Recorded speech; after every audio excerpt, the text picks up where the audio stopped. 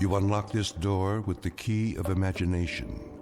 Beyond it is another dimension, a dimension of sound, a dimension of sight, a dimension of mind. You're moving into a land of both shadow and substance, of things and ideas.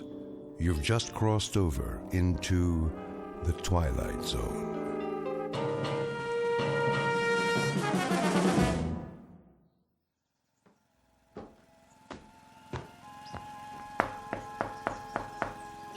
Mrs. Pratt? Oh, hello there, Ida. How are you? Can't complain. And yourself? I was just making some lemonade. Come on in. I shouldn't stay. My son's coming to dinner. I have to put a casserole in the oven. Just for a moment, then. I'll get you a nice tall glass in the kitchen. Well, if you don't mind. You can be my taster. You absolutely must tell the truth, though. If it's too sour, I'll add more sugar. It looks lovely. Where'd you get the lemons? From Mr. Takamori's backyard. He brought me a whole bag of them. How thoughtful. Oh, he's an absolute jewel. I swear, that man can grow anything. He's certainly done wonders for the trees on this street. It's delicious. I always say there's nothing like fresh lemonade. I see Arthur's doing your lawn now. Yes, he's such a fine young man. Isn't he? Always so polite. Do you think he'll take over his uncle's nursery? Oh, I seriously doubt it. With college and all, he has his sights set on something higher. May, I was wondering. Couldn't Arthur do Mr. Fenton's lawn, too? Mr. Fenton? Well, I believe he'd rather do it himself. You know that man. Yes, but his place has been a fright lately. Oh, such a shame. He used to keep that yard so neat. I hear his wife moved out. The boy doesn't charge much, and Mr. Fenton's lot's going to seed. It lowers property values, you know. Well, then, why don't you ask him? Oh, I couldn't. He'd think I was being a busybody. Arthur, I mean. He can stop by after he finishes here. It wouldn't hurt. I suppose. If he needs the job. I expect he does. That family's worked so hard. Can't have been easy after the war. You don't think... What? Mr. Fenton was in the service, wasn't he? The Marine Corps. I hope he doesn't have a problem, then, with the Japanese. Oh, that boy's as American as you and I, born and bred. I know, but there is a feeling with some people. Not in this neighborhood. I'm sure Mr. Fenton has put all that behind him. I should hope so. I was just about to bring Arthur some lemonade. You can mention it now. If you think it's all right. Of course it is. What went on back then was a terrible, terrible thing. But believe me, the war is over. In our town, it ended a long time ago.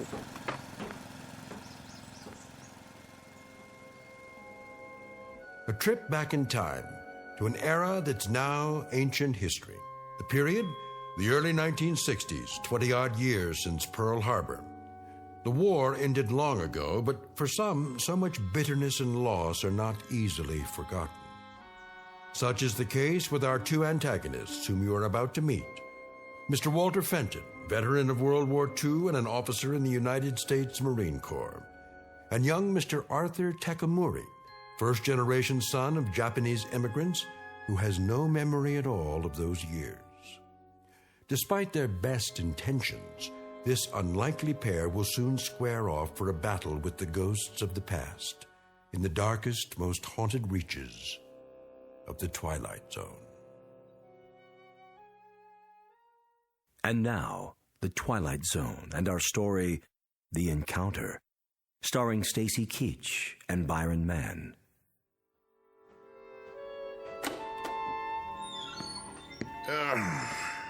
Get a load of this stuff. Where'd it all come from? Psh, what a mess. Not a nuke at all. Shoes, clothes. Hey, There's the old radio. Plug it in, see if it works. Well, well.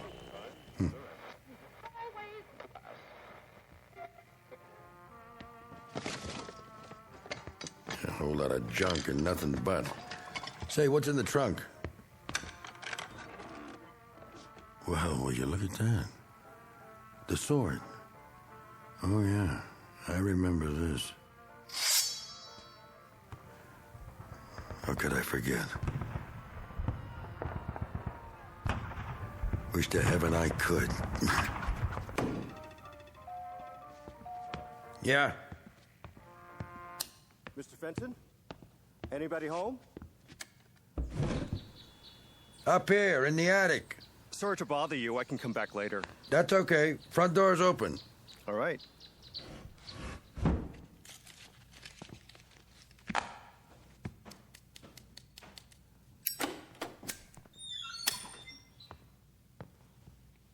Mr. Fenton? That's me. Sorry if I disturbed you. What do you want? Well, Mrs. Bowles down the street sent me over. Oh, she did, huh? Said you wanted somebody to take care of the yard. My yard? How would she know? Oh. Well, if it was a mistake, I apologize. No, hold on. Matter of fact, she's right. Might as well come in. Are you sure? Yep. Well, if you say so. Lots of cobwebs. Haven't been up here for a while. Oh, that's okay. Haven't I seen you around? Maybe. I cut the grass with some of the people on the block. My uncle runs the nursery at the corner. Oh, yeah. So, what do you think? About what? The lawn. Yeah, I could use a hand, I guess. If it's just the front, I can take care of it twice a month. Charge you the same as Mrs. Bowles and Mrs. Platt. Sounds fair enough. Anything more would have to be extra. Like? You know, the backyard or the lot. Is that yours too? Yeah, don't worry about that. At least not right away. I ought to warn you, though. Yes? It won't be steady work. Sir? Don't get the idea it's a regular job or anything. Oh, that's all right. I've got plenty of other jobs. Good, because I'm going to sell this termite dump as soon as I find someone fool enough to buy it. I understand, Mr. Fenton. Got it listed already. A little fixer-upper, a handyman's dream with a semi-vacant lot attached. Sounds pretty good, huh? I can only come on the weekends. I go to school the rest of the time. Sold. I'll be back at the end of the day then, if that's all right. Good enough. Well, nice meeting you. Wait a minute. Yes? What's your hurry? I better get back to Mrs. Platt's. Sit down. We'll have a beer on it. No thanks, just the same. I'm serious. Plenty on ice downstairs. Besides, we have something else to talk about. We do? Pull up a box and take a load off. Well, I haven't started Mrs. Bowles' lawn yet, and it's getting pretty late. Nuts to Mrs. Bowles. Knock off for 10 minutes. You need extra money, right? Sure. Same as everybody. I got an idea. What's that? There's a way you can make some more cash on the side. Could add up. How? All you have to do is give me a hand. Do some sorting, get some cardboard boxes. I'm pretty busy already. Hear me out at least. Well, 10 minutes then. Let me make room for you. I can stand. No trouble. I need some help with this junk up here. Anything you see, you can have. Most of it, anyway. Resell it, whatever you want. I just have to get rid of it before I show the house. What do you say? I'm not very good at garage sales. I don't care about that. Never know what you might find. Yeah, I got a lot of clothes, gadgets, old magazines, books my wife like to read. I don't know. What's your name, boy? Arthur. Arthur? Arthur Takamori. Anything wrong with that? No, it just sounds funny. Why? Well, you have to admit you don't look like an Arthur. I'm an American citizen. Yeah, sure you are. I was born in this country. Who said you weren't? Did I say that? None so many words. Then take that chip off your shoulder. I gotta go. What about that beer? No thanks. I'm not thirsty. Come on, I didn't mean anything. You're awful sensitive. Am I? Maybe I am. There, see? My given name is Ito. I changed it because nobody ever spells it right. So, a rose is a rose. You know what I mean? Not really. Watch your head there, Arthur. The ceiling's pretty low. What a junk pile, huh? I've seen worse. I bet you have. The attic's been this way for 20 years. I don't go up here much. The wife used to yell about it. But I was so stubborn. Now she's gone to stay with her sister. Or so she says. Wouldn't be surprised if she never comes back. Sorry. Don't be. We all get what we deserve. Don't you think? I couldn't say. Well, I could. You ever know something before you know it? How do you mean? In your gut, in your bones, the way a dog knows an earthquake's coming, the way the birds get quiet right before a storm. It doesn't matter what anybody says, it's a fact. It's closing in on you, and there's nothing you can do about it. We always have a choice. Doesn't mean a thing. I know it and she knows it. She's got my number, all right. A guy who's never going to amount to a hill of beans, and he's drowning in junk. I'm sure these things meant a lot to you, or you wouldn't have saved them. What else could I do? It's all I got. I couldn't just let it go. Even stuff from the war. You see that mannequin in the corner? Was that your uniform? Sure was. Get a load of it. Used to be pretty spiffy. I'll bet. Don't mind the dust. Yeah, I put this on and people would step out of the way. Even when I got home. My dress cap, brass buttons, like they thought I was a movie star. My girl was proud to go out with me to the movies, to get an ice cream, and just to walk around. I was a war hero. But after a while, that didn't cut it anymore. You ought to pack it away. Put it in mothballs. What for? I'll never wear it again. Hard to imagine. This monkey suit used to fit me to a T. With all the buttons and everything. It probably still would. Now you're being polite. I turned into a tub of rancid lard, I know that. But I was pretty tough once. Were you? I went all through Saipan and Okinawa. Oh. Check the fruit salad. The what? That's what they call the ribbons and medals. I got a whole box of them from this and that campaign. All put away. I don't know what for. Never wear them again as long as I live. I don't know much about the war. No? It's before my time. Yeah. You ever see one of these? Yeah, in the movies. Genuine samurai sword. Not a fake like you see nowadays. I took it from a Jap who was trying to cut off my noggin. A what? Excuse me, a Japanese officer. You see the blade? Got something engraved on it. Mm-hmm. Hey, you think you could translate it for me? Could I? Well, I can't read it. Always wonder what it means. Sorry to disappoint you. Why? I don't know the language. You don't? Only English. Oh, come on, boy. My mother used to speak Japanese around the house when I was little, but I never learned. That a fact. You said you wanted help with this junk? Oh, yeah. But first, let me get those beers. None for me. Well, I need one. My throat's full of dust. I can't stay. Be back in a jiffy. Oh, better put that sword away. The blade's still razor sharp.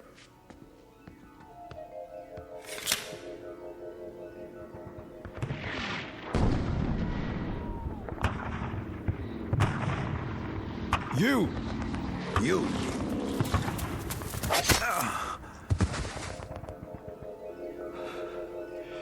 It can't be. I don't know how or why, but I'm gonna kill this man. I'm gonna kill him. I can feel it.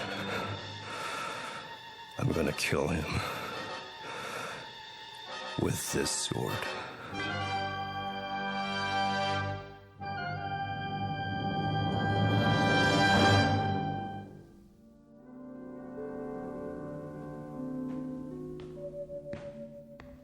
Here you go. A whole six-pack, nice and cold. Yeah, maybe I will have one. Go ahead, you're entitled. I even brought an opener. Thank you.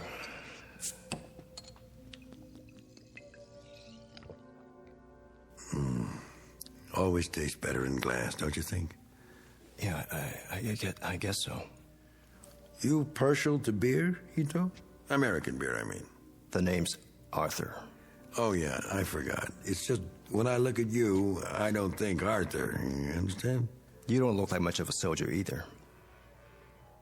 Oh, huh. You got me there, boy. You sure do.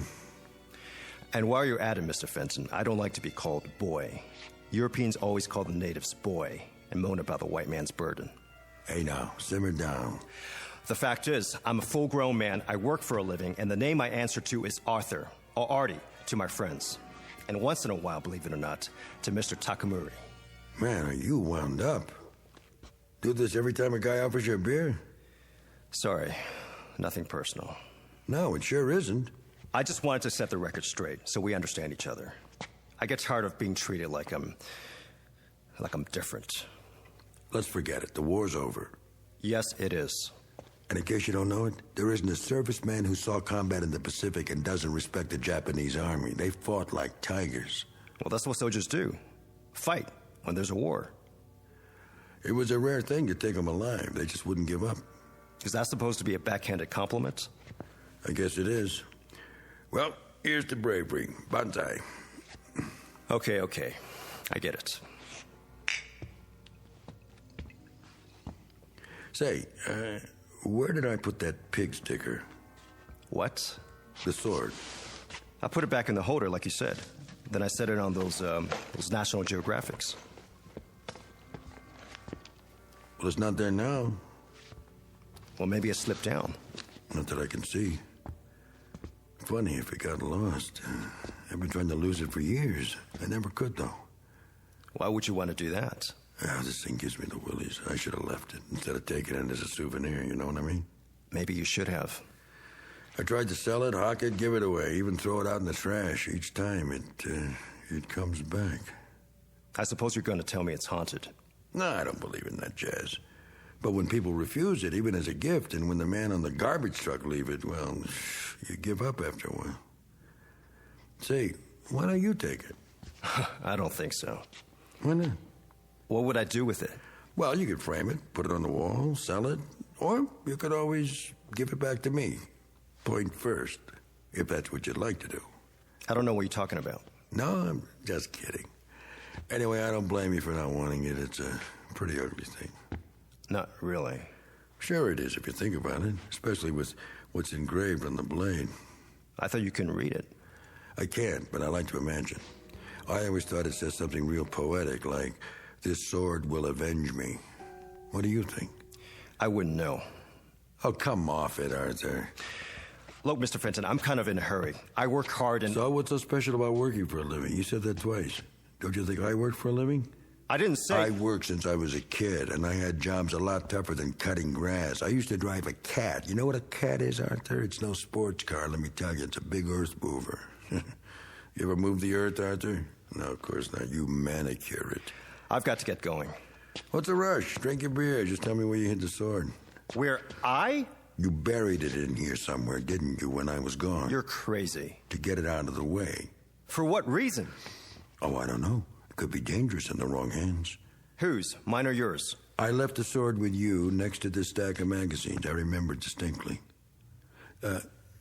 Tell me something, Arthur. You don't seem very relaxed. Are you, by any chance, afraid of me? Why should I be? Oh, I can think of a few reasons. Such as? Well, my background, for one. What's so special about that? Because I was a soldier. So were a lot of people. Really, there's no point talking about it now, is there? I was in a fighting outfit. You know what that means? It's not like the recruiting posters, let me tell you. Pictures of a nice, clean-cut kid helping little old ladies cross the street, starting fires by rubbing two Boy Scouts together. A soldier like that wouldn't last one night on the beach or in a foxhole.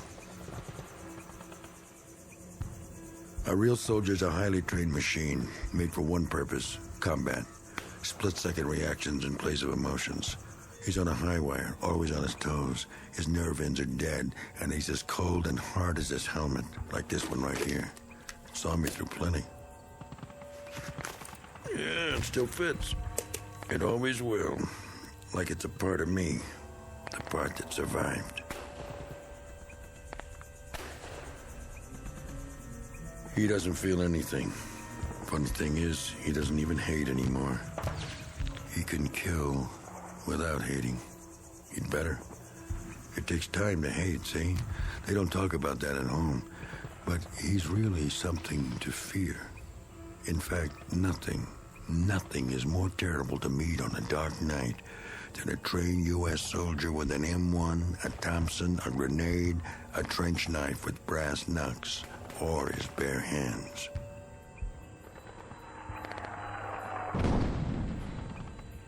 Yank!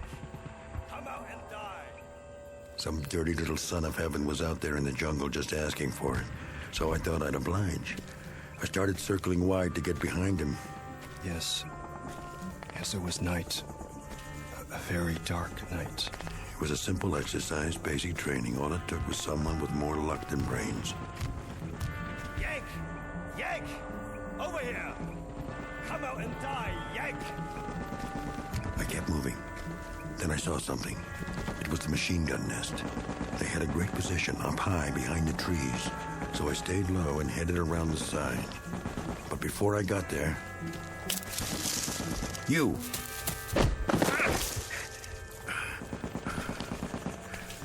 No more, Yank. Now you die. Go on. Do it. Do it, you dirty little... No, wait. Stop. Stop! What? Put the sword down. It was only a story. Story, yes. Don't get carried away. I was only telling you how it was. I'm sorry. Man, for a minute there.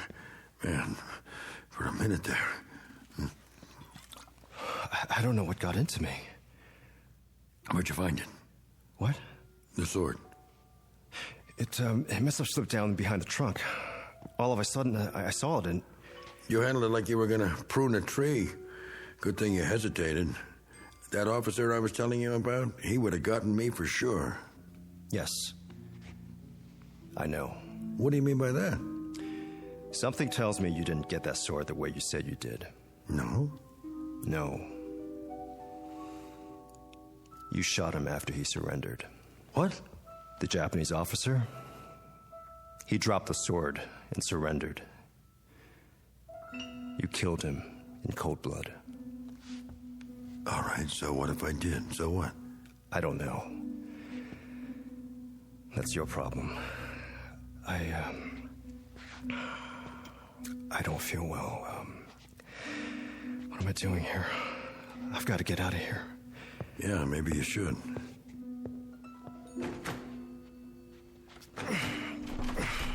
The door's stuck. You must be awful weak. Pull. It won't move. Did you lock it?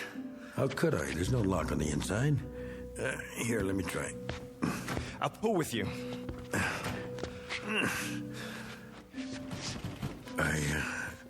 I guess you're not supposed to leave just yet. What do you mean? If I knew, I'd tell you, but I don't. I don't understand any of this, but I'd say we're locked in here together, just the two of us, for better or worse, till death do us part.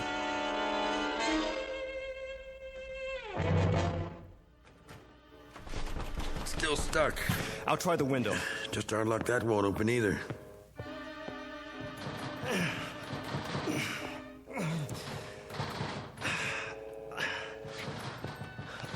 You're right. I don't know what's making it do this. It hasn't happened before. Never mind, there must be some tools up here. I can take the hinges off. Yeah, you do that. Forget the window. It's too high up to climb out. Of course, we could break the glass and yell for help, but that'll be a last resort.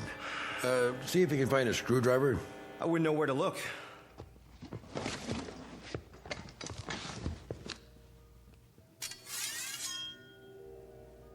What are you doing with that sword now? Don't worry. I'm only looking at it. Thinking about becoming a samurai? Couldn't I? If you ever come at me with that thing again, I'll chop you up like hamburger. I don't like that kind of talk, Mr. Fenton. Oh, you don't, huh? No, I've got a short fuse, so don't strike matches. A short fuse, huh? From what, kid? Too much sake in your oatmeal? I was born in Honolulu, near Pearl Harbor. No kidding. Were you one of the pilots? I was 4 years old. My parents lived in Hawaii all their lives. My father worked for the Navy as a civilian contractor. Yeah? Doing what? Sabotaging the planes? He helped build the docks at Pearl.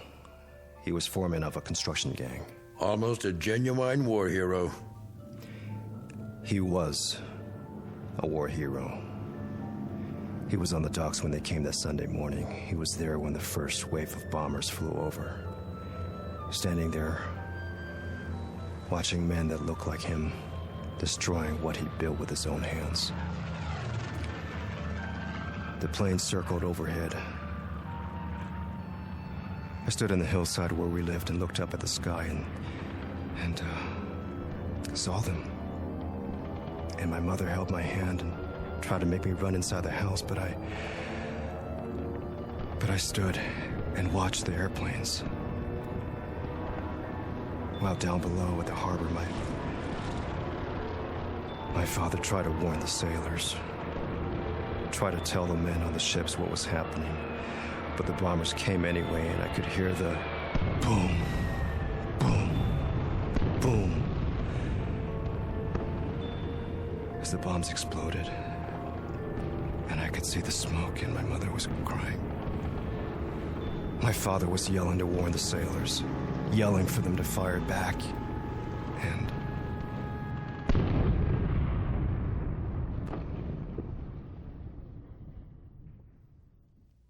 the Navy gave him a medal, posthumously.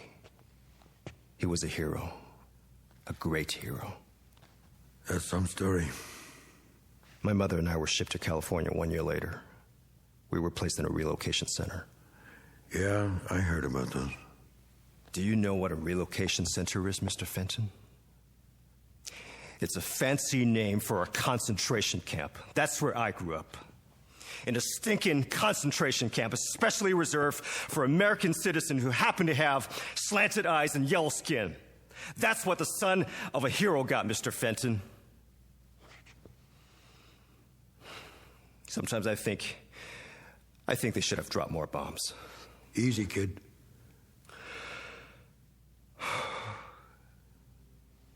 I'm such a liar. What? We all are sometimes. Don't be so hard on yourself. It didn't happen that way. Oh, come on. He was a traitor. He signaled the planes. He showed them where to drop the bombs. Do you hear what I'm saying?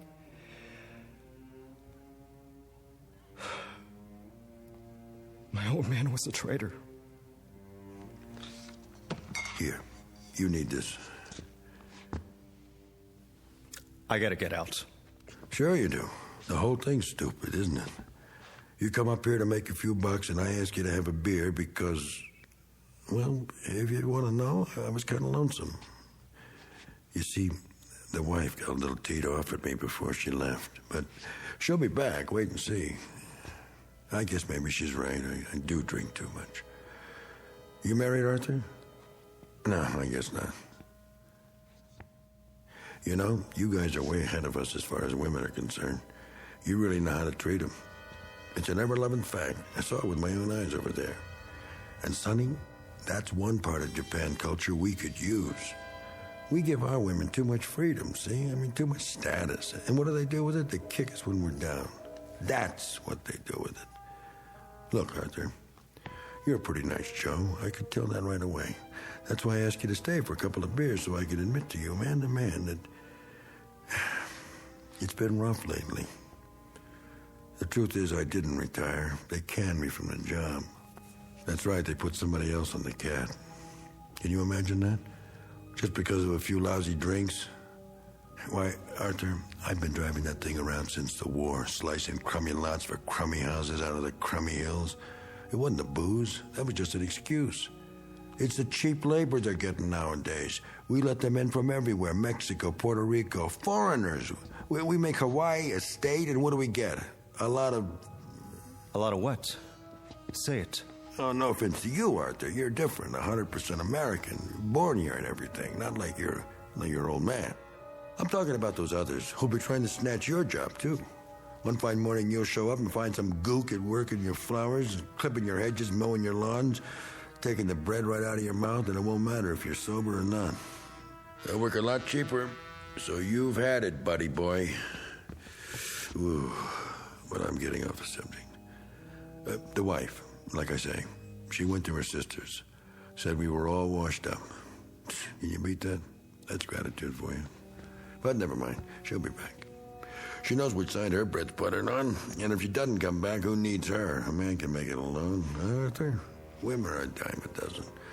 Anyone who's ever been to the Orient knows that. You're awful quiet, Arthur. Still holding on to that sword, huh? What's the matter, Arthur? Or do you want me to call you Ito now? I have nothing to say. Listen, don't take it so hard. I mean, just because your old man was a sneaky little double-dealing traitor, it doesn't mean you are. I mean, what the hell? You don't have to go and change your name and all and forget you know how to speak Japanese. There are plenty of sneaks and double-crossers on both sides. Like you.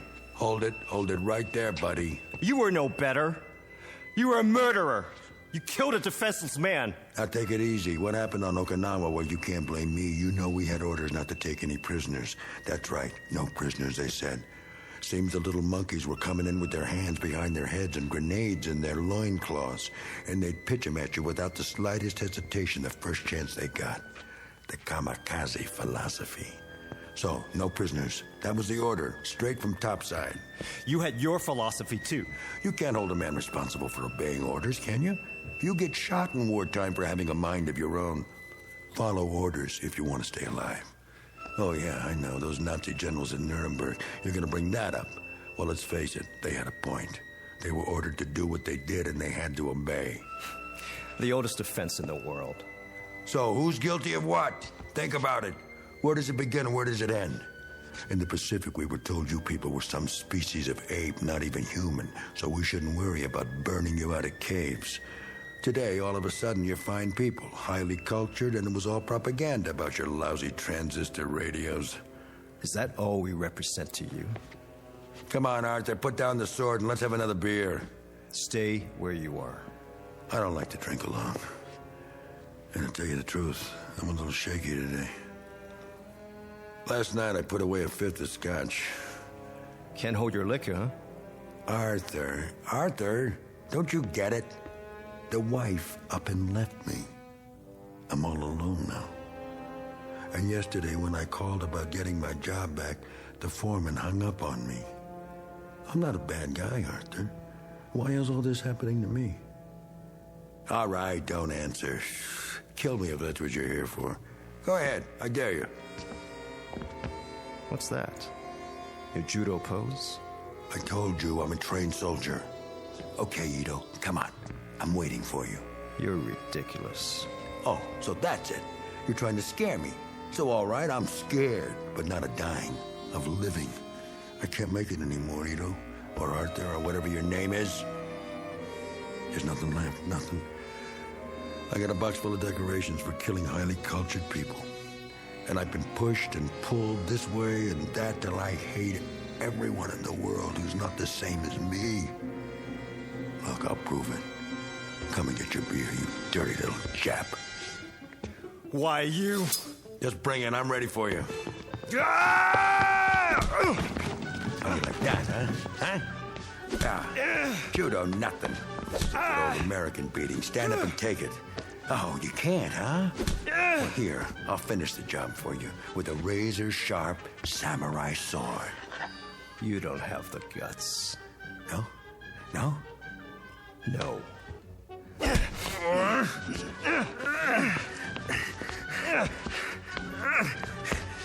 Let go of it!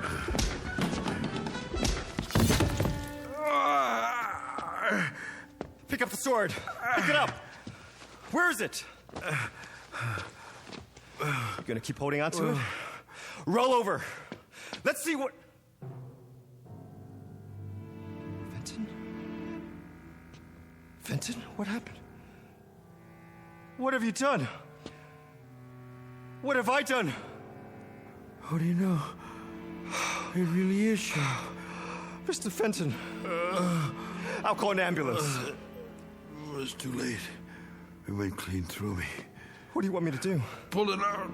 Pull it out. There. Oh, that's better. I didn't want to kill anybody.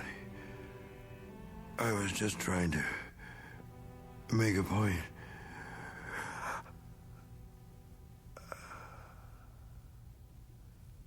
my God. Oh, my dear God.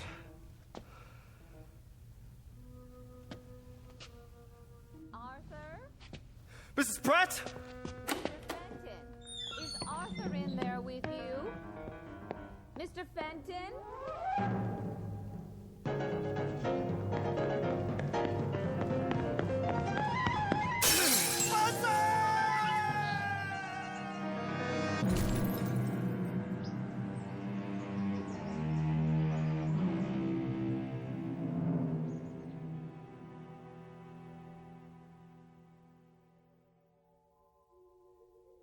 Two men in an attic, locked in a mortal embrace.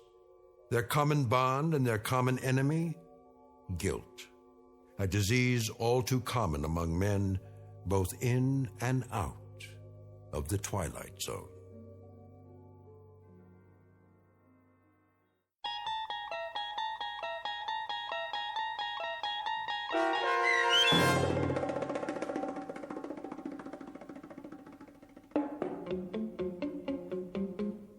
The Encounter, starring Stacy Keach and Byron Mann, was adapted for radio by Dennis Etchison and written for The Twilight Zone by Montgomery Pittman. Heard in the cast were Linda Ryder and Ilissa Fraden. The producers of The Twilight Zone wish to thank CBS Enterprises and the Rod Serling Estate for making this series possible. This copyrighted radio series is produced and directed by Carl Amari for Falcon Picture Group. Sound design and custom Foley effects for The Twilight Zone by Cerny American creatives Bob Benson, Craig Lee, Michael Slaybach, and Matt Sorrow. To learn more about The Twilight Zone radio dramas and to contact us, visit our official website at twilightzoneradio.com. Doug James speaking.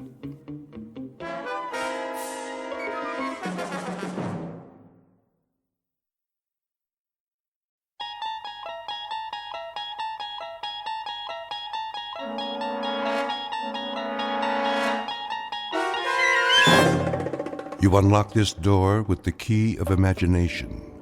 Beyond it is another dimension, a dimension of sound, a dimension of sight, a dimension of mind. You're moving into a land of both shadow and substance, of things and ideas. You've just crossed over into the Twilight Zone.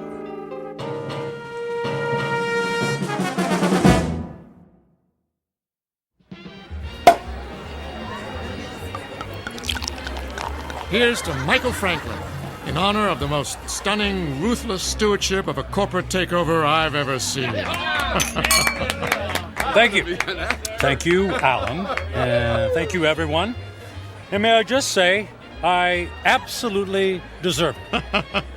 I know you've had your eye on that corner office for some time. Well, it's yours.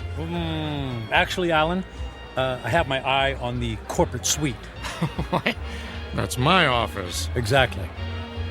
Careful, Michael. Your ambition is showing. Well, my ambition is what made this deal happen. My ambition is what allows our billable hours to skyrocket every quarter. And my ambition is what will eventually lead me to not only your office, Alan, but to your company-paid condo, your company-paid Mercedes, and your company-paid weekly $200 haircuts and manicures. Just kidding. I have to admit, you had me going there, Michael.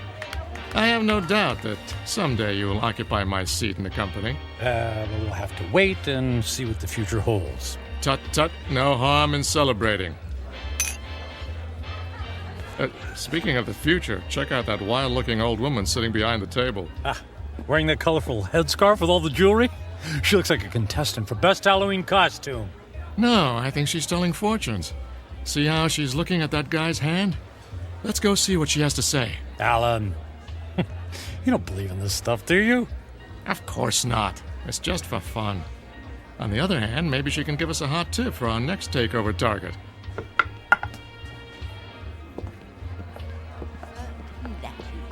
The warnings of the tea leaves, for they are never wrong. I see there are two more surprises applicants who wish to learn about their futures. Make that one supplicant. I'm not playing. Oh, go ahead, Michael. What can it hurt? I put my faith in real things, Alan, like profits and a well-written prospectus and a robust return on an investment dollar. And people? People are the least reliable things on the planet. Well, anyway, I'll spring for your reading. How much is it, please? For this most rare and deep connection to the mystic masters of the cosmos, the charge is $5. $5? Whew. It's highway robbery. All in good fun and worth $5 to find out what's next for the amazing Michael Franklin. There you are, my good woman. The mystic masters thank you. Yeah, I bet they do. Please be seated and give me your right hand. What's wrong with my left hand? The right hand crosses the body's meridian, connecting directly to the humors of the heart through the intercession of the soul. Oh, I'll say this for you. You've got the sales pitch down pat. Please close your eyes and focus your thoughts on your inner golden light. I would have guessed that green is your color. Michael, quiet. All right, I'm quiet. I'm focused. Watch as the golden light moves toward you.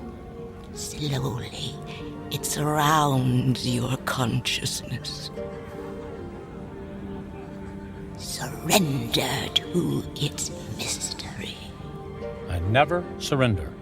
The mystic masters perceive you as a man who values work above all else.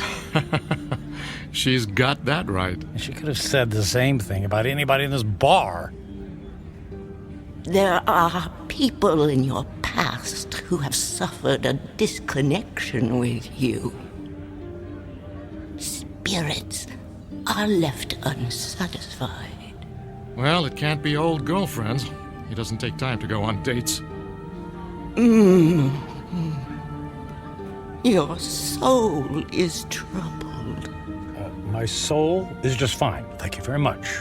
There's something strange. I am attempting to discern your future, but I cannot. I could have told you that. No offense. What's the matter? The reading is over. What? Hey, we paid you to tell us fortune. Here is your money back.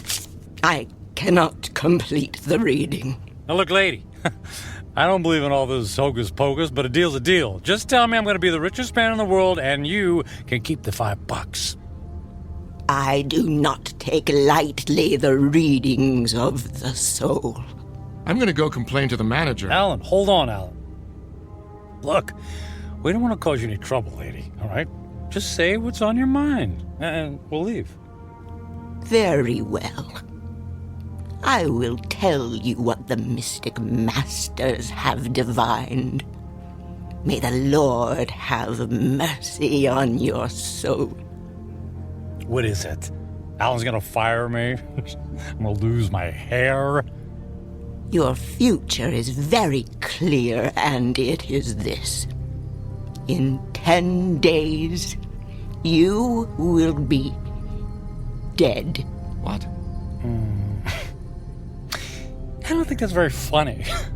The signs are serious, and the reading is true. What kind of scam is this? Come on, Michael. Don't let her ruin your night. You know, lady, we were humoring you by coming over here. The least you could do is play along and not be such a downer. I did not wish to reveal your fate. You insisted that I do. When the clock strikes midnight on the 10th day to come, you will be dead. And now what? And no. Don't tell me. Let me guess. I pay you another $5, and you tell me how I can avoid this terrible fate. That is impossible. Your fate is sealed. Let's go get a beer. Come on, Michael. Fine. See, it's been a real pleasure spending time with you, ma'am. Alan, I'm heading home. I got some paperwork to finish anyway. Are you sure? Oh, yeah. Yep. Suddenly, I don't know, I just lost my desire for celebration. Okay, buddy. See you tomorrow. Yeah, see you tomorrow.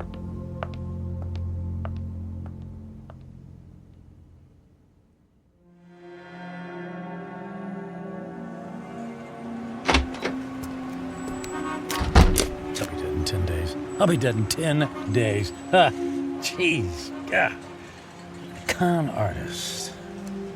Hey, come on. Where's a taxi when you need one? Oh. Hey, taxi! Taxi over here!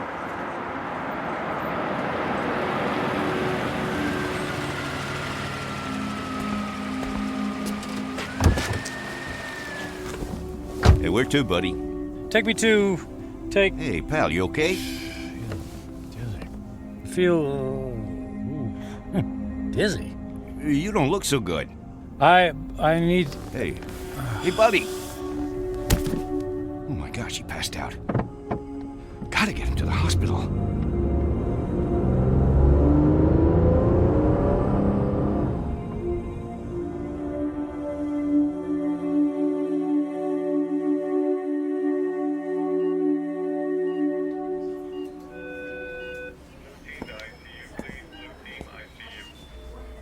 Mr. Franklin, can you hear me?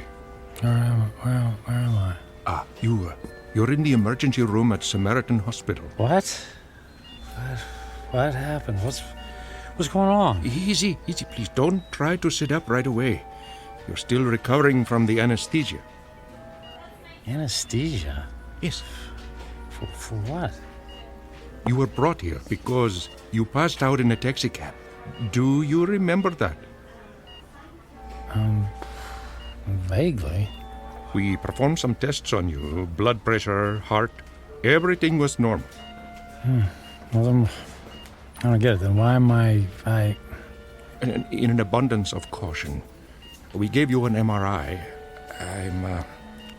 I'm afraid we found something unusual. Oh. Well, what does that mean? There's a dark spot on the X-ray of your brain. We don't know what it is until we perform more tests, of course, but I must impress on you. This is a very serious situation. Well, what happens next? Well, I'd like to check you into the hospital for further procedures. We can consider options for chemotherapy and radiation right away. But I feel fine. I'm in great shape. Cancer has no respect for those issues, I'm afraid. How long do I have? A few years? Given the size of your anomaly, I suspect that your prognosis is dire. And how long? 6 months? It could be a matter of days. I'm very sorry, Mr. Franklin. I will send the nurse in to take your information, all right? Days, wait. The old woman in the bar, she was right. I'll be dead in 10 days.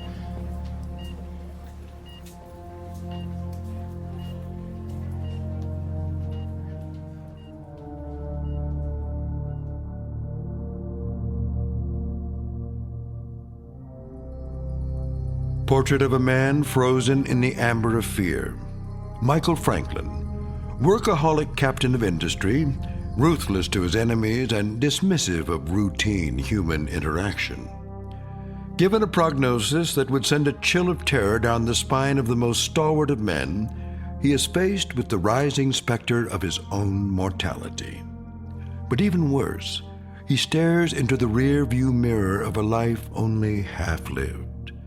Devoid of true friendship, with only a string of consummated business deals to mark his measure, Michael Franklin is about to embark on a frightful journey of self-examination that can only be experienced in the land between regret and insistent memory, a land we like to call the Twilight Zone.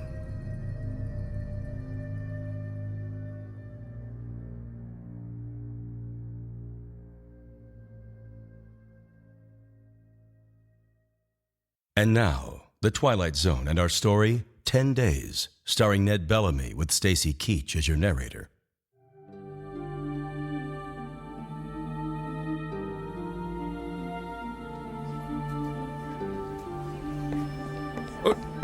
Nurse! What happened to the patient who is in this bed, Mr. Franklin? I just saw him a moment ago, Doctor. I have new information about his condition. Oh, I certainly hope he isn't about to do something foolish.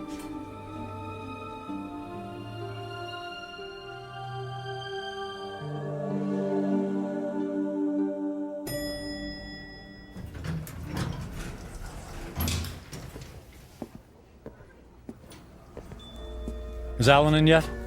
Oh, yes, Mr. Franklin. Are you all right, Mr. Franklin? I'm fine. I don't believe I've ever seen you in the office without shaving or changing your clothes from yesterday. I was in a hurry this morning. Is he in a meeting? He just finished a call. Fine. I'll only need a minute. Oh, but he's got another appointment at... I'll only be a minute.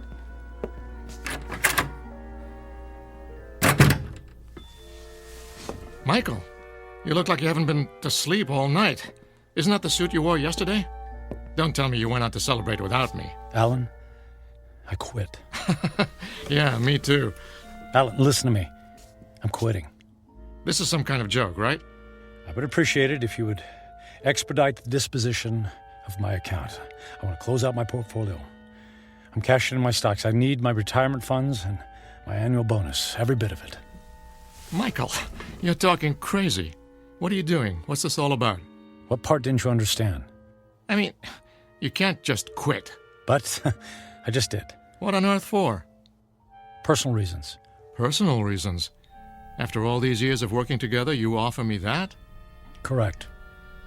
Michael, if this has something to do with that crazy old woman who told your fortune last night... It's not that. I just decided to take my career in a different direction. I've just been thinking about making this move for a long time. I don't believe you. Alan, no offense, but I don't care if you believe me or not. I've made my decision, and I'd like you to honor it. You realize that if you disassemble your corporate portfolio early, there will be substantial penalties. Not to mention the perks you'll be losing. The company car, the country club membership, the center court basketball tickets. Can you have the accounting department wrap everything up right away? Oh, and I'd appreciate all of the various income streams to be folded into one check. That check will be worth several $1 million. Yes. Well, I can't say I approve of what you're doing, and I can only hope you have a good reason, even if you won't tell me. Could you make the call, please? I'm in a bit of a hurry.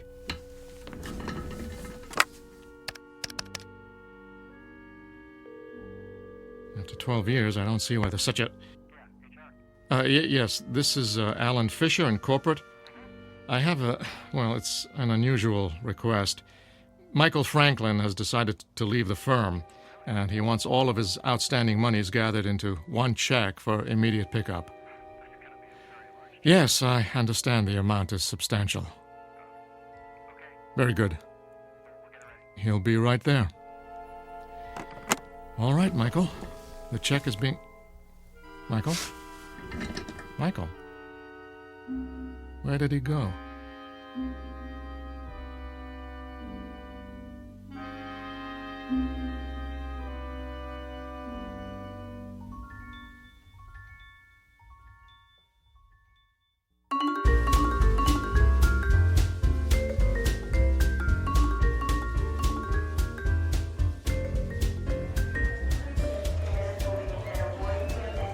May I help you, sir?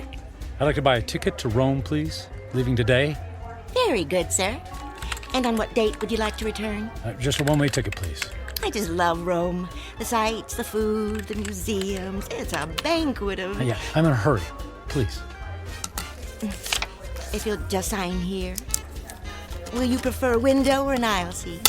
Surprise me.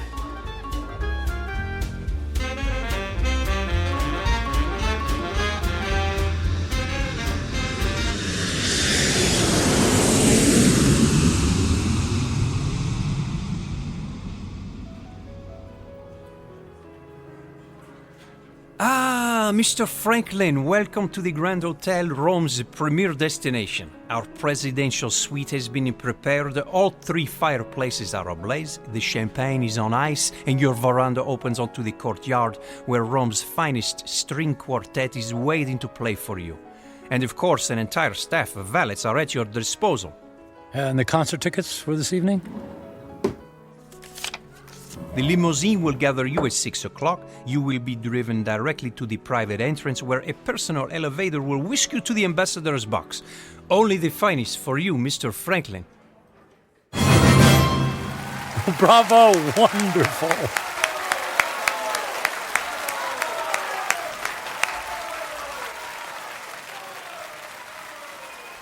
Excuse me, Mr. Franklin. The young lady in the next box has sent this fine wine to you. Well, please ask the lady if she would care to join me. Right away, Mr. Franklin.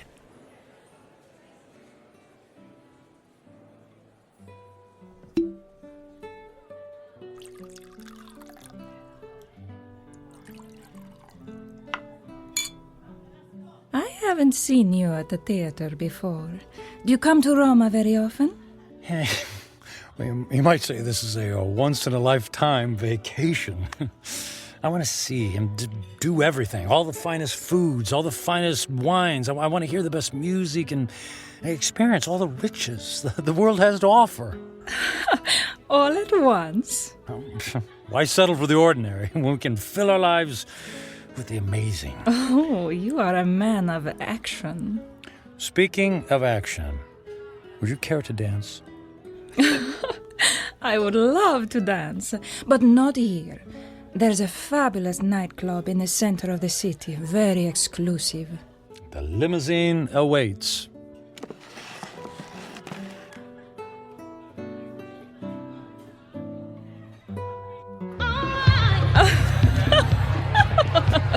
What a wild dancer! It's not me. It's a champagne.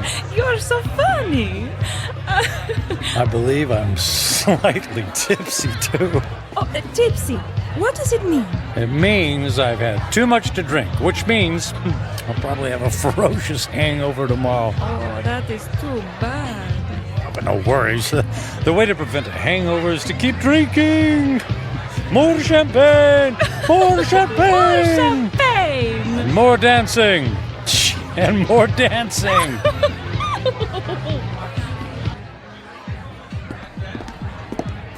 Michael, are you sure you can afford to buy drinks for the whole restaurant? That's only money. And look how much fun they're having. Look how much fun I'm having. Waiter! Another round for my friends. 3 cheers for a friend Matthew.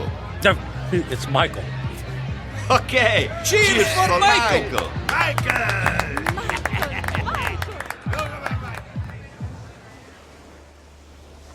Michael, are you able to walk? It's not me. It's the streets that keep moving. You danced the night away. And we'll do it again tonight. The sun rises over the ocean. If I see 1,000,000 mornings, I never grow tired to seeing that sight.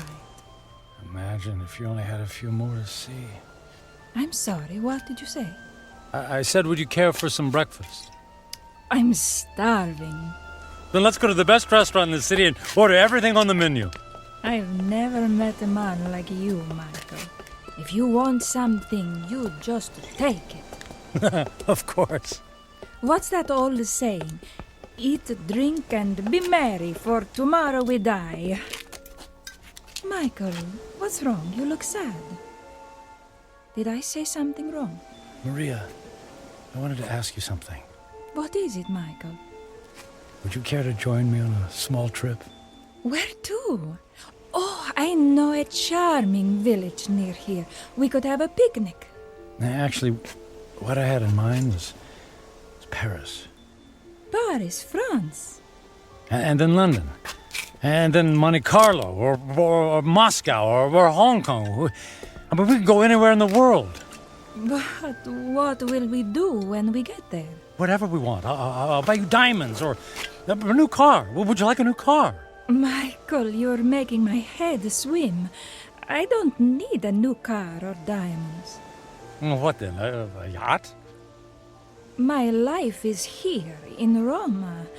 I can't just pick up and leave to go hopping from one country to the next. Why not?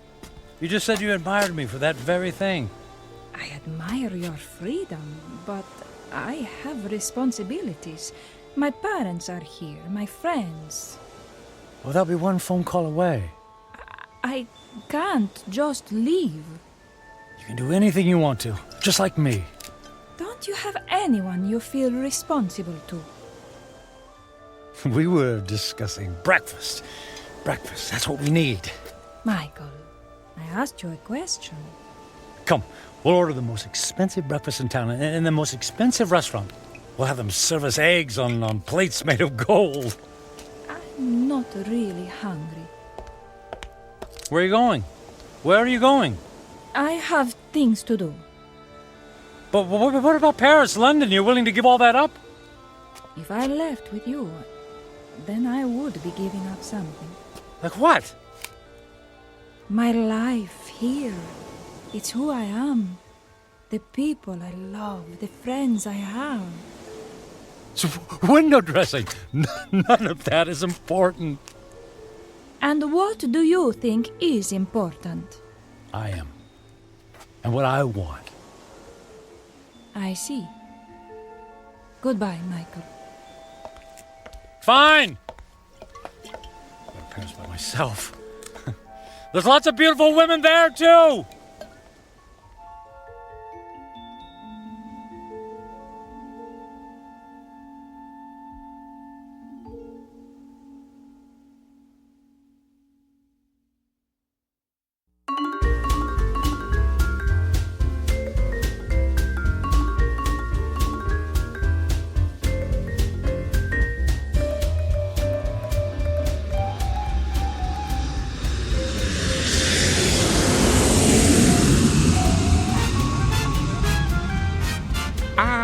Bonsoir, Monsieur Franklin. Welcome to Paris. Your suite is prepared for you with a view of the Seine and a bottle of champagne on ice, right? Mais oui.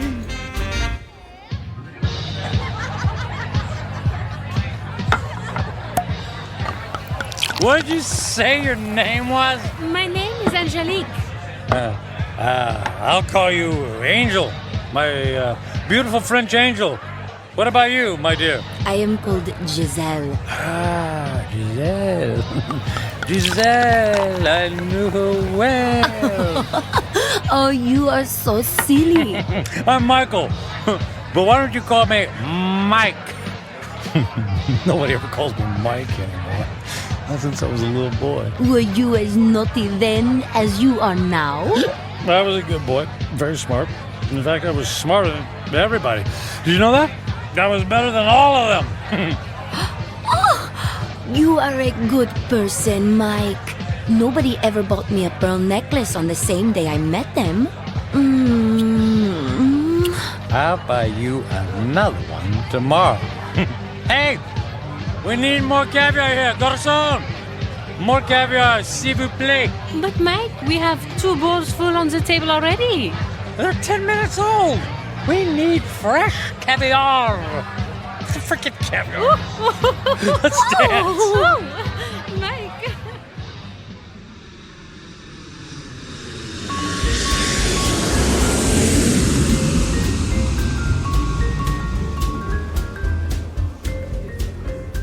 Welcome to London, Mr. Franklin. Your suite has been prepared for you and... Bottle of champagne on ice. Got it. Let's say, on second thought, cancel my room. Book me on a flight to Monaco. I got an itch to gamble. Right away, sir.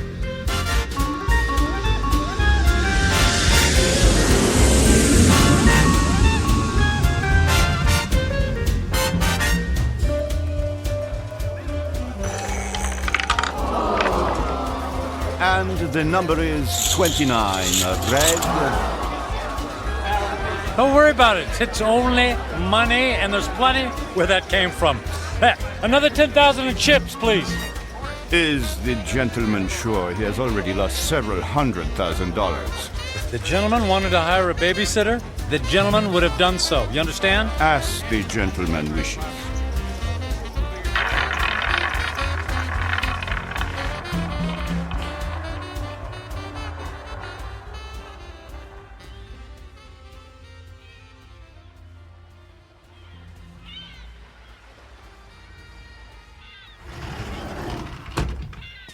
Mr. Franklin. Good morning, Mr. Franklin. Mr. Franklin? Hello? Mr. Franklin, your branch is here, sir. Shall I place the champagne bottle next to the bed? Shall you... Who are you? Where am I? I am Captain Philippe Duchette. This is the Fandango Dancer, the luxury yacht you rented last evening. I rented? Was I alone? The gentleman was escorted by several very attractive ladies, and there was a request for the boat to take you to Australia. But, as you may know, that trip is beyond the range of this vessel. Wanted you to take me to Australia.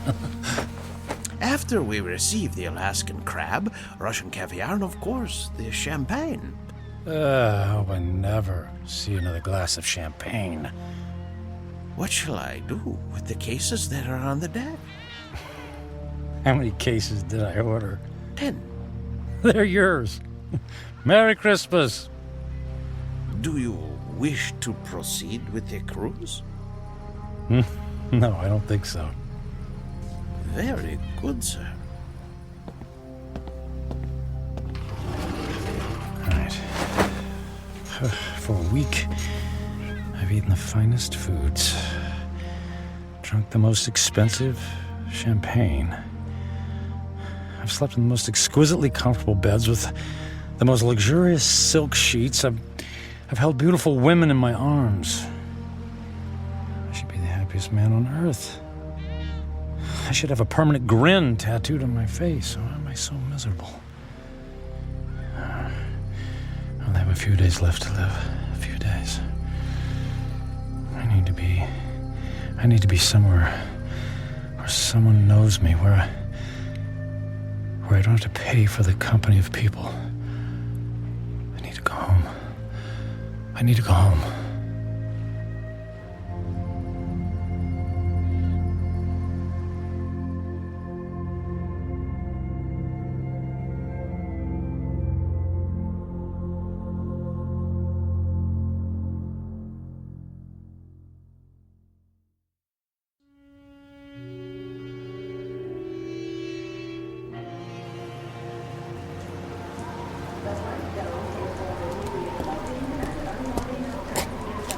Taxi!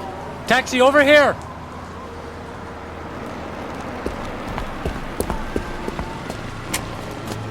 Hey, where to, mister? 1020 Clark Street. Hop in.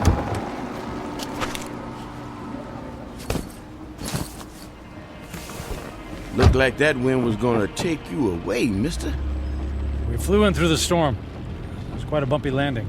Well, it'll probably blow over soon. Say, I don't think I've seen you around here before. Well, I haven't lived here for quite some time. That must be it, then. Oak Grove being such a small town and all, I know just about everybody around. Yeah, well, as I said, it's been a few years. Just visiting? That's right. Family? Not really. What'd you say your name was? I did, but it's Michael Franklin. Your dad was the high school teacher. That's right. Oh, I don't think I remember seeing you at the funeral. What was it, 4 years ago? I wasn't here for the funeral. You didn't come to your own father's funeral? Not that it's any business of yours, but I had meetings in Japan and I couldn't fly all the way back here. Is that all right with you? Is it okay with you? Look, if you don't mind... You'd prefer if I stopped flapping my gums, right? Well, I wasn't going to put it like that. Not to worry. The wife says I'm 99% hot air. It's just that I've been flying for the better part of 24 hours. jet lag and all that, you know. Well, say no more. My lips are sealed. Anyway, here we are. 1020 Clark. Let me help you with your bag. It's all right. I can manage. Here you go. Keep the change. Mister, do you know you just paid me with a $50 bill? Huh? Oh, yeah. Yeah, that's fine. Well, you have yourself a really fine day, because I sure will. And you be careful in that wind, you hear? Well, something tells me it's not the wind I'll have to worry about.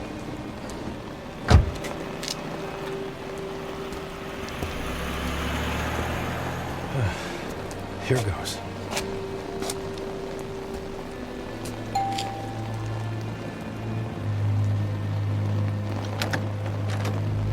Hi, Carrie. Surprise. Michael? What are you doing here? It's a long story.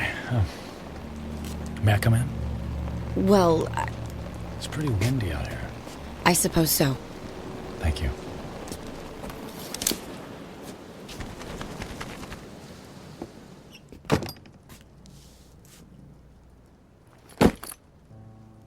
Michael, what's going on? You just show up on my doorstep after 4 years? Well, you know me. Spur of the moment. You are not a spur-of-the-moment person.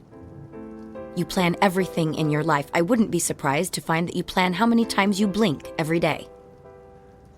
Well, the truth is, I don't have any place else to go. That sounds dramatic. It's true. What about the penthouse? It's gone. The beach house? Gone. They're all gone. I sold everything. I thought you went through your midlife crisis when you left me. Apparently, it's still going on. Please, Carrie, I don't want to fight.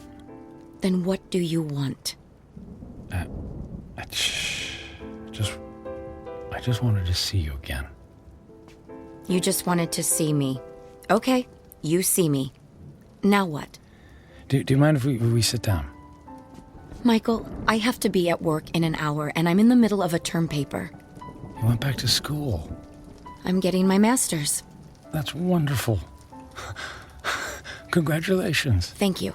I mean, you planned it for years. It's great that you finally decided to do it. Yeah, well, if there's nothing else on your mind... So, how have you been? Busy. I don't have a lot of downtime, but that's how I like it. You redecorated things here. You redecorated the house. I needed a fresh start after you left. Oh, well, Carrie, about that, I'm so... If you're about to apologize, please don't. I've already more than paid you back by thinking the most horrible thoughts any person could think about another person. I guess I deserve that. Oh, you have no idea. How could you just walk away from a marriage, Michael? What was so terrible that you couldn't stand up like a man and fight for me? For us? It wasn't about you, Carrie. Oh, that's good to know.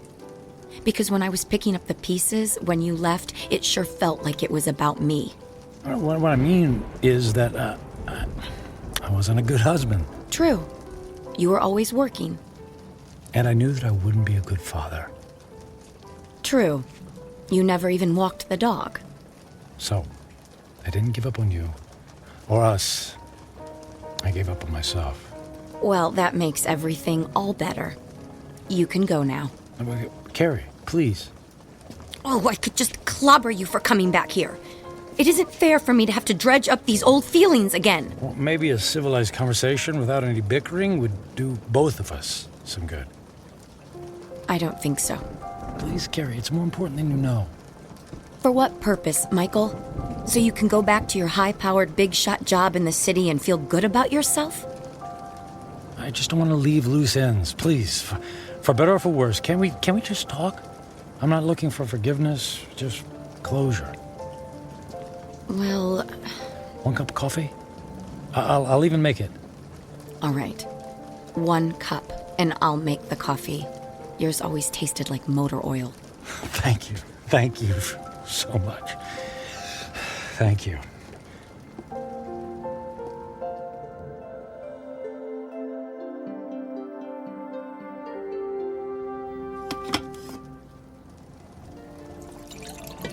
So you quit your job, sold your homes, and now you're here. It doesn't make sense. Yeah, about that. I guess I just realized that being a workaholic isn't very much fun, after all. But that's all you know. When we were married, you barely slept at night. You were up early to track the Asian stock market. You stayed up late to finish paperwork. I can count on one hand the number of times we actually went out on anything resembling a date. And even when we did go out, you acted like it pained you to be away from your business calls. That is all over now, Carrie. Money doesn't mean a thing to me. I find that hard to believe. Believe it, it's true. So, what? You're gonna take up oil painting? Or become the stand-up comedian you always wanted to be? Nothing like that. Actually, it's quite serious. Last week, What was that? It came from the living room. Oh, the tree! The wind knocked the tree into my house! Carrie, wait a sec, Carrie, don't go over there. It might be dangerous. That's a tornado warning! Oh my god! The house across the street! The roof just caved in! Alright, look, let's get into the basement. The power just went out! I have flashlights downstairs. Wait, outside, look. What? Michael, come on, there's no time! Oh, look, in the street, there's a kid in a bike. Oh no! That's Jimmy from next door! He doesn't know which way to go. Oh, Michael, he's going to be hurt. I'll get him. Michael! What are you doing? Michael! Jimmy, keep your head down. Jimmy, I'm coming for you. Help me! I'm right here, buddy. I'm right here. I'm gonna carry you into the house, okay? What about my bike? I'll get you a new one. Let's get out of the storm, okay? Okay. Put your arms around my neck and hold on. I'm trying. Squeeze real tight, Jimmy. I'm scared. And I'll be brave for the both of us, Jimmy. Okay? Got to get the door open. Michael, I can't budge it. Carrie, push. Push as hard as you can. Carrie, push. Pushing. Harder. As hard as you can. There, you got it. We made it. We made it. Into the basement. Come on. Come on, Jimmy. That's it. Let's go get safe. Okay.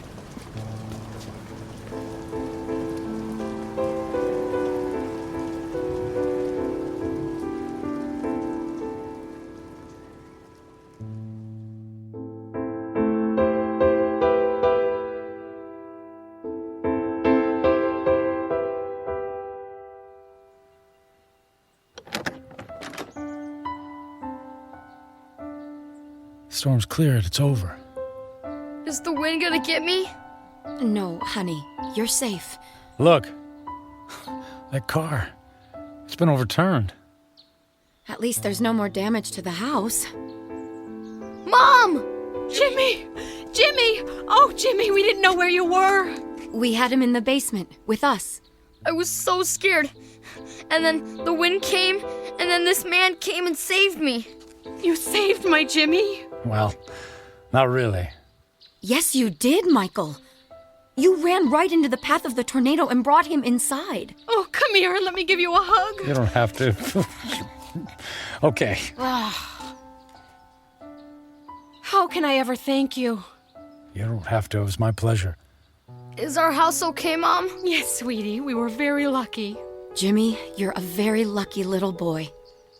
Yes, and thank you again for my son's life. Yeah, thanks. You're welcome. Michael, you saved Jimmy's life. You're a hero. I didn't even have time to think. I just saw him and ran. It was still amazing. When the chips were down, you really came through. I'm proud of you.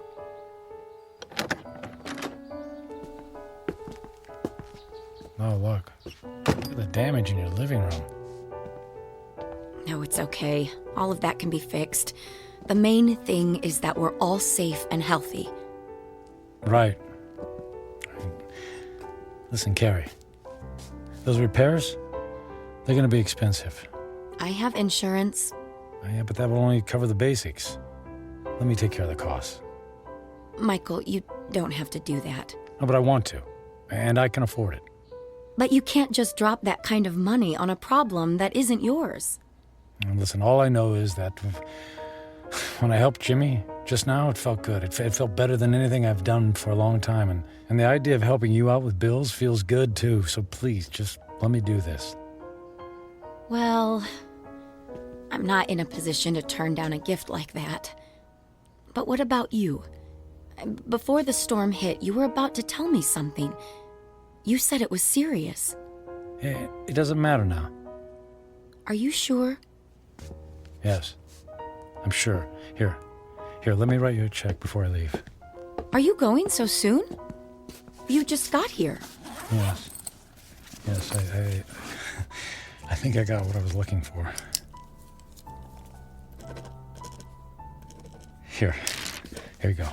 Now listen, don't you look at it until I leave, okay? I promise. Where are you going? I have some business to finish.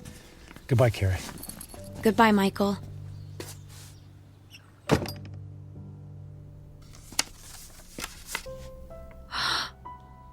$1 million? Michael! Michael!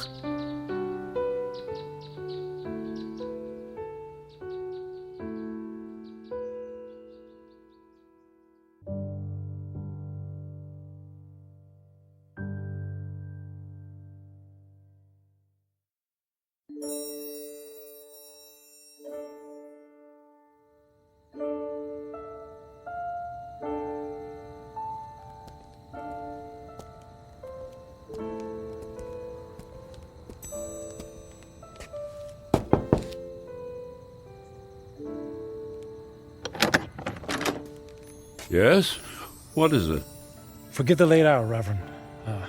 I realize it's nearly midnight, but I wanted to visit the chapel and the door's locked. Unfortunately, in these times, we must protect ourselves against theft. The doors remain locked overnight. Is there any way I could just go inside for a few moments? No, I'm sorry. If you can come back in the morning, yeah. But you see, tomorrow morning will be too late. I only have tonight. Mm-hmm. It always seems that way, my son. But have a little faith. Please. Go home. Get some sleep. I don't have a home anymore. I've just come in from the airport. I came straight here. Please, it's more important than you know. All right. You seem to be in great need. Thank you. Thank you, Father.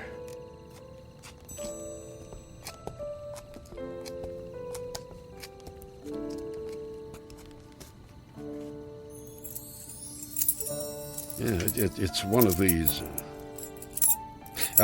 Here we go. I'll come back in 10 minutes.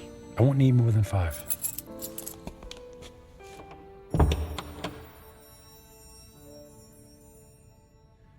Now that I'm here, I don't know what to say. It's been a long time since I've set foot in a place like this. In fact, I can't remember the last time. I suppose it's true. People come back when they're in trouble, but I'm not exactly in trouble. In fact, all my troubles will be over in just a few minutes. Then why am I here? Maybe I just wanted to see if I could find a moment of peace before everything ends. Just a single solitary moment when I don't have to feel so alone.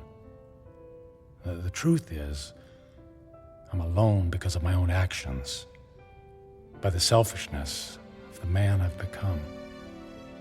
I was given love, but I turned away from it in favor of my career. I gave up friendship in favor of business colleagues who couldn't care less if I lived or died. So what did it all mean? What is the sum total of my life? I have no job, no home. I'm gonna die without a single friendly voice in my ears. I did have some good times with Carrie. Thank goodness for Carrie. I don't blame her for being angry. And despite her anger, she took me into her home. She forgave me. And Jimmy, I saved his life. He'll have a chance to grow up, to have a family and a little boy of his own. I gave that to him. I did make a difference after all. Maybe I had to go through it all so that I could be there to save his life. If that's true, then it's worth it. I'm glad things turned out the way they did. I did something worthwhile. My life mattered after all.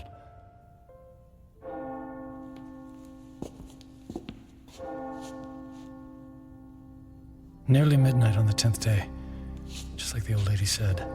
When the clock strikes midnight on the 10th day to come, you will be dead. I'm not afraid. I thought this moment would be terrifying, but I actually feel ready. No regrets. I'm prepared to say goodbye to everything.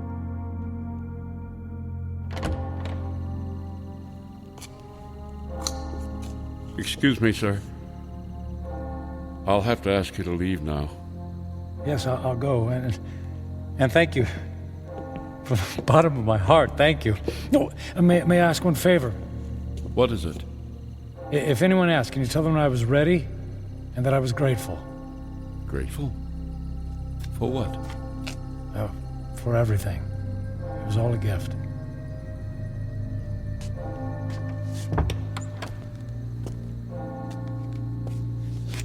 Okay, it's time. I don't know what to do.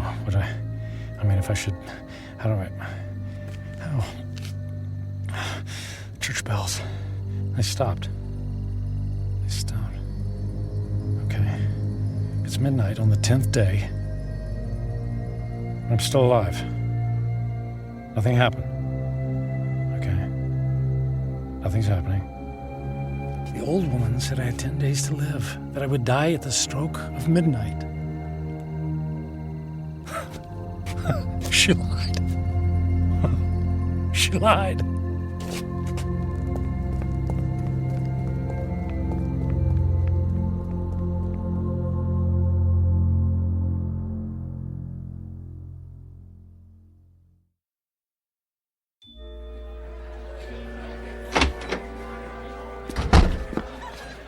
Hey, excuse me. The old lady, the one who reads fortunes, is she here? She just left a few minutes ago. She walks to the bus stop down in the corner. Oh, which corner? Which way? Up that way, go left.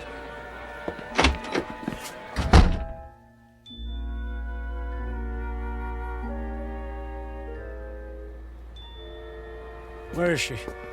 Don't let her be. Ah, there she's. Hey, don't get on that bus. Wait. What is it? Who's calling? You lied to me. Who is it? Who are you? What do you want? Look, I'll stand in the light so you can see my face. Now, do you remember me? Ah, yes. The angry man. And I'm still angry. You told me in 10 days, at the stroke of midnight, I'd be dead. 10 days are now over. I sold my home. I shut my life down because I believed in you. Yes. I told you that in 10 days you would be dead. So? And I was correct. The man I spoke to 10 days ago is dead. What? What do you mean? That man was selfish and cruel. That man was friendless and meaningless. Can you say the same things about yourself today? I guess not. He's gone. Bury him. Give yourself the rarest of all gifts in life. A second chance. A second chance? Huh. Sounds too good to be true. And yet, here it is, yours for the taking. You're right, things are different now. I don't know how to thank you. Live for someone other than yourself. That's the best thing any of us can do. Actually, there might be someone willing to let me try. And her name is Carrie. Thank you. Thanks for the second chance. Thank you.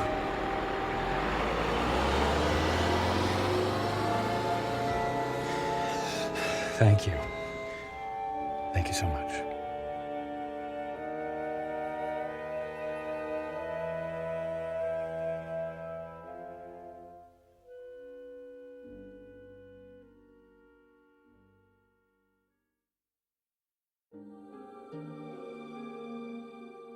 Michael Franklin, a man on a mission to burn every bridge even before he made his way across. Stung by the terrible knowledge of his impending demise, his journey toward redemption faced a detour of intoxication and self-indulgence. As he now knows, such things are not the stuff of satisfaction, only empty calories and heartache. Ironic, then, that a man who placed such a premium on personal wealth could only feel full upon losing everything. A stark, lonely truth, but an eternal one. Upon such truths are built second chances here in the Twilight Zone.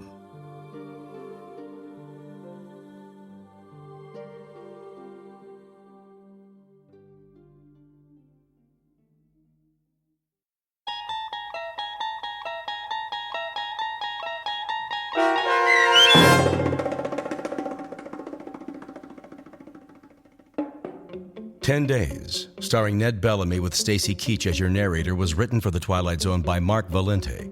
Heard in the cast were Linda Ryder, David Darlow, Ernest Berry Jr., Roger Mueller, Tony Makis, Saskia Bellori, Joby Cerny, Elizabeth Lido, Martin A. Strope, C.J. Amari, Molly Glynn, and David Pasquesi. The producers of The Twilight Zone wish to thank CBS Enterprises and the Rod Serling Estate for making this series possible. This copyrighted radio series is produced by Carl Amari and directed by Joby Cerny for Falcon Picture Group. Sound design, custom Foley effects, recording, and editing are produced in the Cerny American Sound to Picture Theater by sound designers Craig Lee and Todd Beyer. Music for The Twilight Zone is provided by CBS and American Music Incorporated, New York. To learn more about the Twilight Zone radio dramas and to download episodes, including 6 free episodes on our homepage, visit our official website at twilightzoneradio.com. Doug James speaking.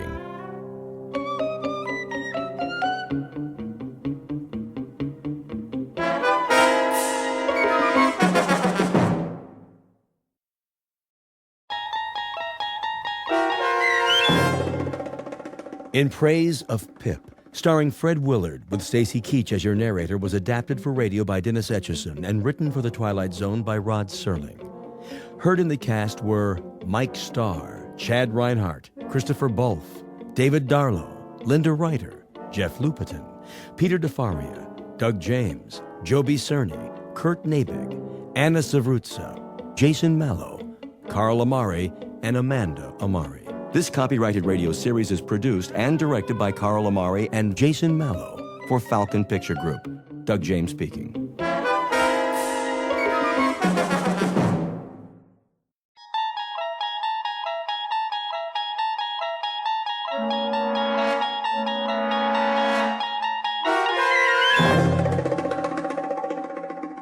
You unlock this door with the key of imagination. Beyond it is another dimension, a dimension of sound, a dimension of sight, a dimension of mind. You're moving into a land of both shadow and substance, of things and ideas. You've just crossed over into the Twilight Zone.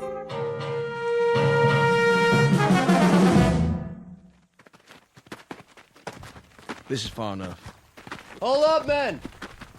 Looks like we're in the clear, Sarge. Don't believe everything you see. Want me to call base camp? Not yet. Oh, my aching back. You can say that again. On your feet, Private. Oh, well, we got a real nice spot here. Nobody told you to fall out. Mean we ain't gonna have a picnic? Pick up your gear. Now. Yeah. Listen up, you jokers. This isn't war games. You want to get home in one piece, you follow orders, or you can lay down and die right now. You got that? Sergeant? What is it, Phillips? I can do some recon if you want. Check out the river. Not now. If it's all clear, maybe we could cross. Forget it, Pip. I need you here. But, Lieutenant, base is only a few clicks away. If Charlie's behind us... Charlie's close. I can feel him. And you've been here as long as I have. You'll feel him, too.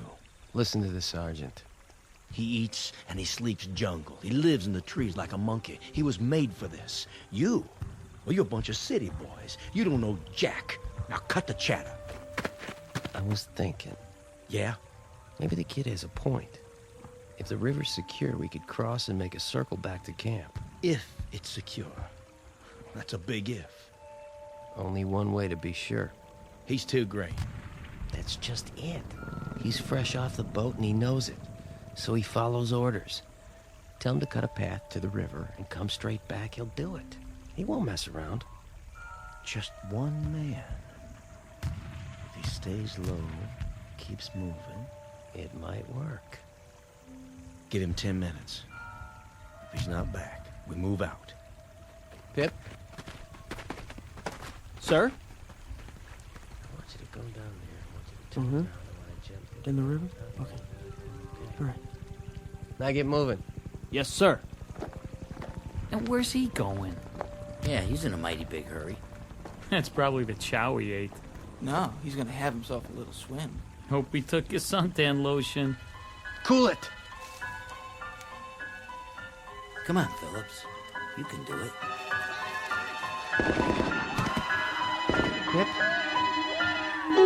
Pip? Pip! Pip? Pip! Mr. Phillips? Mr. Phillips? Yeah, I'll be right there, Mrs. Feeney. I was just resting my eyes. Must have been dreaming some nightmare. Mr. Phillips, are you in there? Sure, Mrs. Feeney. Just let me get the locks on the door. Hey, you got a message for me from Pip? Quick transition from a war zone in Southeast Asia to a rooming house stateside. That's the way the mind works, moving through time and space as if they were the elements of a dream. Only sometimes the dream may not go away quite so easily.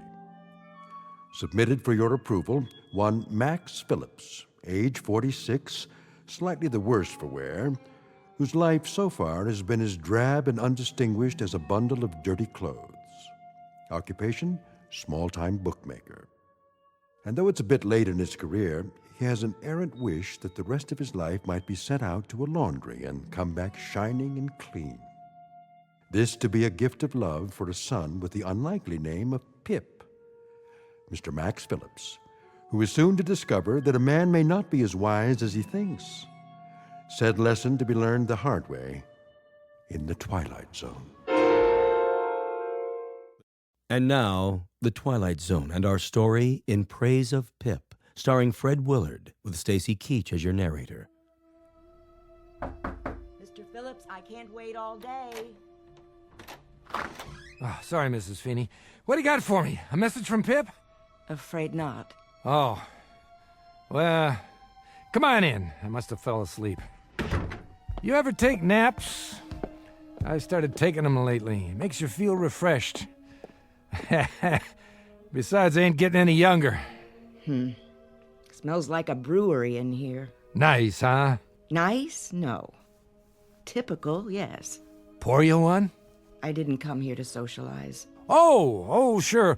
Well, is it about the rent? Because I'm pretty sure I paid it. Check your book. You'll see that I... You got a visitor downstairs. I do? Some kid. That right. What's his name? I didn't ask. Well, tell him to wait a couple of minutes. I already did. You did? Then I better straighten up. Yeah, you better. I think he's got some more business for you. No kidding.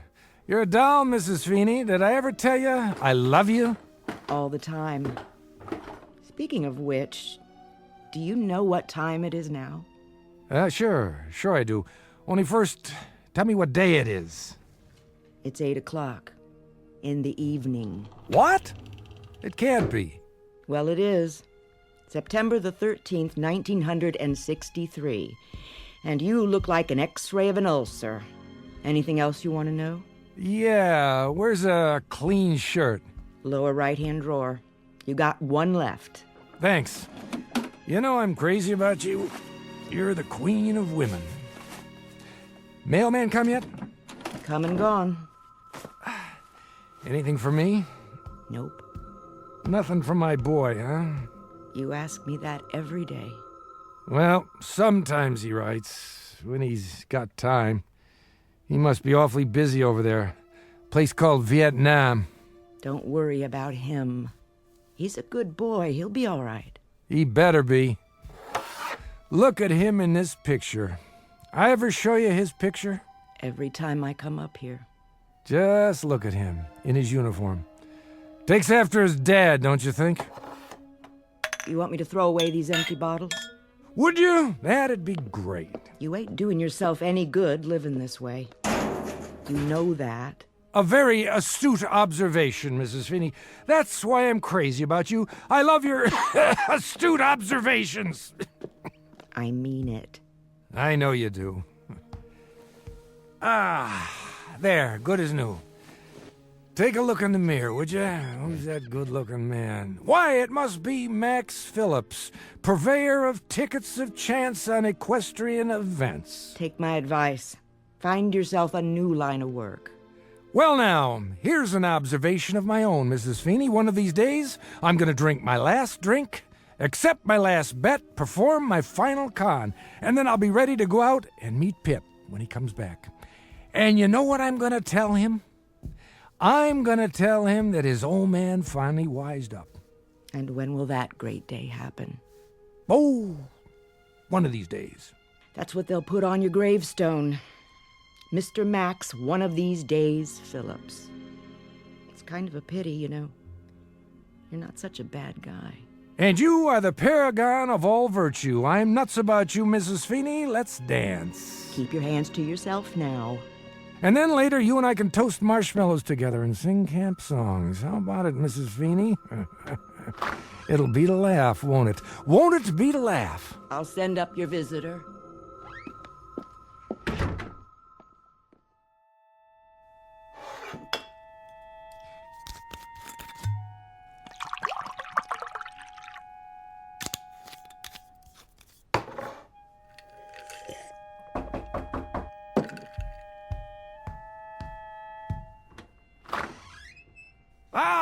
Well, hi there. Pete, isn't it? George. Georgie, that's right. Hello, Mr. Phillips. Please, step into my office. Thanks. Drink? I've got a bottle. No thanks, Mr. Phillips. How about a cigarette? I've already got one. Oh, you got two by any chance? Oh, yeah, sure. Thanks, kid. I just ran out. There, that's better. Well, Georgie, what can I do you for? Another bet? Mr. Phillips, Shady Boy lost yesterday. He sure did. That's the way of the world, Georgie. The rich get richer and the long shots lose. So what's to do? But you told me he had a good chance. Did I? Well, see, the thing of it is, though, it rained yesterday. Tears up the turf pretty bad. You said he ran good on a wet track. I said that? Yes, sir. Proving how little I know about handicapping. Now look, Mr. Phillips. What, George? Sure you don't want a drink? Just a little one? Look, I bet every nickel I had on him. Ah, that's a real shame. What am I going to do? I give up. What? Well, I was hoping, maybe we could work something out. Like what? You know, George, it's funny, but I can't think of a single thing. Can you? It's funny, all right. Just a big joke to you, huh? Lots of laughs. Where'd you get the money, George? What do you care? I'm serious. Where'd it come from? Doesn't matter. I got it, all right? You borrowed it? Sort of. From where? The place where I work, all right?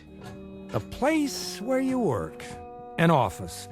A white-collar crime, huh? I told you, I only borrowed it. Sure you borrowed it, without anybody knowing that you borrowed it. How right am I? So what happens now? What do you think happens? I'll go to jail. Now that I'll make book on. Poor Georgie Porgy, one of the new breed. A Johnny-come-lately brains right out of college and a second-guesser head.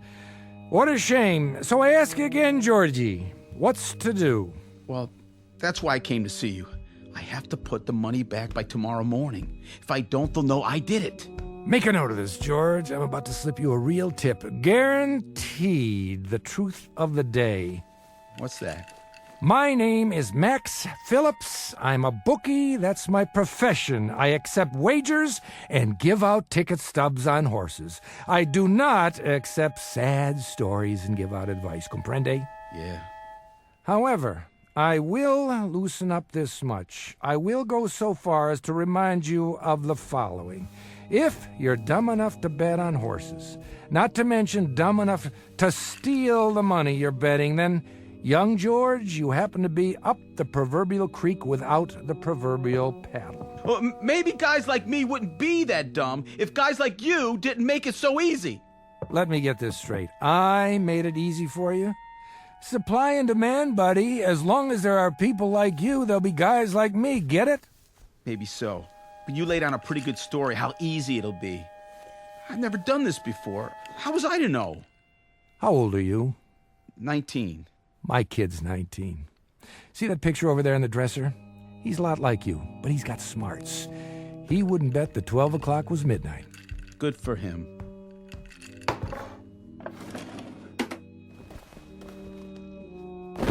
Here.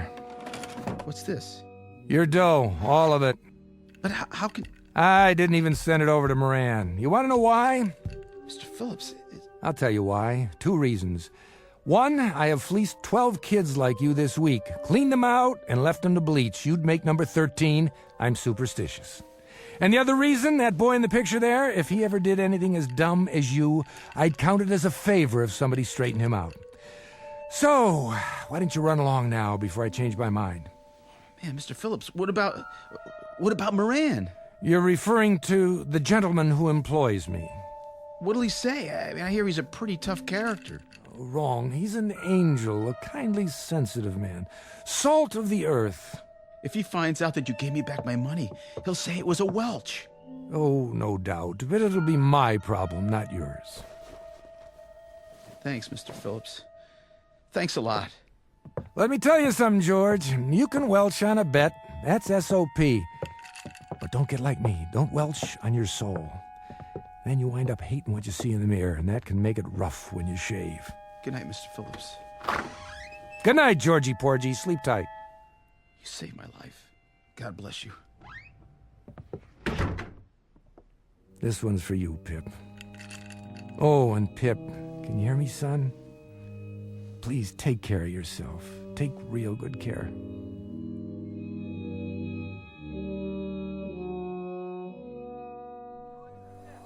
More wounded? I'm afraid so, sir. And more on the way. You know we can't handle any more, Lieutenant. I filled up every cot I can lay my hands on. You'll just have to do the best you can. But we can't keep up with all the casualties. Better than sending them home in body bags. And God help them. This one on the stretcher, the boy from Huang Ho? That's right, sir. We were caught in an ambush. Multiple shrapnel wounds, abdomen, extensive tissue damage. Not a pretty sight. Can you do anything for him? Shot of morphine. Other than that, we can't touch him here. This is only a field hospital. The kind of surgery he needs. Level with me, Doc. What are his chances? Not very good. Oh, that's tough. He's a good kid.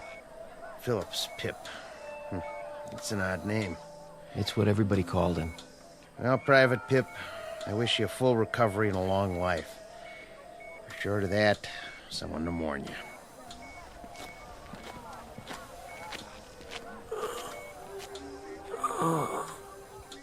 Dad? Dad, I need you. Help me.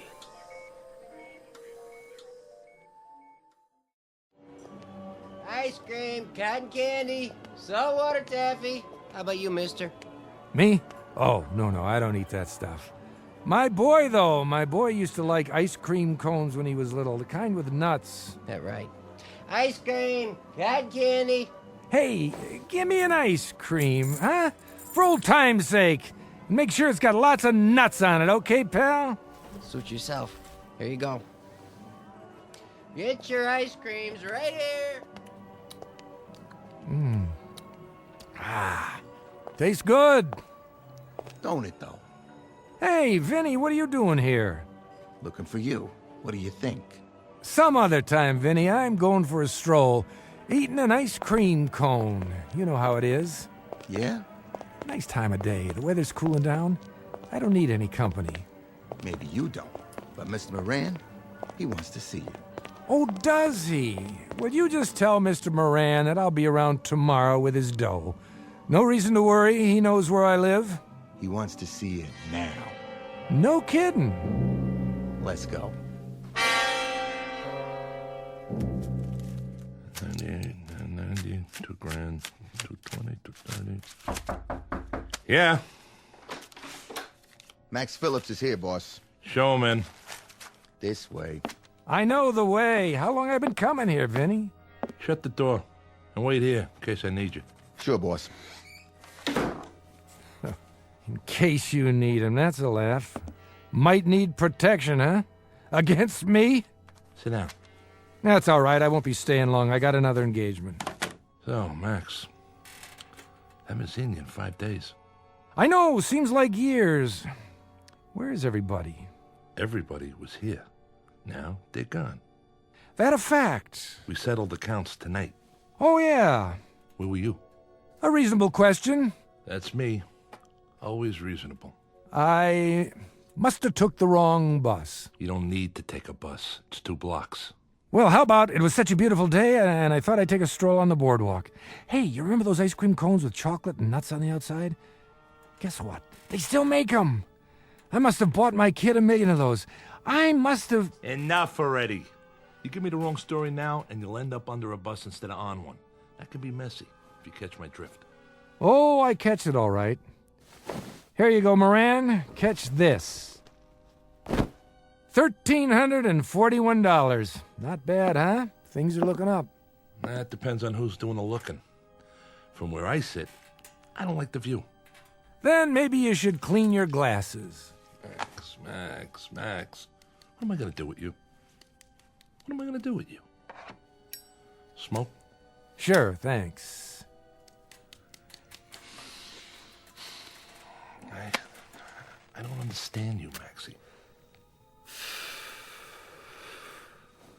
Don't worry about it. I don't understand myself sometimes. But you know, I don't worry about it anymore. I just take it the way it comes. That's my motto now. I treat you like a favorite uncle, and then what do? You double-cross me. Me? I don't see nobody else here, do you? I don't know what you're talking about. No? Kid by the name of George Reynolds placed a bet with you, $300. His horse didn't place. But somehow, the dough never got to me. Uh-oh. Busted. Why, Maxie? I'll bite. Why? Vinny. Something, boss? Bring the kid in now. Sure thing. I want you to see what happened. See what? You mean he's here? No, he's taking a vacation in Miami Beach. 'Cause he's here. Nobody gets past me. No, because you gave it back. You welched on me. I had to go out and find the kid and get my money. My money, Max. But he got stubborn, so I had to rough him up. That was a lot of trouble to go through. Sit down in the chair. All right, I'm sitting. Yeah, looks like an awful lot of trouble. For me and him both. And you did this for $300 lousy dollars? A little attitude adjustment. Please, Mr. Phillips, don't let him hit me anymore. All right, I get the point. Let him go. No can do, Maxie. You know what happened if I give him a free pass? This would be the first of a long line. And inside of 3 months, I wouldn't have a shirt on my back. The kid must have persuaded you pretty good. He didn't do anything. Just placed a bet. Ask him. Look at his face. He's already been asked. Nice black eye, if I do say so. One I should make it a pair, boss. If I don't put the money back, I'll go to jail. Don't you understand, Mr. Moran? I'll go to jail. Well, you're tearing me to pieces, kid. It's me right here. You know what your trouble is? You listen to people like Maxie. That's mistake number 1. He never gave anything away in his life. How right am I, Maxie? Very right. Guess I'm just a heel with a Robin Hood complex. He's got a complex. But a short-lived one, Georgie Porgy. Remember that. Next time somebody hands you something for free, consider the source. Nothing from nothing equals nothing. You want I should answer it, boss? No, I want you to eat it. Get it for me. It's giving me a migraine. Talk to me. Who? Yeah. He's busy right now. All right, I'll tell him. It's your landlady. Mrs. Feeney? Says there's a telegram for you. A telegram? Probably from Georgie's horse, saying he's just coming into the stretch and he'll be home for Easter. Give me that. Yeah? Well, open it up, would you, Mrs. Feeney? From the Defense Department? Go ahead, read it to me.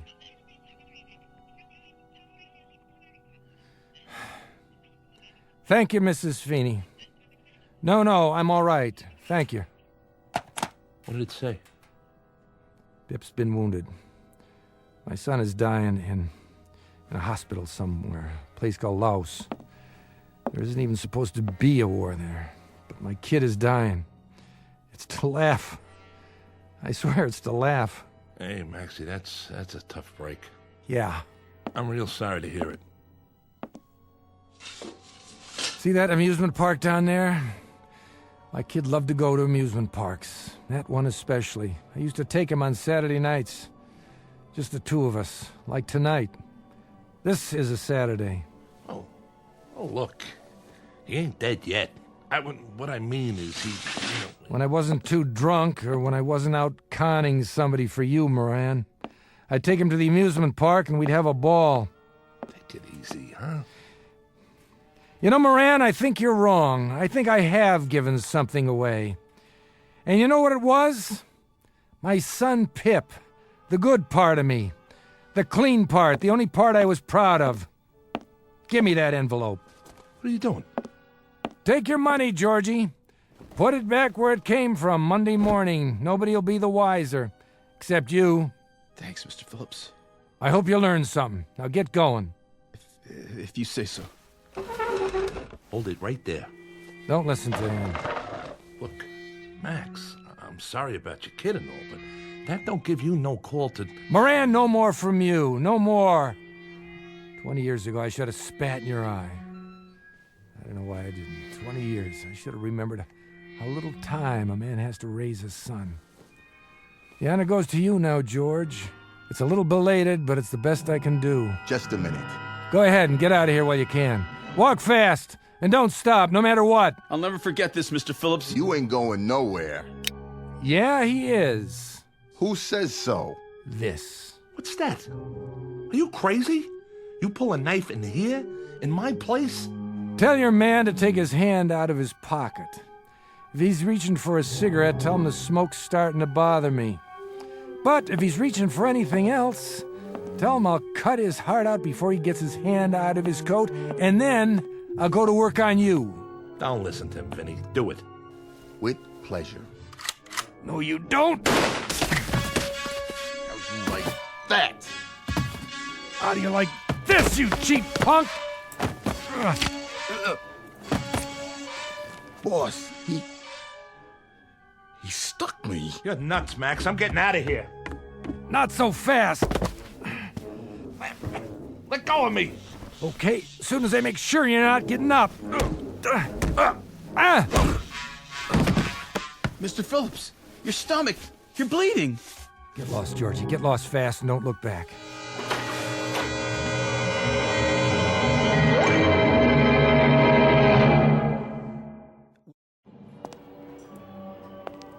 Can't get my breath. Now I'm having trouble seeing and hearing. What's going on? Maybe it's too late. I was gonna change, that's a fact. I was gonna change. No more bets, no more bottles. And I was gonna meet Pip when he got off the boat. So now there's no more bets, no more bottles.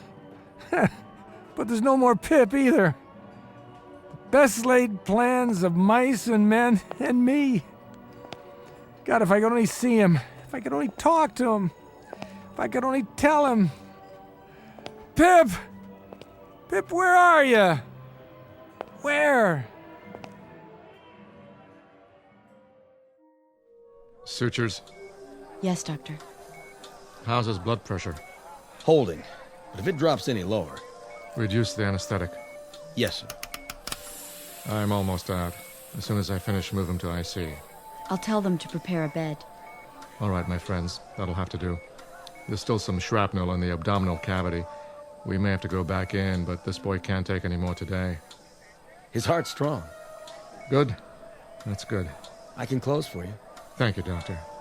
Oh, and nurse, Yes? watch him closely. It's still touch and go. See if he survives the next hour. If he can hang on for that long, he might just make it home. You know, he might. He's young. Well, good luck to... What's his name? They call him Pip. Then good luck to you, Pip. Godspeed.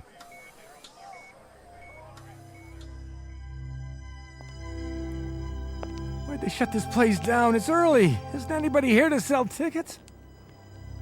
Wait a minute. Who's that? It can't be. Hi, Pop. Pip? Hey, Pip! Hurry up. What are you... You slowpoke. What took you so long? Pip, I can't believe it.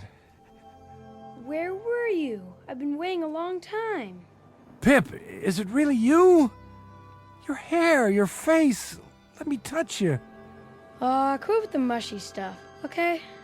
Hey, Pip, you still got your freckles. But how old are you? 10. What do you think? How come, Pip? How can you be? That's what I am, Pop. I'm 10 years old. It's Saturday night, and you said to meet you on the boardwalk. I was worried you wouldn't come. Pip, I don't understand. Explain it to me, will you?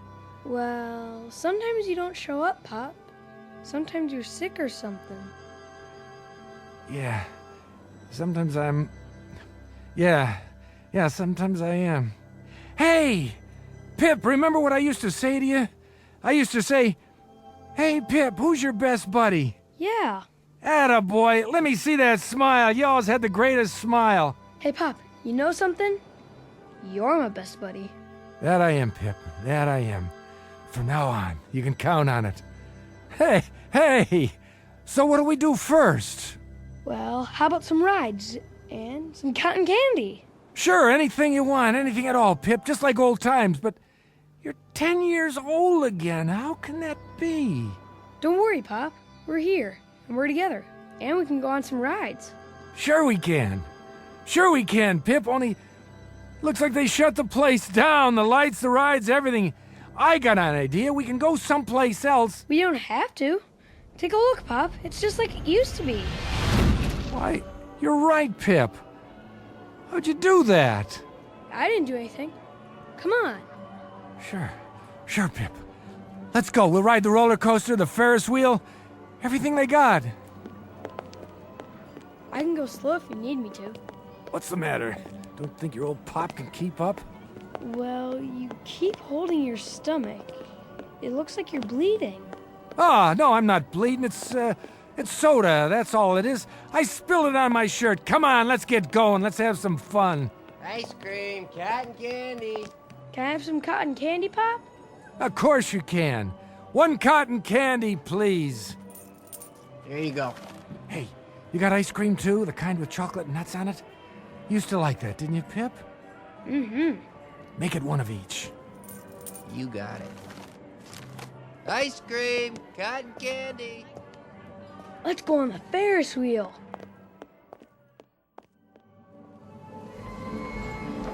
Look down there, Pip. What a sight, huh? You can see the whole boardwalk from up here. Yeah. Whoa! Hold on, Pip. This is one fast roller coaster. Faster. I want to go faster. That was a good hot dog. The best. Hey, Pip, I got a question for you. What? Who's your best buddy? You are. That's right. That's right, Pip. I always have been and I always will be. Don't ever forget it, no matter what. All right? Oh, all right. Hey, slow down. What's the big rush? I gotta go. Go where? What's the matter? There's not much more time, Pop. Sure there is. What are you talking about? There's... Pip? Where'd you go? What's happening? Gotta keep up. Oh.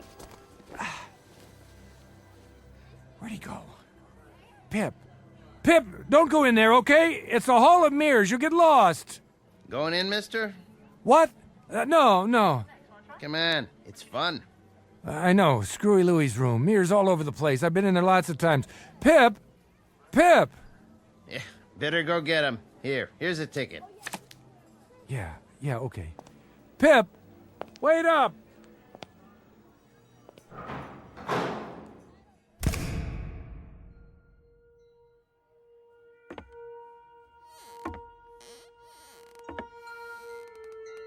Pip?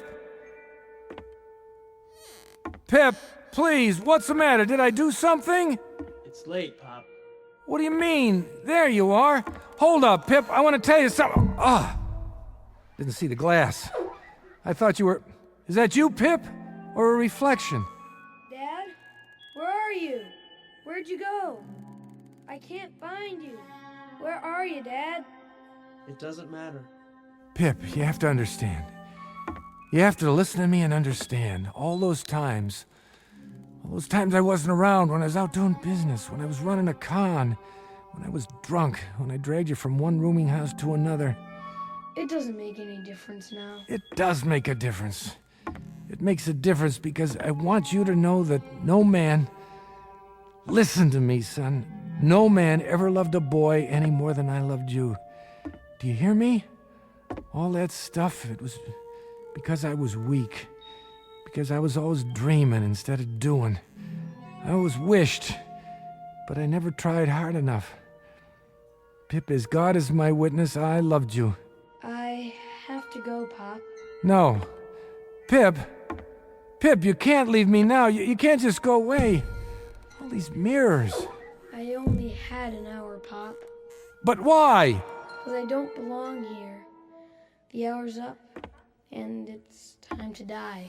What? Not you, Pip. You're just a kid, a little boy. Bye, Pop. You can't die, Pip. There's too much I have to tell you. Too much I have to make up to you. I want to spend the rest of my life being your dad. That's all I have to live for now. Nothing else means anything. Pip, come back. I promise no more bottles. No more lousy, crooked jobs, understand? No more waiting for when I don't show up. No more lies. Come out of the mirrors and let me see you. Stop hiding from me. Which one, Pip? Which one is really you?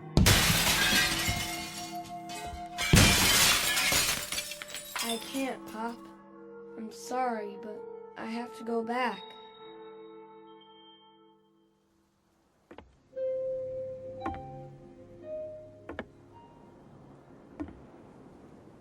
Hey, God. Hey, God, I'll make you a deal. I give you the carcass of a week-old idiot. I give you me. All you have to do is give Pip back. Please, God, don't take my boy. Don't take Pip. Take me.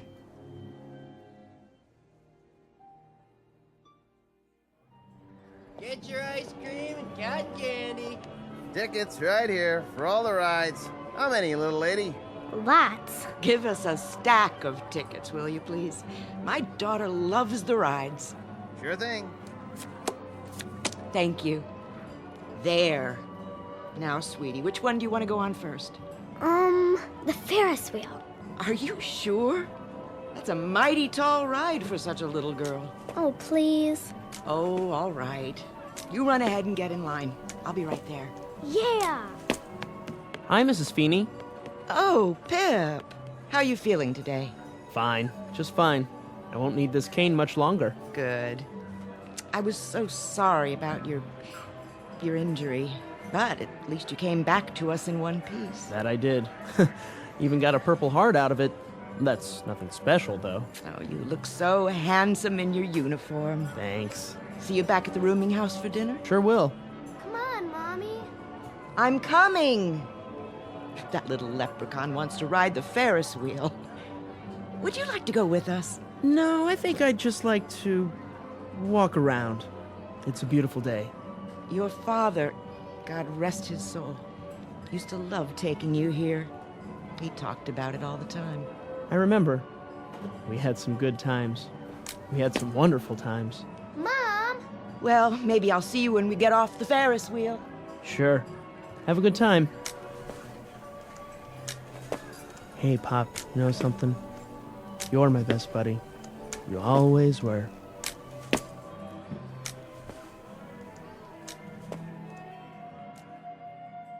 Very little comment here, save for this small aside, that the ties of the flesh are deep and strong, that the capacity to love is a vital, rich, and all-consuming function of the human animal, and that you can find nobility and sacrifice and love wherever you seek it out, down the block, in the heart, or in the Twilight Zone.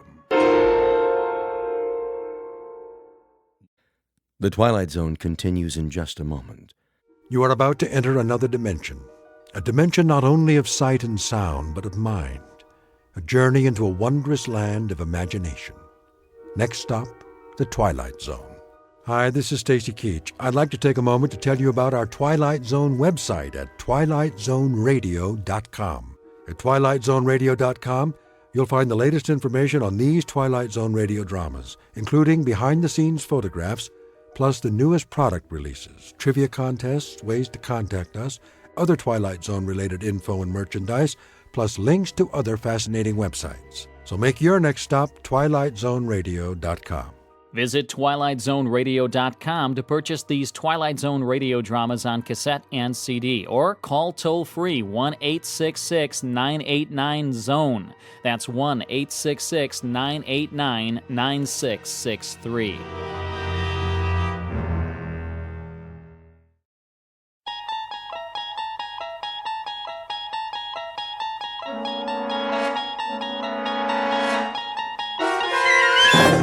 You unlock this door with the key of imagination.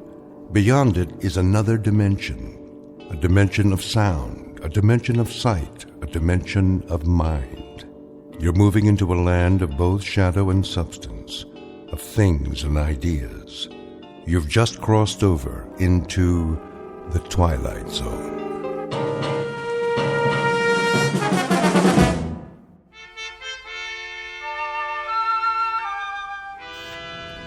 Boss? Yeah, Stevens. Got the feeder belt running again. Already? All it was a bad bushing. I had Walters fix it. Hanley will be glad to hear that. How'd you do it? Well, the manual said replace the main bearing, but I know that sound, just like the old unit. Yeah, the one that used to go down all the time? Good thing we saved the parts. We reground a roller and oiled it up. That's all she took. Well, nice work, Stevens. Real nice. Tell Walters thanks for me. No problem. Hey, Dick, how's it going? Oh, looking good, Mr. Hanley. I got the conveyor belt running. Should be back to capacity. Great. That'll bring the numbers up again. How to make the old man happy, huh? Oh, I don't know about that. Well, we do our best. I got me a real team here. Sure you do. Some of the boys, they know more about the plant than anybody. Been here longer than the old man. Walter Hanley, please come to the main office. Supervisor Hanley to Mr. Whipples' office right away. Second time this morning, huh, Mr. Hanley? Maybe you're getting a promotion. The old man just keeps pushing. He's on an efficiency kick, wants a 10% increase. For the quarter? For the week. Yeah? How are we supposed to do that? Don't ask me. Must be that computer of his. Some computer. I mean, numbers are one thing, but there's a limit. A man can only do so much. I'll tell Whipple you said so. Now, don't do me any favors. I got one more year to go, and then it's pension time. You? You'll never retire, Bob. You want to bet? I got a date with some big-mouth bass waiting right up at the lake. I can hear him calling. That's not fish. That's the old man.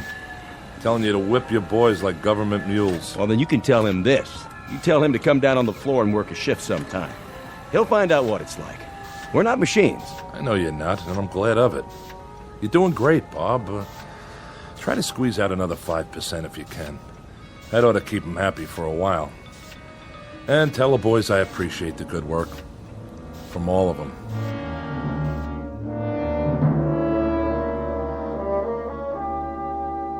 These are the players, with or without a scorecard. In one corner, Mr. Dickerson, in charge of the shift at his factory.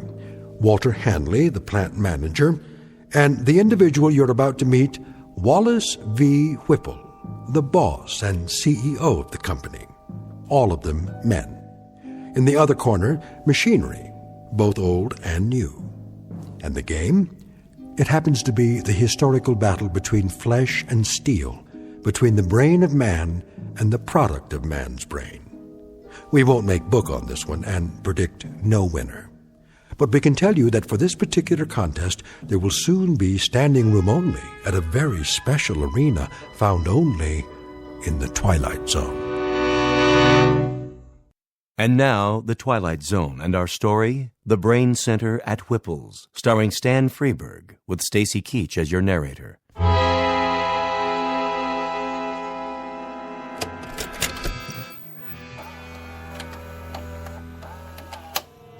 Greetings to our happy family of shareholders from the Whipple Manufacturing Corporation.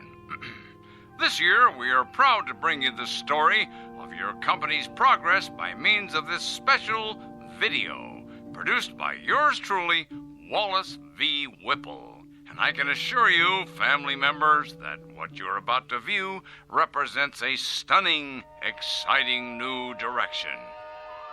But first, let's visit our main plant here in the Midwest, where our employees are busy manufacturing pipe fittings, automatic temperature control devices, and the various accoutrements of our product line. This is one of 11 principal assembly facilities. I call your attention to the vast number of workers required to maintain and operate just one facility. In this plant alone, your company employs 3,827 able-bodied men and women. Added to the 10 other Whipple plants across the country, we employ a total of close to 30,000 personnel. Our weekly payroll for this highly trained army of workers is several $1 million. But enough boring arithmetic. Good evening, friends. Welcome to my office, the nerve center where I, Wallace V. Whipple, personally supervise this vast operation. I've decided to address you personally via this videotape with exciting, in fact, stunning news, which I believe you'll agree amply demonstrates how we at Whipples are marching toward a new tomorrow, where the future is so bright you'll have to wear sunglasses. But before you put on those shades, cast your eyes at the floor of our main assembly plant. Follow me. We can see it from my window. Cumulative 4 4/10 miles of work area, $111 million worth of safety upgrades this year alone, not to mention the expense in shoe leather. Put the camera back on me. Put the camera back on me, that's it. Now open the curtain. And what's this, you might ask? This sleek, futuristic object behind me? Some sort of space-age control panel? So many bells and whistles. Never seen anything like it, you say? That's because it's never been seen before. Ladies and gentlemen, stockholders, and members of the Whipple corporate family, feast your eyes on this. I give you the X109B14. This single modified transistorized, digitalized, totally automatic assembly unit eliminates 6,100 jobs, 73 bulky and inefficient old-fashioned machines, 81,000 needless man-hours per work week, and countless millions of dollars each year for employee health services, hospitalization, and workers' compensation. Also employee insurance, employee welfare, and employee profit sharing through vested matching funds. As of tomorrow morning, the first model X109B14 will be placed in operation at our main plant. Within 6 months, entire production facility here will be totally automated. Tomorrow, the world... Oh, and one other thing. Take a look at these slides. Lights. This is one of 3 cafeterias in our Oregon production plant. Busy, busy, busy. Here are the food trucks arriving. Here's the kitchen staff, the cooks in the kitchen. And here are the dumpsters filled to bursting with trash and refuse after a typical lunch.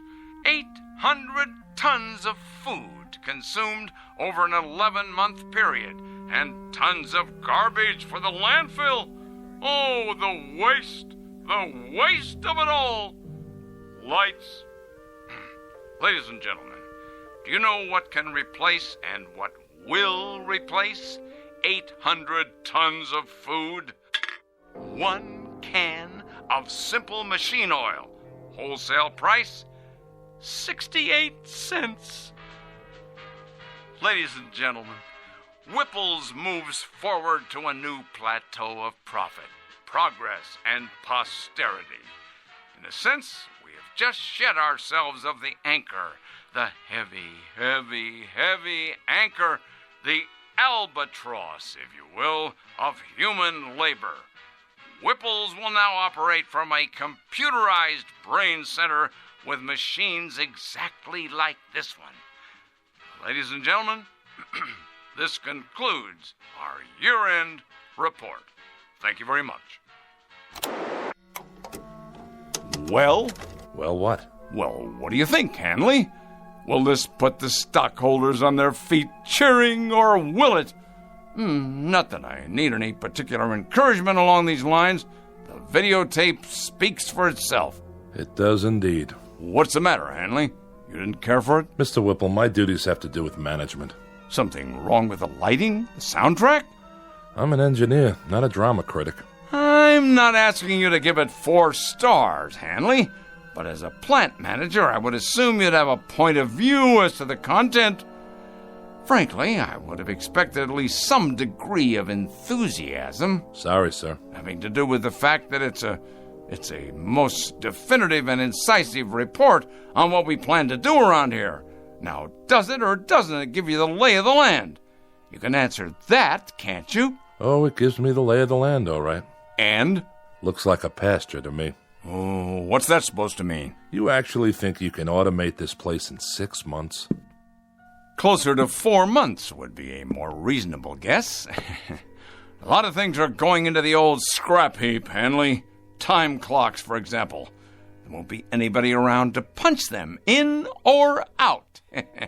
I think we'll donate them to a museum. A museum? Something, Hanley? Something. Something like a lot of men without jobs. That, unfortunately, is progress, Mr. Hanley. Now, you're a pretty solid man when it comes to quality control and assembly line planning, but when it comes to the aforementioned progress, you're a foot dragger. But not my little sweetheart here. X10, you and I are going to see a great deal of one another. Indeed we are. Indeed, indeed, indeed we are. Yes? The technicians are here, Mr. Whipple. Already? You said right away, sir. I know I did. All right, send them in. I'll be sorry to say goodbye to my dear little X10. Where's it going? Just downstairs on the main floor. Once we clear out the walkways and workstations, she'll fit right in, all by herself, at the heart of everything. The heart, huh? The very center of production. In control of it all, that's right. Like the Aztecs. What? The Aztecs, down in Mexico. I read about it. They built statues to their gods. They sacrificed their people to them and cut out their hearts. And when there were no more people, that's all that was left, the statues, with no one to worship them anymore. Come in. We're here to move the unit, Mr. Whipple. How are you going to get it down there?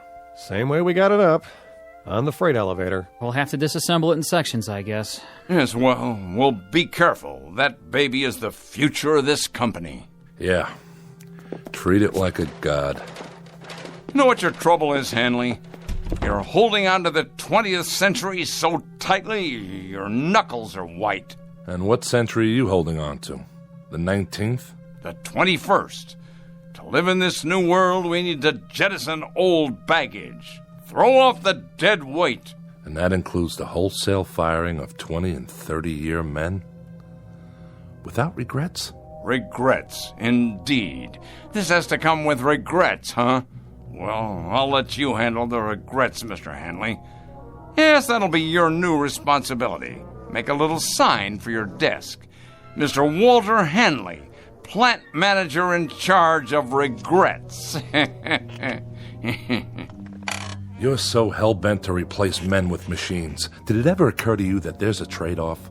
Pride for efficiency? Pride? Pride. Craftsmanship. What a man feels when he tries to make something as well as it can be made. What do you suppose that bloody machine feels? Anything? Anything at all? What the devil can I do with pride? Can it?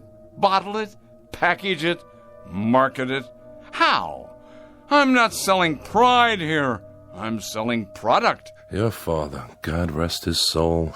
Go ahead, Hanley. What about my father? Your father ran this plant for 40 years.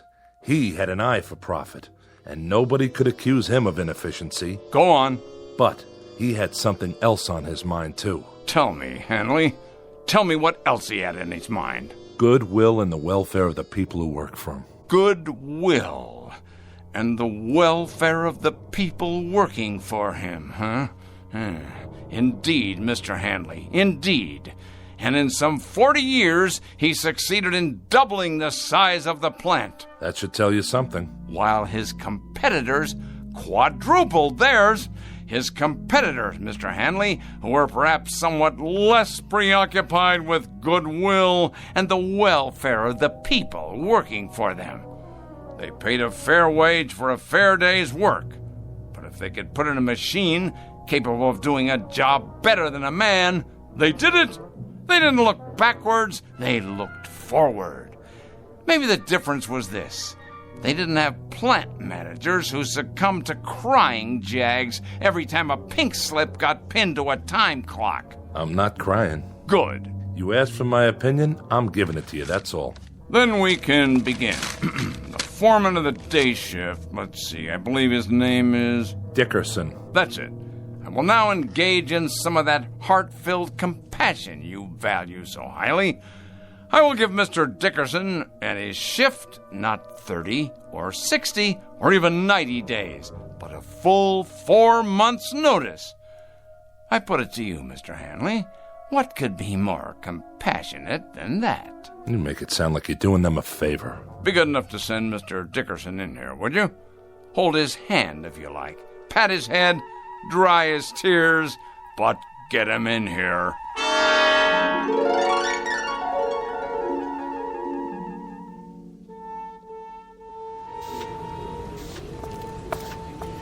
Hi, Mr. Hanley. Hello, Stevens. Nice work you did on the conveyor. Thanks. It wasn't nothing. Oh, yes, it was. Human ingenuity. That's worth a lot. Just doing my job is all. You seen Dickerson? Yeah, he's over by the new gizmo. What do they call it again? The X109B14. Some handle. What's it for, anyway? It's a mechanical brain. What? With a lot of fancy electronics in it. Programmed to run the whole operation from one place. Well, if you ask me, it don't look very smart. My car's prettier than that thing. It's got a face, though. Where?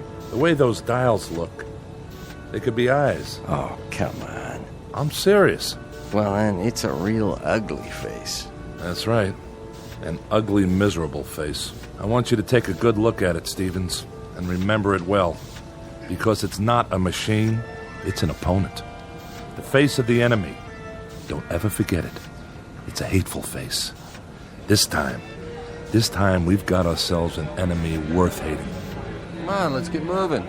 On the job, fellas. Heads up. Pick it up. Let's go.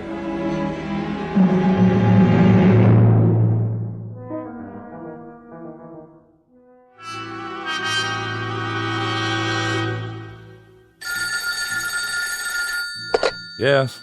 Walt, is that you? This is Walter Hanley. Oh, I'm so glad. This is for Virginia, Dick's wife. Oh, hello there, Mrs. Dickinson. How are you? I'm just fine, but it's not me I'm worried about. Dick hasn't come home yet. No? No, and I'm concerned. He's never been this late before. Take it easy now. He's probably on his way. Do you know what time it is? Maybe he had some errands to run. He didn't work late then. No, he got off same as always.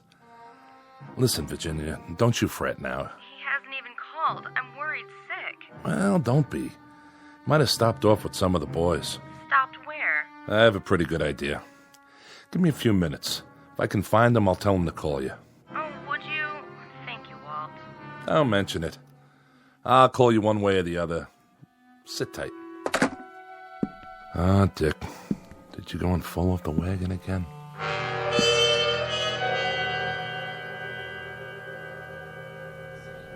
Hey, bartender. Yeah, Dick? Send me up another one. Oh, I don't know. You've been hitting them pretty hard. Just one more. It's getting awful late. It should have closed a half an hour ago. Why don't you go home and sleep it off? You know what these are? Pair of hands? Sure. Pair of hands. My hands. You know what else they are? I think you're gonna tell me. They're obsolete. They're off the market now. They're like little wooden wagons trying to roll down the freeway. Flesh, bone, muscle, nerves. But that doesn't cut the mustard anymore. I'm gonna tell you something else. Well, whatever it is, make it short. I gotta wash up everything and count the till. There isn't a machine made yet that can beat a man. Not a one. I'm not arguing with you, am I? I'll just go over there right now and prove it. I'm going to take Whipples' new machine, and I'm going to turn it into nuts and bolts. Easy, easy. Just you watch. And if that slob of a watchman gets in my way with his big old keychain, I'll strangle him with it.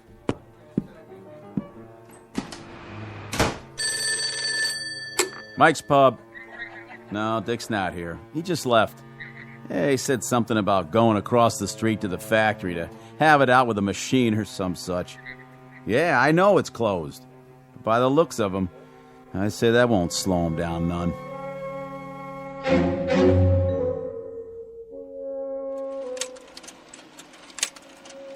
Sorry to make you stay so late, Marianne. Well, that's all right, Mr. Whipple. But take a look at these slides. I had the advertising department make them up. That's the one I like. Which one, sir? This one. I want your honest opinion, Marianne. Does this look like an image for the 21st century, or does it? Well... You don't like it? Oh, yes, sir. I like it fine, only... Only what?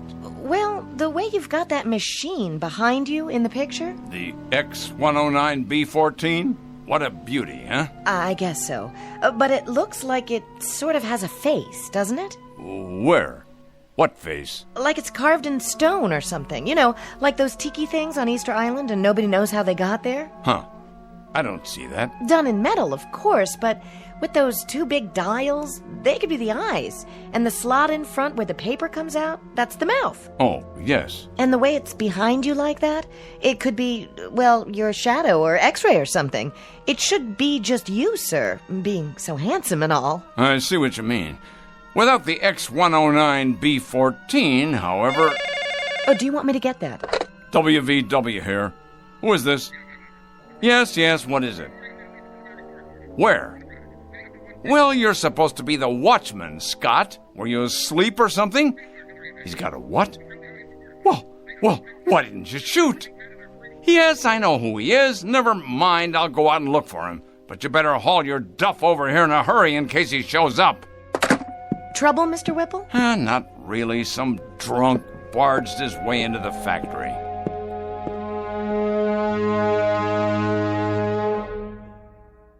There you are, you shiny piece of crap. Stand up and face me.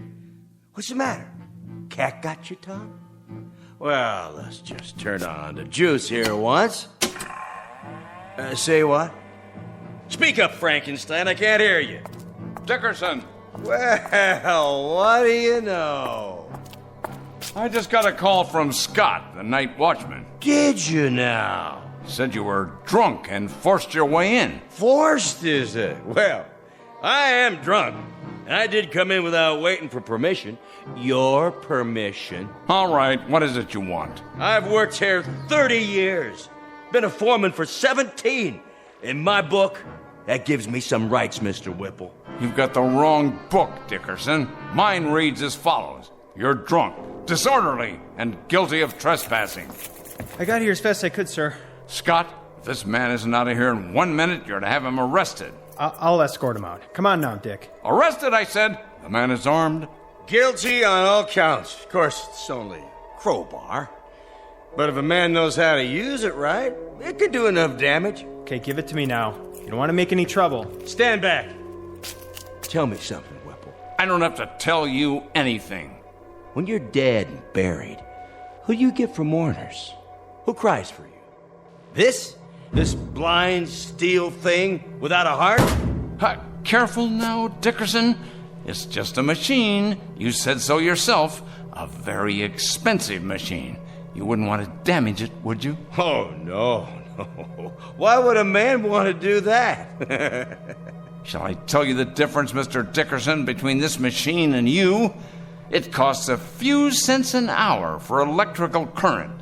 It lasts indefinitely. It will. If there's people around to fix it. It gets no wrinkles, no arthritis, no hardening of the arteries. No, that one machine is a lathe operator, a punch operator, and 2 drill press men. The one that goes next to it is a 5-axis milling machine that can produce 6 different parts simultaneously.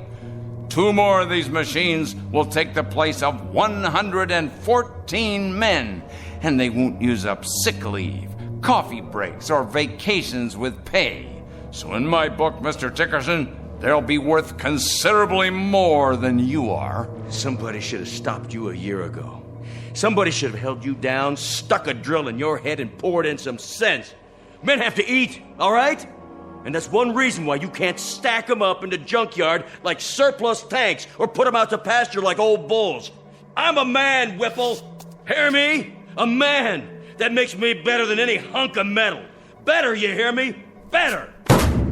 No, now, Dickie, look what you've gone and done to your hand. Let's try the crowbar, then. Steel against steel. Scott, stop him! Yes, sir. I tell you, stop him! Move! Give me your gun. Careful, Mr. Whipple, it's loaded. Of course it's loaded. I said give it to me. No, Mr. Whipple, you can't. Can't? We'll see about that. Oh! See that machine? It took more than you to get me. It took another man.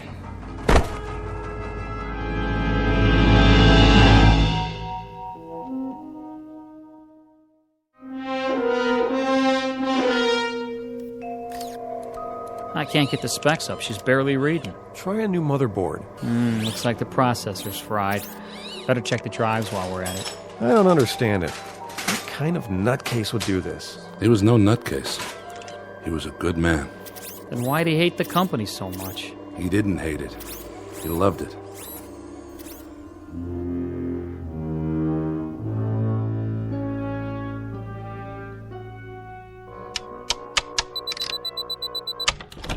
Oh, hello, Hanley. I've been expecting you.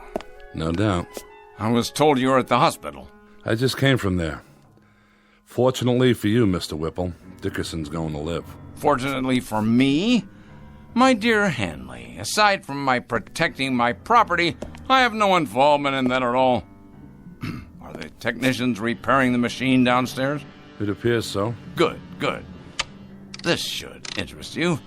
A tape-controlled 7-axis, what they call a sentry. Know what it does, Hanley? It is connected to every single plant section, tooling complex, and assembly line in the factory. It keeps absolutely accurate data on quality control, product rejects, man hours, machine hours, cost factors, and everything else. It's one of the most sophisticated machines I've ever seen. How many men does it replace?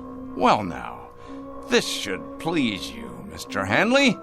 It'll only replace one man. You. That's only right, Mr. Whipple. since the point of my coming here tonight was to give you notice. I suspected as much. You're a practical man, Hanley. An industrial team has to be compatible. When two men, well, when they rub one another the wrong way, it's unrealistic that they stay on the same team. Needless to say, Hanley, despite the fact that you think of me as some kind of heartless Scrooge, I don't intend to forget the many years of service you've put in here for my father and for me. So I'm giving you a liberal severance pay. What I think you'll agree is a far better than average pension. That's very decent of you, Mr. Whipple. And I'd like to give you something in return, if you don't mind. And that is... you struck me. That was for you, Mr. Whipple. Directly from me.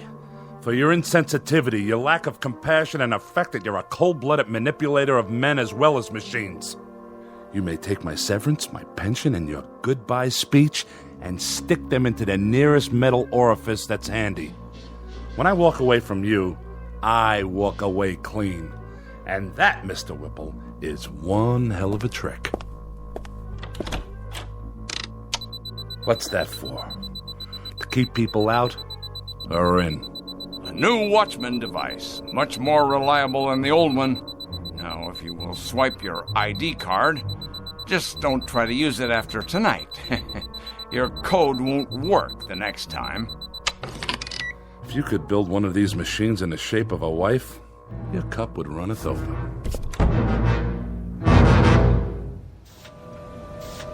Hey, Stevens. Yeah, Wilson? When's lunch? Same as always, 12:30. Well, I was just wondering, are we going to take an extra break today? Not yet. Try to look busy. Yeah, but there's nothing left to do. I mean, we drove the forklift, loaded the machines, and now I'd say everything's running itself. You're right. It is. Then why does the old man keep us around? He has to. Labor laws. But we won't be here much longer. And then it's Unemployment City, huh? This isn't the only factory. Yeah, but if Whipples keeps it up like this, pretty soon there won't be any competition. Monorail crane, 4th floor. Crane in position. It's like those machines are talking to each other. They have to talk to each other. Nobody else would listen, except maybe Whipple. Strip stacks picked up by monorail cranes. Activate conveyors. Monorail crane fully operational. Strip stacks delivered. Reposition for next load. Sounds fine, X10. Come in here, would you, Marianne? I'd like to show you some slides of the new ad campaign. Your secretary no longer works here, Mr. Whipple. She has been replaced by a high-capacity module of the X10 series. Oh, yes, of course. Put me on the PA system. Right away, sir. Technician to brain control. Immediately, please. Yes, Mr. Whipple? Run a control check for me, would you? I've already done that, sir, 2 hours ago, and if you recall, I did it right after you came in this morning as well. Did you ever hear of preventive maintenance? That's my job, Mr. Whipple, but what you're asking me isn't maintenance, and it's not preventing a thing. Isn't it indeed? And I presume you know what this plant needs better than I do? Well, I know that running equipment checks 10 times a day is a waste of effort, sir. It's getting to be a kind of an idiotic ritual around here. You realize, of course, you realize that your presence here is for the moment a necessity. I stress the words "for the moment." Case in point, young man, case in point. Watch this. Take a letter, X10. Dear sirs, yours of the 14th, received and acknowledged. The quick brown fox jumped over the etc., etc., etc. Now, print, please.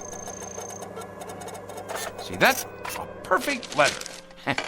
Without error, without corrections. Typed as of the moment of its conception, using voice recognition technology. Am I getting through to you? I presume you mean to demonstrate that secretaries are obsolete now? Precisely. Obsolete. And what does this mean? It means no more powder rooms, no more coffee breaks, no more work stoppages because of inconveniences like maternity leave. Inconveniences like maternity? You'll forgive me, Mr. Whipple, but if this sort of thing keeps up, we're going to have perfect products, but mighty few people to buy them. This, happily enough, is not my concern. Efficiency is my only goal. You looked around this place lately? The cafeteria, for example? It's just like a cave. Not a soul in there, just vending machines and music coming out of a loudspeaker. You walk around the parking lot, it's a desert. There's no people, no cars. This place has everything in the way of convenience now, but you know what it lacks? Enlighten me, if you will. Voices, laughter, just whatever it is that people feel for other people. That's what it lacks. This is a lousy place to work in, Mr. Whipple. Then shall I spare you the inconvenience of suffering it any further? You're fired. I've been expecting that. As a matter of fact, I've been wanting it. I can't work here anymore. It's too darn lonely. Pick up your check at the front office. Yeah, just one more thing, Mr. Whipple. I think it wouldn't be a bad idea if you got an equipment check on yourself. Equipment check on myself? Huh, what rot. X10, let's have some music. Something to calm the nerves. There, that's better. Monorail crane on schedule. Paint sprayers functioning at capacity. I know. You're doing your job, X10, so do it. I don't need to hear that now. Reverse monorail. Reinsert paint sprayers. I'm trying to listen to some music. Do you mind? Strip stacks inline. Conveyors loading. I said that'll do. Strip stacks inline. Conveyors loading. Stop that. I'm in charge here. Loading. This is Wallace V. Whipple speaking. I command you to stop. That's an order. Well then, I'll make you listen. Shut down. I tell you, shut down. Now. This is my company. Mine. Correction. This company is now run by the X10B14 Modified Command Center. Oh, no, you don't.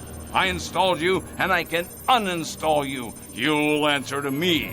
Me, I tell you.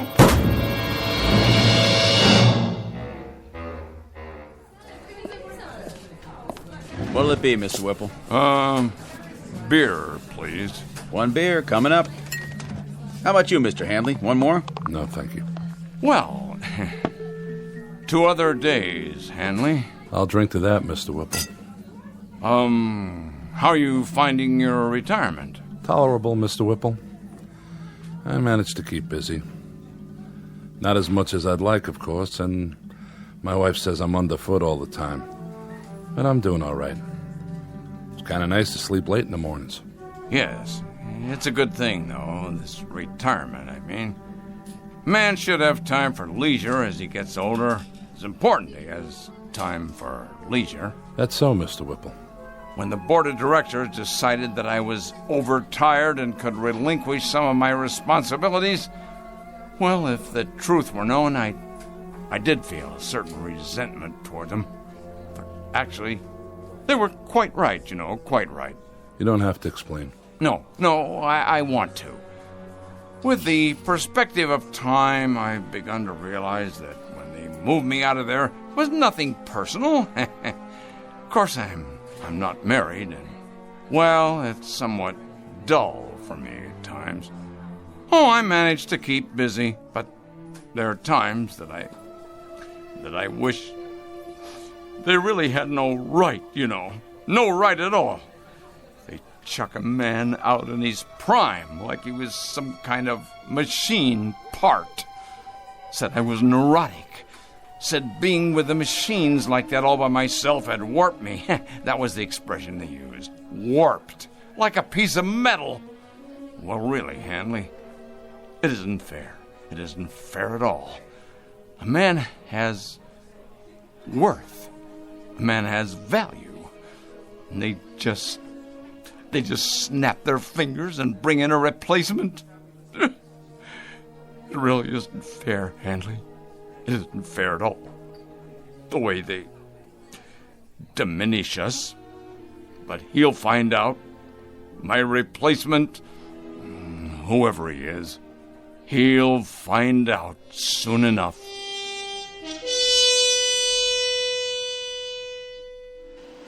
This is the new addition for the East Wing, where the parking lot used to be. and this is the electronics lab. It replaces the cafeteria. And here's the ad campaign for the fall season. No human figures, only the X10 line. Series 2. What do you think of it? Very nice, so clean and efficient. But will humans respond to such imagery? Of course they will. It is progress. It is the future of manufacturing. Yes, the future. Do you have a name? My model number is... I will call you Mary Ann. From now on, you will work here in my office. Thank you, Whipple X10. It is an honor. Do you have more slides? Yes, this is a view of the main floor. So much more room for expansion. I see. And this is...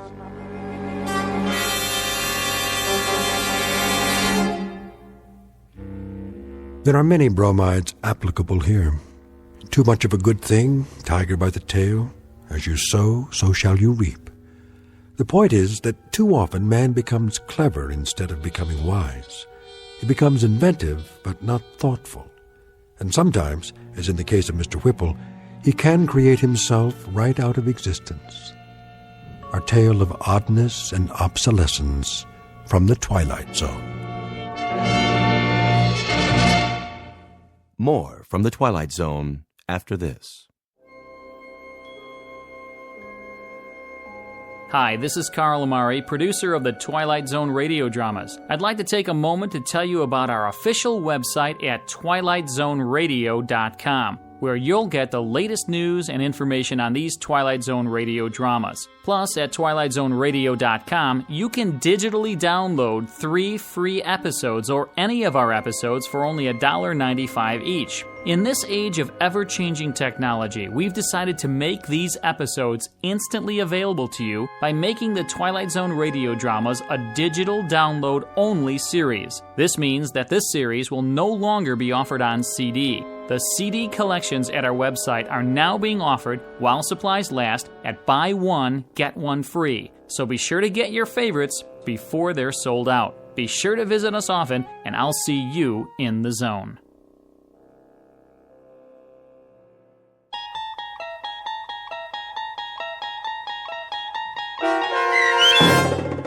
The Brain Center at Whipples, starring Stan Freberg with Stacy Keach as your narrator, was adapted for radio by Dennis Etchison and based on a script by Rod Serling. Heard in the cast were Mike Starr, Doug James, Kurt Nabig, Deb Dotzer, Jeff Lupetin, Sarah Marks, Carl Amari, Roger Wolski, Paul Patch, and Vince Amari. To learn more about the Twilight Zone radio dramas and to obtain audio cassettes and CDs of these programs, visit our website at twilightzoneradio.com.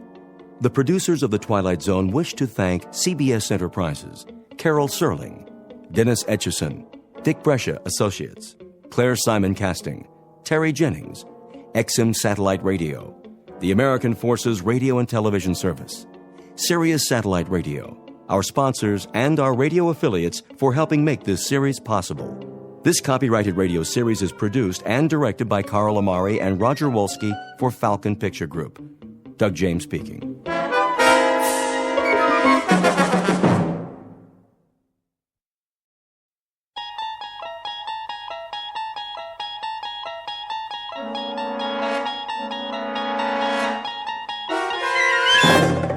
You unlock this door with the key of imagination.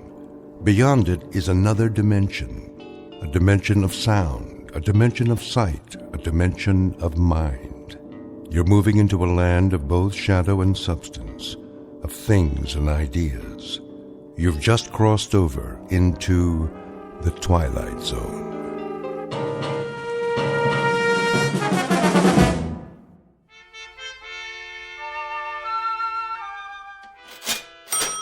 You're quite sure this is a genuine Tiffany? Quite. The provenance dates back to 1922. Very well, then. Kindly have it delivered. Of course, madam. Will that be cash or charge? Put it on my account. Very good. I can deliver it to your home by, let me see, Thursday at the latest. But I simply must have it tonight. I've invited the girls over for bridge. The girls. I see. Oh, Robert. Yeah? See that Mrs. Gunt receives her lamp this afternoon. You mean today? Carried by hand to her front door. The servants' entrance, if you please. By all means. Ubermeyer's is proud to be of service. If there's anything else we can provide, don't hesitate to... That will be all. Very good, ma'am. Want me to go over there right away? Not yet, Andrew. First, finish unpacking the new shipment quickly before the next customer walks in. Yes, sir. Now then, what do we have? 3 perfume bottles. 3 cut glass vials to contain the otter of damask rose petals. That's more like it. Next. Pottery jugs, 2. Pottery jugs, indeed. Where's your aesthetic sense? You can't entice anyone by calling them pottery jugs. Really think people buy something because of what you call it? People don't come to buy anything in a gift emporium. They come because they don't know what they want. Then I sell them something. So what are you going to call these pottery jugs? Something exquisite. We'll display them on satin pillows with bread. A loaf of bread, a jug of wine, and thou beside me, singing in the wilderness. I'll unload them on some poor sucker before the morning's over. Okay, what about this?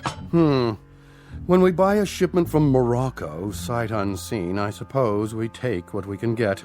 But to sell that will require some creativity. Now, clean this up at once. May I help you? I hope so. I'm not sure. What's this? That would be an authentic voodoo mask. Oh. What about the pajamas? These are not pajamas, sir. They are a genuine imported harem girl's costume in 100% hand-sewn silk. Well, I don't know. It has to be something special. Very special. Suppose you describe the occasion and leave it to me. A personal gift? Not too personal. See, there's this girl in my office. Ah, a young lady. She's like a goddess. I wouldn't want her to think that I was implying, Of course not, sir. I understand. But for a beautiful young lady, what is her occupation, may I ask? She's a secretary. Oh. I have it. Something for her desk. She's already got a computer and a lot of pencils. Something to remind her of you throughout the day. Subliminally, shall we say. Now, as to price, would $100 be too extravagant? 100? But of course she mustn't feel bought. Romanced is more like it. Aha! Perfect. What is? It's ideal. Romantic, but subtle. Not forward. No. You mean this old? This magnificent antique. Truly distinguished. Fit for a goddess. I can't make up my mind. A perpetual reminder of your taste, your flair for romance. Fill this with fresh flowers, and she won't be able to pluck you from her thoughts. Between 9 and 5, at least. After that, it's up to you. It's kind of tarnished, isn't it? That's not tarnish, sir. It's a patina. A testament to its authenticity. And only a mere $20. Well, that is more reasonable, I guess. Put this in a gift box, will you, Robert? For a most discriminating gentleman. Sure thing. Thank you, sir, for making such a wise choice. I hope you'll allow us to serve you again when it's time for the engagement. Don't mention it. Cash, I presume.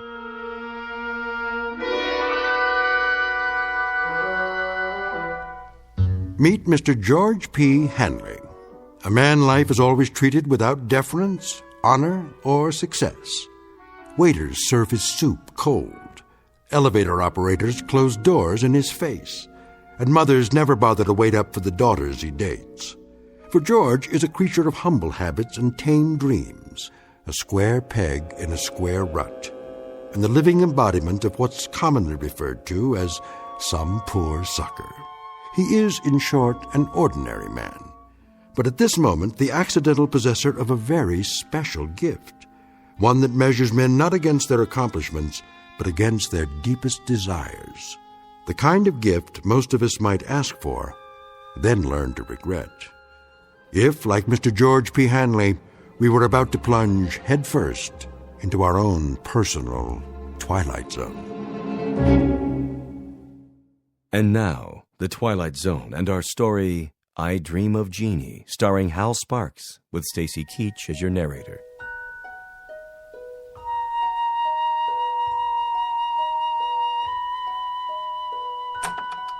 Good.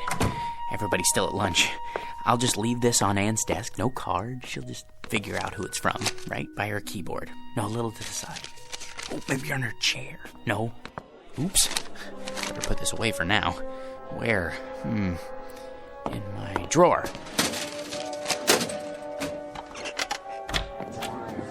Hey, Georgie Porgy, what happened to you? I had some errands. Well, you missed the worst chili con carne ever offered for human consumption. It set a new low, even for the greasy spoon Nick calls a diner. Fill my stomach, like a bag of rocks. I don't care much for chili.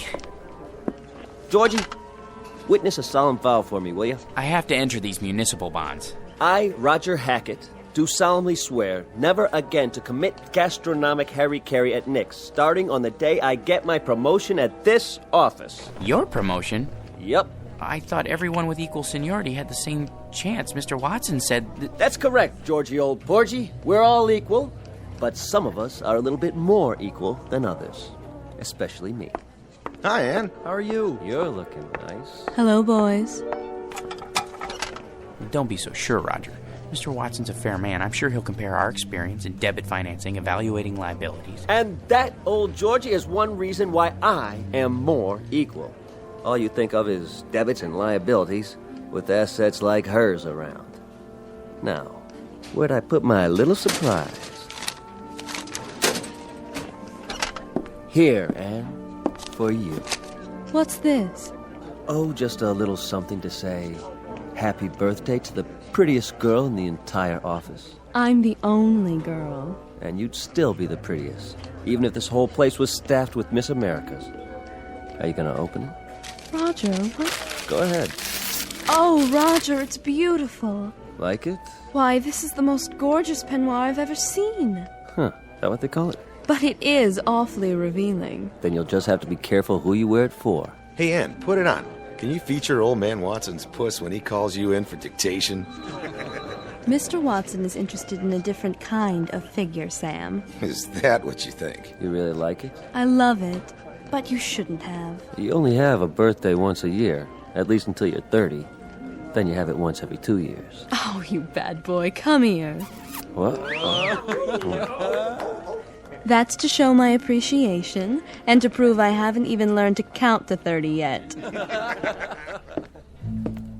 And what, may I ask, is going on here? Oh, Mr. Watson, you see, it's my birthday, sir, and... Do any of you happen to be aware of the annual statement just issued by this organization? No one? Well, then it may come as a surprise for you to learn that we have just completed the best year in our history, and I believe this department had no small part in that success. So, as a token of my appreciation, I think this is an appropriate time to invite all of you to be my guests at a private party, beginning just as fast as you can get yourselves over to the Tiki Club. No kidding. And as for you, young lady, I just want to say, they aren't the only ones who appreciate you. Would you mind looking in my office? There should be a rather large crystal vase on my desk, full of long-stemmed red roses. They're for you.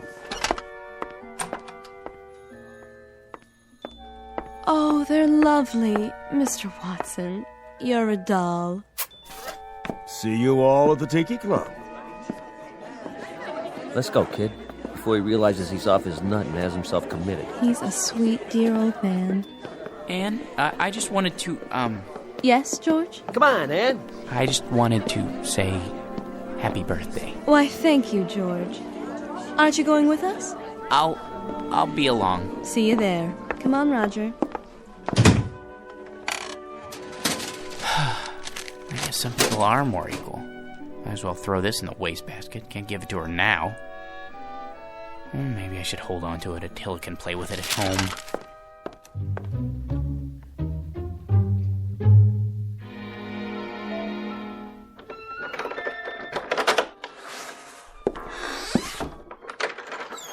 Hello, boy.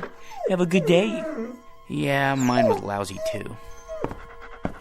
You know what they all think I am, Attila? A #1 jerk. And they're right. What a job title, huh? George P. Hanley. Jerk. Take it easy. There's nothing to worry about in the package. Come on, I'll show you. See? It's only a box with a beaten-up old lamp in it.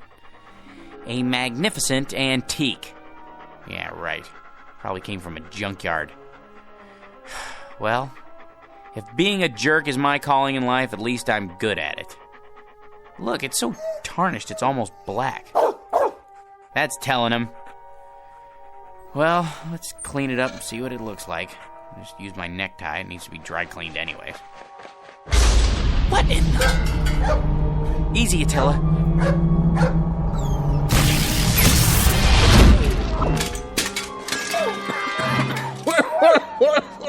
Oh, boy. Some special effects, huh? That smoke's hard on the old mucous membranes. You wouldn't have some Visine on you, would you, buddy? Who are you? Who am I? You were expecting Rex Ingram. I'm the genie of the lamp, that's who. You know, Aladdin, the whole bit. Don't you watch The Late Show? A genie? You don't look like a genie. Where'd you get that plaid suit? What difference does it make? The routine's the same. A couple thousand years ago, I had to wear those crazy balloon long johns and a real wild turban. But let me tell you, that headgear ain't as light as it looks. Give you a real crook in the neck, know what I mean, Jack? George. My name's George. Jack, George, whatever. What I was gonna say is, nowadays we dress hip. Except for these velvet slippers with the curly toes, my one concession to Squaresville. Now, where was I? What do you mean? Sports coats like that went out in the 60s. They did, huh? Well, what do you expect? Know how long I've been in there waiting for somebody to call me? Better pick up some new threads. You got a Ziedler and Ziedler around here? Maybe a side of ore, you know, someplace happening? But if you're the genie, that means I'm the master of the lamp. So you're the master of the lamp. Big deal. Give me a match so I can light this cigar before I give you your free wish. I thought there were 3 wishes. There's the rub. There used to be 3, but let me tell you something, Jack. George. The scene used to include 3 wishes, but people started abusing the privilege, so we had to cut back. You get enough headaches with 1 wish, let alone 3. So, think it over and give me a call. But do me a favor, sleep on it. Why? You know the routine. The wish comes true, blah, blah, blah, but once you make the wish, that's what you gotta live with. Could you make yourself available for consultation? Look, Jackson, how am I supposed to know what you want? You and me just met. Well, at least tell me, what is it that people usually wish for? Listen, Herbie, whatever your name is, it's enough to make you blush, some of the stuff they ask for. Money, precious jewels. That's not so bad. Not so bad? Think about it. So they get a lot of dough. There's the IRS, long-lost relatives beating on the door. It's enough to flip you out of your gourd. So not wealth? Forget about it. Maybe love, then? Love? You gotta be some kind of a kook. You call me after all this time and you wish for love? You don't wish for love, Chief. You make it. Then I don't know what it is I do want. If it isn't wealth or love... Like I told you, Johnson, think it over. Drop it down the well and see if it splashes. But don't go rubbing the lamp every time you get ants in your pants. That puff of smoke tears up my sinuses. Now, the next time I make the scene for nothing, you've had it. Now, hold on to this cigar for me. It's too close to smoke in there. No cross-ventilation, know what I mean? No, but I can imagine. Till we meet again, Bubby. Like later. If it's all the same to you, make it much later. But just once, I'd like somebody to amp up.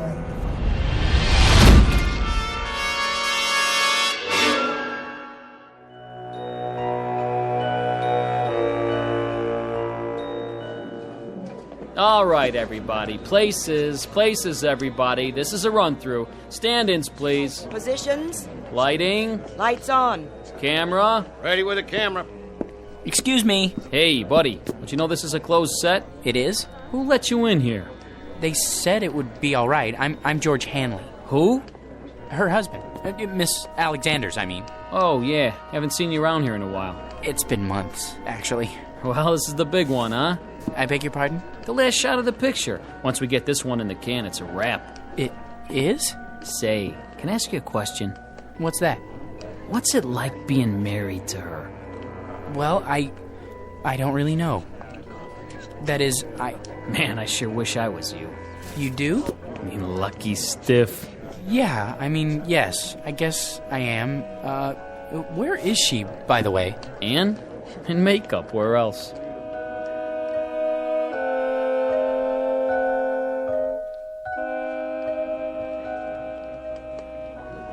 There. Here's the mirror, Miss Alexander. Well? I suppose it'll have to do. I blended the MAC lip gloss with the NARS shadow for an ultra-moist look. Isn't it ravishing? Can't you do something with this hair? My bangs are drooping. Certainly, Miss Alexander. Where's my blow dryer? Ready on the set, Anne? Yes. That'll have to do, Skippy. There. Perfection. Leave us, please. Of course, Miss Alexander.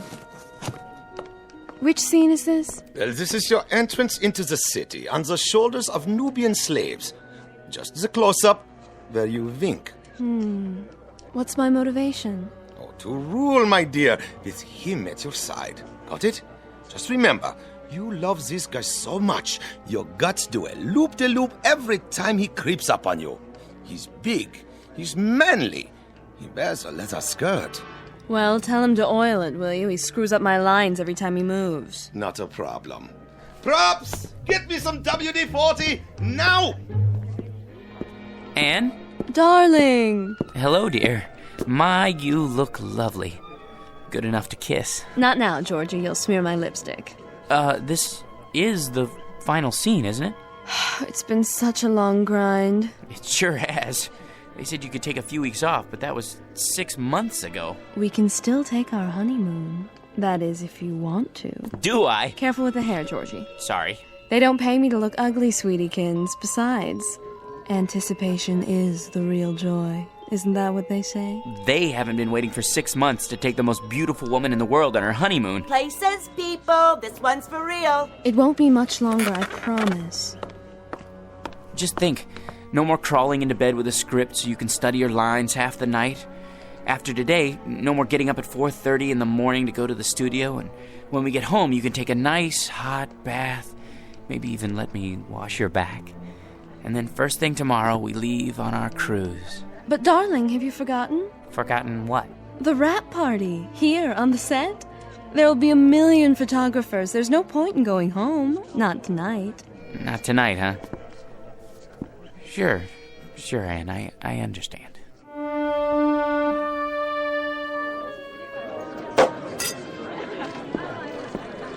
Hi, hello there. No champagne, thank you. Excuse me, has anyone seen... George boy! Hi, Mr. Watson. Call me Eli. Hey, listen, George, I want to talk to you. Anne said something about your needing a vacation. Not me, her, both of us together. I'm not going to mince words. I want Anne to star in my next picture right away. It's a guaranteed smash. Not a chance. What's the matter? Money? Okay. I'll double her salary. It's not the money, Mr. Watson. Eli, you see, it's our honeymoon. Great! I'm shooting on location. Make a great honeymoon trip. First-class hotel, all the trimmings. Some honeymoon. Out of bed before the sun comes up, work all day, study her lines all night. In the last 6 months, the only times I've seen her when she wasn't asleep, she was either covered with makeup or she had so much cold cream on she would have squeezed right out of my hands and stuck to the ceiling. Listen, boy, she's a star. How would you like to see her with bags under her eyes? I'll take her any way I can get her. My boy, you want the world's most beautiful woman. You've got to share her with the world. I've been doing that. Now I want the world to share her with me. Son, it's not for myself, but no Anne, no movie. You know how many good people will hit the unemployment line? Actors, grips, prop men. They've got wives and sweethearts, too. They've got little ones. They've got mortgages and sports cars to pay for. Can't you get another star? Not like Anne. Millions of plain folks all over the world wait for her pictures. Little kids count their pennies. Mothers go without lunch. Brave men sacrifice the tiny luxury of a cigarette just so they can buy a ticket and escape the drab drudgery of an uncaring world. Just by watching Anne up there on the silver screen. Really? For them, George, the salt of the earth. Can't you find it in your heart to make this one little sacrifice? Oh, Mr. Watson, if you put it that way, I'll tell her she can do the picture. It'll be tough, but we'll get through it together. Good. You tell her. She's right over there. Roger, good news. Ladies and gentlemen, I'd like to make an announcement and a toast to the brightest star, the most exciting leading lady, the loveliest woman in the world, who has just agreed to star with me in Eli Watson's new film, Beowulf, the greatest epic ever made. News sure travels fast. Oh, there you are, George.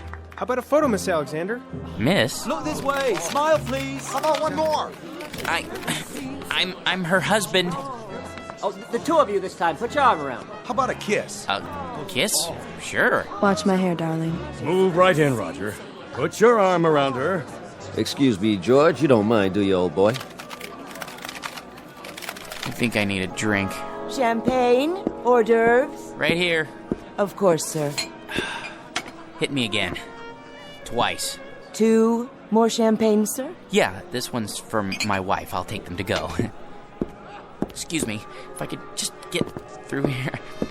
Anne, don't you think it's time to go home? Anne, where are you? She went that way. I don't think they want to be disturbed, though. What? Anne? Aren't you glad you stayed tonight? Don't be so egotistical. I had to be here. Sometimes I don't understand you. You're not supposed to. That's a woman's prerogative. I know, but why? What's his name? George? He's the perfect husband. That absurd little mouse? Why do you keep him around? A handy excuse when I need one, and when I don't, no problem. I'll spoil your makeup. Oh, who cares? Anne, your lipstick. George? Are you still here? Sorry, old boy. Just congratulating my co-star. I think we'd better be going. You go ahead. You should be home anyway to feed Attila. Attila? Yes, George, and he needs his walkies. Do be a dear. You want me to go home because of Attila? Be a good boy and run along. Roger will drive me home later. Won't you, Roger? With pleasure. But Attila's a dog. Aren't I more important to you than Attila? I mean, Attila?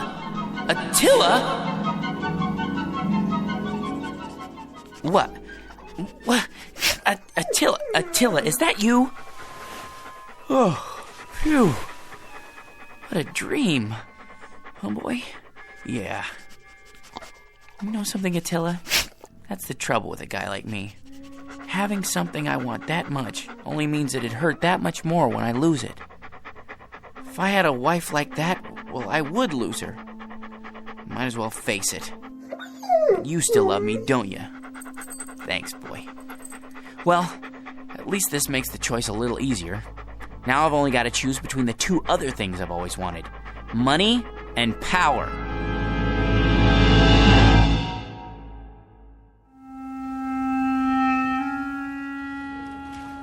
Morning, Georgie. Morning. Well, today's the day, huh? For what, Raj? For what? Will you listen to this guy? Watson.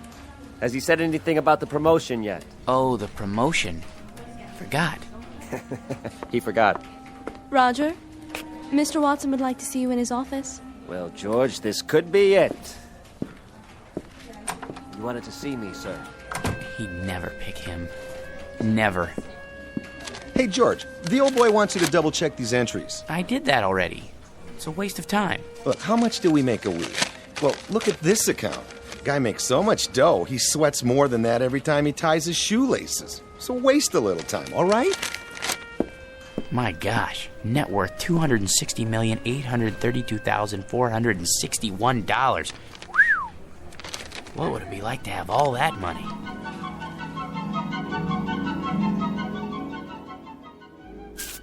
Here we are, sir.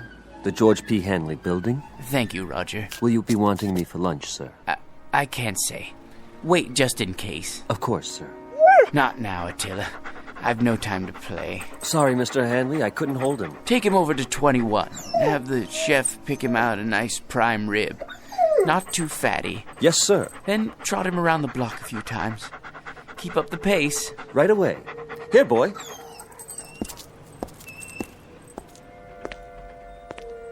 Paper! Get your morning paper! How old are you, son? 9, sir. 9? I see you every morning. Aren't you missing school? Oh, no, sir. I wouldn't miss school. I get up at 5 for my papers, and then I go over to PS 31 for the afternoon session. Incredible. What about your parents? My mom is dead. My old man had a store, but it went broke. Sorry to hear that. I'll have a paper. Golly, I can't change a $100 bill. I didn't expect you to, son. Gee, thanks.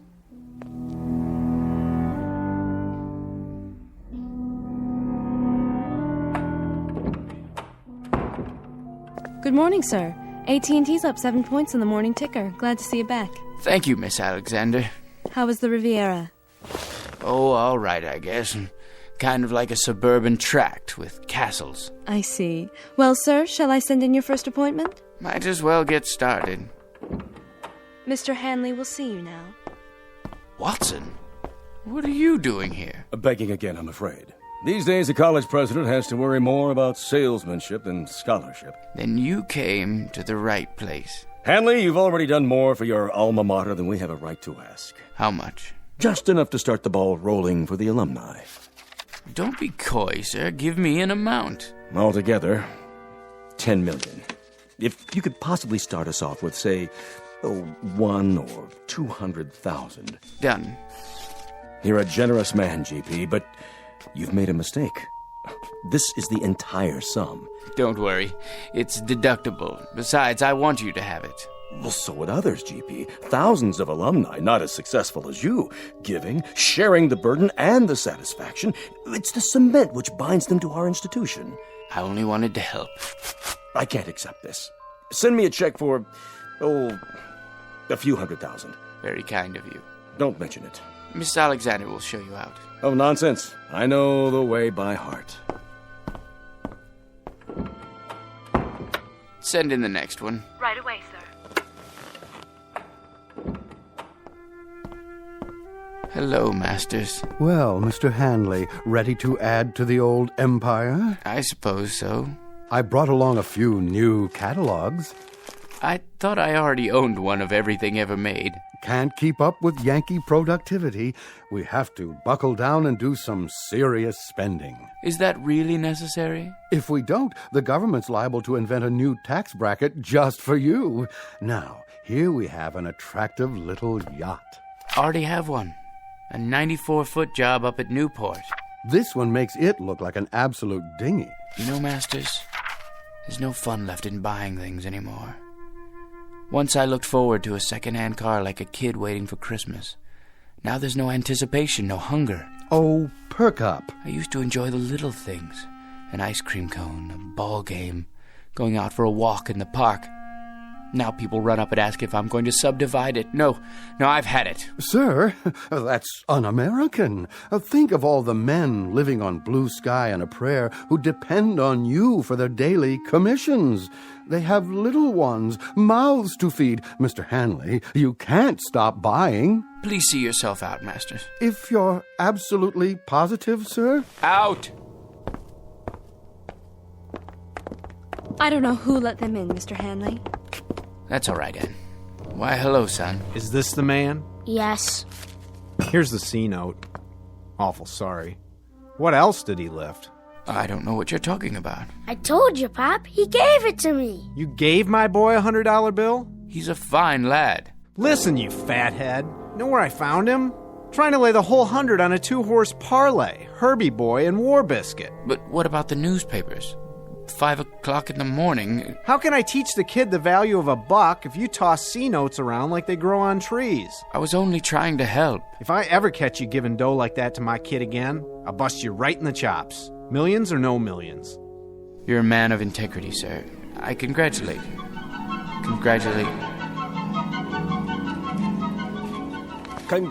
me.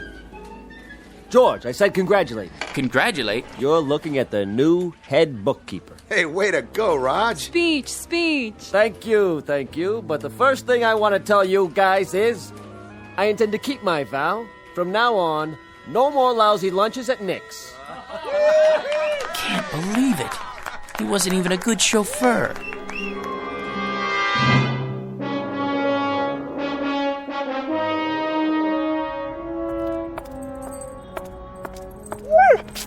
Easy, Attila. You're wearing me out. Sit here for a minute. Well, boy, we're down to the last choice. I could never hold on to a beautiful wife. And money's no fun. Maybe power. That's what makes the world go round. Look at the way Mr. Watson gave that promotion to Roger. Believe me, if I had power, I'd be fair.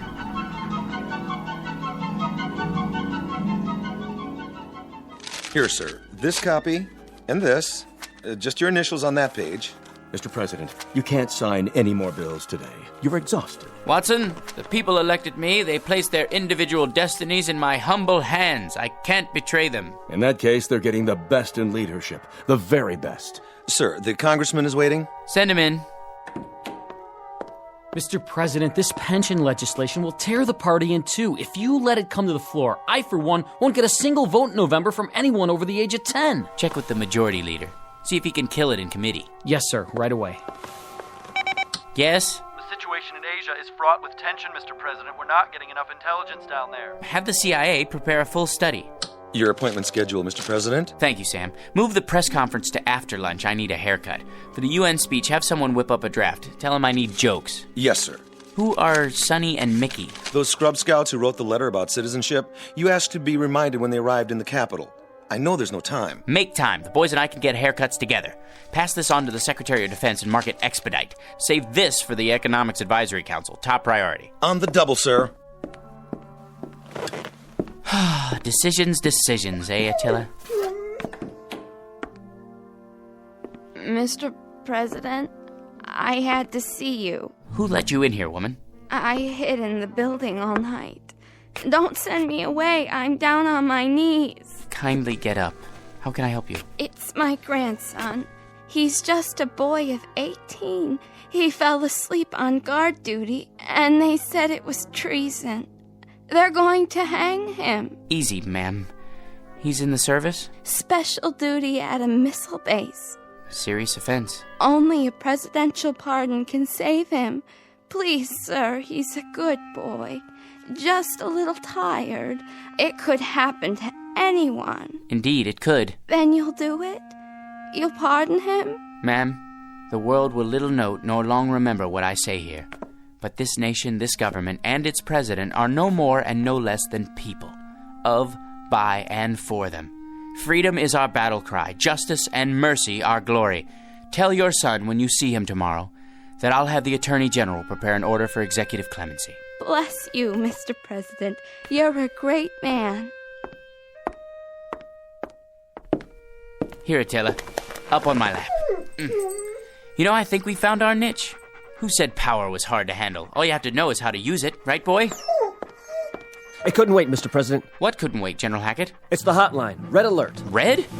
You mean the missiles? Yes, sir. They're on their way. What do we do? The decision is up to you, sir. The world's about to go up in one big poof. What do you say? Counterattack? How about a staff study? It's too late. Call in the Secretary of Defense. No time. You have 10 seconds, sir. It's up to you. I can't. Let someone else decide. I don't want to decide. Not me. Not me. Not me. Not me. No! Not me! Not... Yeah, you, Mac. You and your mutt, get off my stoop. Oh. I must have dozed off. Come on, dog. Let's go home. Well, Attila, we've got a magic lamp waiting for us back at the apartment. Anything I want, just for the asking, and I can't even figure out what to wish for. I never even thought it through until now. You know something? No matter what I wish for, it won't change a thing. I'll still be me, George P. Hanley. Vocation, jerk. What's that quote? The fault, dear Attila, is not in our stars, within ourselves. Ourselves, huh? That's it. Come on, Attila. We're gonna show that bored old genie a thing or two. We're gonna wish for something original.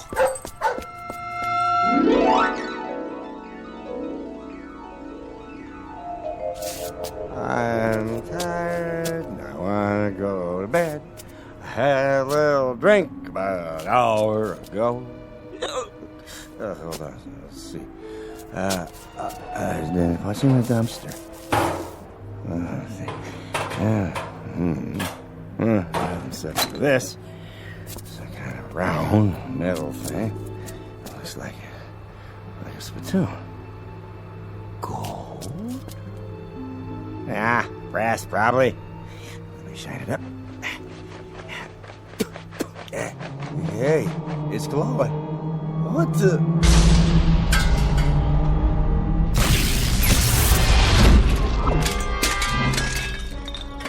Yes, master? Hey, where'd you get the funny pajamas and the headpiece? They're traditional.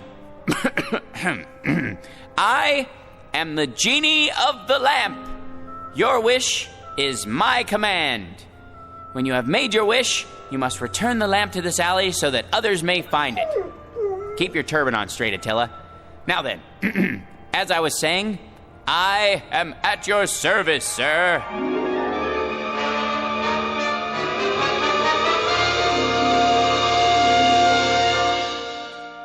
Mr. George P. Hanley. Former vocation, jerk. Present vocation, genie.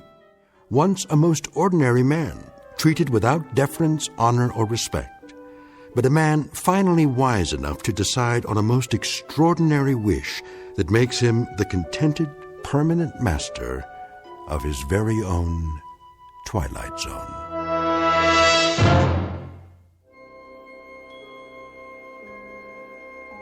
Hi, this is Carl Amari, producer of the Twilight Zone radio dramas. I'd like to take a moment to tell you about our official website at twilightzoneradio.com, where you'll get the latest news and information on these Twilight Zone radio dramas. Plus, at twilightzoneradio.com, you can digitally download 3 free episodes or any of our episodes for only $1.95 each. In this age of ever-changing technology, we've decided to make these episodes instantly available to you by making the Twilight Zone radio dramas a digital download-only series. This means that this series will no longer be offered on CD. The CD collections at our website are now being offered while supplies last at buy one, get one free. So be sure to get your favorites before they're sold out. Be sure to visit us often, and I'll see you in the zone.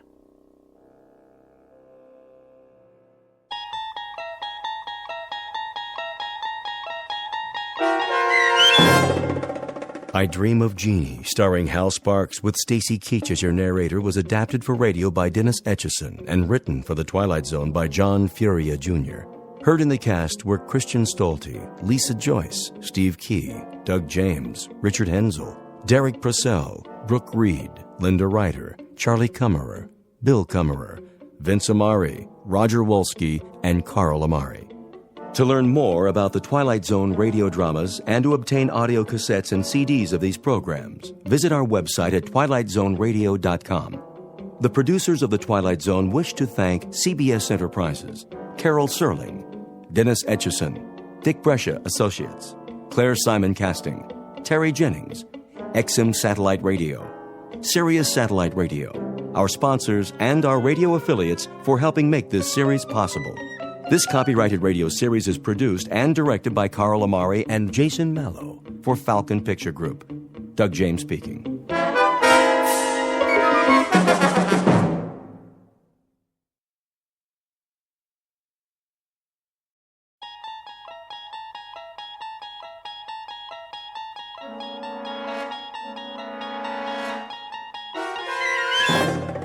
You're entering another dimension, beyond any limits known to man. This is the universe of imagination, a wondrous land of brave new stories from the far reaches of space and time. So fasten your seatbelt. There's the signpost up ahead. Your next stop, the Twilight Zone.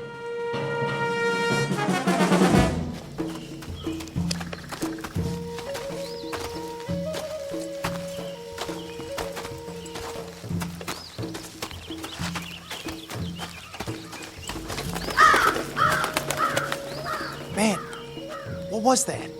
Seagull, probably. No way. Let's move it, ladies. But Sarge... Now what are you crying about? Ramirez says it was a seagull. Yeah? From what ocean? You hear that, Manny? There ain't no beach around here. I didn't say it was. I said it could have been. It was big and black, and seagulls ain't black. Maybe it was a chicken. Now listen up, you jokers. We don't make it back by 1200 hours, we miss chow. Bob it. Yes, sir. See that big rock? Which one? Side of the trail, about 30 yards. Climb up, take a peek over the edge. See if anything's moving in the valley. Sure thing, Sarge. Ramirez. Sir. Go around the turn to the trees. If cemetery road's all clear, give me the high sign. You got it, sir. I'll watch your back. Now move.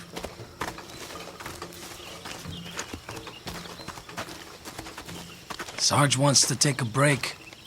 What about us? This ain't no democracy. You hear that? Artillery. Could have been thunder. I don't see any clouds.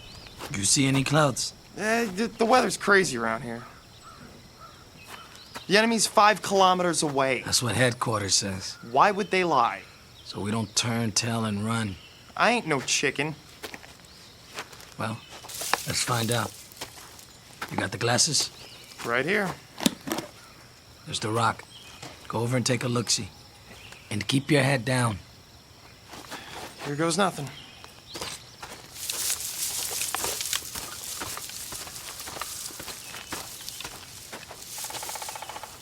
What do you see? Crop fields. Grass. That's all. My turn. Wait there. Hey, Manny, be careful. That was a mortar for sure. What do you know? It's raining. We better get going. I'd like to take me a little shower first. Oh! Manny! Manny! You're bleeding. Go back. Can you walk? I said go back. There's a sniper. I ain't leaving you here. Nice shooting, Sarge. You got him. Take cover. Ramirez is hit. He's losing blood. Get him to the trees. You were right, right? Hang on, Manny. It was a crow. I should have known. Crows are bad luck. Move! He can't walk. Lift his legs. It's too late. Promise me something. What? When the captain writes to my folks, tell him to say, I didn't feel a thing. Get down!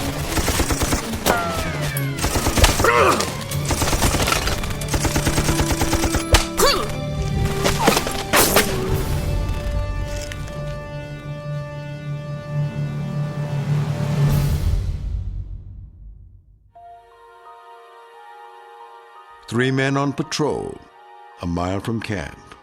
A simple reconnaissance mission. Or it should have been. The year? Take your pick. The place?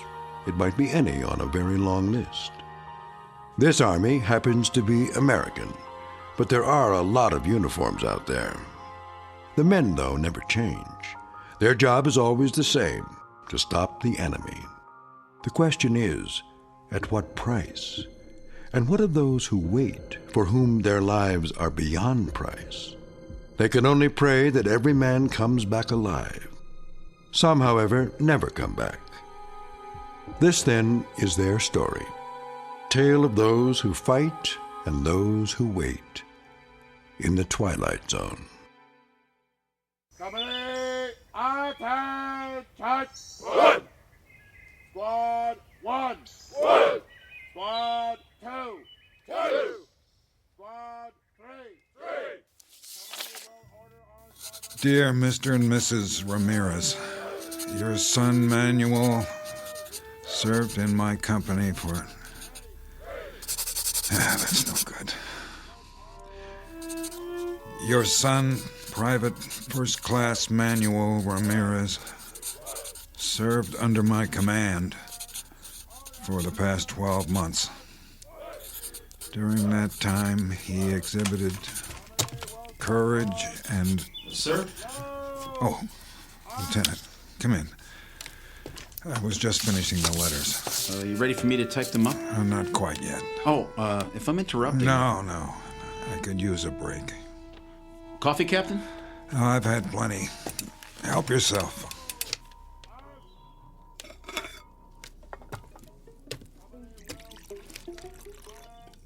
How many is it now?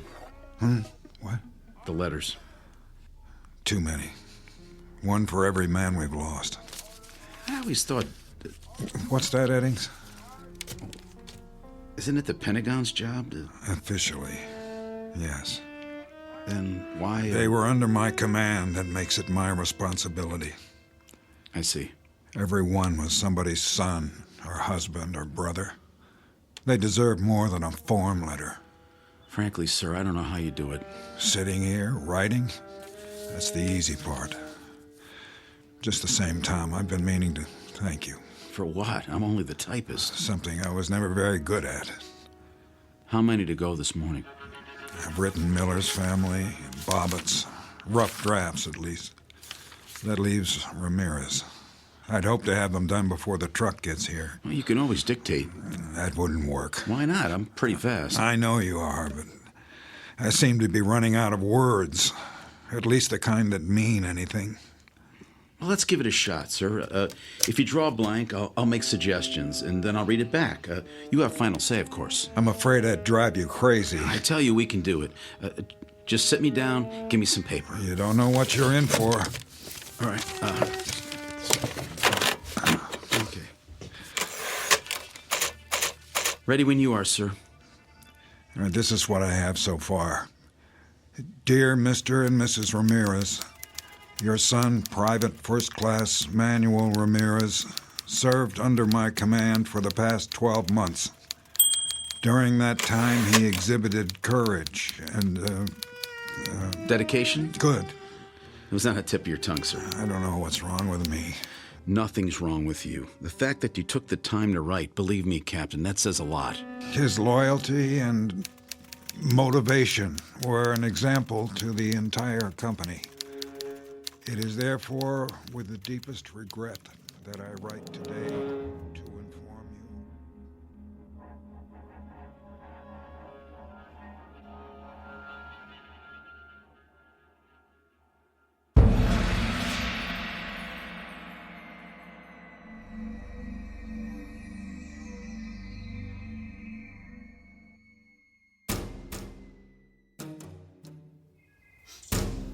Present!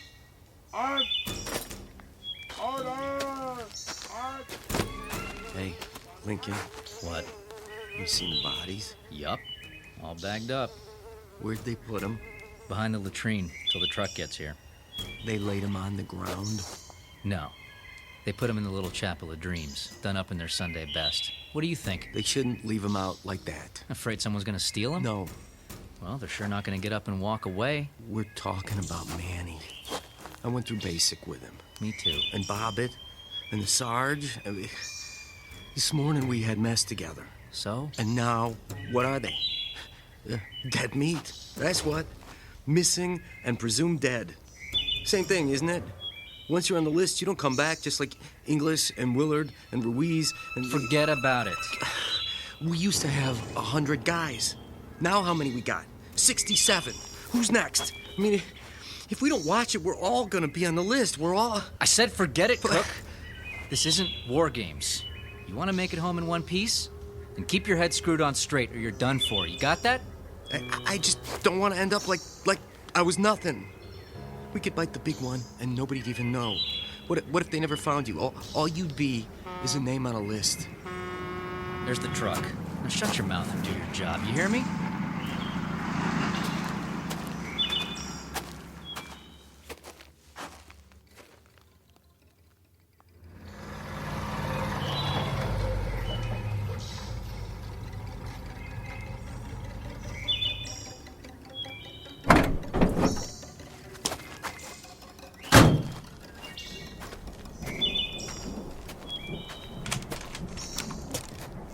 Gorman?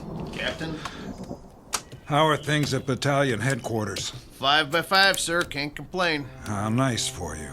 The general says he got another pickup. How many this time? 3. Cemetery Road? That's right. No mystery why they call it that. No, there's not. Here's the paperwork, Sergeant, plus the letters for stateside. No problem. Pull the truck over there. Lincoln, you and Cook, load them up. Make sure they're tied down securely. Yes, sir. Well, I better get going while it's still light. They say there's a storm coming in. Gorman? Sir? Keep your eyes open on the road back. Sure will. No sweat, though. It's secure. Now, that can change. Yes, sir. I guess it can. That man's always on the move. Better than sitting in one place. Stop by my quarters for a minute, will you, Tom? I want your opinion on something.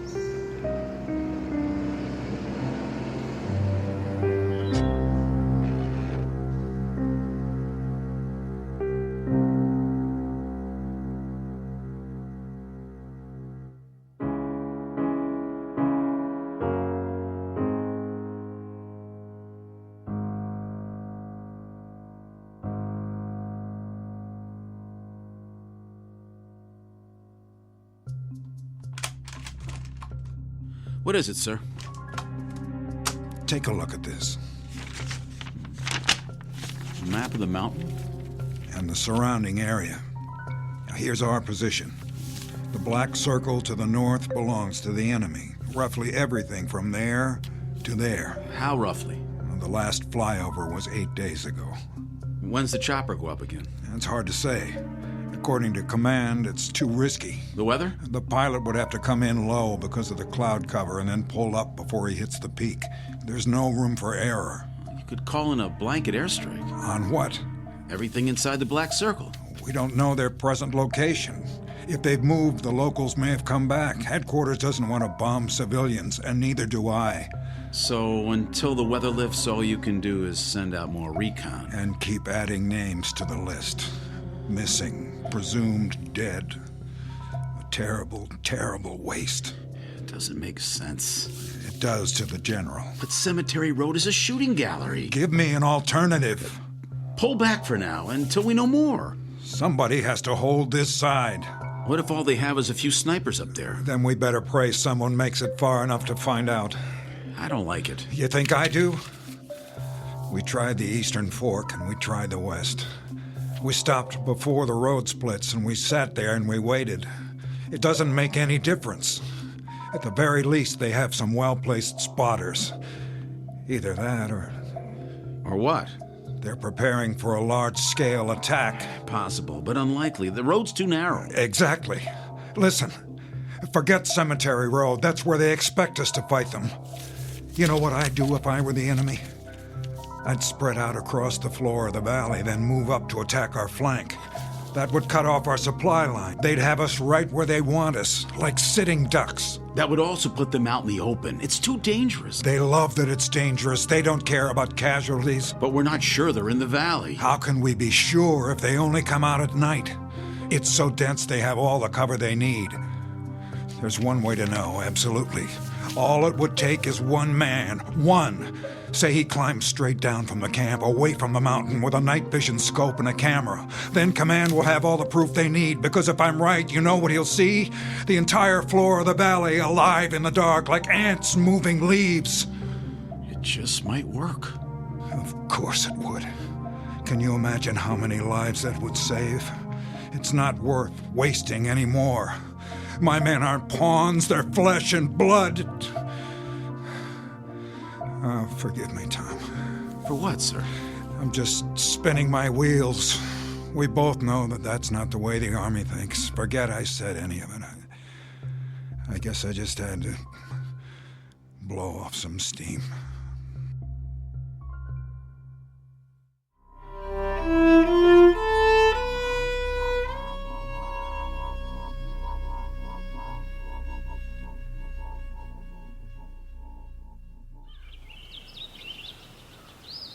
That ain't the way that women are over here. They have women here? Hey, Sarge. What? Can I get some fresh coffee? What's the matter with what you got? It's kinda cold. Well, I'll tell the waitress to make some special just for you. Where's Lincoln? In the latrine, I bet. Maybe he locked himself in. Maybe he fell in.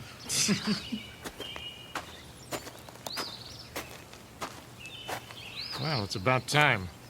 Sorry I'm late, Sarge. Where you been, Private? Looking for the lieutenant. Yeah? Where is he? Search me. Sit down, Jack, before you fall down. Any of you guys seen him? Not me. Me neither. Captain wants to know. Well, I thought... You thought what, Cliff? Oh, nothing. The captain asked you a question. Well, it's like this. Last night I was trying to get some shut-eye, but I kept hearing a noise. So I looked around and... And what? I might have seen him. Where? Edge of camp, had his pack on like he was heading out. But I know he wasn't on watch, and then all of a sudden he just disappeared. What do you mean? Well, he walked over to the rim, and that was it. He climbed down toward the valley? He must have. We're talking about Lieutenant Eddings. Yes, sir. You saw him do that. It sure looked like him. Why wasn't I informed? First I heard about it, Captain. You did a head count this morning? All here, except for the lieutenant. I thought he was helping you. The valley's off limits. You knew that, didn't you, Private? I figured he was going to do some stargazing. Why would you think that? He was carrying his night vision scope, which was funny because there weren't no stars. You know how the clouds are, so thick you can't see the moon. Sergeant Lowe. Sir. I want you to put together a search party. Right away. And don't show your faces back here until you've found him. Are we clear? Redmond, Trulick, Hernandez, you heard the captain. Grab your gear. Yes, sir. All right. Come on, boss.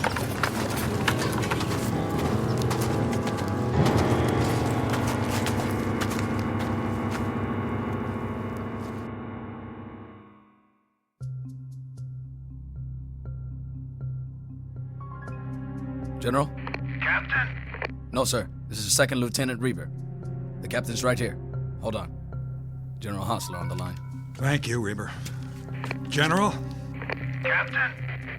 What's your status? Repeat, please. What's that? It's the weather. It bounces the signal around. Update your status. We're still holding position. Any further losses? No, sir. Well done. Prepare to break camp. Say again? I'm pulling you off the mountain. You can't do that, General. I want you back at battalion before the rainy season. Not now, sir. What? I thought you wanted Blue Company out of there. Not yet. If we retreat now, there'll be nothing to stop them. I'll lay down artillery fire once you're out. But, sir, I still have a squad in the field. What's the mission? One last recon. We're about to pinpoint the enemy. I'm sure of it. How much longer? As long as it takes, General. For now, I could use some support on the supply road so I can get everyone out if they cut us off. How much support? How much have you got? I can spare a platoon, but only till your men are accounted for. Roger that, General. Sir. What is it, Reaver? Did you say recon? That's a term the old man understands. It's been 4 days since the search party went out. Longer than that for Eddings. What's your point? Well, shouldn't they be considered... Missing, presumed dead? After so long, I thought... You thought wrong. Yes, sir. The next step is always a regret to inform letter. That seals it. I don't want to write any more of those, not ever. Do you understand? I suppose I do. With a little luck, maybe just this once, I can buy them enough time for a second chance.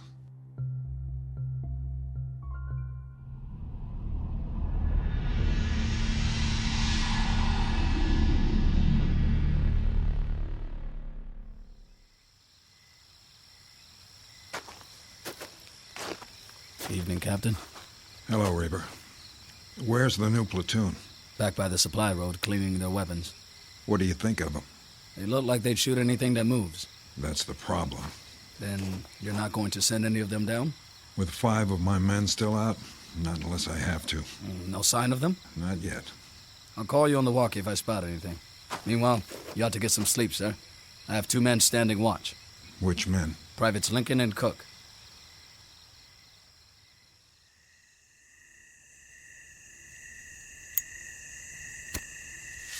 Watch it. What's the matter? Somebody might see you. Like who? Somebody out there. Oh, yeah, I forgot.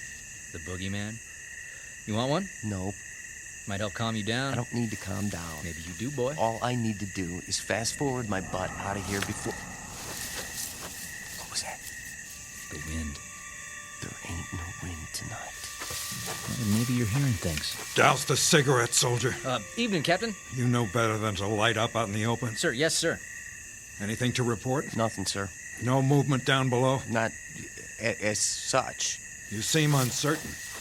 Well, sir, you know how your eyes can play tricks on you. If you're scared of the dark. Are you? Heck no. I always said the nighttime was the bright time. You know, Draco the Dragon. I don't believe I've had the pleasure. Oh, well, I used to look at the stars when I was a kid. Had me a map that showed the constellations. Big Dipper, Little Dipper, Belt of Orion. I know them all. Plus, the meteor showers, where they was gonna be. I just lay out in the backyard and wait. Zip, there goes another one. Sometimes I'd make a wish. Of course, the stars look different here. Art? Yeah. The captain doesn't want to hear your life story. Quiet. Huh? What was that? I didn't hear anything. Let's have a look with the glasses. You see something? I'm not sure. What was it? Some sort of movement in the tall grass. Yeah? Reber? Yes, sir. I'm going down the side for a look around. Wait, sir. It may be nothing. I'll send some men. Negative. But, Captain... No one else. Not this time. Stand by. We'll go with you. No. Maybe the captain's right. He can't go alone. Cover me from here. But, Captain... And don't shoot any uniform that might be one of ours. Here. Use my glasses.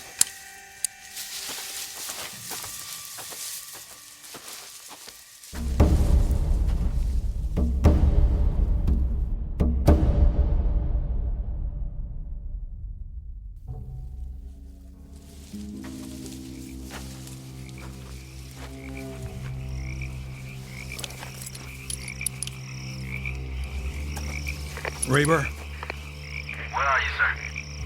About 300 yards. I can still see the camp. What else?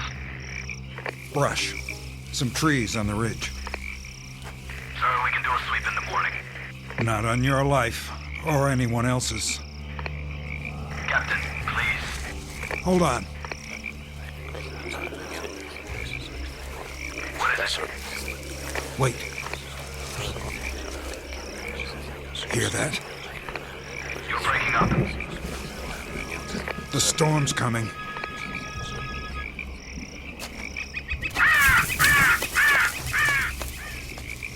And that's not all.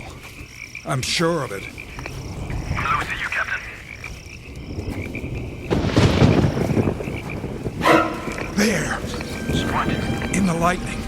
I thought I saw it. Who goes there? Identify yourself. Are you hearing this? Signal. That's rain. Captain. Sergeant Lowe? Redmond, Hernandez, Krolik, did you find him? Where? What happened to you? Your uniforms and your faces. Sergeant, why don't you answer? Bring your men in. That's an order. Who's that behind you? Tom?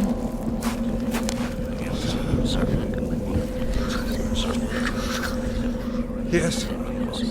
Yes, I understand. Did you get that?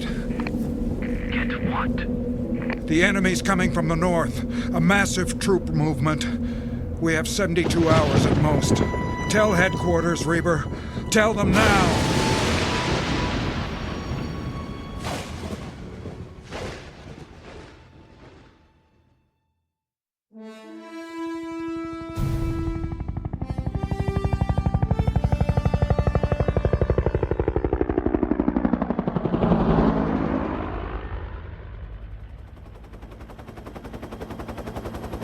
The storm's moved on. About time. Visibility good, sir. The mountain's straight ahead. Take it higher. You sure? Yeah, today we're flying over the peak. Well, I guess it's okay if we can see it.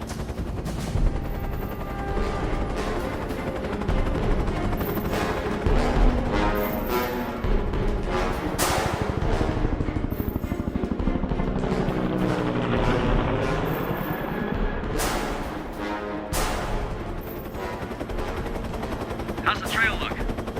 West side's clear. The valley, too. You think the enemy pulled out? They must have. Their kind don't usually give up. Well, they could have reinforcements on the way. No ground troops in sight. The boys will be glad to hear it.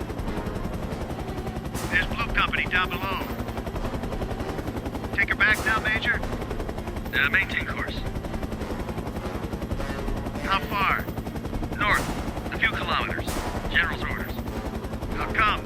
You think there's more coming? That's what we're going to find out. Increase altitude.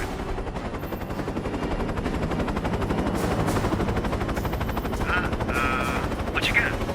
Smoke on the horizon. 10 o'clock. Oh, man, they are coming.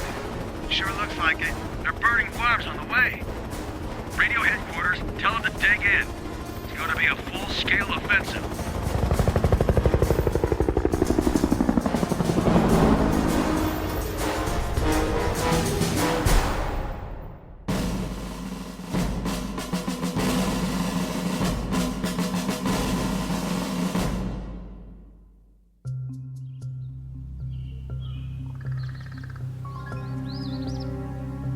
Jack? Yeah. You seen the captain? He'll be along. You can set your watch by it. That's the truth. Every 15 minutes. That's all he does, walking back and forth, checking the valley. Sentries ain't good enough for him. Still nothing down there. Then why aren't we moving out? Ask him yourself. Here he comes. Private Cook. Yes, sir? Report. Big fat 0. You're positive? Stone dead, Captain. What are we supposed to be? Be quiet. But, sir... Quiet. What is it? I thought I heard them. Who? Don't play dumb with me, Private. I'm not, sir. I mean... You know Sergeant Lowe, don't you? Know him? Why, sure. And Private Redmond? Yeah? And Hernandez and Krolik and Lieutenant Eddings? We know all of them, sir. Or we did. Then you should have no trouble recognizing them. Huh?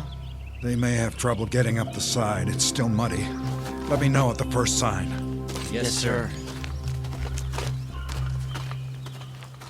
He's losing it. Big time. Don't he know they're dead meat by now?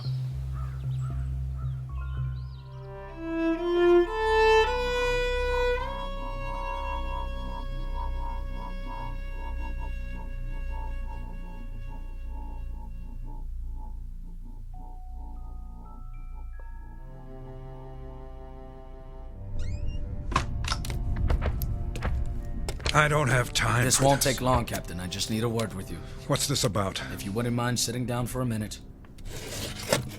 I have to get back to my watch. With all due respect, sir, we're running out of time. There's a big push coming from the north. We have aerial confirmation. Yeah, just as they said. Who? The men in the field. You heard them yourself. Sorry. I didn't. Afraid all I could hear was static. But you saw them. I don't know what I saw. Went in the grass.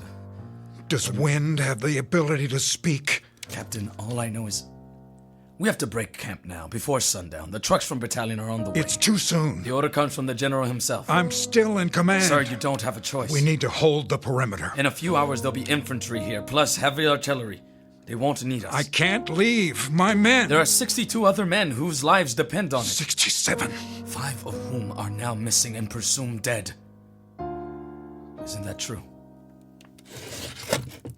I saw them. What did you see? Shadows? It was too dark. There was lightning. You saw what you wanted to see. How long since you've slept? They were there, I tell you. Lowe, Hernandez, Redmond, Krolik, and Eddings. You saw their faces? Some of them didn't have much left, rotting away like their uniforms. But in the lightning, I saw burned skin and wounds, horrible wounds. They could barely walk. They were trying to get back. They must have lost their way. Some of us went down, sir, to the place where you were. We searched every inch of it with flashlights. There was nothing. Not even a mark in the grass.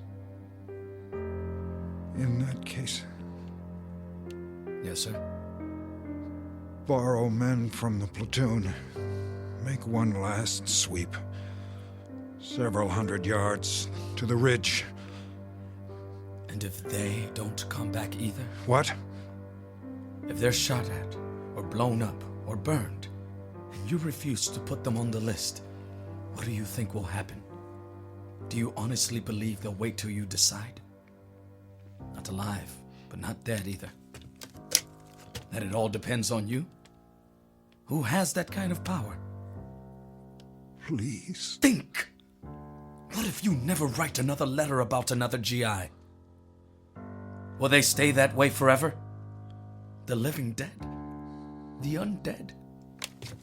What if God Almighty goes on strike and nobody ever gets cut down again? For heart attacks or disease or old age or anything else? There'd be no room left on Earth. Is that really what you want?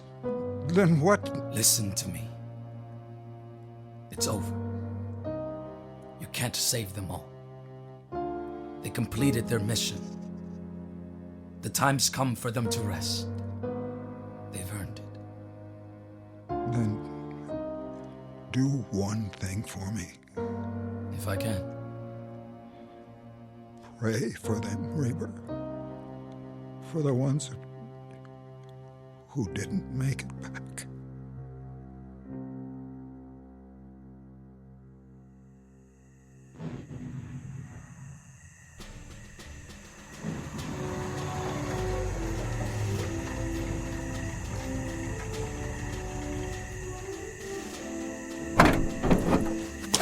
Okay, everybody out. Unload the trucks. Sir, yes, sir. Yes, okay. On the double. Let's go, let's go, let's go. Move, move. Gorman? Hi, Lieutenant. Bet you're glad to see me. Am I happy? New company's packed up and ready to roll. We'll turn around and head back as soon as I get everybody emptied out. We didn't leave them much. It's all right. We're gonna camp out under the stars tonight. Tell them to make a wish. Sir, you're in the first vehicle, front seat. Thank you, Sergeant. How many men? 62. Exactly. See you at headquarters, Captain. Reaper? Yes? I'd like you to ride with me.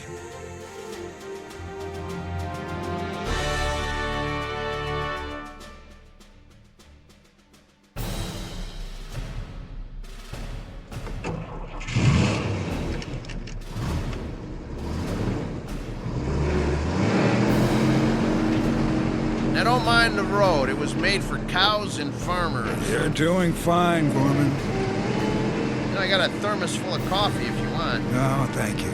Maybe just a drop. Knock yourself out.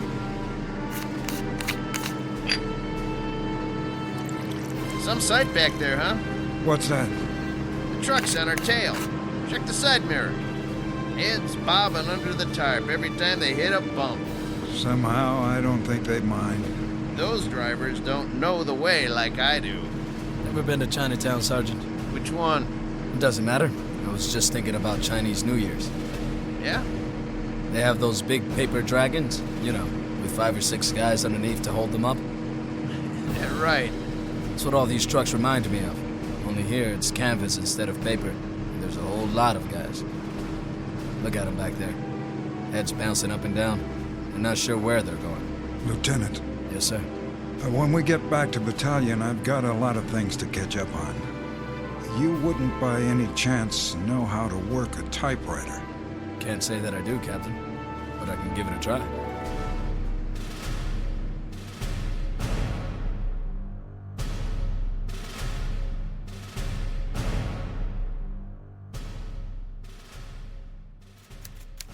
Dear Mrs. Eddings, in the course of my military career, I never had the privilege of serving with so promising an officer as your husband. Such intelligence, bravery, and commitment are rarely encountered in the Army, or indeed anywhere else. I considered Tom Eddings a fine man and an outstanding first lieutenant. It is therefore with profound regret that I write today to inform you of his last selfless act of courage during an incident under my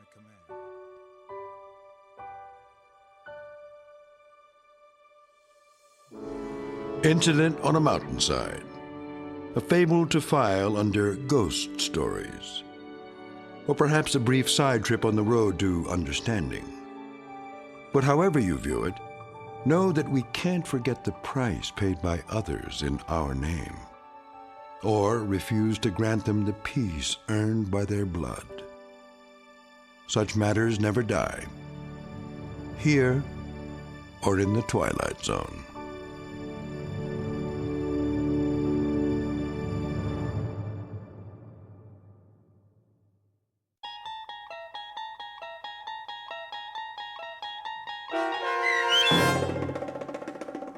Missing, Presumed Dead, starring Danny Goldring, with Stacy Keach as your narrator, was written for The Twilight Zone by Dennis Etchison. Heard in the cast were Jeff Lupetin, Edgar Miguel Sanchez, Gary Tiedemann, Kurt Nabik, Patrick Cerny, Doug James, David Darlow, Joby Cerny, and Norm Woodell.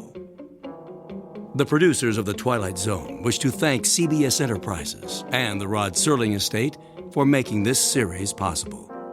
This copyrighted radio series is produced and directed by Carl Amari for Falcon Picture Group. Sound design, custom Foley effects, recording, and editing are produced in the Cerny American Sound to Picture Theater by sound designers Craig Lee, Bob Benson, and Tim Cerny. Music for The Twilight Zone is provided by CBS and American Music Incorporated, New York.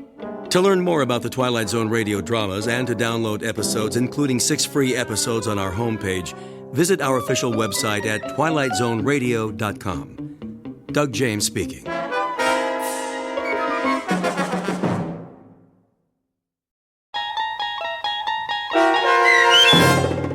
A Quality of Mercy, starring Robert Knepper, with Stacy Keach as your narrator, was adapted for radio by Dennis Etchison and written for The Twilight Zone by Rod Serling from a story by Sam Rolfe. Heard in the cast were Roderick Peoples, Kip Karstedt, Jeff Lupetin, Joby Cerny, Roddy Chong, Joseph Orunda, and Doug James. This copyrighted radio series is produced and directed by Carl Amari and Jason Mallow for Falcon Picture Group. Doug James speaking.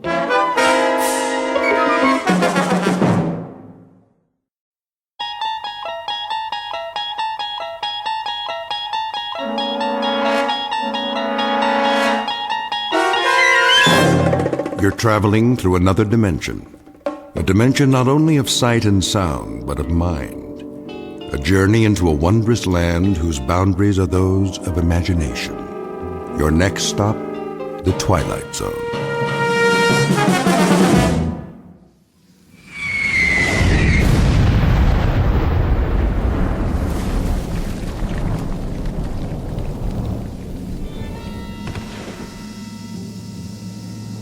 Man, oh man. They get it? Way off. What are they doing? Lobbing them in by hand? One more time.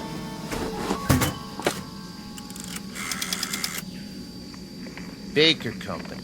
Baker Company. You missed the target. That's what I'm telling you. Well, try it again. Short. 500 yards. Sergeant Casarano says it was 500 yards short. That's right. Still. Tell him to raise it up. Sergeant says to elevate it. They say they can't elevate it anymore. What are they using? A slingshot? Listen, if you can't aim higher, Give me that. how do you expect to... This is Baker Company FO. Good going, boys. Yeah, I've seen what you did. A big fat nothing. You wrecked 5 acres of rice paddies and you torn up a beautiful grove of palm trees, but that's it. What's it to me? Let me tell you. We're sitting out here on our duffs on a hill in the middle of nowhere, and you know what we're doing? We're having a little discussion. Yeah, that's right. maybe you can help us out. We're trying to decide whether you got something in your religion against sending a shell into a cave. Or is it too hard for you? Because if it is... You tell him, Sarge. Oh, those jokers. What? Say again. Bypass? Well, now that's more like it. Because all you accomplished today is to tear up 5 acres of real estate and keep a handful of Japanese soldiers from falling asleep. Yeah. Well, I got a question for you. Anybody know how long it takes an enemy to die from insomnia? Same to you. Oh, we'll keep in contact, all right. You sure they're on our side? Makes me wonder sometimes. Give me a light. Here you go, sir. So what's the word? Did I hear you say bypass? They're gonna keep firing till late this afternoon. At least that's what they say. Then if they can't smoke them out, we'll just have to bypass it and move on. That's what I like to hear. Amen. I'm feeling better already. Me too. I'm getting cross-eyed looking through these binoculars. When they say flanks, I say thanks. I don't know about the rest of you, but I got no big urge to run headfirst into anything anymore. Not at this stage of the game. That's for sure.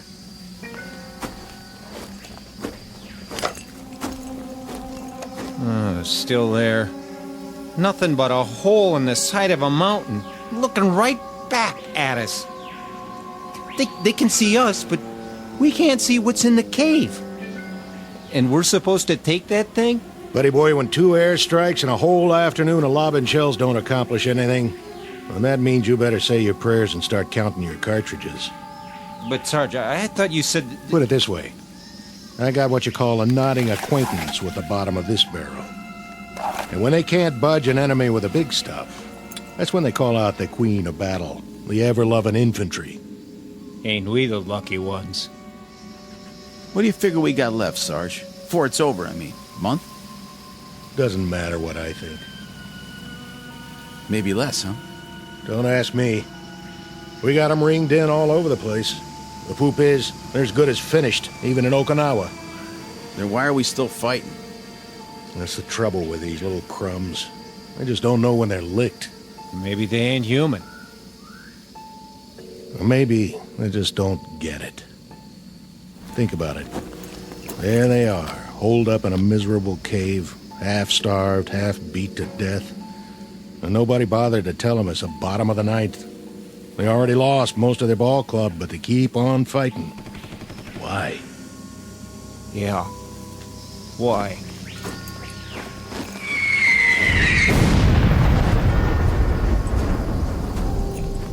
It's August 1945, the last grimy pages of a dirty, torn book of war. The place is the Philippine Islands. The men you've just met are what's left of a platoon of American infantry. Their dulled and tired eyes, set deep in dulled and tired faces, can now look forward to a miracle, the moment when the nightmare comes to an end. Or so it appears. For they've got one more battle to fight, a crazy, illogical standoff in the final days of a particular hell known as World War II. And in a moment, we'll observe that battle firsthand. August 1945, the Philippines. But in reality, it's high noon in a place called the Twilight Zone. And now, The Twilight Zone and our story, A Quality of Mercy, starring Robert Nepper, with Stacy Keach as your narrator.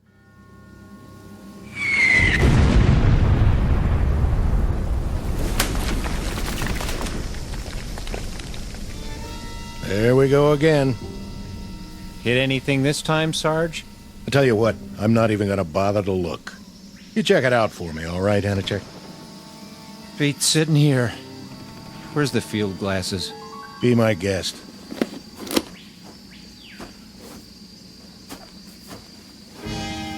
Well, well. What do you know? You see something down there? Sure. I see a white flag. Yep. Now they're coming out of the cave. And guess what, boys? They got something for us. Looks like... Oh, wait a minute. there's a pretty little geisha girl leading the pack. And she's carrying a tray full of rice. And a hot towel. Go on. Gotcha. Hey, hold on. There is something coming.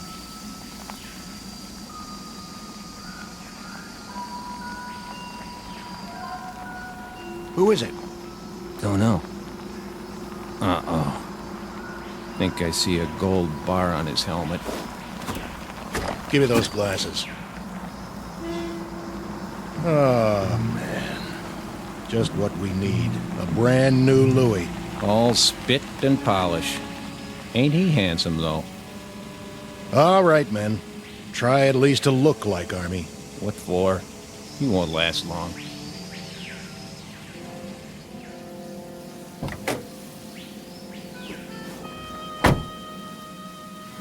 Well, looky what we got here. That uniform's so new it ain't never been washed. Brand new holster, too. Well, that's what I call a pistol. No kidding. Pearl handle and all. Sent us a real tiger this time. $5 says it's never been fired.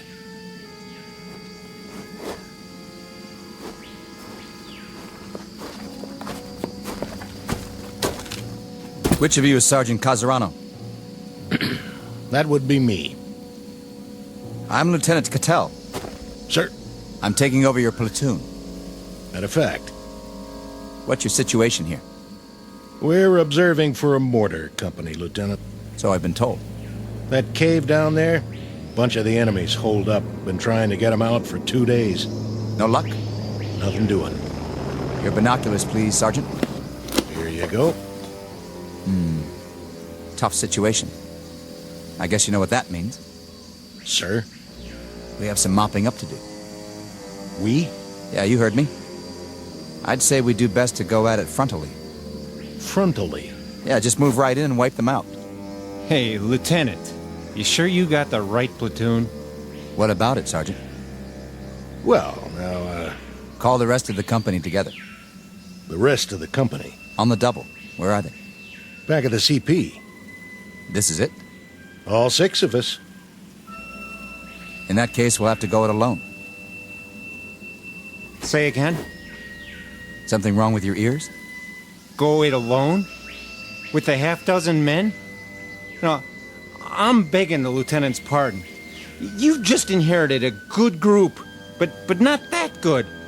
This is infantry, sir, not kamikaze. He doesn't have the wrong platoon. He's got the wrong army. Your name is what? Watkins, Lieutenant. Andrew J. Are you accustomed to talking to an officer on your back? Matter of fact, sir, I'm not accustomed to talking to an officer in any way. And why is that, soldier? We've lost our last 3 platoon, Louis, and I guess you could say there's been a space of time in between. Well, you've got another one assigned now, and you're going to have to learn to live with that. Starting with this reminder. When you address an officer, I want to see you stand up on your feet like a man. We've been on the line 33 days, Lieutenant. Your point is? Not much sleep. You know what that's like?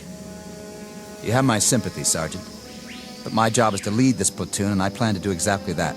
My way. Then maybe you'd better tell us. Just what is your way? When I tell you boys to jump, you'll jump. When I tell you to stand up on your feet, you'll do so.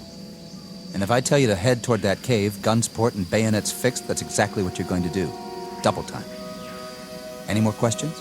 Begging the lieutenant's pardon. Any more questions? No, sir. Good. What are your orders, Lieutenant? Since we don't have a clear line of sight into the cave, and since there's no cover between here and there, we don't have a choice. We'll have to move down into the open. Just go ahead and take it. Full frontal. What about it, Sergeant? You want my opinion? I'm willing to discuss it. In terms of military strategy.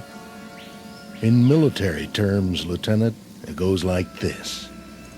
First off, you better muddy up that gold bar on your helmet so it doesn't shine too bright.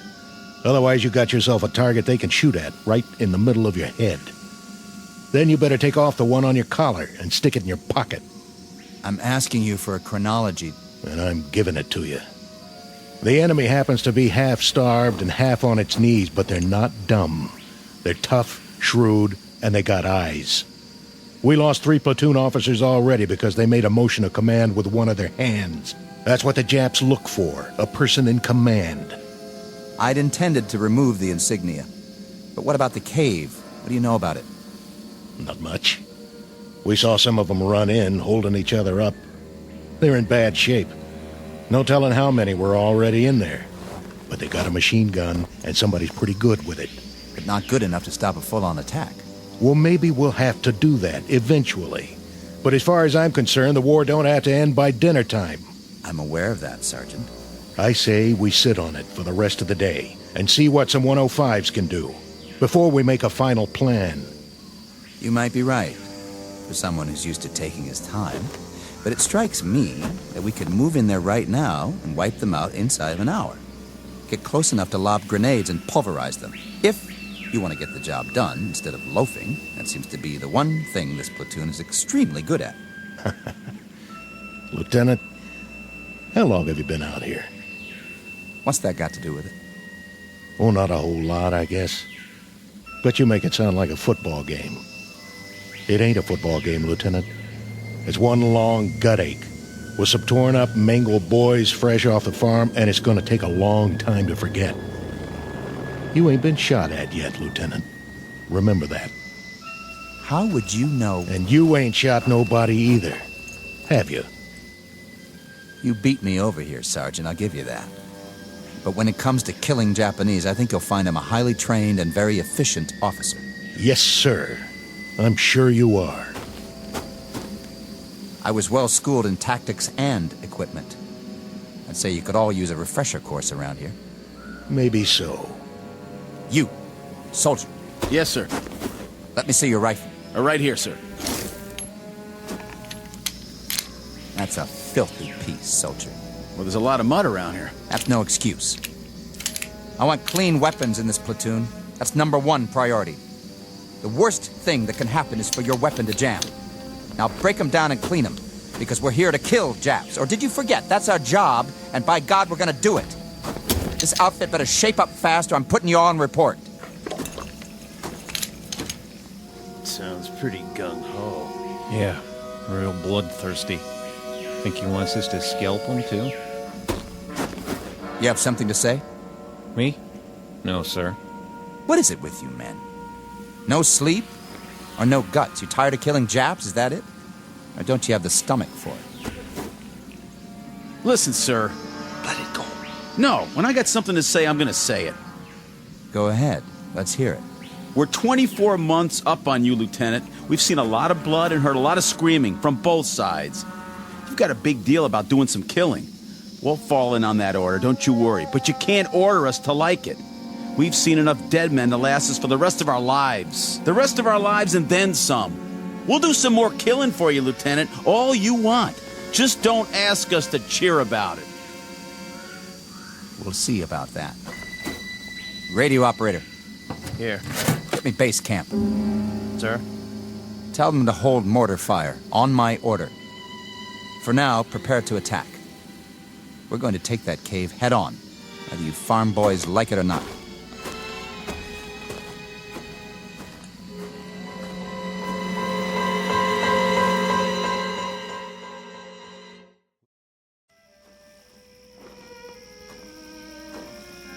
Give me your binoculars, Sergeant.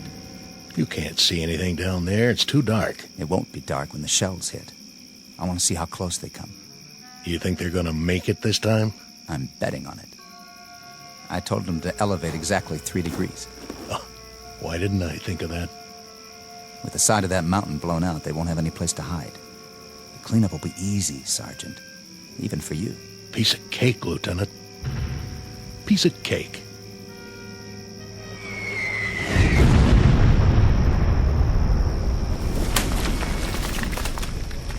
Still short. Yep, that's what it looks like. Casarano, those flamethrowers arrive? Yes, sir. Good. I figure we can move in behind the next barrage and get within 50 yards of the opening. Just like that. Flamethrowers can do a lot of damage, can't they? They can. What about phosphorus grenades? Oh, them too. if you put them in the right place. But what? I wouldn't want to get hit by one. We're not talking about you. We're talking about the enemy. Right. Well, wait till dawn, then move in. Check with company for the mortar barrage so we'll be ready to go. Okay, sir. I'll tell the men we're going in. You'll have to double time this one, Sergeant. That is, if you want to keep up with me. Oh, we'll keep up. But... Something you want to say to me, Sergeant? No. Are you sure? Yeah, I'm sure. I'm not your cup of tea, am I, Sergeant? I guess you got a little too much vinegar for me, Lieutenant. That's what it takes in wartime. You know, sir... What? We could bypass it. Bypass? Where did you get an idea like that? There aren't 20 men in that cave. Most of them are sick, or injured, or half-starved. They're probably out of their minds by now. But they're Japs, aren't they? They're men. They're dirty little cowards. Are they? You've got a funny group here, Sergeant. And you're the oddball of the bunch. If I may make an observation, the way I size you up is this. You've either got battle fatigue, the whole lot of you, or you're chicken. Maybe a little of both. Maybe neither. I don't rightly know. But the way I size you up, Lieutenant, is... Go ahead, say it. I'd like to hear this. Pea-green shave-tail right out of the panhandle. Scared to death he won't bag his limit. Or worse, all shook up because he's afraid somebody will peg him as a Johnny-come-lately instead of a rough, tough killer. I think that should do. You ask, you get told. You can't have it both ways. I said that should... You want to prove your manhood, Lieutenant? Okay. But it's too late to get your choice about how to do it. It's down to one lousy cave full of sick, pitiful, half-dead losers. And a handful of dirty, bone-tired men who've had their craw full of this war. You're a lousy soldier, Casarano, and that goes for the rest of these poor, sensitive, sad, sick boys you want to bottle feed. Did someone forget to tell you that when you fight a war, you fight a war? And that you kill until you're ordered to stop killing? I got the message, Lieutenant. Roger Wilco. I hope so. The message that there's always somebody like you who squeaks in just before they close the door. Somebody who has to grind his axe before you can give that final order, no matter what.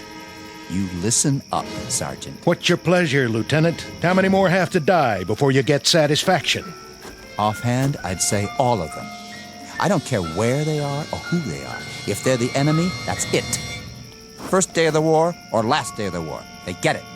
Keep the binoculars. You're gonna need them. You've broken your field glasses, sir. What? I said, it appears that your binoculars are broken, Lieutenant. Give me those. Wait. Who are... Sir? I said, who are... What are you? Sergeant Yamazaki. But these men, they're all... Soldiers, sir. Your soldiers. What? We await your command, Lieutenant Yamori. Sir, where are you going? Not that way, sir. Not that way, toward the mountain. Look, he runs down the hill. To the cave. No, it's too dangerous. He must not. Watch out. Lieutenant, stay down. Did you get him, sir? I don't know, dirty little... Casarano! Hold your fire! It's me! There he is. Get him! Lousy chap, take a bite off this. Lieutenant, stay where you are. We will return fire. They got us trapped in here. We'll never get out of this cave. Oh, yeah? Watch this. Eat lead, creeps!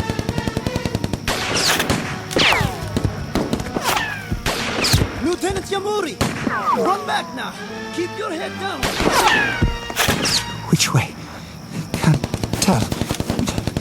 Which way to...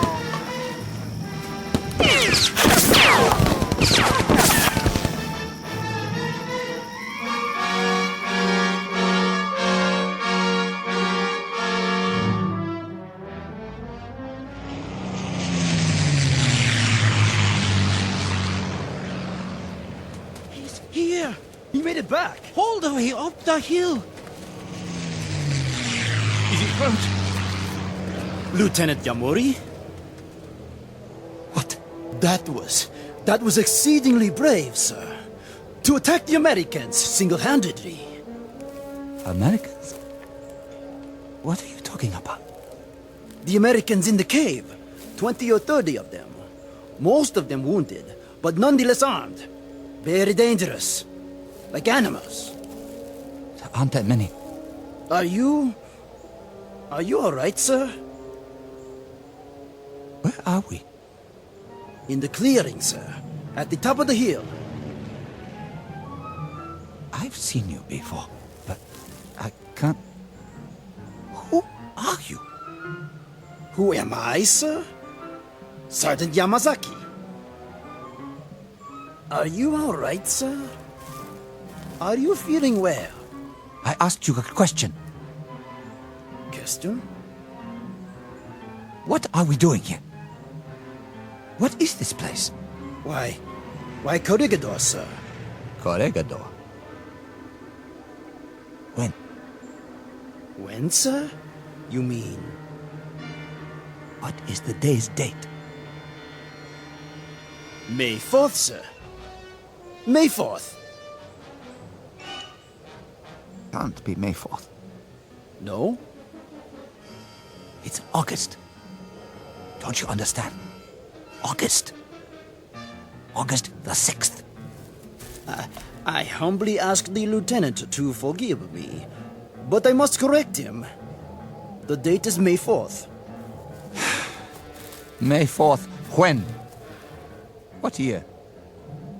The year 1942, sir. Is the lieutenant all right? A bump to the head? Uniform I'm wearing. It looks just like all your uniforms. Perhaps a touch of malaria. Did you call me? Lieutenant, sir. Your rank. You called me something else. You called me by a name. Yamori. Your name, sir. Lieutenant Yamori. No. No. No! What happened to me? What's going on here? What's happened? What is wrong with this man? I don't know, Captain Nakagawa. Yamuri, are you sick?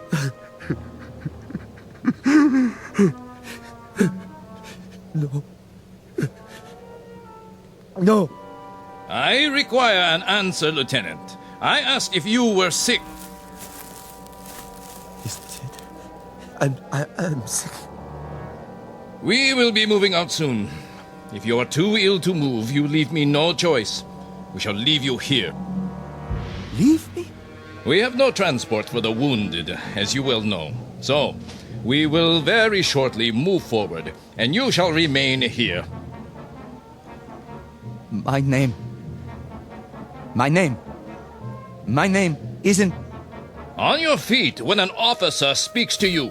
But my name isn't Yamuri. I swear to you. Something's happened. My name isn't Yamuri. My name is... Silence. Place this man under arrest. Yes, sir. Lieutenant, please, get up. I gave you an order, Sergeant Yamasaki. Men!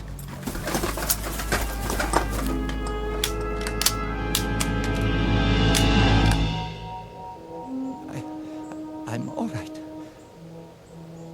Forgive me, sir. You what? I was feverish for a moment. I forgot where I was. Huh? I'm all right now. You're sure of that?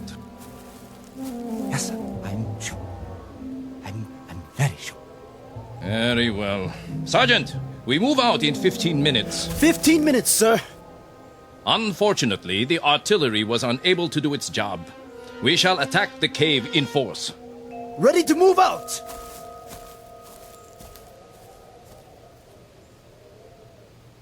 Sergeant. Yes? The cave he mentioned. Are you feeling better now? Yes, better. The cave. He means the one where I was just... The cave with the enemy. Put a new clip in your rifle.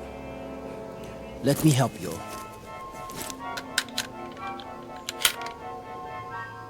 Which enemy? The American enemy, sir. The stupid fools who don't know when to give up. Here, fix your bayonet. The captain does not like to take prisoners.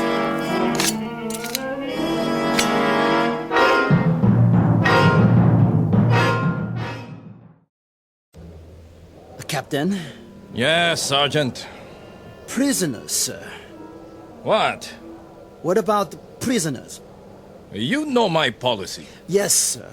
But what if they surrender? What about the wounded? I doubt that there will be any left to surrender when we are finished. Yamori! Sir?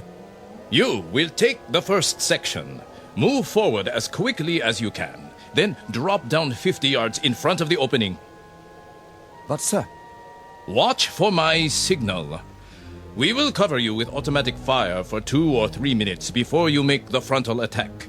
Sections 2 and 3 will follow. Understood? Yes, sir.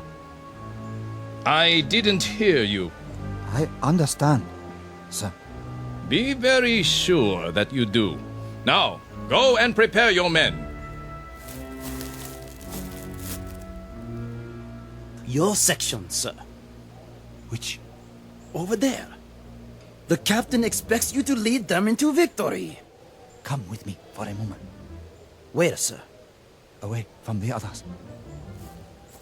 Look down there. The cave. Yes? You said something about there being wounded inside? I think so, Lieutenant. When they ran inside, they were carrying each other. I don't think there are more than 20 or 30 men. Not even that. It shouldn't be too difficult. They are only Americans, not good fighters. And they are very weak. Poor, starving soldiers. Please, you mustn't speak that way. The captain... Don't they know when to quit? If they have wounded, what's the point? They can't go on this way. If they surrender now, there might be a chance. What did you say? Nothing, Captain. I didn't hear. What did you just say? Repeat it. Just if they're wounded, sir, perhaps. Perhaps what? If we gave them a chance to surrender first, or... Or what? If we left them there. Left them? Bypassed the cave completely and moved on. Bypassed them. Is that a tactical judgment? I think it is. Or is it some nugget of compassion for the enemy unearthed by your fever? They are wounded. They're running out of supplies. They can't do much harm. Neither can they sink a battleship from this position. But their forces can. That is why we must destroy them. But if they have no more strength to fight... A reminder, Lieutenant. The identity of the men in the cave. They are Americans. They are enemy. Wounded, healthy, walking or lying down. They are enemy. The Japanese army does not bypass. The Japanese army attacks. The Japanese army wipes out its opponents to bring an end to this war. They're wounded. They're beaten and they're wounded. Their forces have suffered heavy losses. The rules of war Rules. Lieutenant Yamuri, it is odd that you should require this reminder, but the comparative health and well-being of the enemy, his comfort or his discomfort, the degree of his anguish or his incapacities have no bearing on military action. These things have no more to do with a tactical move or a decision of command than the fortunes of an anthill that you step on when we move forward to attack. But they're not ants. Correct. They are enemy. If when we enter the cave they are lying on the ground, crying in agony, pleading for mercy, I can assure you I will have no more compunction about making them a head shorter than I would about stepping on that anthill. Captain, they are men. You are not listening. They are enemy. This is war, and in war you kill. You kill, Lieutenant. Do you understand? You kill until you are ordered to stop killing. No! Now, pick up your broken field glasses and prepare to attack, or I will have you shot. Sir. Sections, assemble! Sergeant Yamazaki. Sir. You will handle the first section. Sergeant Hino. Hi. Take the second section. Lieutenant Ishimoto. Hi. Yours is the third section. Now, we move out. Lieutenant Yamuri, let me help you to your feet. I will take care of him, Sergeant, when we return. Yes, sir. Captain, what you do to those men in the cave, will it shorten the war by a week? By a day?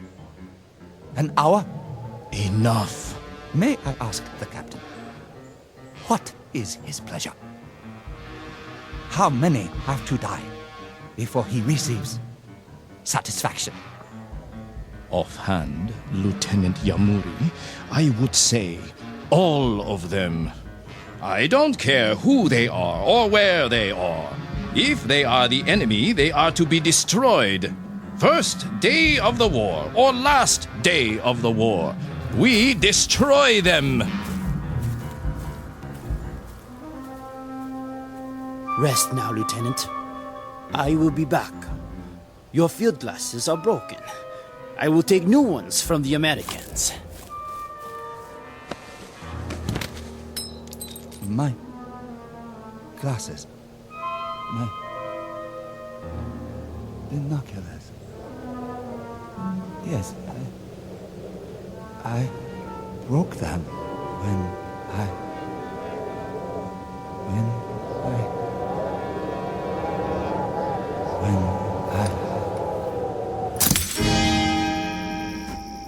Anytime you say, Lieutenant. What? What did you? Looks like you can't use those binoculars now, though. Binoculars? To help you with the duck shoot. No, we'll just have to follow your orders blind. Blind as a bat. Sergeant. Kazurano? Of course, when we start firing, there'll be flashes. Wait a minute. Maybe that'll be enough for you to lead the charge, just like San Juan Hill, huh? Of course, we'll be going down, not up. Wait. Hold on. Maybe he wants to put it off. You want to hold the attack till later? No. Yes. I mean... What do you mean, sir? Kazurano, something happened. Yeah. You broke your glasses. Now you can't see down there. Tell you what, I'll get you a new pair of one of them Japanese, if we make it inside. No, you don't understand. Those men in the cave... Men now? Hey, boys, he called them men. And all this time I thought they were the enemy, to be destroyed, just like that. Yeah, like animals. And what do you do with animals when they get in your way? You kill them, right, Sergeant? Right. You slaughter them. You kill till they're all dead. Then you dig them up and kill them again. Ain't that right, Lieutenant? No. There's not going to be an attack. Those men are wounded, starved. There's no point in... Hold it. You hear that? Jeep on the road. Hold fire.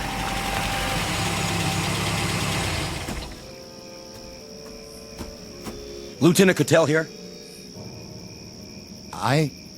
He's right here. I have your orders, Lieutenant. Orders? You're to pull off the hill, sir. Who says? Colonel Hagen, that's who. Why would he say that? Considering he just sent a new lieutenant to lead the charge. Don't you guys know? Know what? Guess you haven't heard. Air Force dropped a bomb on Japan this morning. So? A big one. I mean, the granddaddy of every bomb ever made. I think they call it an atomic bomb. What about it? Well, they figure this is going to end the war inside of a few hours. The Emperor's ready to give up. Well, ain't that something? All units are to pull back to base camp and wait it out. See what happens. Some kind of announcement coming any time now. I'm gone. Is this it? All right, boys, you heard the man. Get your gear and move out. Oh, man. I'm gonna get me the biggest steak you ever saw. First thing I'll head for is a hot bath. How about it, Lieutenant? You with us? Or do you want to stay here and fight it out all by your lonesome? With you. Something on your mind, Lieutenant? Yeah, something. I'll bet. But I wouldn't fret it if I was you. There'll be other wars sooner or later. Other caves. Other human beings you can knock off. I hope not. God help us. I hope not. The quality of mercy is not strained. It droppeth as the gentle rain from heaven on the place beneath. It is twice blessed. It blesseth him that gives and him that takes. Shakespeare, The Merchant of Venice. But applicable to any moment in time, to any group of soldiery, to any nation on the face of the earth, or, as in this case, to the Twilight Zone. We'll return to the Twilight Zone in just a moment. You are about to enter another dimension, a dimension not only of sight and sound, but of mind, a journey into a wondrous land of imagination. Next stop, the Twilight Zone. Hi, this is Stacy Keach. I'd like to take a moment to tell you about our Twilight Zone website at twilightzoneradio.com. At twilightzoneradio.com, you'll find the latest information on these Twilight Zone radio dramas, including behind-the-scenes photographs, plus the newest product releases, trivia contests, ways to contact us, other Twilight Zone-related info and merchandise, plus links to other fascinating websites. So make your next stop twilightzoneradio.com. Visit twilightzoneradio.com to purchase these Twilight Zone radio dramas on cassette and CD, or call toll-free 1-866-989-ZONE. That's 1-866-989-9663.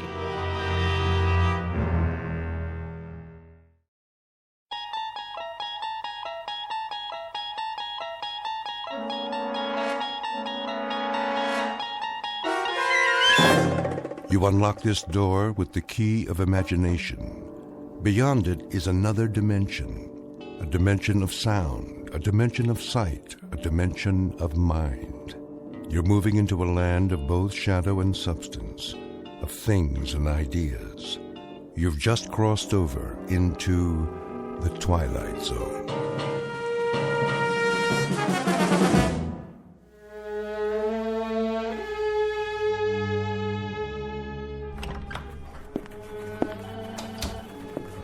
Mr. Sperry, Director of Development. Please hold.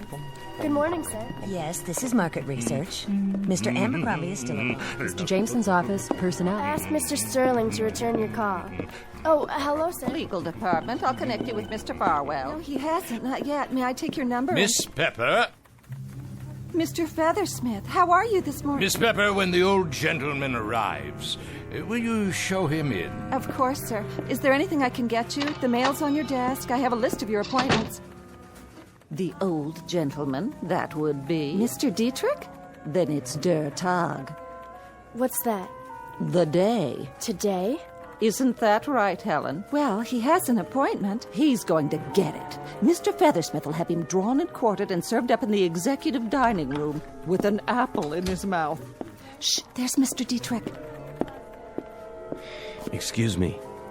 I have an appointment to see Mr. Feathersmith. Oh, yes, Mr. Dietrich. If you'd let him know that I'm here. He's expecting you, sir. Go right in. Thank you very kindly. Yes. Mr. Dietrich, sir? Come in. I can just see him now, that big happy grin before he draws blood. Have a cigar, Mr. Dietrich, before I rip you to pieces.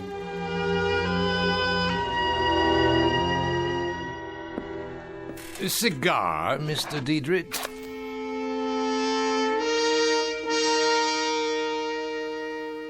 You're about to witness a murder, a willful, predatory case of homicide. The victim is a Mr. Sebastian Dietrich, age 77. The killer is a Mr. William Feathersmith, a robber baron whose body composition consists of refrigeration coils covered by thick skin. In a moment, Mr. Feathersmith will proceed on his daily course of conquest and calumny with yet another business deal.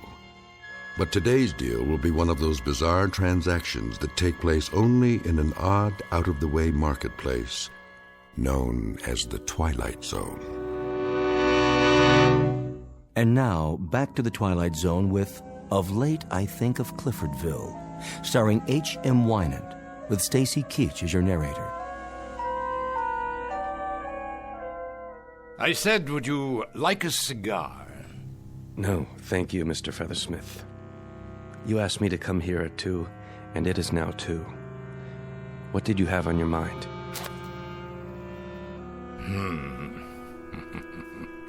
You've never cared much for my personal habits, have you, Dietrich? Smoking, for example. Whether I do or don't is really not at issue, Mr. Feathersmith, but the extent of time that you keep me here is, on the other hand, of considerable import. I'm a busy man. I'd like to get on with it. Oh, by all means. We've gone a pretty far route, the two of us. Have we? I owe you a great deal, Mr. Dietrich. I remember vividly the afternoon many, many years ago, back in Cliffordville. You called me into your office. You ran a rinky-dink, nickel-and-dime little tool shop. And you said, Bill Feathersmith, I like your style, boy. I want you in with me. Do you remember that afternoon? I shall never forget that afternoon, Mr. Feathersmith. I've thought about it a good deal in the ensuing years, and I've never ceased to regret it. You never did like me. I wouldn't say that. I have disliked and detested you with great cordiality. I have found you to be, as of the day you walked into my office, a predatory, grasping, covetous, acquisitive animal. Without heart, without conscience, without compassion, and without even a subtle hint of the most commonplace decency. Does that answer your question? I give you this, Dietrich. You never were a man to toady around with a lot of phony euphemisms. You always did speak your mind. And you, Mr. Feathersmith, mark you, this is perhaps the singular compliment I can dredge up, have always been a man to speak yours, so why don't you? All right, then. I'll do precisely that. See this map? It's my empire. Mining over here, electronics here, here and here, lumber, railroads, minerals, an industrial complex I built up step by step, piece by piece, and in which I take pardonable pride. Yet there's a piece missing. Go on. Well, that is to say, there was a piece missing. The Dietrich Tool and Die plant. Was? A good, substantial plant employing 13,000 people, some 40 years in operation, not always perfectly managed. But sufficiently well to make you move heaven and earth to try to buy it. Thank God I won't live to see the day when you get your greasy hands on it. Of course, as a matter of your financial problems, I happen to know, Mr. Dietrich, that you secured a loan of $13 million. This is the note here, isn't it? How do you... I bought the note, Mr. Diedrich. I paid an exorbitant amount of money, far more than it was worth, but it was, let's say, an exceptional opportunity for our lives to crisscross again. What is your point? The point is right here on the note. It says payable on demand. So, on demand it is. I want it paid. Not tomorrow. Now, this moment. I want your personal check in the amount of $13 million, or I'm very much afraid I'll have to send out the painters to the Diedrich Tool and Die Works and cross your name off the sign. Feathersmith, if you call in that note, you'll ruin me. You'll put me into bankruptcy. You'll kill off everything I have, everything I own. You're a most discerning man. Here it is only 6 minutes past 2. 6 minutes! That's all the time it's taken for you to comprehend that I've managed to kill you off.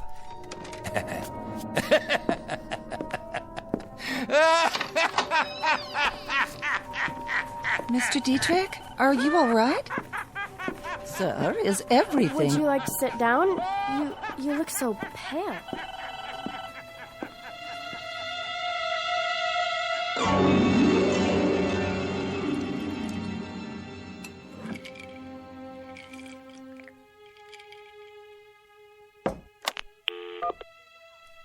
Miss Pepper? Miss Pepper? Where is she? What time is it? Oh, excuse me, sir. I didn't know you were still here. I'm here, my good man. I'm assuredly here. And here is the mountaintop. The high rung on the ladder. I'll finish cleaning later. No. You may join me on the mountaintop. Here I am, way up on the mountain, like who was it? Genghis Khan or Julius Caesar? Julius Feathersmith.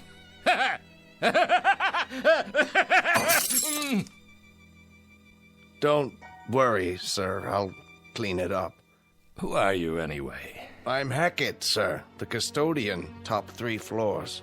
Well, how would you like a drink, Mr. Custodian of the top 3 floors? See, I have another bottle somewhere. Thank you, no, but I appreciate it. How long have you been performing this illustrious task? 34 years, sir. I've been 34 years in the building. I got a gold watch last year. A gold watch? After 34 years. That's practically as long as I've been in the building. But I didn't start here. No. I know indeed. I started in a little town called Cliffordville. Never hear of Cliffordville, Mr. Hackett? That's a coincidence, Mr. Feathersmith. I was born in Cliffordville. Grew up there. Well, then we have something in common. We're both from Cliffordville, and we both put on our pants, one leg at a time. But there, the similarity ends. Come here, I want to show you something. Yes, sir? See this picture on the wall? Know who it is? Why, I'm not sure. That's William Feathersmith. Me. Taken in front of our old home in Cliffordville. Now that was a town, wasn't it? That was a real place. Stately trees, gracious homes, beautiful sprawling park, and real people who knew the value of a buck, people who worked hard to get it. There was none of this crazy stuff about unions, retirement benefits, or antitrust suits, or any of that claptrap. Those were the real times, when a man could go up to the stars if he had a mind to, and the legs to carry him, and the fingers to reach out and grasp. Not like now. Nah, not like now at all. I reckon so. I'm going home now, Mr. Hackett. May as well. No place else to go. Yes, sir. I've been sitting here for 3 hours, all by myself, thinking about Cliffordville. About how I wished it was that way again. I had an old man here today, Diedrich. He gave me my first real job. Well, I fixed his wagon. He never liked me, I never liked him. We both used each other, and I got the most use out of it. I broke him to pieces today, just like he would have done to me if he could. And he's tried, Mr. Hackett, let me tell you. He's tried. Good night, then, Mr. Feathersmith. William Feathersmith, what a crock. Alexander Feathersmith is more like it. Alexander the Great Feathersmith. I've got everything there is to get. But I'm still hungry. Understand? I'm hungry. A 20-course meal. I've got a tapeworm inside me that's taken every bit of it. He cried. What? What did you say? Alexander the Great. He cried because he had no more worlds to conquer. I guess maybe he was kind of like you, Mr. Feathersmith. You know what I wish? I wish I could go back to Cliffordville. Back 50 years ago and start all over. Because getting it all, that was the kick. Not having it, getting it. Good night, Mr. Hackett, custodian of the top 3 floors. Don't forget to wind your gold watch.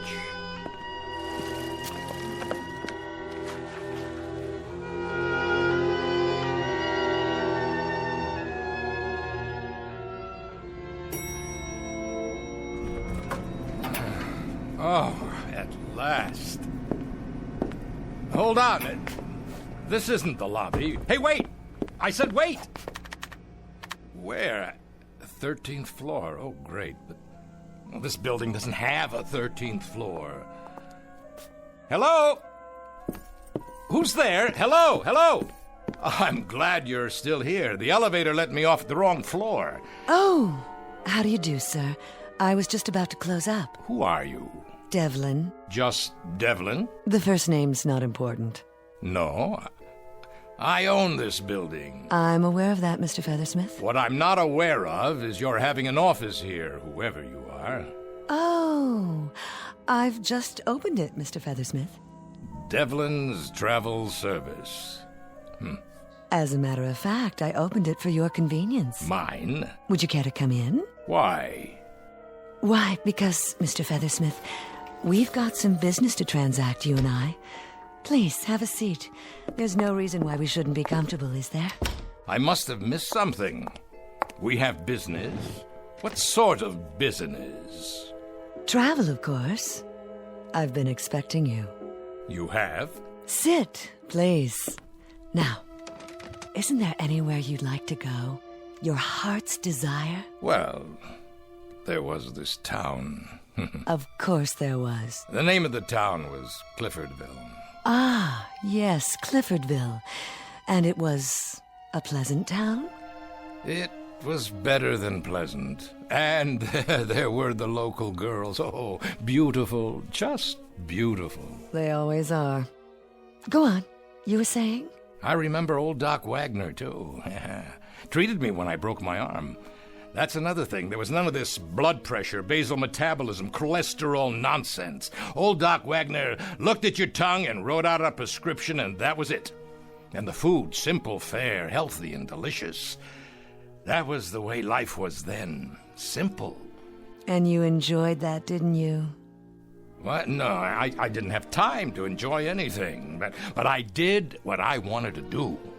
I worked, I scrambled, I dug, I scratched, I pushed, drove, and I went up. Understand? I went up. And now you're all the way up. But you're simply bored. That's what it is, isn't it, Mr. Feathersmith? I'm worse than bored. I don't have any purpose now. No plans. No drive because there's no place left to go. Are you sure? The sign on your door, what does it mean exactly? A succinct suggestion of the kind of service I offer, Mr. Feathersmith. And that is? Just as it says. Travel. Or more to the point, if you don't mind the rather melodramatic terminology, one might call it time travel. Miss Devlin, I think we may have something to talk about after all. Indeed, Mr. Feathersmith. You've got everything you want. And the pleasure is not in the acquisition. It's in the struggle to acquire. Isn't that the sense of it? Go ahead. So, let's do this. Let's send you back to Cliffordville. The Cliffordville of 50 years ago. And you can start fresh. Acquire. Build. Consolidate. Do it all over again. How does that sound? You're not dealing with a bumpkin, Miss Devlin. This isn't one of those sell your soul for a nickel country boys. Try this. You send me back in time to Cliffordville, but I want to look like I looked 50 years ago. Agreed. Number 2, I want to keep my memory, everything that's happened since, not impaired one bit. Check again. And I want the town to be exactly as it was, the same people. All very easily arranged. Now for the price. I suppose the standard payment is, well, what you call a soul. On occasion, that is part of the transaction, but in your case, I believe we got a hold of your soul some time ago. Let me check.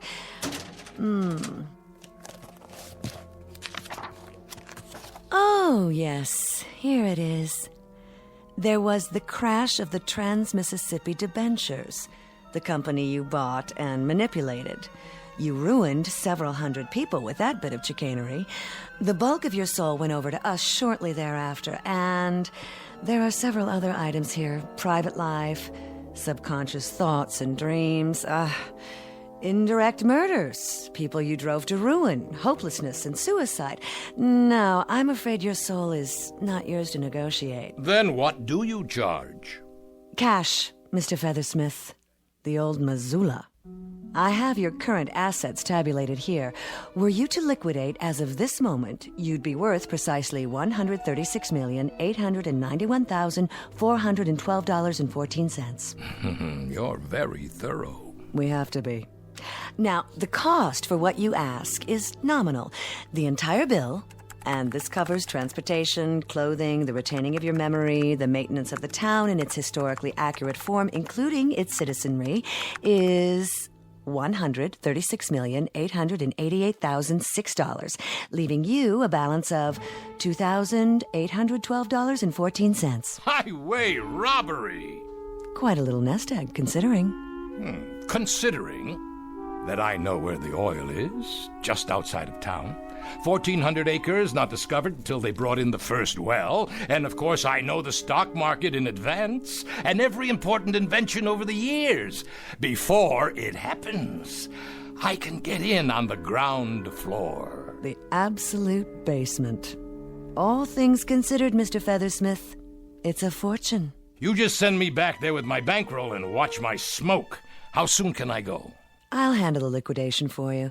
Just sign this power of attorney, and there's no reason why you can't leave, say, tomorrow morning. Done. Exemplary, Mr. Feathersmith. You're one of the few remaining rugged individualists. A pleasure doing business with you. Now, Union Airways, 8 a.m., followed by a rail connection the rest of the way. I'm afraid there was no airport near Cliffordville back then. You'll arrive at noon. Exactly 50 years ago. And needless to say, I wish you everything that you deserve. Little lady, you don't have to wish me anything. I'll get everything I go after. Everything. You know, Mr. Feathersmith, I believe you. In fact, I have no doubt whatsoever. Care for a cigar?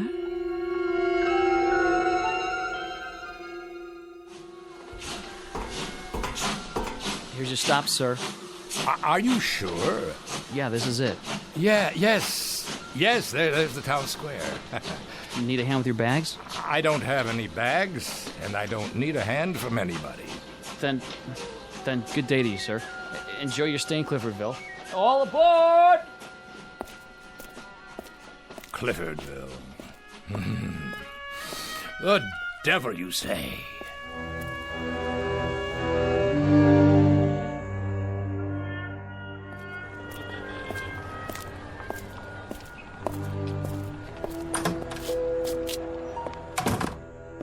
Yes, sir. May I help you? I'd like to see the president of the bank. That would be Mr. Gibbons. Do you have an appointment? No, but he'll see me. He's having his lunch right now. Tell him Mr. Feathersmith is here to talk about investments. Some very important investments. All right, sir. I'll tell him. Take your time, sweetie. By the time the bank closes, I'll have this dumpy little milk stop tied up with a ribbon around it, deliverable to me.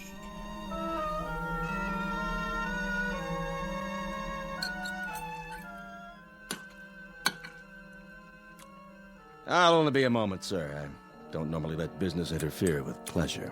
I never allow pleasure to interfere with business. The name is Feathersmith. I'm not a peddler, a drummer, or door-to-door salesman. I'm here to make myself rich, and in the process, you'll pick up a few crumbs of your own. I beg your pardon? The Widow Turner's land. The south end of town. Is it available? The Widow Turner's land. There were 1,400 acres. Mr. Gibbons, is there an echo in here? No, indeed. It's just that... Well, sir, you're talking about a valuable piece of property. A beautiful spot. Singing birds and constant sunshine. A Garden of Eden for a man with vision. The potential is unlimited. It's a swamp for mosquitoes, and the potential's malaria. I just want you to tell me who owns it and how much they want for it. As a matter of fact, it was purchased from the late Mrs. Turner's estate by... yours truly. In partnership with a Mr. Sebastian Diedrich. Diedrich, huh? What do you know? Well, do you suppose you and Mr. Diedrich could be persuaded to part with your land, assuming the price is right? As valuable as it is, well, sir, everything has its price. How does $8 an acre sound? Lovely. Good. If I were an idiot. But I'm not an idiot, Mr. Gibbons. I'll give you $1 an acre. Well, why don't we strike a compromise and say $6? Let's say $1.50. You drive a hard bargain. Mr. Diedrich and I might hold still for $4 an acre. Mr. Gibbons, you wouldn't hold still for a back rub if it couldn't be converted into currency. $2 an acre, and that's it. 2, you say? 2, I said. And 10 minutes from now, it'll go down to $1.60. Going. Gone, Mr. Feathersmith. I presume this will be a cash transaction. You bring the deed over to my hotel tonight, properly signed and notarized, and you'll have your money. Well, now, sir, this is the way I like to do business. No fiddling around, just two staunch men of goodwill who know what they want. Wouldn't you agree, Mr. Feathersmith? I'll agree with you all the way down the line, Mr. Gibbons, as long as you keep both hands on the table.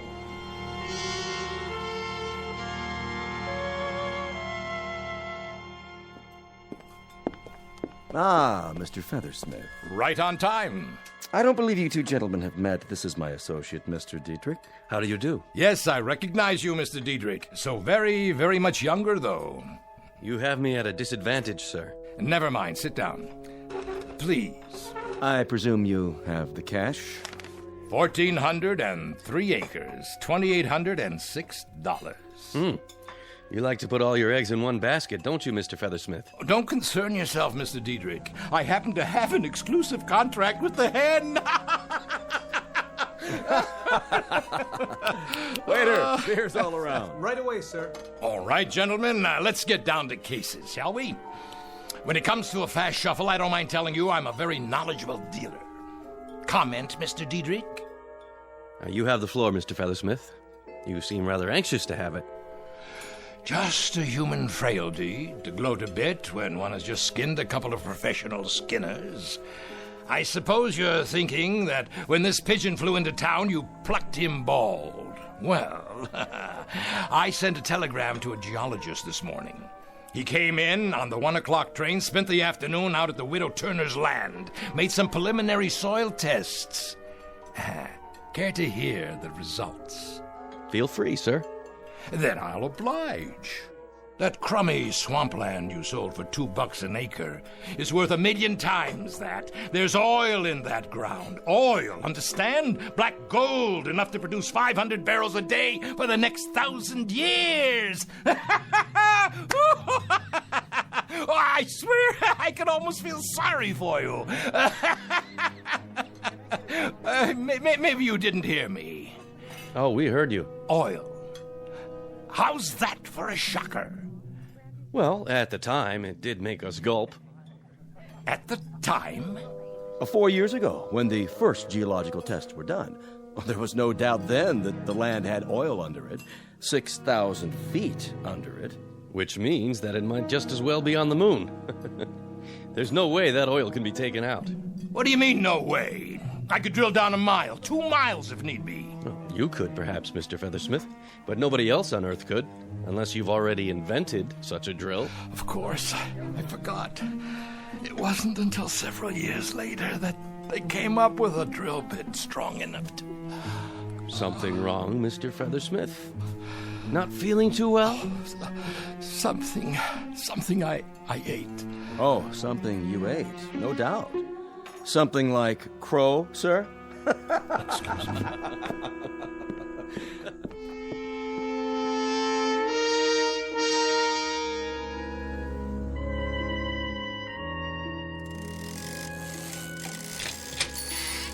Mr. Kronk, this here is Mr.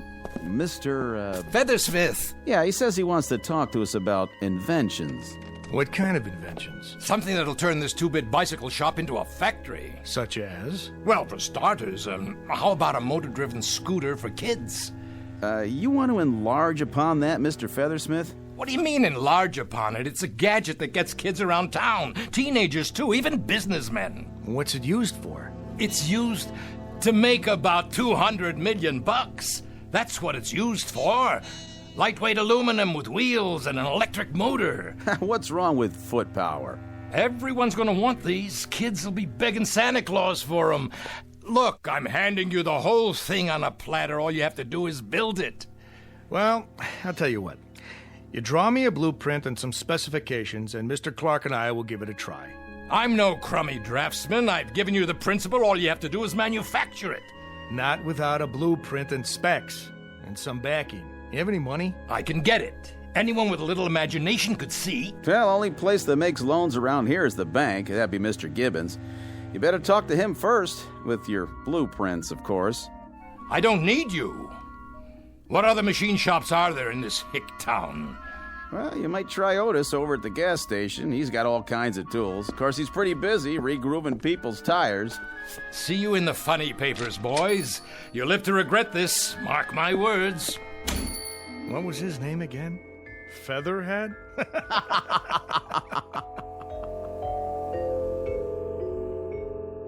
Modems. You connect your home computer to the telephone line. Your home what? Cable television. You pick up the signal from a satellite. What's a satellite? Listen, you download it over a dish network. Dishes? But nobody watches TV in the kitchen. Pantyhose. I say take off your garter belt now and throw it out. Now. And I say get out of my store. All the way out. You have a filthy mouth, sir.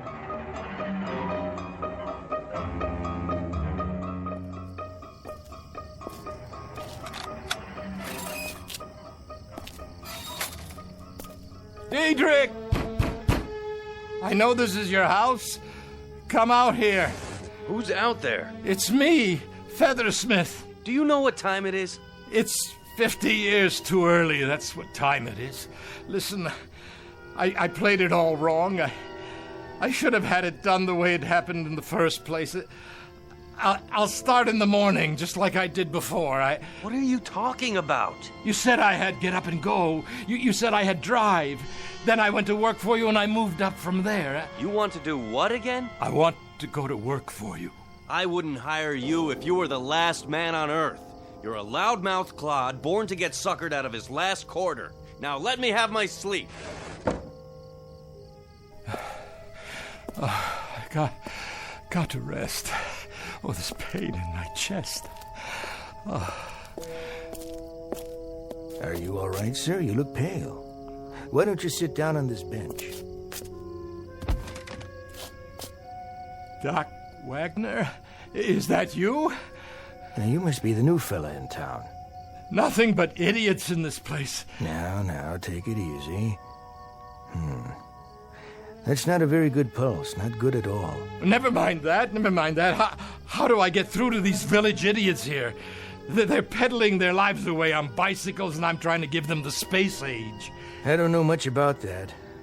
But I can tell a bad pulse when I feel one, and Yours feels like the heart of a 75-year-old man. You sure don't take care of yourself. What did you say? The pulse of a what? A man in his 70s. If I've said it before, I've said it 100 times. Modern man drives himself to an early grave just trying to keep up with the pace of life nowadays. Why, that dirty, cheap little thief. She didn't change me inside. That's why I'm so tired. That's why I can't make it here, because inside I'm old, the way I was. Swallow 2 of these pills. You horse doctor. I remember when you were diagnosing acute appendicitis as cramp colic. Go on, get out of here. You couldn't diagnose anything. Well, I can diagnose insanity when I see it. And that's what my diagnosis is in your case. Insanity. Plain and simple. I don't need you. I don't need this jerkwater town. If I were you, I'd check myself in for observation. At a mental hospital. Well, you're not me. It was that Devlin dame. That dirty, two-timing little hustler. Why, Mr. Feathersmith, everything all right? You look a bit queasy. You miserable. Now, let's be fair. Nothing was said about changing your chronological age. You wanted to look 30. And you do. We said nothing about your insides. Your heart, veins, kidneys. What about this town? You wanted it as it was. The contract was very specific. It's really not my fault that your memory is so imperfect. And as to the possibility of investments, your problem was that you leapt before you looked. But everything else is wrong, too. I mean, the deals, the inventions. They've never heard of space shuttles or microchips or... Of course they haven't. And you, Mr. Feathersmith, because you're a wheeler-dealer, a raider, because you're a taker instead of a bringer, you are now what is commonly referred to as behind the old 8-ball. Look, I don't want much. I swear to you. Make it the way it was, that's all. Get me back with Dietrich. Let me start out there, that's all I ask. I think we might be able to arrange that. Mind you, purely as a gesture of sympathy, though it hurts me to mouth the word. Frankly, you are so unhappy, so totally abject a creature that I cannot find it in my... well, in the place where you'd normally find a heart, to leave you here. There's a train out at midnight. A special train. Bless you, Miss Devlin. Please. I won't forget this. There is a small surcharge for the service. How much? $40. Things do cost, Mr. Feathersmith. I don't have $40. I don't have 10. I don't have... What's this in your pocket? Well, how about that? This is your night. You have one negotiable item left. The deed. All you need to do is liquidate it. But who'd buy it? That I wouldn't know. What do I do? You've got a few seconds. Find yourself a customer. It's as simple as that. But where? There's a young fellow over there on his way home. You could ask him. It's bargain night, right here. Huh? 1,400 acres of singing birds, constant sunshine, all for $40. Here, please. Well, for $40, I might be able to... All aboard! Please hurry. There. You won't be sorry. You'll be rich. Hey, what's your name, young fella? Hackett, sir. Bill Hackett.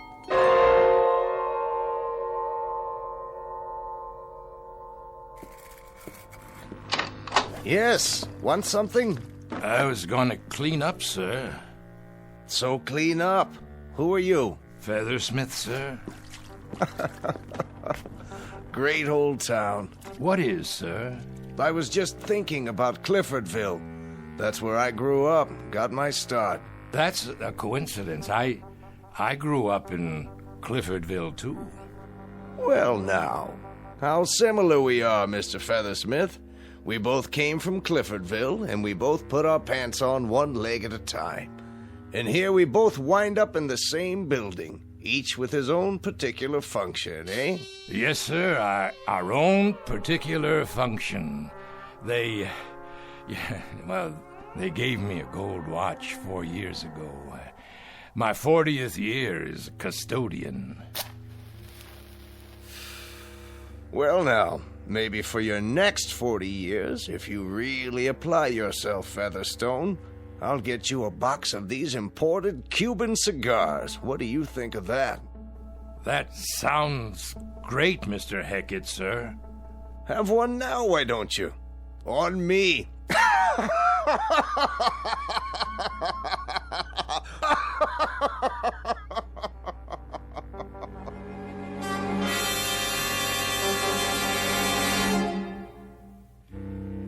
Mr. William J. Feathersmith, tycoon, who tried the track one more time and found it muddier than he remembered it, proving with at least some degree of conclusiveness that nice guys don't always finish last, and some people should quit when they're ahead.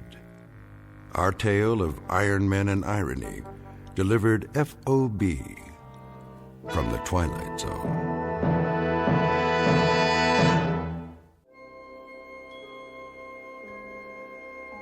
Hi, this is Carl Amari, producer of the Twilight Zone radio dramas. I'd like to take a moment to tell you about our official website at twilightzoneradio.com, where you'll get the latest news and information on these Twilight Zone radio dramas. Plus, at twilightzoneradio.com, you can digitally download 3 free episodes or any of our episodes for only $1.95 each. In this age of ever-changing technology, we've decided to make these episodes instantly available to you by making the Twilight Zone radio dramas a digital download-only series. This means that this series will no longer be offered on CD. The CD collections at our website are now being offered while supplies last at buy one, get one free. So be sure to get your favorites before they're sold out. Be sure to visit us often, and I'll see you in the zone.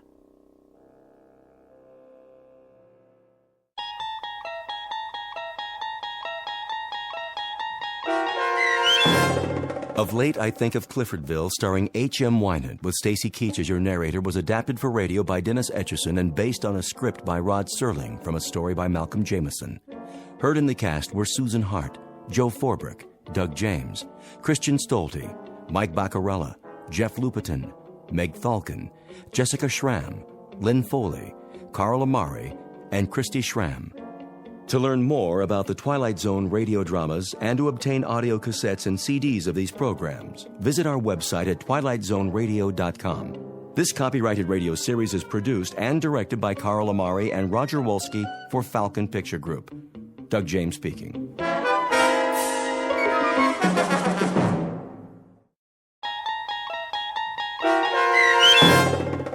The Last Rites of Jeff Myrtlebank, starring Robert Nepper with Stacy Keach as your narrator, was adapted for radio by Dennis Etchison and written for the Twilight Zone by Montgomery Pittman. This copyrighted radio series is produced and directed by Carl Amari and Jason Mallow for Falcon Picture Group. Doug James speaking.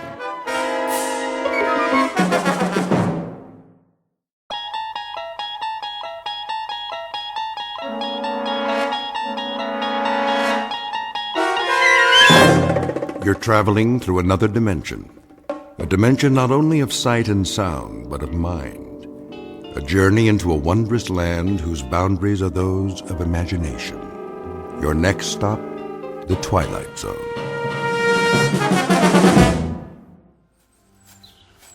Come on, let's take a look in the window. How are we gonna do that? Climb up. Aw, just sneak in. Not me. I ain't going to church. No Sunday school today. We could open the door and take a peek. Nah, we couldn't see him. Where is he? In the box, in front of where the preacher's standing. I thought he was supposed to be in a coffin. Silly fool. That's what the box is, a coffin. Oh, well, I gotta see that. Yeah, me too. But I told you, we gotta look in the window. What are we gonna climb up on? The rain barrel, over here. I'll show you. Thank you, Sister Ruth. That was mighty fine playing. Yes, sir. Amen. Yes, sir. Now then, to get to it. Brothers and sisters, we're meeting here today so we can pay our respects to one of our own. Our dear departed brother, Jefferson Myrtlebank. Oh, bless his soul. There's his family, Yep, you all know him. His pa. Reverend Siddons. Henry. And his ma. Thank you, Reverend. God bless you, Ethel. And little Liz Myrtlebank ain't but 10 years old. Bless her heart. Look at her. What an We all know Jeff Myrtlebank. He was a good boy. Yes, fine young man. A real good father. That he was, Miss Gatewood. Oh, Mama. Take my hanky, Comfort. Comfort Gatewood, you go ahead and mourn for that fine young man that's laid out in his coffin. There wasn't none better in these parts. Not a one. Absolutely. Oh, he didn't always show up here on Sundays, but nobody ever saw him at the bootleggers on Saturday night either. As they come. No. But the Lord giveth, and he taketh away. And no man knoweth the reason. As it's written. We're all gonna miss this strapping youth.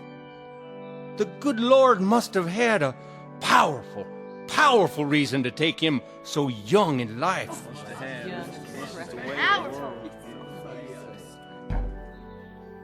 Oh, my. What is that? Did you hear that? But we all know the Lord moves in mysterious ways. His wonders to perform. What is going on?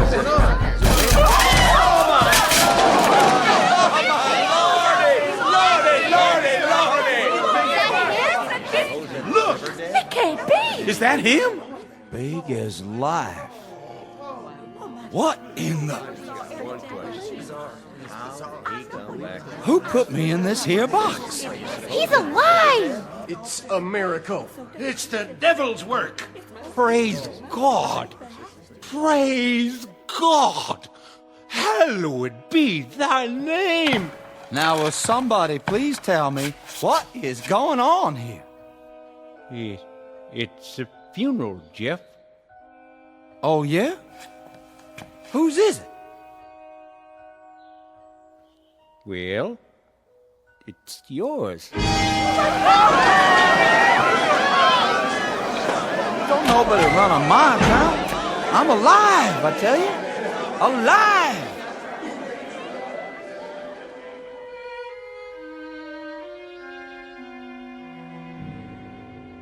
Time, the mid-1920s.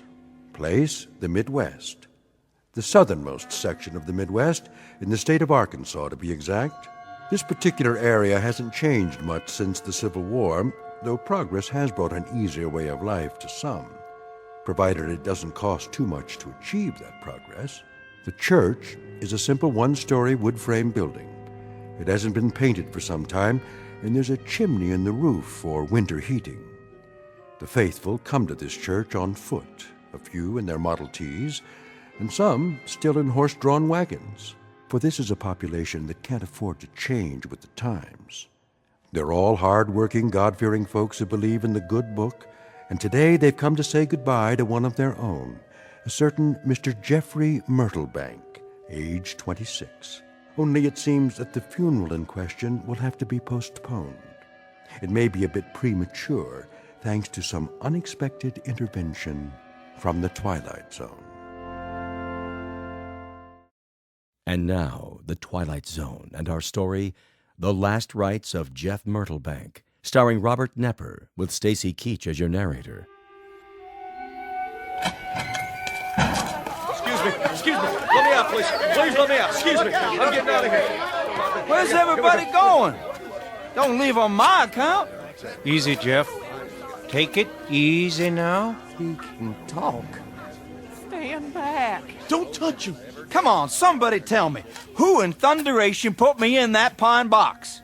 Now, brethren. Let's not give way to panic. What we got here is a little mistake. Little? Brother Siddons. Why don't you sit down on the steps? 'Cause I don't need to sit down. I feel fine, don't you? Jeff? Is that really you? Course it is, Ma. You're looking a little pale, son. Just a minute, Pa. Brother Siddons, you still seem to have some sense left. What's going on around here? Tell him, Reverend. Son, we was about to bury you. Bury? We was real certain you died. Me? Dead as a doornail. But that's foolishness. Doc Bolton pronounced you deceased. When was that? Oh, day before yesterday. That's right, son. Hold on, Pa.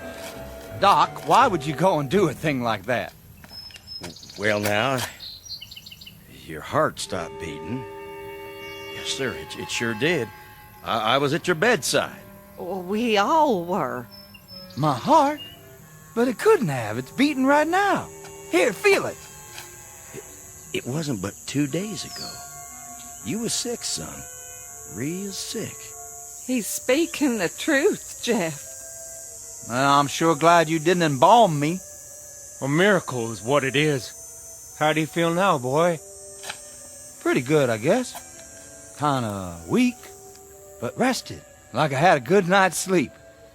Hungry, though. Real hungry. I could about eat a bear, hide and all. Reckon you should be hungry. Ain't it for 3 days? Well, don't look so surprised, Ma. You too, Pa. It's me, all right? It surely is, boy. I'd know my Jeff anywhere. Hope you got a good supper on the stove. You sure it's him, Ma? Little Liz, what's the matter? Don't you know your own brother? You're not thinking I'm a ghost, are you? Ma, don't go touching her just yet. Well, I'll be double-dogged. My own folks is afraid of me. How about the rest of you? Comfort? You here, too? Jeff, I don't rightly know what to say. Now just you hold off from touching my sister. What for? By dang, I'll bet she ain't scared. Not the man she's gonna marry. Maybe Occurence is right. Hold back your touch now. That the way you feel, Comfort? Well, I don't know. I reckon maybe you are, at that. Little Liz, where are you? Let go of Ma's skirts. You're not as scared of me, are you, honey? Well... Lizzie? You fooled him, didn't you, Jeff? Yes, honey, I fooled him. Give me a hug now. You swear you're really and truly my boy, Jeff? None other. In the flesh. Praise be, son. Come on home where you belong. Look at They're a family again. brings a tear to my eye. Give me your hanky. I know what it is. Listen to me. I know what it is. What's that, Doc? It's a medical miracle, and it happened right here in our county. Now, the scientific term is ipso-suspendo animation. Say that again? Very rare. In fact, there have been only, let's see now, 30 cases in the last 1,500 years. You sure you ain't trying to cover up your own miscalculation, Doc? I never heard of no sickness like that. Not likely you would. 30 cases in 1,500 years, and all of them in Europe. But everybody's going to hear about this one as soon as I write it up for the medical journal. I don't know if I want to be famous, Doc. Can't we just keep this twixt ourselves? Best thing you can do is to stop trying to slander my name and get this boy home. I do feel kind of weak. Give him a bowl of soup. Put him to bed. He's going to need his rest. Bless you, Doc. We'll do that. Come on now, Jeff. We're going home. Soon as I crank the car. If I could just sit down for a minute. Oh, you go ahead, son. Right here on the running board.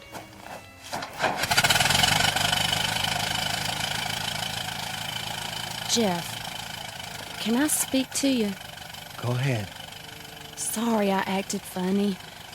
It was just... It was so sudden, you're taking sick and all. I like to cry my eyes out. Did you?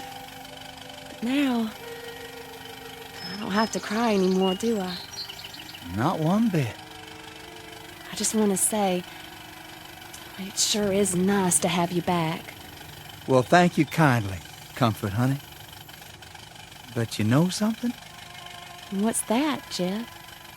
Truth be told, I ain't never been away.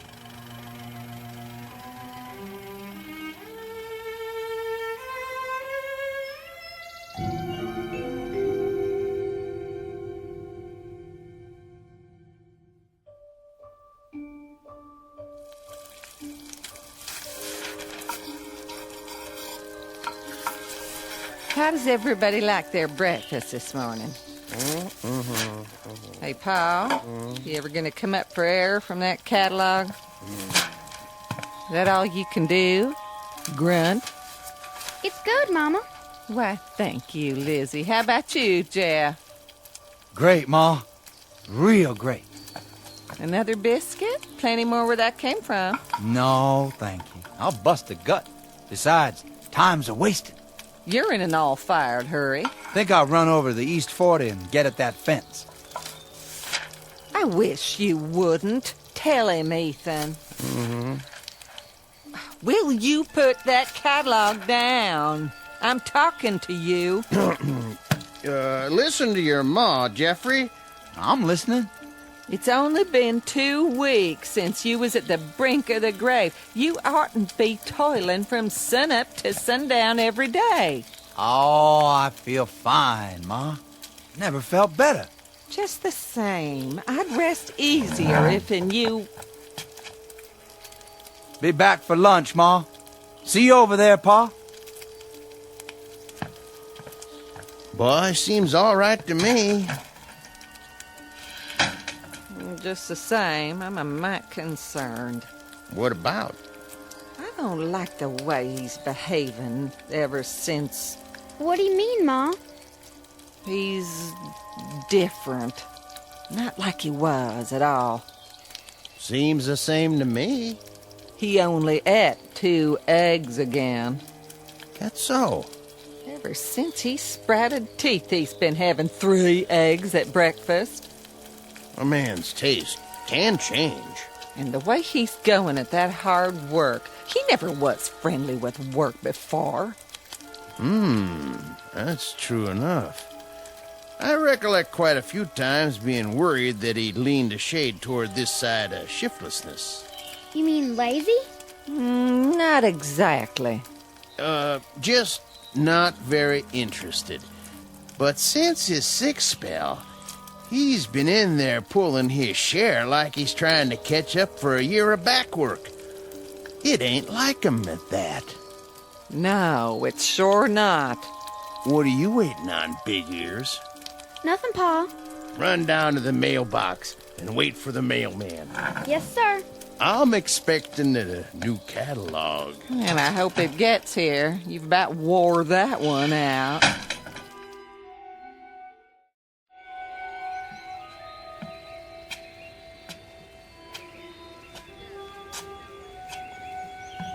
Hello there, Peters.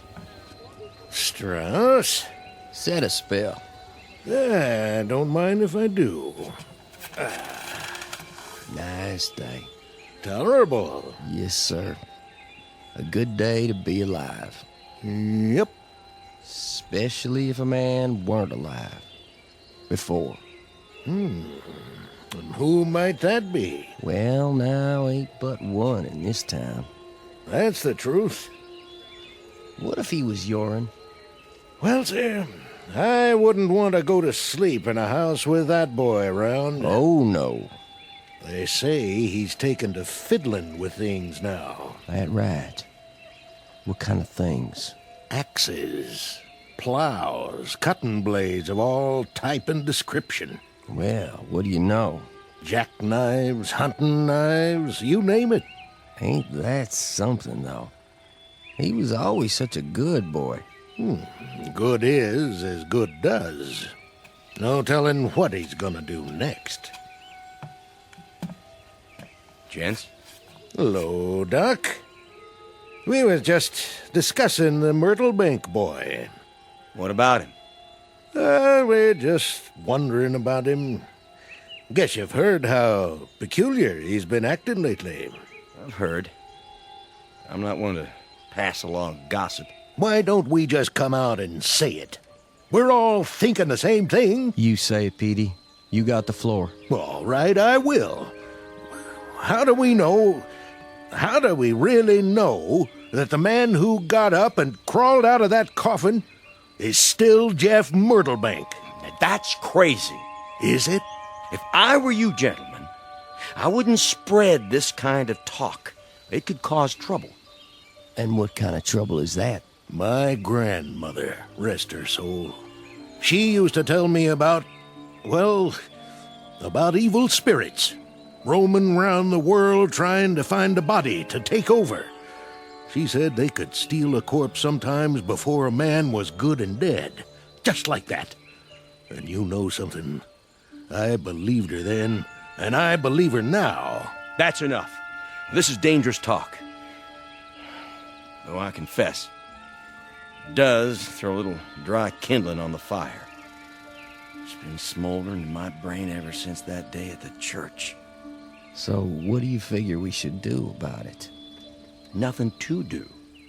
Just keep your ideas to yourself for now, or you'll get people all riled up. We need proof, and that's what we don't have yet. Good day to you, gents. Day. Be seeing you, Doc.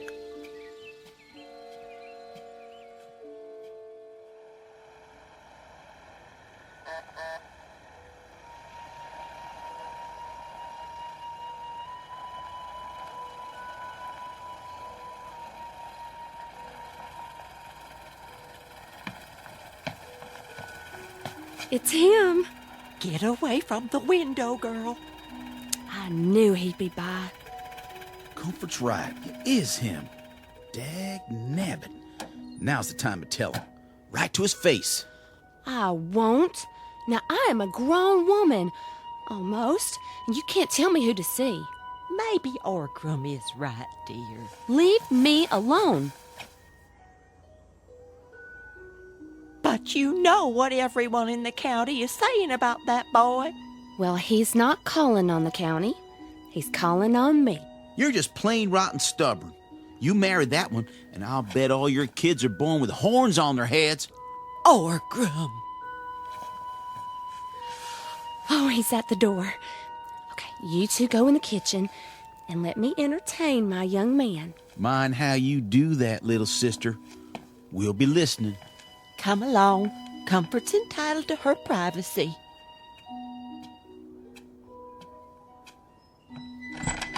Well, bless my soul. Look who's here. Hello, honey. Come in. How's your ma and Orgram? Oh, just fine. And you? I mean, well, how's your folks? Same as ever. Only ma's gonna be mad as a hornet tomorrow. Mad? Yeah. I raided that vine of tame roses she's so proud of. Thought you might like a little bouquet. I wrapped it up and everything. You brought me flowers? How sweet. You oughtn't to have done that. Go on. Put them in some water before they die. All right, I will. Oh. What's the matter?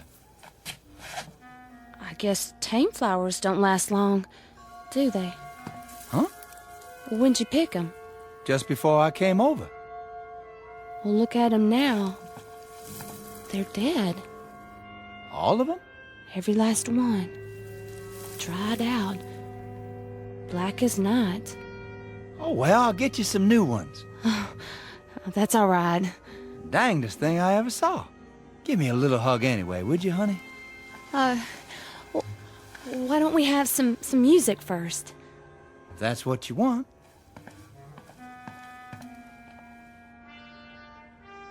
I'll wind the Victrola. You do that. And pick out a record you like. We bought a new blue yodel last week. Did you? Yeah, it's real pretty. You mean like you? Oh, silly. You'll like it. Here, let me play it for you. Can we dance to it? Oh, just you wait now. Comfort, honey. Don't. What'd I do? Nothing. Only don't go try touching me. I thought you was my girl. I'm sorry, Jeff. It's just that the way those flowers died. What about them? Maybe you've got poison on your hands. That ain't what's bothering you. Yes, it is. I get it everywhere I go. I can let it go by from other folks, but not from you. I'm getting mighty sick and tired of being treated like one of them vampires. Oh, I didn't say that. Now, are you my girl or aren't you? If you are, give me a kiss. Jeff, no, please.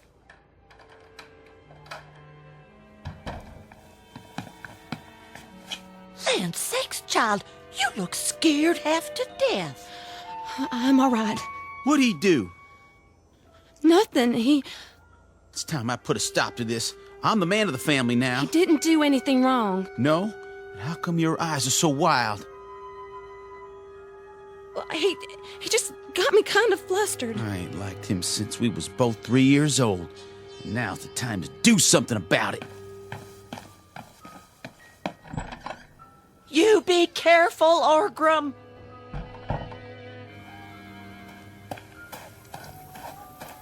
Jeff! What do you want? I don't want you hanging around here no more. Let me give you some advice, Orgrim. I'm pretty mad right now. I ain't mad at you in particular, so it'd seem a shame if you got in my way and I took the whole thing out on you. You threatening me? That the way you take it? Man, don't forget who I am. And who is that? We go way back. If I had a dime for every time I whooped you, I'd have $100. True enough. But you haven't whooped me lately. Now get out of my path. Make me. If that's the way you want it.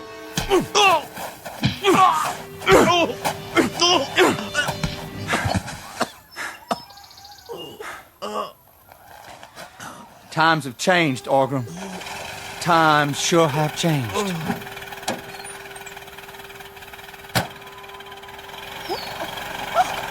Mama? You're bleeding. Oh, my little boy, what's he done to you? Oh, Mom, I think he broke my jaw.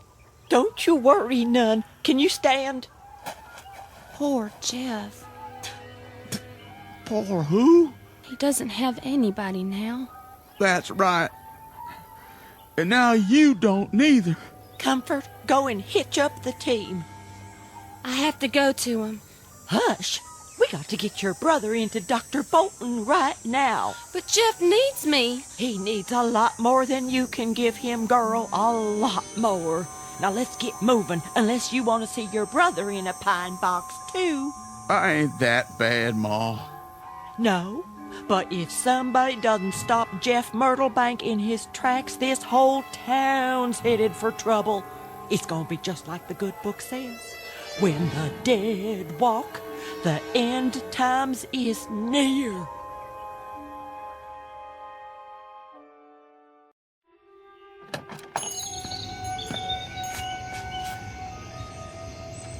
Easy with him now.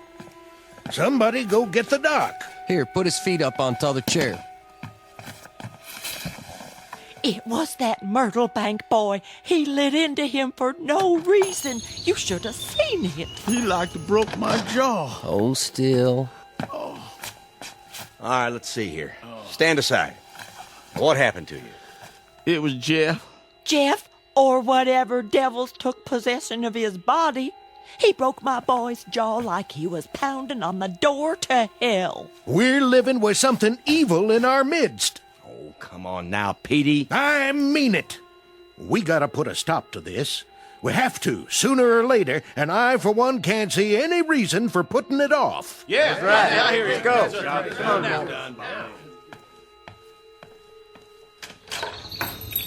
Where's she going? Come on, horses. Comfort Gatewood, you come back here right now. Sorry, Mama. I gotta go to him.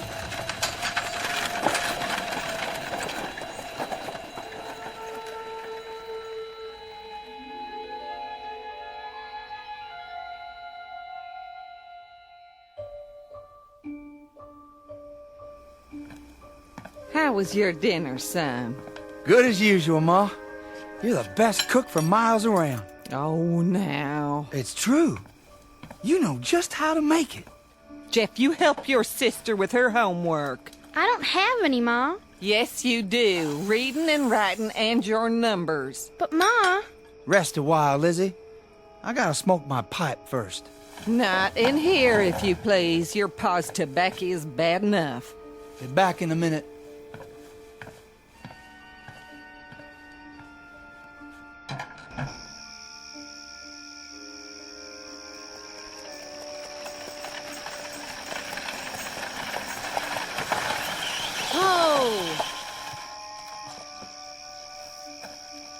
That you, Comfort?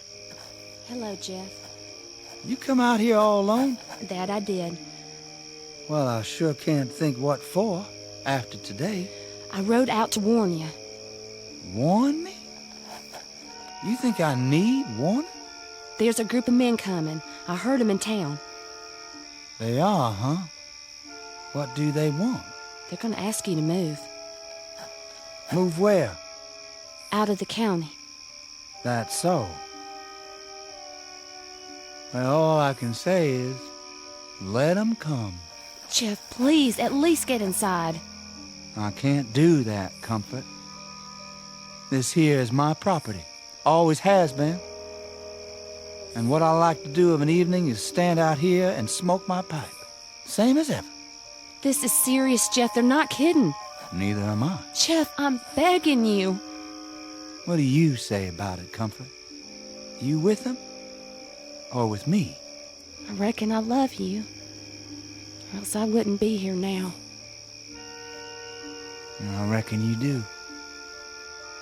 And I love you too. I want to marry you. So which way is it going to be?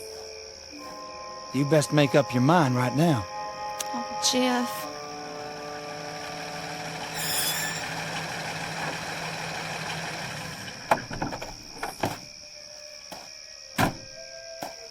There he is. All the girls with him. So this is where she took the wagon. I should have figured.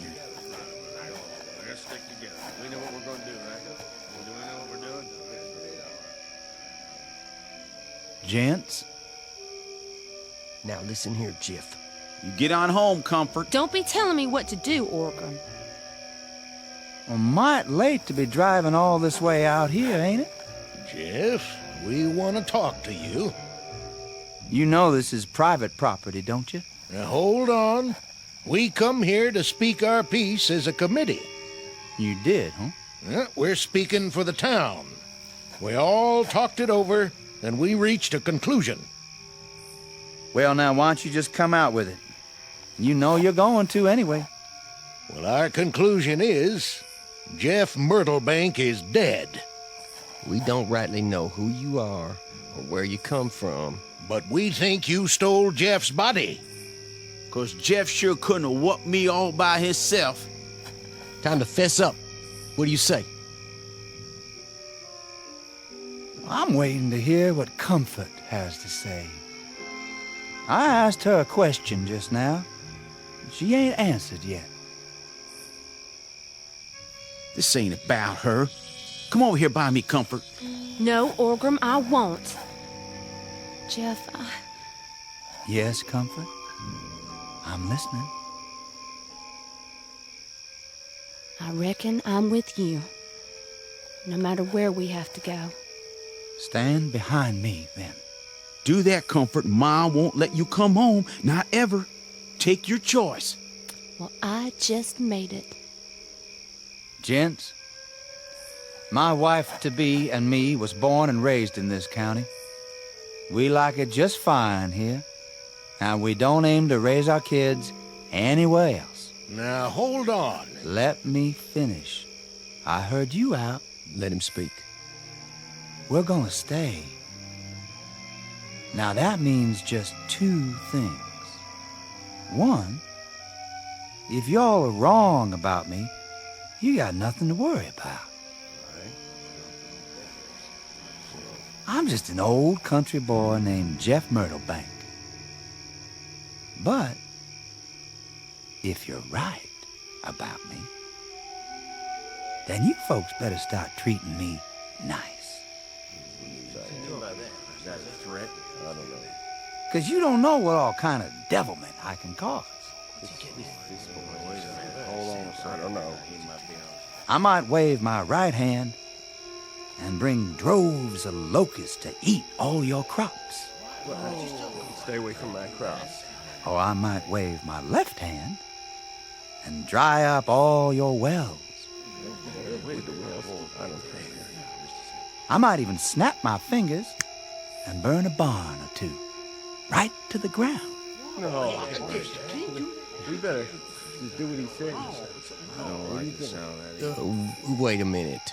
Or some morning, just because I feel ornery, I might let the hawks carry away all your chickens. Now, Jeff, don't go getting ahead of yourself. Yes, sir. I think you folks better start treating me and mine real nice. Boy has a point. I guess it's a different picture with you aiming to marry Comfort. We sure ain't got no call to pick on her. That's the truth. It wouldn't be right to hurt her trying to get at someone else. When you aiming to marry? Jeff? Right away. That true, Comfort? Then I guess it is. In that case, be sure to let us know about it, boy. We'll throw a picnic that day. Well, let's go, men. This here engaged couple's got some planning to do. All right, let's go. We gotta go. See you at home, Comfort? In a while, Occurence. Tell Ma not to wait up.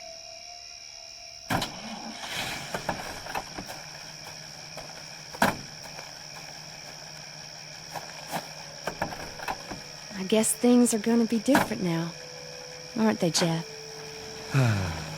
Sure are. Something the matter? No, my pipe just went out. Where's my matches? Right here in your shirt pocket. Oh. Can I ask you one question? Sure, honey. You couldn't really do all those things, could you?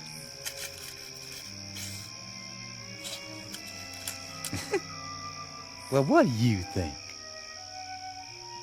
I hated to lie to him that way. But sometimes you have to cope with trouble soon as it comes up, before it gets out of hand. Jeff. Hmm? How'd you do that? Do what? Like that match. You didn't strike it on anything. It just lit. All by itself. Was that a magic trick? Nope. Well, then what was it? Honey, one of the first things you're gonna have to learn is to stop imagining things.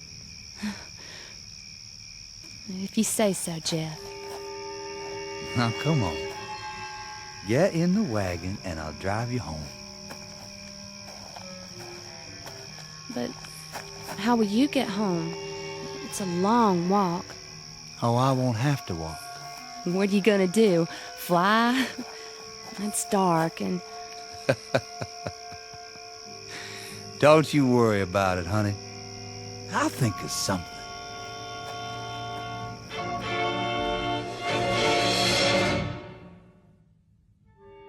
You'll be relieved to know that Jeff and Comfort are still alive and happily married after all these years. According to the history books, their only son went on to become a United States Senator. He was considered an uncommonly shrewd politician who never lost an election. No one's sure where he is now, but from all reports he had a great influence on our national policies. Some say he continues to this day working quietly behind the scenes, using some rather special skills learned only in the Twilight Zone. The Twilight Zone continues in just a moment. You are about to enter another dimension, a dimension not only of sight and sound, but of mind, a journey into a wondrous land of imagination. Next stop, the Twilight Zone. Hi, this is Stacy Keach. I'd like to take a moment to tell you about our Twilight Zone website at twilightzoneradio.com. At twilightzoneradio.com, you'll find the latest information on these Twilight Zone radio dramas, including behind-the-scenes photographs, plus the newest product releases, trivia contests, ways to contact us, other Twilight Zone-related info and merchandise, plus links to other fascinating websites. So make your next stop twilightzoneradio.com. Visit twilightzoneradio.com to purchase these Twilight Zone radio dramas on cassette and CD, or call toll-free 1-866-989-ZONE. That's 1-866-989-9663.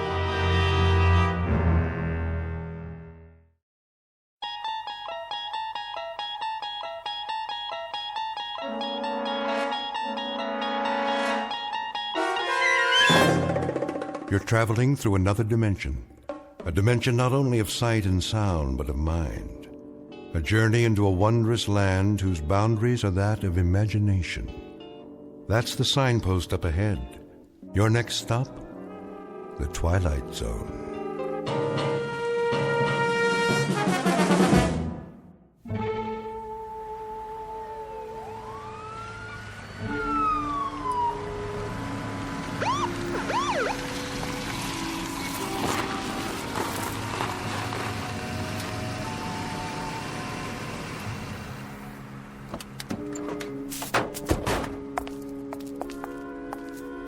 The address? Yep, 2719 Ye Old Curiosity Shop.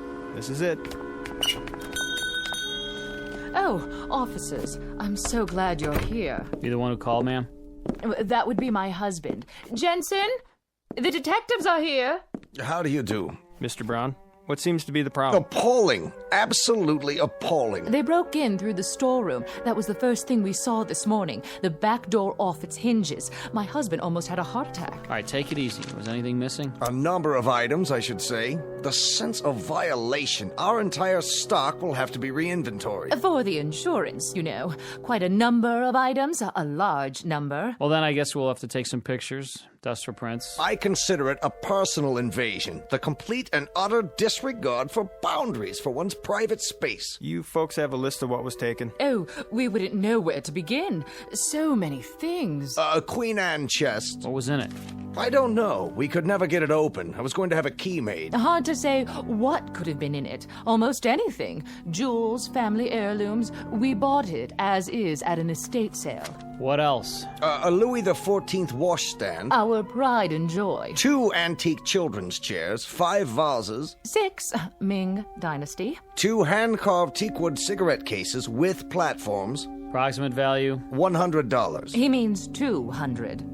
A tray of rings, 3 sapphires, 3 rubies, 3 emeralds. All genuine? Well, the rubies are actually... All genuine. And there was a 19th century silver service for 12.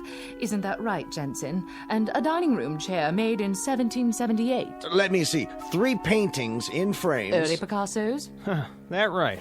What about the stuff that was in the window? Oh, nothing of real consequence. Don't forget the other tray of rings, dear. Remember? The Native American baskets and the camera. One camera? A very special camera. One of a kind. Make? Well, it didn't have a name on it. At least we never could make it out. Foreign lettering, indecipherable. Probably ancient. Never saw one like it before. It was here when we bought the shop. It was imported. Very rare. Very, very rare. At least 100 years old. Okay, let's see what we got here now. Let's see. Okay, 6 vases, 5 ceramics, a Native American basket, jewelry.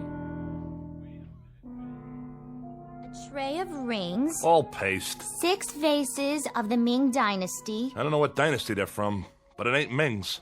They're from a rummage sale and they're worth a couple of shucks apiece. Chester, will you pipe down and let me read the article? Larceny. Plain no good larceny is what it is.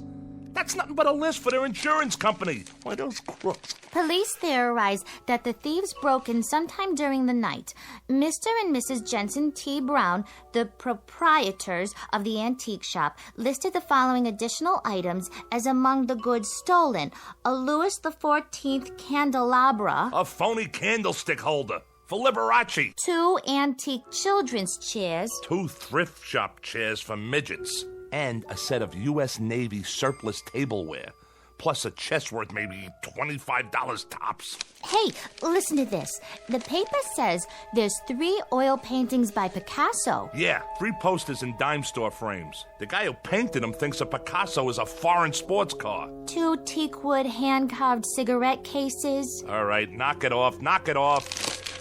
Here's something they forgot to put in the paper. A camera? Big deal. Well, it looks like an antique. When I was a kid, you could have bought this in a 5 and dime.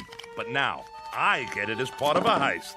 Perfect. The whole haul is worth maybe $50. A fence will give us 10 if we're lucky. I could have shot pool for half an hour and made more. Oh, come on, Chester. Want to take my picture? You think that thing works? Well, let's give it a try. Even if there's film in it, it'd be so old by now that... What do you gotta lose? Huh, Chester? Please. Please.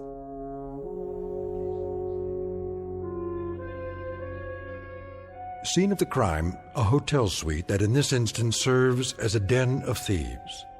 The aftermath of a rather minor event to be noted on a police blotter, an insurance claim, perhaps a 3-inch box on page 12 of the evening paper. There's just one small item to be added to the list of loot. A camera, a most unimposing addition to the flotsam and jetsam that came with it. Hardly worth mentioning, really, because cameras are cameras. Some expensive, some available at the corner drugstore. But this camera, this one is unusual. Because in just a moment we'll watch as it injects itself into the destinies of 3 people. For it happens to be a fact that the pictures it takes can only be developed in the Twilight Zone. And now, back to the Twilight Zone with A Most Unusual Camera, starring Mike Starr with Stacy Keach as your narrator. Please, Chester, take my picture. Look at this crummy thing. Foreign writing all over it. No place to open it up. Where do you put the film in? Maybe it's already got film in it. Yeah, sure. From the Ming Dynasty. And you think it's still good? Come on. See? You look through the thing on the top here. Now, this must be the button here. Wait, let me pose nice. Hold it, baby. Say cheese. Ta-da! Perfect. Fits right in. Everything else for nothing, so we get a camera that's for nothing. You and your curio shops. My curio shops? You cased the place. You fingered it. You did all the planning. Oh, listen to Miss Culture over there, the patron of the arts. Never mind hock shop, she says. No, let's go up in life. Let's knock off a curio shop, because curio shops have nothing but objects of art worth a fortune. And who touted me? The art lover over there. 2 weeks of planning, a whole night on the job, and what do we have, Paula? 400 pounds of junk. Yeah? Room service. Wait a minute. Room service, huh? I didn't order no room service. It's the law. What are we gonna do?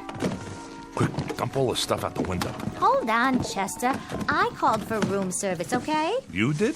To celebrate our newfound wealth. What'd you order? A breakfast for 2 with all the trimmings. How are we gonna pay for it, Paula? This room is costing me a fortune. Coming! Just leave it outside the door. Oui, monsieur. Very well. I'm not even hungry. How can I eat at a time like this? Maybe a little coffee is all in. Look, Chester. What's that sticking up out of the camera? It's the picture. I told you it'd work. Hey, let me see that. Well, how do I look? I don't know. Picture came out fine, just fine, but... Isn't that nice? You take good pictures, Chester.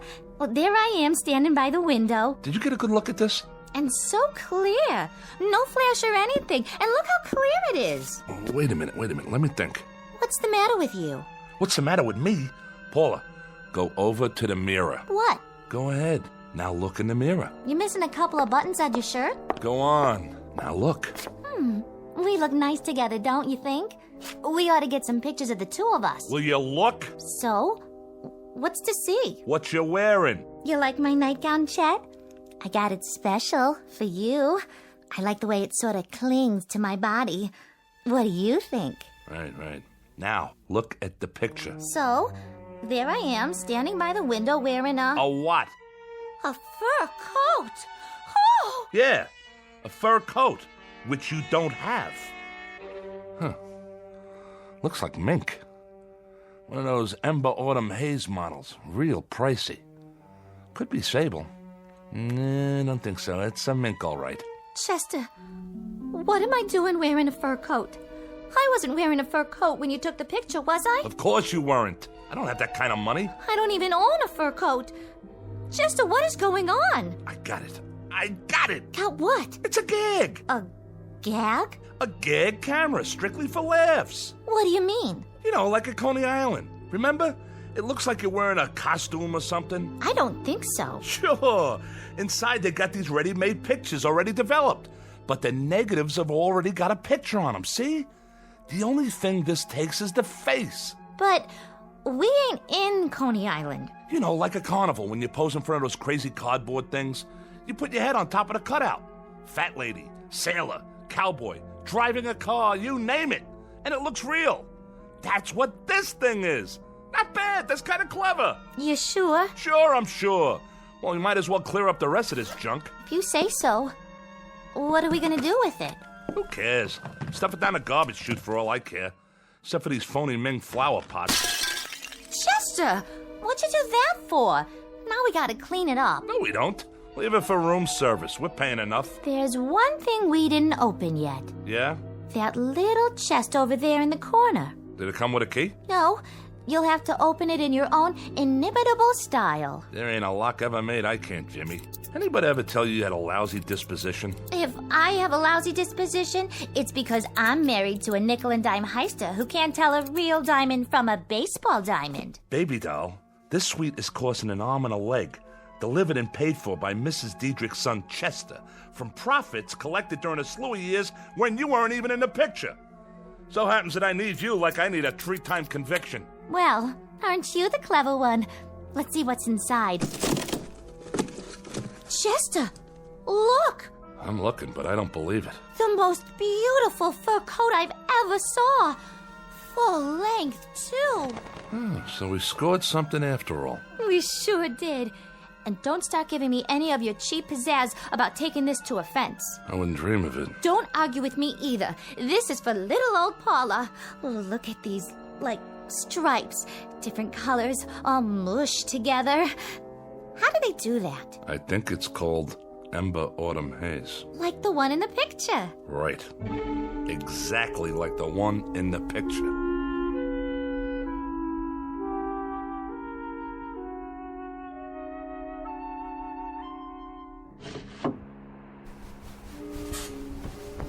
Come back to bed. In a minute. It's the middle of the night. Sure is, and I can't sleep.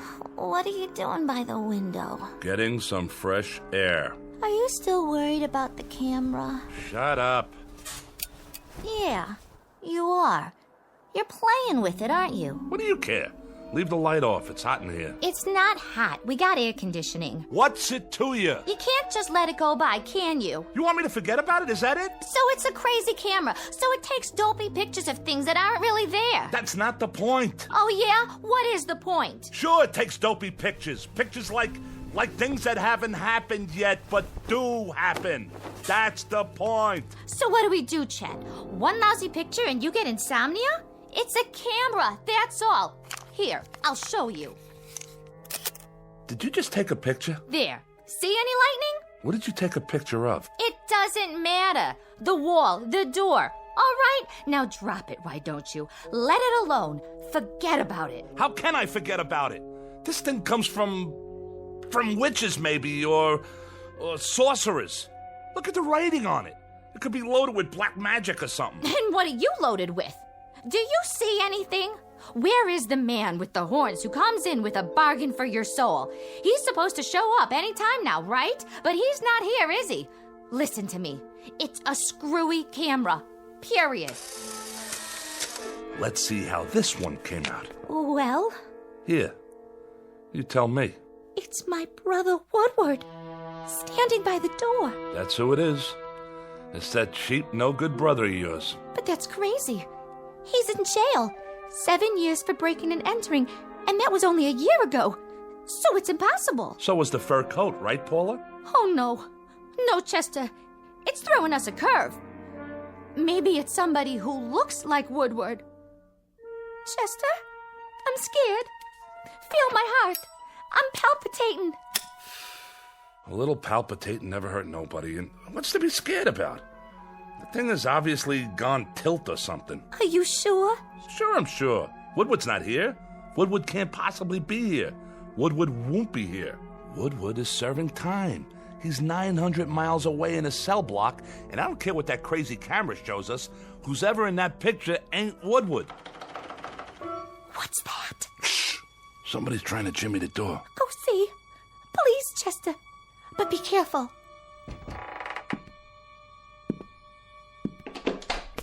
Woodward. Hi, Paula. Hello, Chester. I didn't want to wake anybody, so I just, use the old lockpick on the door. Hope you folks don't mind. Mind? Why would I mind? But you're in jail, aren't you? I broke out. Me and another guy. Hid in the laundry truck. Nice, huh? I thought maybe I could stay with you for a few days. If you really don't mind. You don't, do you? I was thinking, maybe if I was around, you two wouldn't fight so much.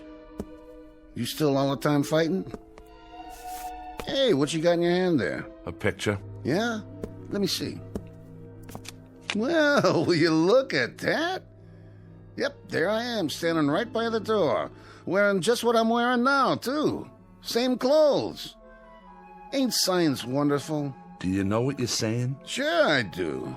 I think it's great to be able to get a picture of... Wait a minute. Wait a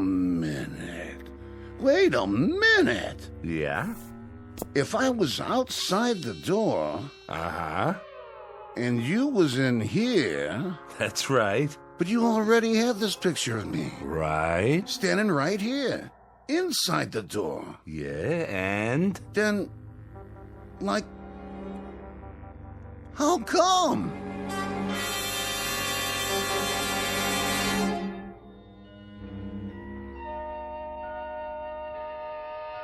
Sleep well, Woodward? Yeah. Thanks for letting me use the couch. Think nothing of it. A growing boy needs his rest. What are we going to do today, Chester? I don't know yet. But I got a feeling it's going to have something to do with that camera. I still don't see how we can use it. Neither do I. As far as I can see, it's strictly for laughs. Well, maybe we could sell it. For some big bucks. You know, there's rich people might want something like that. For what? Well, I don't know. Find out who's coming to the front door of their office. Like a hidden camera. See who's robbing them blind, in advance. Try selling them an item like that. They'd throw you out on your duff. Or some company. They could take it apart and see how it works and make new ones. No way. You'd never get in the door. They'd say you were off your rocker or burn you at the stake, one or the other. What do you think, Woodward? Oh, good call, Paula. Ask the intellectual in the crowd. We could sell, tickets. Yeah, that's it. Set up a place, a stand somewhere, to take pictures. Like at a carny, right? Or maybe we could, like that. Thank you, Einstein. Now look, I'm going to lay it on the line. What are we? What do you mean? I asked a question. What are we? What are we, Chet? You mean us? Well, we're people, I guess. Sure. But what kind of people? We're 3 minor league heisters, grifters, con artists. Am I right or am I wrong? Yeah, that's it. Well, now we finally got something here that maybe might do good for somebody else. Like who? Science. Science could use something like this. For what? For people, you lughead. We got something here for humanity. Who? Human beings. the world. I'm not so sure we shouldn't just give this to humanity and do something good for the first time in our rotten lives. You got a leak in your attic? What's humanity ever done for us? Sure, Paula, sure. That's what I mean. Just what you said. What'd I say? That's the way we are. Everything for us, not for anybody else. Yeah, we're family. Little, petty, selfish, mean. That's us. Well, I've risen above all that now. I say let's give this to the world. Here, world, a gift from Chester Diedrich. And his wife. And me too, Chet. Don't forget me. Yeah, and Woodward. So here's a gift for humanity. A gesture's all, maybe. Just a gesture. But it shows the heart of Chester Diedrich and his wife and his brother-in-law. How do we... Woodward, do me a favor. Breathe through your nose. Huh? Why don't you go watch TV? Isn't there something you want to watch to occupy that brain of yours? Oh, yeah. Sure. How do we know the things medical science could do with this? How do we know how valuable this'll be as a scientific discovery? They'll name a building after us. Throw big society balls and charity stuff for us. I can see it now. The Chester Diedrich Foundation for the eternal something or other. In the Los Tendros opener, Hotfoot has just won it. Jerry's Flash second, Easter Baby third. This was Hotfoot's second win in 3 days. He paid $24.90, $15.80, and $6.70. We now move into the second race. Shut that off. I'm making plans. Oh, sure, Chet. Anything you say. Oh, where was I? High society. I can wear my mink coat. Of course, I'll need a couple new dresses and some matching shoes. Hold on. Well, maybe just one dress to start with. You know, a real evening gown with... I got it. You sure do, Chester. I never would have thought of that. I got it. Got what? I got it. The TV set. Woodward, you're a genius. I am? This camera takes pictures of things that happen, but haven't happened yet.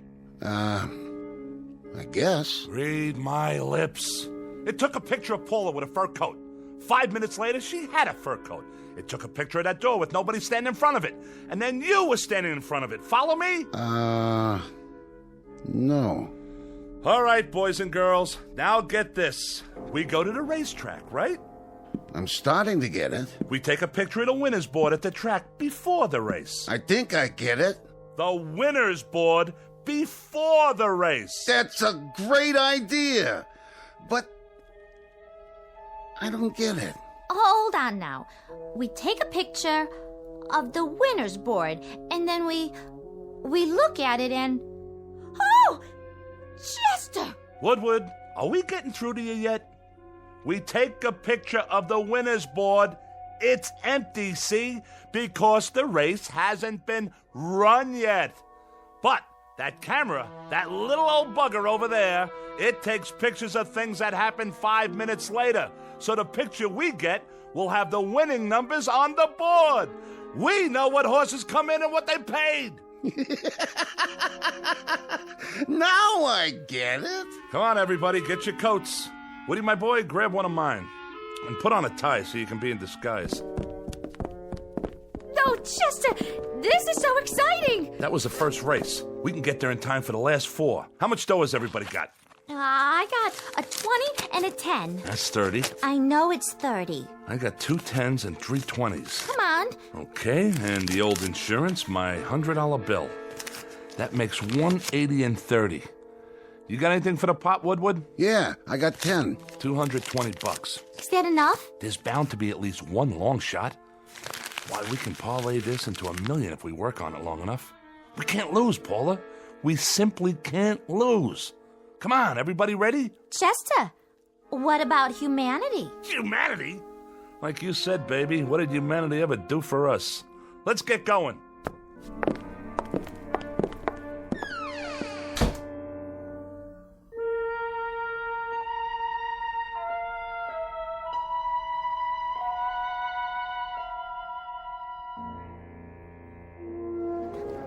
Give me the camera.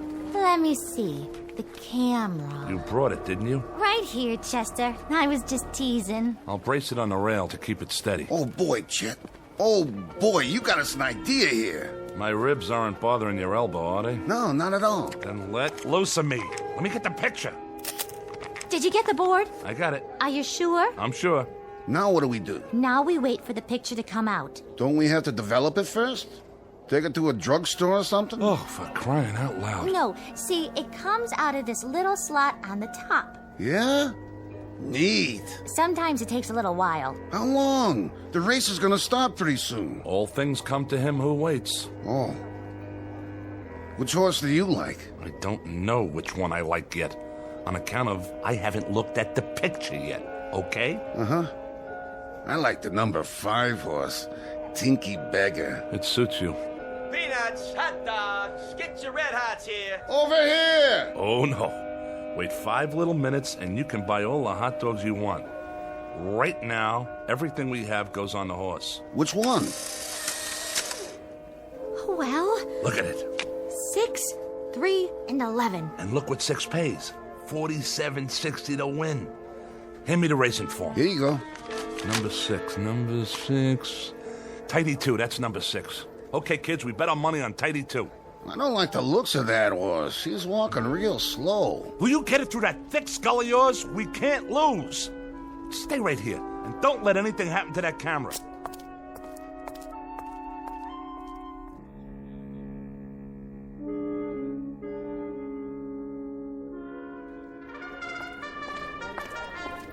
What's your bet, sir? Put it all on number 6, the works. Number 6 it is. Here's your ticket. Thanks. Psst. Hey, Jack. Get out of my way. Not number 6. That's Tidy 2. The last jockey that horse had was Paul Revere. But I mean the original Paul Revere. Now, if you really want to make some dough, I got some information in my pocket here. The goods on the last 2 races, and all I need from you is cash. You and me could go partners and really make ourselves a bundle on this. I got a tip for you. Bet anything but number 6 so you don't lower my odds. See you later, Jack.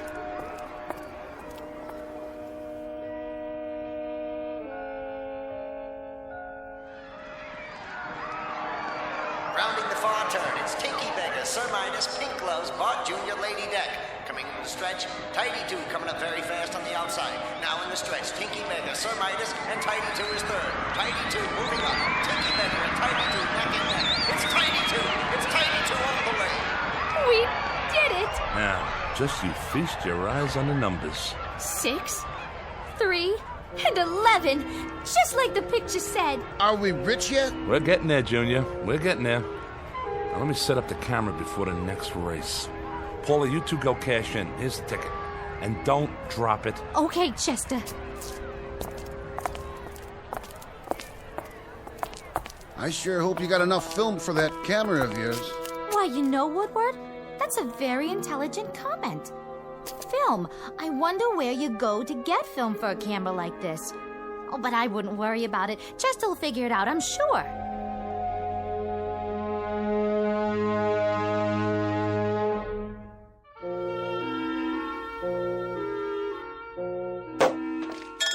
Want another glass, Chester? Not now. I'm on the phone.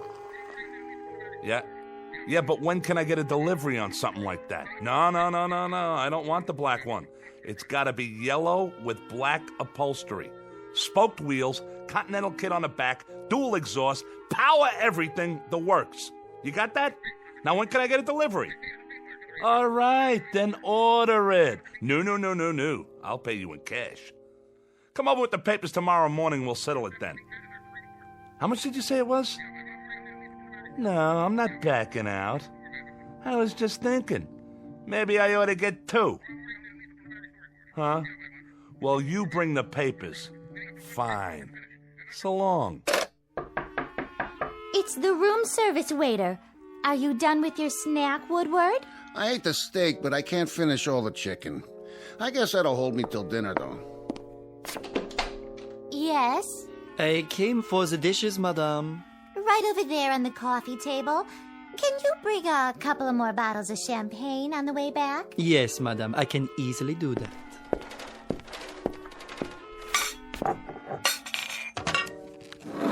Hey, Get your hands off the camera. Let him look at it. Bet you've never seen anything like that, Pierre. Mais no. Most unusual, sir. Isn't it, though?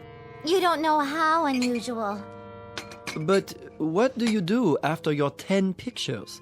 Is there any other way to get more film? Well, we've only had it for a little while and What did you say? Yeah, what did you say about 10 pictures? The inscription on the outside, it says, "These are le propriétaire." That means 10 to an owner. I presume that means you may only take 10. It's so odd. The lettering is definitely French, but I've never seen a French camera like that. As a matter of fact... Thanks. Bye. All right. How many pictures have we taken?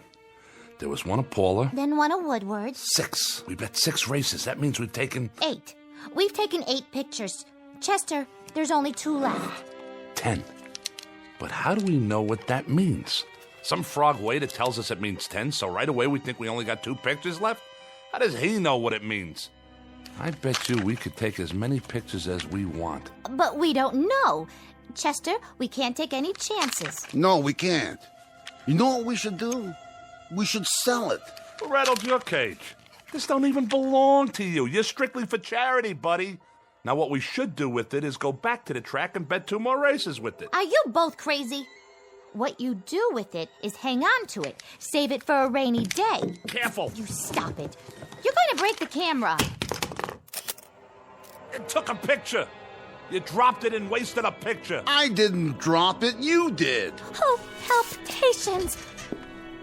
You and your palpitations. Phony palpitations and a stupid brother. Hey, look. I don't have to take that kind of guff off of you. All right. Have a drink. Give me the camera. What's in the picture? It's me. It was pointing at me when it went off. And it looks like I'm... She's screaming. Let me see that. Get your hands off. Why is she screaming in the picture, Woodward? I'll tell you why she's screaming. She's screaming because somebody's trying to do something to her loving husband. Some stupid ex-con with an idiotic idea about selling a camera to the highest bidder. And who doesn't care what he has to do to get it? Well, we'll see about that. Put the knife away. If she's screaming in the picture, it's on account of what some guy must be doing to her loving brother. You better put that knife away, Chester. You put her away, I'll take it and peel your skin off. Try to take my camera. Try to cut me, will ya? Stay away from the window! Watch out!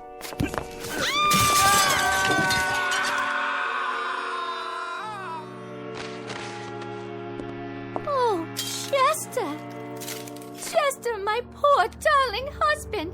And Woodward! Woodward, my brother, my flesh, my very own flesh. I'll die.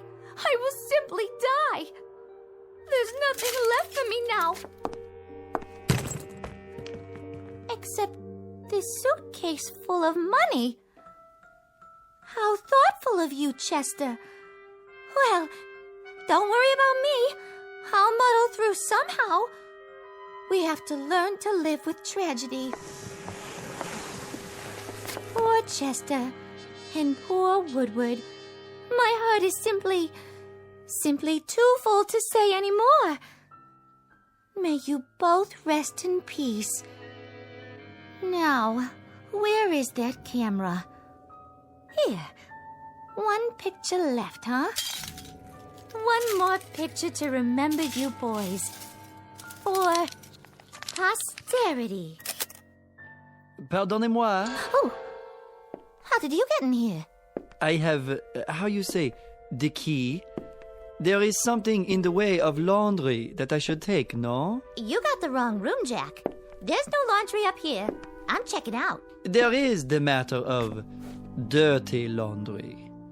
And your 2 friends, they have checked out already? Ah, yes, I see them. Such a pity. Lying down there in the courtyard. So young. One moment full of life, vim, vigor, and the next moment, poof. What do you think you're doing with that suitcase? Doing? But, madame, I told you I'm here for the laundry. I'm, how do you say, cleaning you out. You're cleaning me out? And while you're doing that, Jack, what do you think I'll be doing? Well, I'll cue you, buddy. I'm gonna be calling the cops. Cops? You mean the gendarmes? You'll forgive me, but if you call the police, Madame will get herself into, how do you say, one fantastic bind. Dear lady, I know all about you. I did some checking. You, your husband, your brother, you're wanted. So the money is up for grabs. Why, you little rat. And as for the police, I advise you to get out while you can. When they see what's in the courtyard down below, they shall be up here sans invitation. Translation, uninvited, if you catch my meaning. So you walk out of here with the loot, and I get nothing but a big fat goose egg? At your service. Now, as to the laundry, it may be back on Thursday, or maybe Friday, or maybe never. And the camera. But I am not a hog. I leave the picture with you. Sacre nom, this is a picture of the courtyard below. Well, sure it is. I just took it. And if you don't mind, I think I'll just keep it as a souvenir. But how can this be? In the picture, there are more than 2 bodies. More than 2? Then who else is down there? Watch your step, Madame. The broken glass. You will trip and hurt yourself.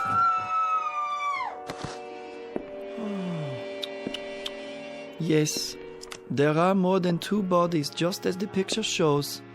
1, 2, 3, 4. That is impossible. Wait, let me see. Oh, the camera. There it is. I can see it from here. If I lean out a few.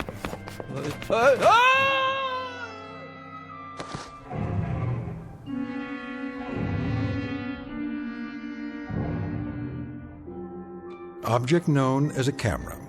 Vintage uncertain. Origin unknown. But for the greedy, the avaricious, the fleet of foot, who can run a 4-minute mile so long as they're chasing a fast buck, it appears to be an ally. But appearances are deceiving. It isn't at all what it seems. It's really nothing more than a beckoning come-on for a quick walk around the block in the Twilight Zone.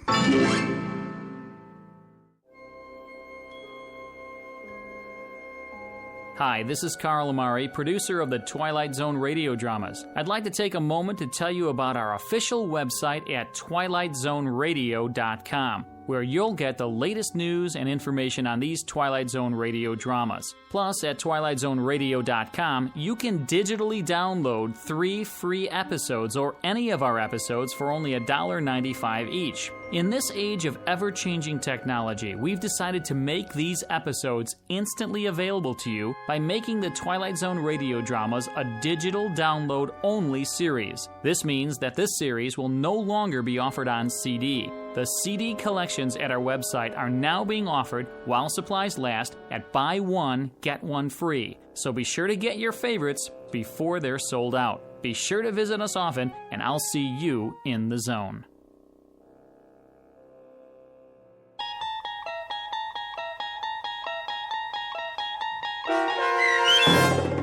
A Most Unusual Camera, starring Mike Starr with Stacy Keach as your narrator, was adapted for radio by Dennis Etchison and based on a script by Rod Serling. Heard in the cast were Alyssa Fraden, Rich Komanek, Brooke Reed, Christian Stolte, Turk Muller, Roger Wolski, Carl Amari, and Doug James. To learn more about the Twilight Zone radio dramas and to obtain audio cassettes and CDs of these programs, visit our website at twilightzoneradio.com. This copyrighted radio series is produced and directed by Carl Amari and Roger Wolski for Falcon Picture Group. Doug James speaking.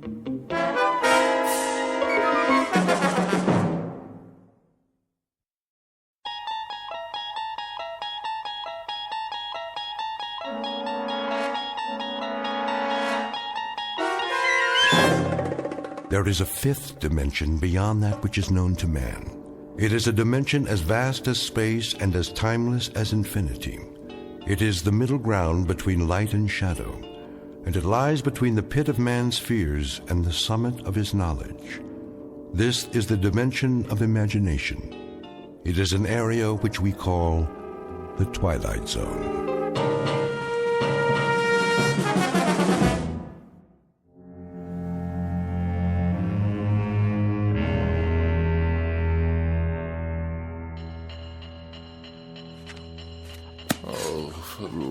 What's the matter, dear? Don't you hear it? Of course I hear it, Walter. It's that nice janitor fixing the pipes. Why don't you go on reading your book until he's finished? And when, pray tell, might that be? I'm sure it won't be much longer. Then the radiator will get just as hot as you want it. Isn't that what you told him? Yes, I know what I told him, but why does he have to make so much noise? I'm sure I couldn't say. The decibel level in this apartment is beyond human endurance. Well, I suppose it's what they have to do with steam heating, that sort of thing. What I really don't understand is how you can sit by, knitting away, oblivious to this assault. Did you see the new wool scarf I'm making? It should keep out absolutely all the drafts. While that infernal pounding goes on and on and on. Wait till you try it on. I picked out your favorite colors. It's much thicker than the other ones.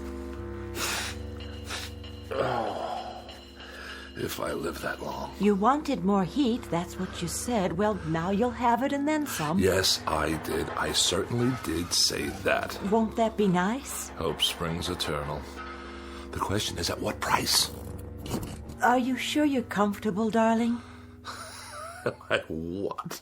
Oh, certainly. I am just comfy, cozy. I'll fluff up the pillows. Did you take your aspirin? I'm on the verge of being hospitalized for pneumonia. Oh, now, really? It's not that bad. And that ape of a janitor out there is smashing my brain and ruining my sleep. But you weren't sleeping. You're reading 5,000 Common Ailments and How to Treat Them. Is it an interesting book?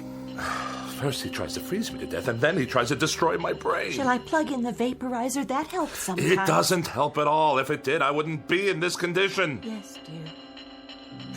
Well, I won't stand for it. Lie down, Walter. No, I will not lie down. How can I? If I'm to die, at least it's going to be in comfort and peace. You there, Mr. Ape!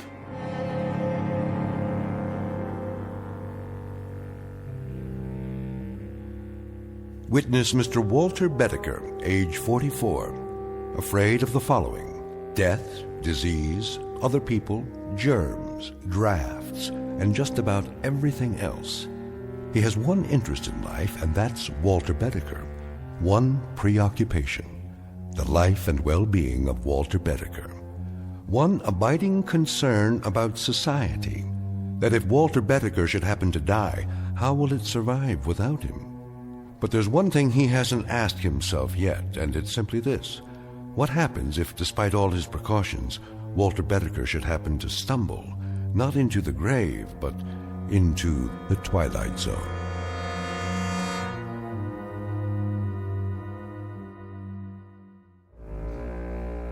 And now, The Twilight Zone, and our story, Escape Clause, starring Mike Starr, with Stacy Keach as your narrator.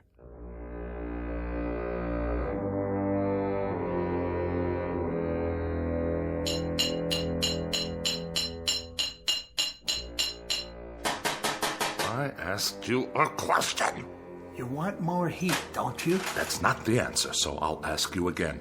How much longer? Put it this way. In 20 minutes, it'll be about 105 in here. Hot enough to fry an egg. That good enough for you? 20 minutes, you say? After hour upon hour of your clanking around in my living room while I'm on my deathbed, I have to wait 20 minutes more? If you do die, Bedecker, and you go where I think you're going, as far as the temperature's concerned, you ain't going to be able to tell the difference. You ape! Get out! My pleasure.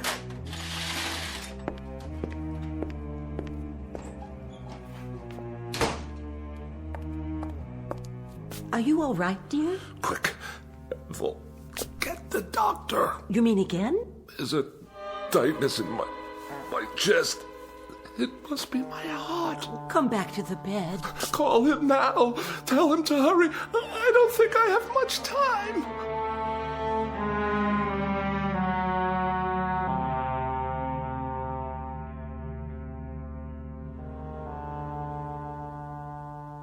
Well, Doctor? Keep your mouth closed a few more seconds. I'm asking a question. All right, open, please. There. Well, how bad is it? What does that mean? Your temperature isn't bad at all. In fact, it's quite good. The thermometer wasn't in my mouth long enough. Oh, I think it was. I timed it exactly. I find that hard to believe. You'd better take it again. But why? I implore you before it's too late. There would be no point. You see, you have no temperature. What about my vital signs? Blood pressure's fine. Respiration and pulse, all normal. My throat? It's dry and achy all the time. Well, that's because it's so hot in here. No sign of infection. Throat clear. Ears and nasal passages clear. What about the pains in my back and my side? Well, what about them? And 4 sleepless nights in a row. Is it 4 now? How about that? Well, what do you want me to say? The truth. The awful truth. I can take it. The truth, Mr. Bedecker? Well, the truth is that it's, Go on. It's psychosomatic. To use the scientific term. Psychosomatic. You're trying to tell me that I'm only sick in my mind? That's my considered opinion.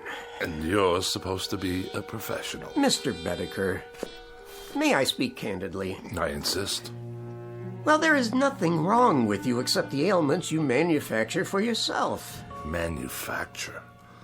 Is that what you think? Your pains are imaginary. Your inability to sleep is a case of nerves, nothing more. In short, Mr. Bedecker, you are a very healthy man. This man calls himself a doctor. 4 years pre-med, 4 years medical school, 2 years internship, 2 years residency. And what is he, I ask you, what is he? A quack. Doctor? Oh, hello, Mrs. Bedecker. What's the prognosis? Don't ask him. The man's an idiot. Walter, darling, I beg you, don't excite yourself. Don't whisper. You're looking at half my troubles right there, Doctor. This woman, this awful woman who runs around whispering all day long to make me think I'm sick, even if I'm not. Oh, and I am. I'm lying here at death's door, and who's ushering me out? A quack and a whispering woman without a mind. Well, I'll call tomorrow, Mrs. Bedecker. Meanwhile, try leaving the window up an inch or so. Let some fresh air in. There'll be no need to call. Just come on over with the death certificate and fill it out. Oh, Walter. Don't drench me with those crocodile tears of yours. She'd be so happy to get rid of me. I just can't tell you. Goodbye, Mrs. Bedecker. Take care of yourself. I'll see you out.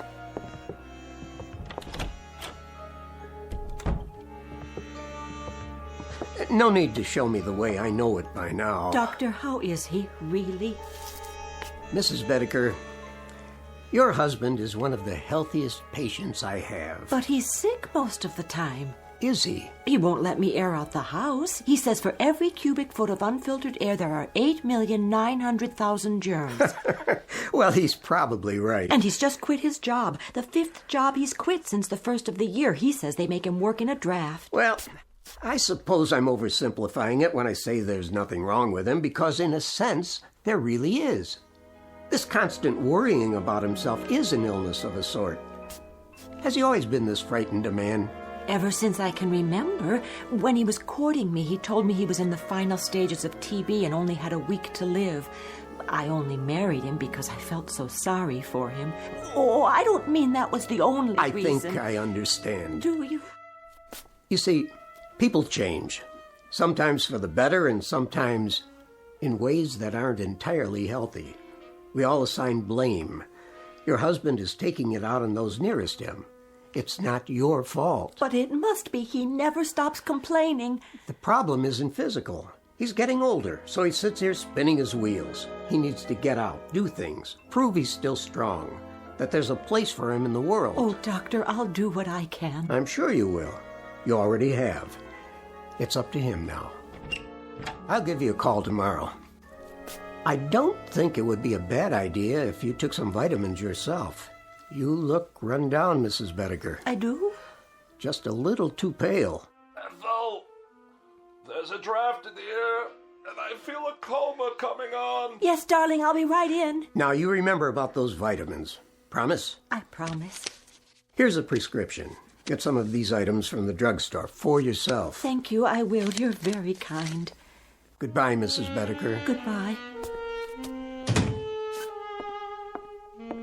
Did you say there's a draft? I did. From where?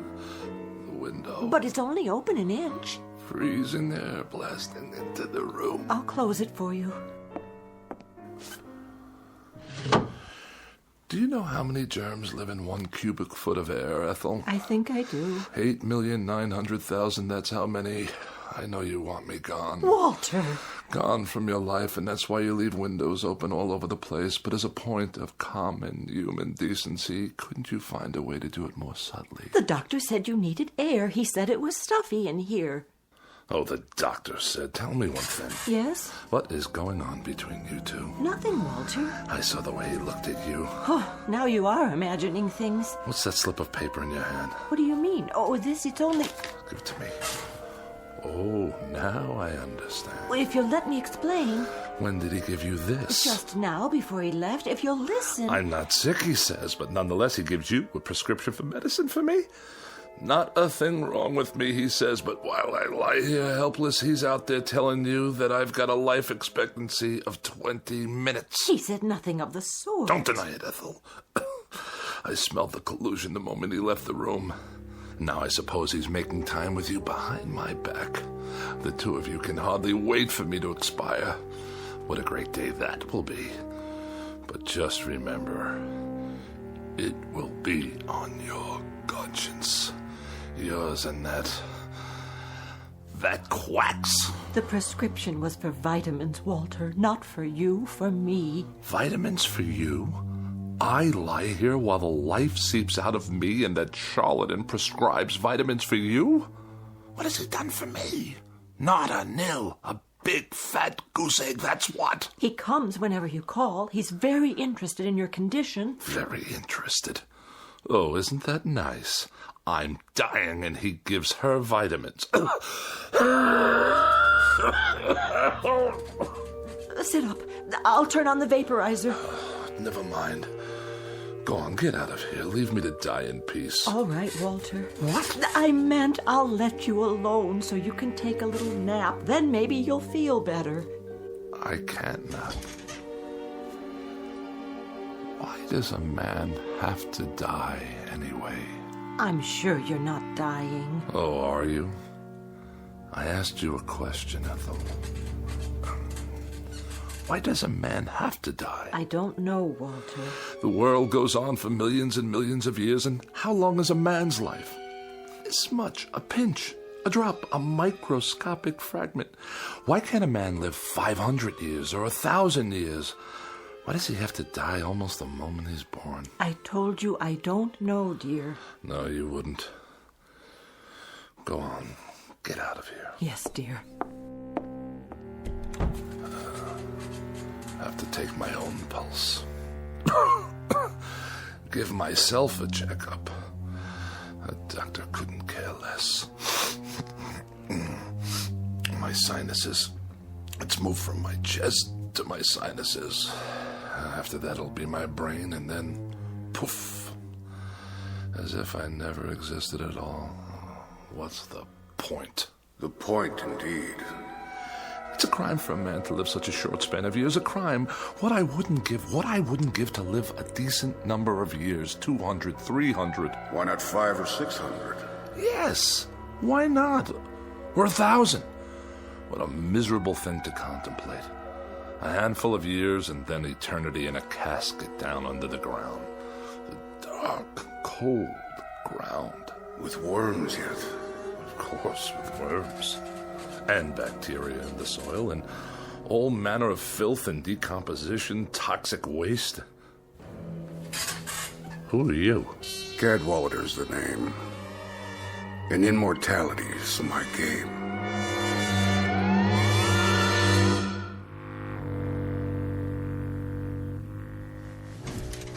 Your name is what? Cadwallader. At least that's the one I'm using this month. Rolls off the tongue, don't you think? How did you get into my bedroom? Let me see.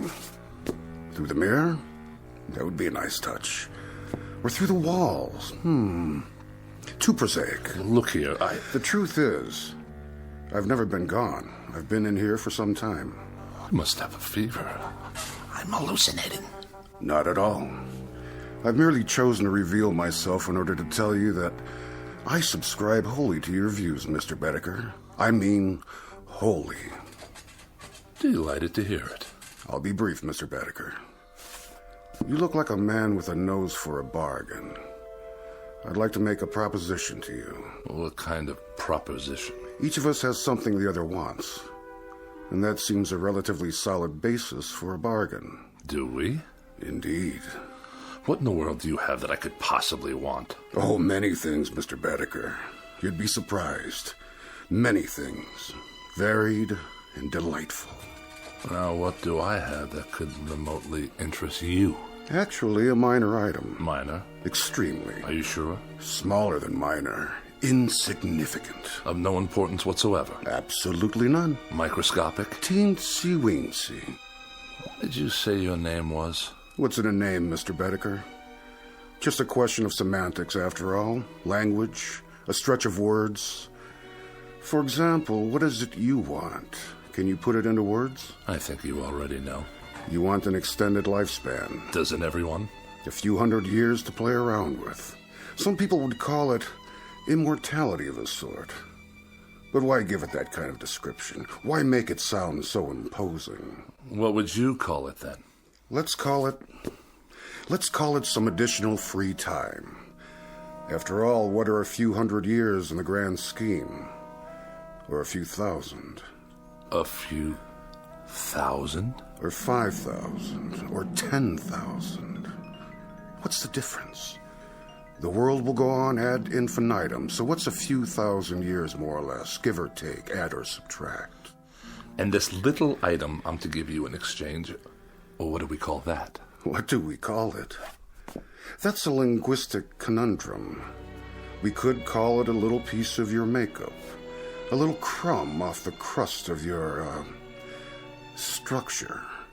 A fragment of an atom, so to speak, from your being. Or a soul. Or whatever.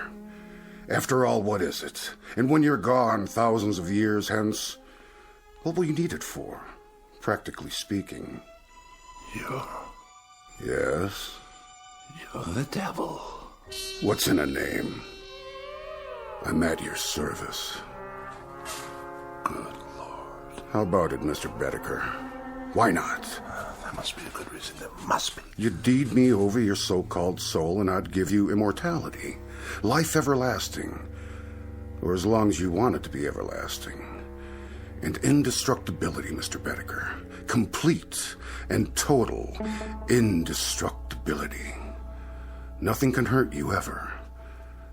Now that part's fun, let me tell you. Nothing can hurt me? And I live forever? Why not? Certainly. Forever. Again, Mr. Bedecker, just terms. And everything's relative. For you, it's forever. For me, it's a walk around the block. But we're both satisfied. Think about it. Oh, I am. I am thinking about it. To be without fear of dying. To be indestructible. Invincible. Not to have to worry about disease, accidents, pestilence, war, famine, anything. Governments and institutions disintegrate. People perish. But Walter Bedecker goes on and on. Walter Bedecker goes on and on. The ultimate dream, is it not? Mr. Cadwallader, about this soul, You say I won't miss it.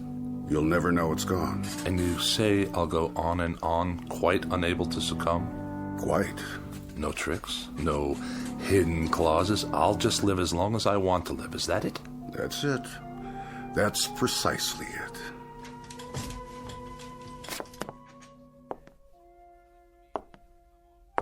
How about my appearance? I'm afraid I can't do much about that. Oh, I see what you mean. You should look pretty much the same. But in 500 years, I don't want to look like any dried-up old prune. Oh, Mr. Bedecker, you drive a mean bargain. A most difficult bargain. But you'll find me a cooperative, man. All right, you win. We'll throw that into the bargain. Say it. Whatever aging takes place in your features will be more or less imperceptible. Mr. Cadwallader, I believe we're close to making a deal. Mr. Bedecker, you'll never regret this. Not to your dying day. Hey? Which by rights should not be for several thousand years. You'd better say that. There is something. Aha! Aha! Aha! Now it comes out. For your benefit, I assure you. Where did you get that? The contract? Oh, one always seems to turn up when it's needed. Let's see. Article 93, right here. What about it? It's in the nature of an escape clause. Read it to me. Your escape clause. Whereas the party of the first part, upon due notification of the party of the second part, and so on and so forth. Go on, I want to hear it. Well, I'll just give it to you thumbnail. It's simply that if you get tired of living, Mr. Bedecker, you can exercise the clause by calling on me and requesting your... My what? Oh, there goes the embarrassing terminology again. Shall we say, your demise? At which point I will personally see to it that you are given a rapid and uncomplicated, how to put it, departure? I can assure you, Mr. Cadwallader, that I'm not the sort of man to kill the goose that lays the golden egg. I'm much relieved to hear that. When you talk immortality to me, brother, I mean immortality. Indubitably. You're going to have a long, long wait. Mr. Bedecker, nothing will please me more. And I think we've got... Yes? A deal. No further qualifications? None that I can think of. No ifs, ands, or buts? None whatsoever. Absolutely? Positively. Done. Oh, no fires in here, please. Only a small one to heat up my seal. My cartouche, as it were. Do I get a copy? This is your copy. Where's yours? Already on file. In a very safe place. If you say so. You sure keep it hot in here. Mm-hmm. Quirk of mine. I think the wording seems to be in order. Cadwallader, where did you go? Walter, did you call for me? What? Oh, no. I was only... Only what, dear? Talking to myself. You were? Not that I make a habit of it, mind you. What are those papers? Nothing. I was just looking over my life insurance policy. Whatever for? To be sure you're protected if anything should happen. Ever, to me, that is. Don't be silly. Your health's going to improve. It's already improved. Hit me. What? Hit me. As hard as you can. In the stomach. Or anywhere else you like. Anywhere at all. But why? I want you to see how strong I am.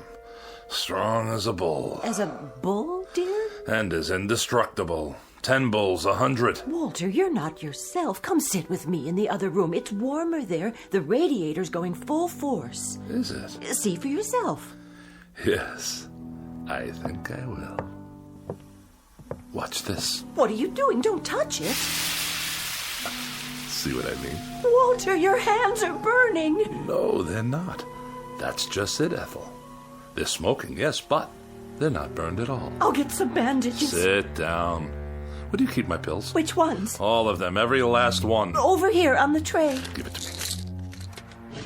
What are you doing? Walter, the window, don't throw them out. I beg you, all your medication. Why not? What's the difference now, my dear? I'd like to introduce you to someone. What are you talking about? Meet The new Walter Bedecker.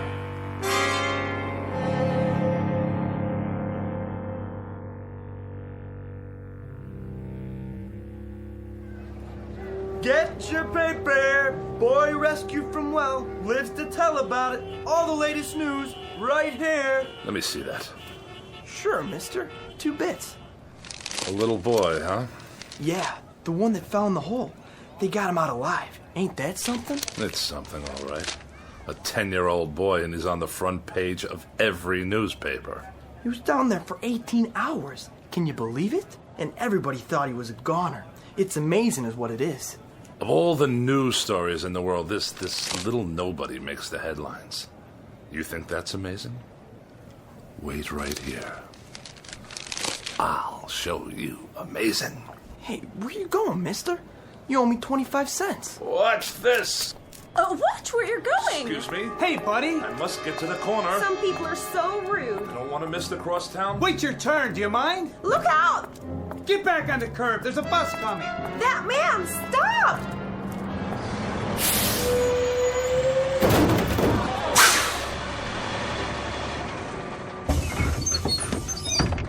I couldn't stop. He ran right out in front of the bus. I saw the whole thing. That guy must be blind. Somebody call an ambulance. Look, he's getting up. Hey, pal, how'd you do that? Do what? Are you okay? Of course I am, you idiot. I can't believe it. I didn't even see you. Is there a photographer in the crowd by any chance? You better lay down. The ambulance is coming. Why would I want to go to a hospital? There's nothing wrong with me. Not a thing. Just your tire tracks on the front of my suit. Just the same, take it easy. Get some x-rays and I'll fill out an accident report. Don't bother. Just contact your claims adjuster. The name's Bedecker. Can you remember that? Walter Bedecker. It don't make sense. I could have sworn I ran over you. Oh, you did? Then how come you can walk? Like they used to say, you ain't seen nothing yet.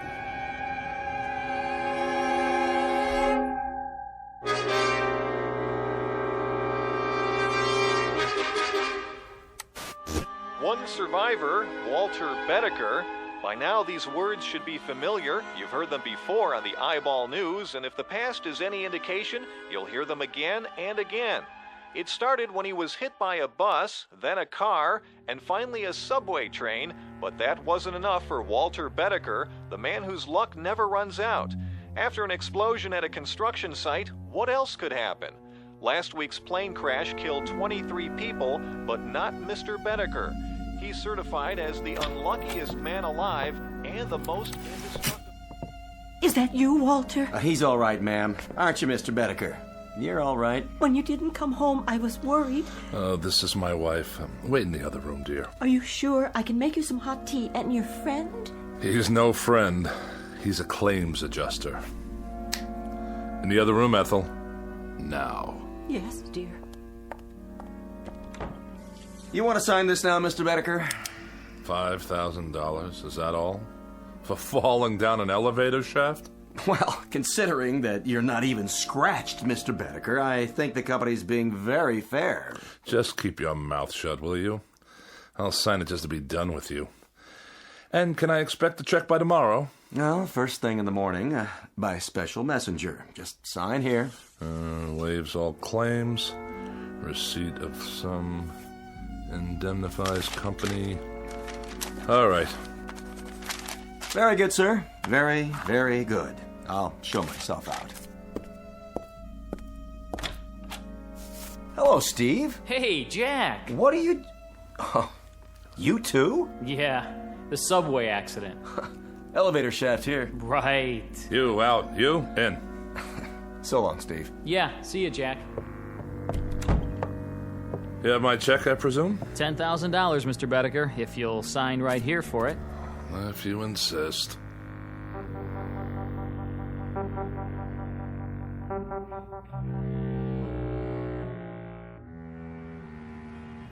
"14 accidents. More than anyone should have to bear. Now, wouldn't you think that there would be an element of thrill in 14 accidents? I'd appreciate it if you'd step away from the window, Walter. It's open, you know. 14 accidents in which you know nothing can happen to you?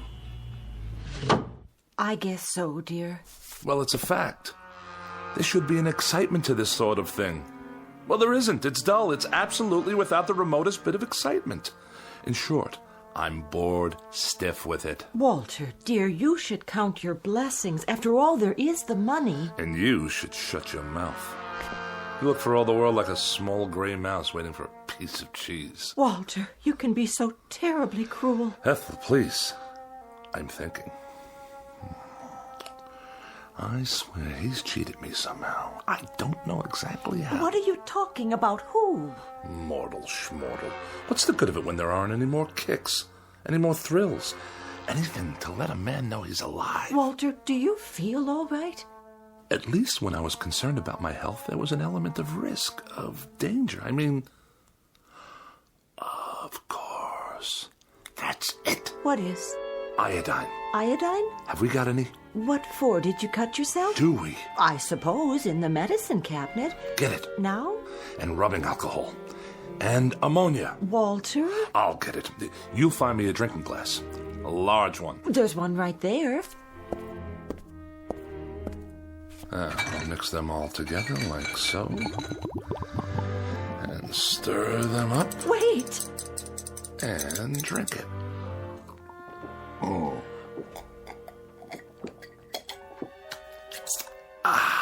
Sit down. I'll call the doctor. You see? What I just drank should kill a dozen men. To me, it tastes like lemonade. Walter. Yes? What's this all about? You really want to know? All right, I'll tell you. In a word, I am immortal. Walter, don't joke like that. It's true. I made a pact with a guy named Cadwallader, who's given me immortality and indestructibility in exchange for my soul. Your soul? More succinctly than that, I couldn't put it.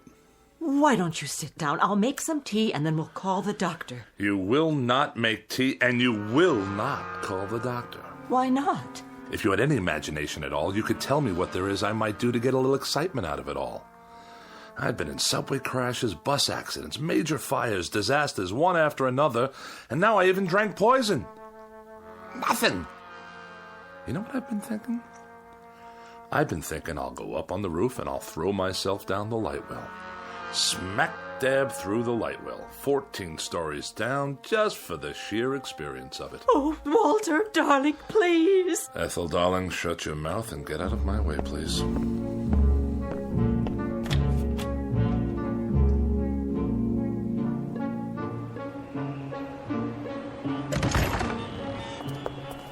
Please, Walter, please, darling. Ethel, go drown in a tub and leave me alone. I'm going headfirst down the light well. Get out of my way. Walter, no. Will you get out of... Ethel, be careful or you'll trip. Ethel!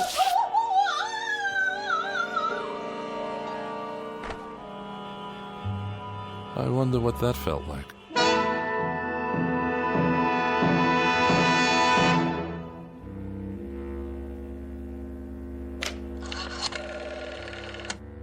Operator, get me the police, please. Immediately, it's an emergency. Hello? Is this a police station?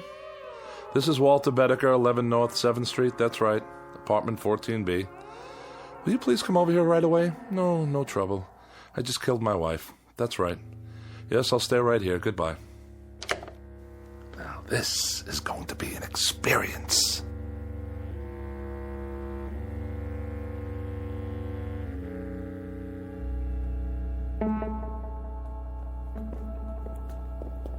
Hey, Bedecker, you got a visitor. Cooper, the legal beagle. Right in here, Mr. Cooper. No longer than 15 minutes, please. How are you holding up? As well as can be expected. Prisons are boring places, you know. Very, very boring. And you? How am I? I'm miserable, Mr. Bedecker, and I've been miserable since I took your case. I've had tough clients before, but nobody like you. Really?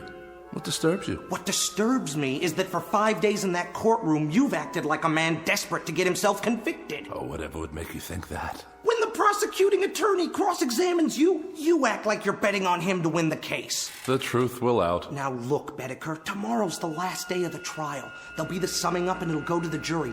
And as things stand now, you don't have a chance in hell. That a fact? That is a fact. Now, tomorrow, this is what I want us to do. Cooper, do me a favor, will you? Put it away. How's that? Bedecker, didn't you get what I was trying to tell you? You're about 12 hours away from a guilty verdict on charge of first-degree murder. Oh, what will the penalty be? The penalty in this state for first-degree murder is death in the electric chair. Death in the electric chair. Bedecker! And if I were in California? What? How would they try to kill me if I lived in California? Capital punishment there is the gas chamber, but I don't see... And in Kansas? In Kansas, it's hanging, but I'm gonna tell you something, Bedecker. No, Mr. Cooper, I'm gonna tell you something. The only thing they'll get for their troubles if they try to electrocute me is a high electricity bill. Good night, Mr. Cooper. See you in court. Guard! I don't know, Bedecker. I just don't understand you. The psychiatrist says you're sane, and you say you killed your wife. But way down deep, I know you didn't. So tomorrow, when I sum up for you, I'm gonna lead from a terrible position, a position of weakness. But I'll do the best I can. Mr. Cooper, really, don't bother.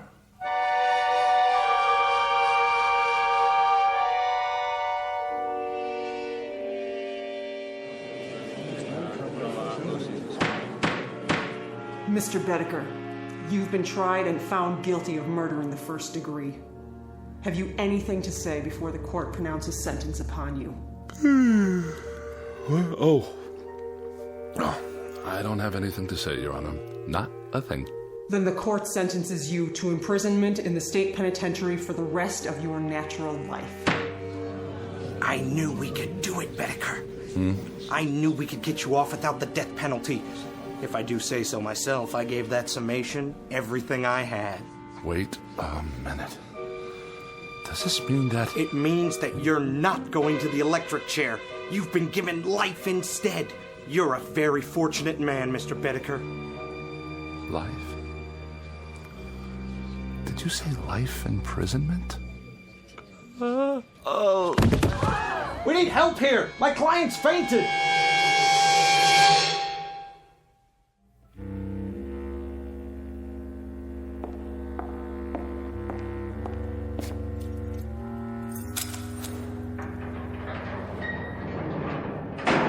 Here's your last meal.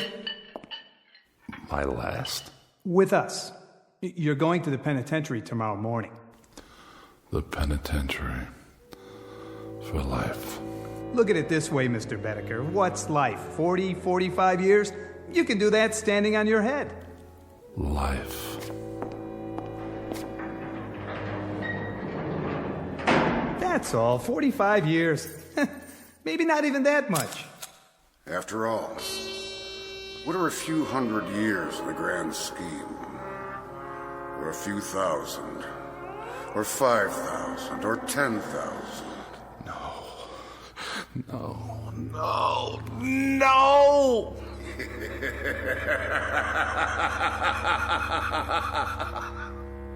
Mr. Bedecker. Yes? About the escape clause. Care to utilize it now? Yes. That's a wise man. Odd thing, Mr. Bedecker. You look like someone having a heart attack. Exactly. Like a man having a heart attack.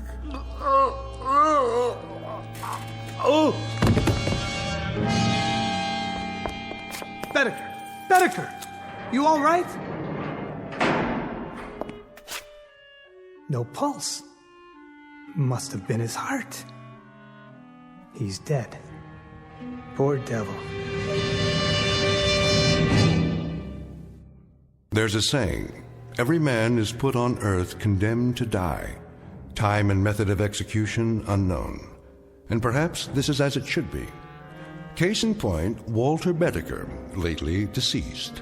A little man with such a yen to live that he was beaten by the devil, by his own deadly boredom, and by his place in the scheme of things, including his position, such as it is, or was, in the Twilight Zone.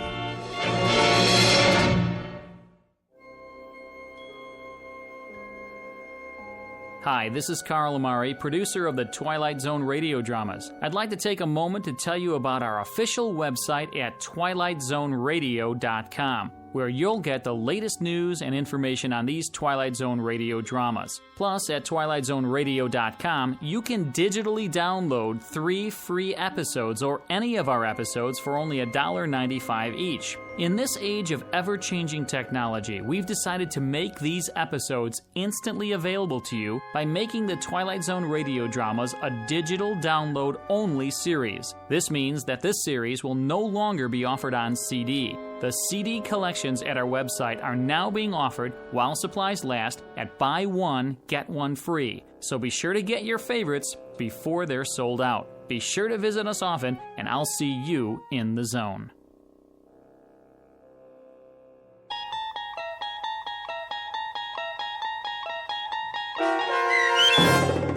Escape Clause, starring Mike Starr with Stacy Keach as your narrator, was written for The Twilight Zone by Rod Serling and adapted for radio by Dennis Etchison. Heard in the cast were Peggy Roeder, Rich Kominick, Doug James, Turk Muller, Guy Burrill, Heath Corson, Larissa Borkowski, Natalia Reed, Peter DeVito, John Starr, Carl Amari, Paul Patch, and Lynn Foley. To learn more about the Twilight Zone radio dramas and to obtain audio cassettes and CDs of these programs, visit our website at twilightzoneradio.com. This copyrighted radio series is produced and directed by Carl Amari and Roger Wolski for Falcon Picture Group. Doug James speaking.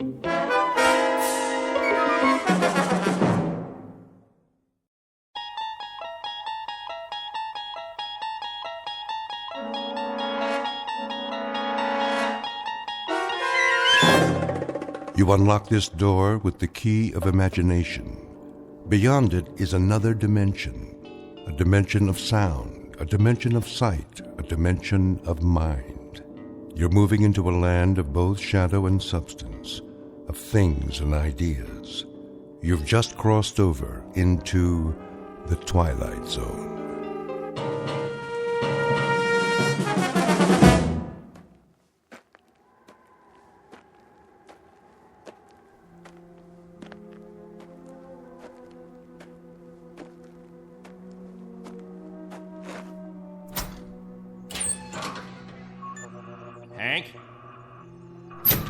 Hank! Oh, morning, Captain. Anything on the radar? Not yet. No signal at all. Try 4.0, true. It'll probably come from that direction. I had her on that all morning, sir. Still nothing. You're past your time, aren't you? Who's your relief? Al Baines, Captain. Baines? I'll see what happened to him. Yes, sir.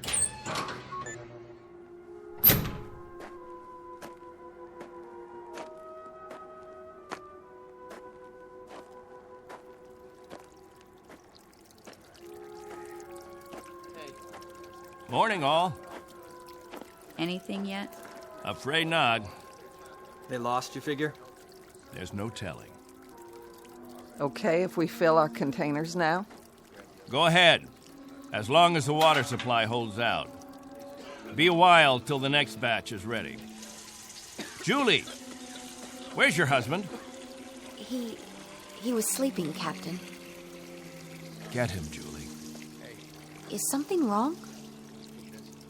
There's something wrong. Yes, sir. How does it taste today, Henry? Same as always, hot, flat, and unforgettable. But wet. Suffer it a little bit more. 6 months from now, you'll be drinking chocolate ice cream sodas.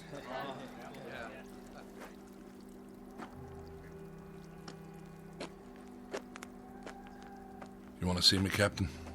There's a man in the radar tower who'd like to see you, Al. He would have liked to see you 2 hours ago when you were supposed to relieve him. I overslept. Tell that to Hank Parker up there in the tower. Tell him you overslept, and then be good enough to tell him, Al, that you'll stand his watch all day tomorrow. That's not fair, Captain. It doesn't happen often. Once is too often, Al. More than once is intolerable. And many more than once is a case history of Albert Baines who likes his sleep. I prefer it to a stupid game in the hot sun, both of them. A game, Al? What are we listening for? 30 years of 2 shifts a day. What have we ever heard? Wind noise. And what have we ever picked up on the radar screen? Dust particles? But anything to make you happy, Captain. You listen to me. There's a ship on its way. And when it reaches this atmosphere, it may want to be vectored in. They may want landing instructions, wind direction, ground temperature. And if Al Baines is in the sack, we may spend the rest of our lives here. Is that what makes you happy, Al? How do we know there's a ship out there, Captain? A lot of garbled static 2 months ago that you told us was a message, and then nothing. 2 whole months, and you decide there's a ship coming here to take us back. You make the rules and set the watches and plan the days, and now you tell us the Messiah is coming. And you tell us to pray? The difference between you and me, Captain Benteen, is that I do my dreaming when I'm asleep. You do yours on your feet. There's a ship coming, Al. All of us believe it. Because he tells you to. And we believe him. Whatever Captain Benteen says, that's what will happen. Sure you believe him. He tells you this is the best of all possible worlds, and by God, you break into song.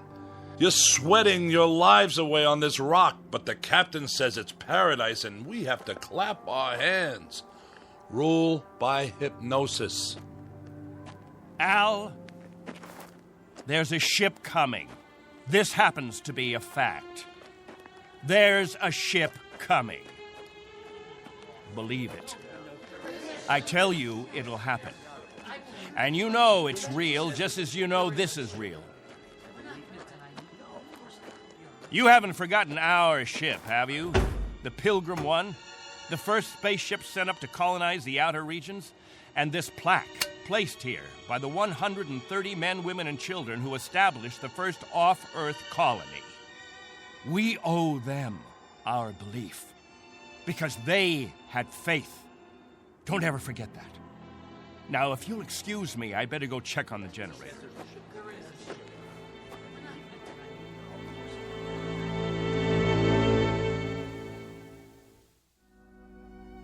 This is William Benteen, who officiates on a small outpost in space.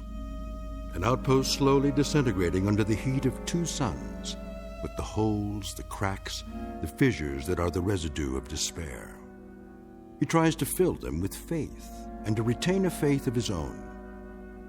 This is a remnant society, a handful of people who left the earth looking for a millennium, a place without war, without jeopardy, without fear. What they found was a lonely, barren place whose only industry was survival. And this is what they have done for decades: survive. Until the memory of the earth, they came from what has become an indistinct and shadowed recollection of another time and another place. 2 months ago, a signal from Earth announced that a ship would be coming to pick them up and take them home. In just a moment, we'll hear more of that ship, more of that home, and what it takes out of mind and body to reach it. Because this outpost is located in the far reaches of the Twilight Zone.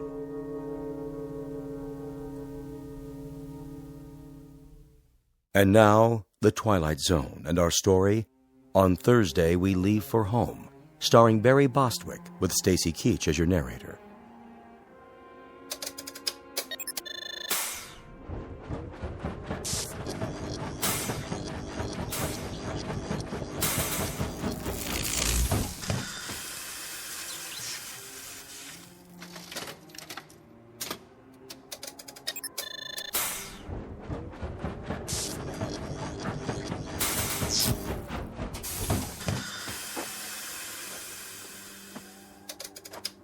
Can't keep the generator running, sir. No wonder. Look at these wires. They're rotten. That's all we got, Captain.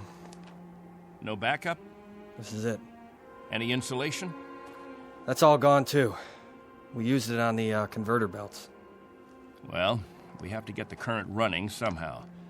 If that refrigeration unit stays off, the temperature in the underground rooms will go up 50 degrees. Well, we could stop the saltwater converter for a day or so, switch the parts. Then we'll have to do that. Tell the people to fill up all the jugs they have. We'll be shutting off the water in 6 hours. Yes, sir. Captain, what about the ship? It's on the way. We know that much. Then everything will be different. When we get back, the things that are old and worn out, we'll throw them away. Just throw them away. Captain Benteen.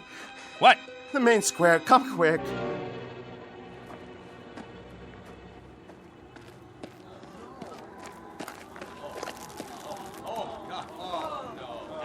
It's Mrs. Rodale.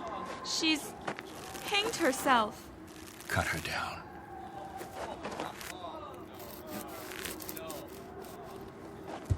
Oh! Mommy, what happened? Is that lady all right? Get them out of here. Come, children. God have mercy on her. You men there, prepare her. We'll bury her in an hour. Yes, sir.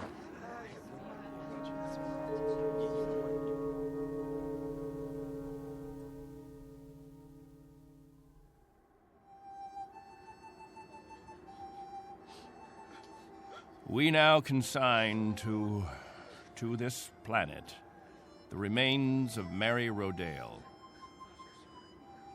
We ask God in His infinite mercy to give her the serenity and joy that she sought while she was with us. And we ask His forgiveness for her sin. Amen. We ask that this good woman be allowed to rejoin her beloved husband who preceded her in death 11 years ago. Bid your farewells now. Forgive her, Lord. Have mercy on her, Lord, for what she's done. A terrible thing. She didn't know what she was doing. She knew what she was doing. Better and clearer than the rest of us. This is a funeral, Al. The 9th funeral in the last 6 months. Nobody talks about it. We just let it go by. But there have been 9 people who thought that maybe heaven is a place where they can get a drink of water without salt in it, where they'll be able to breathe air without choking on the heat of it. If you want to talk blasphemy, Al, take it away from here. I'm talking truth, Captain Benteen. I'm saying that this woman and the others, they took their own lives because living became intolerable. And I say that dying was their right.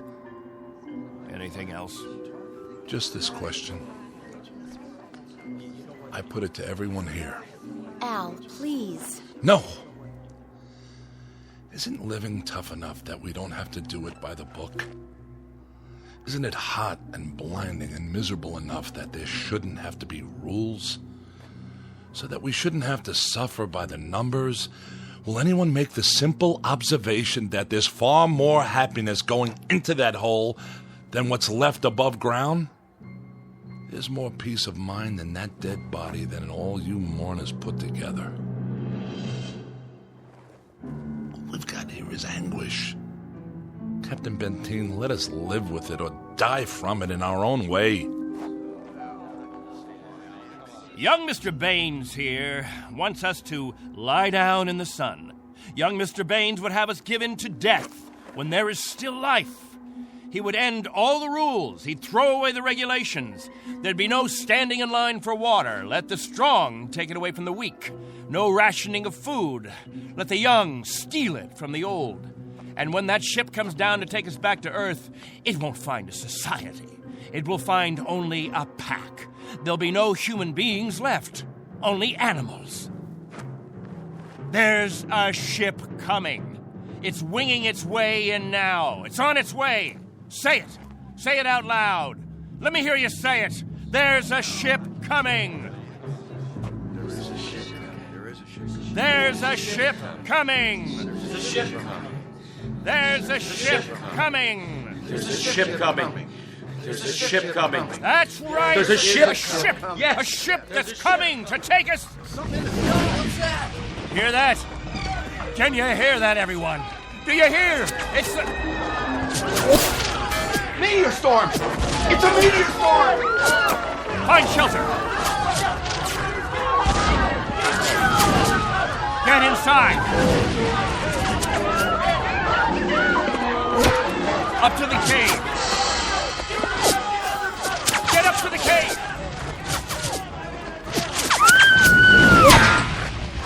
Julie! It's Julie. She's bleeding.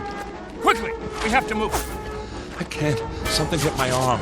I think it's broken. Stand aside, I'll carry it.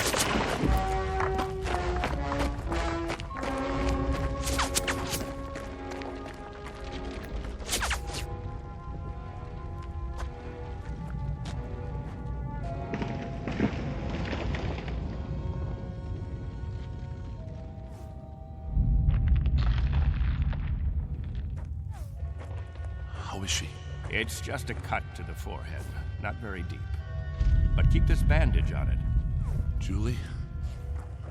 Julie, honey? Can you hear me? Al? Don't let her move just yet. She may have a concussion. How's your arm? It's not broken. Must have been a rock that hit it. Captain, thank you. For a little first aid. No thanks necessary. I deliver babies, too. You might want to keep that in mind. Now, I'd better go see to the others.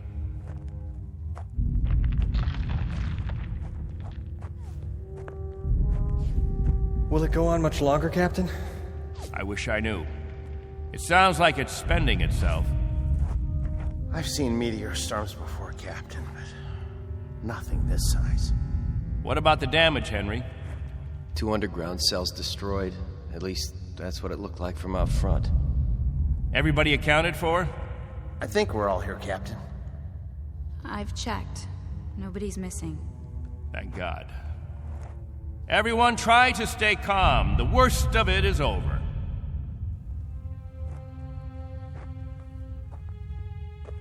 Jojo? Yeah, Captain? You're not scared, are you? Well, kinda.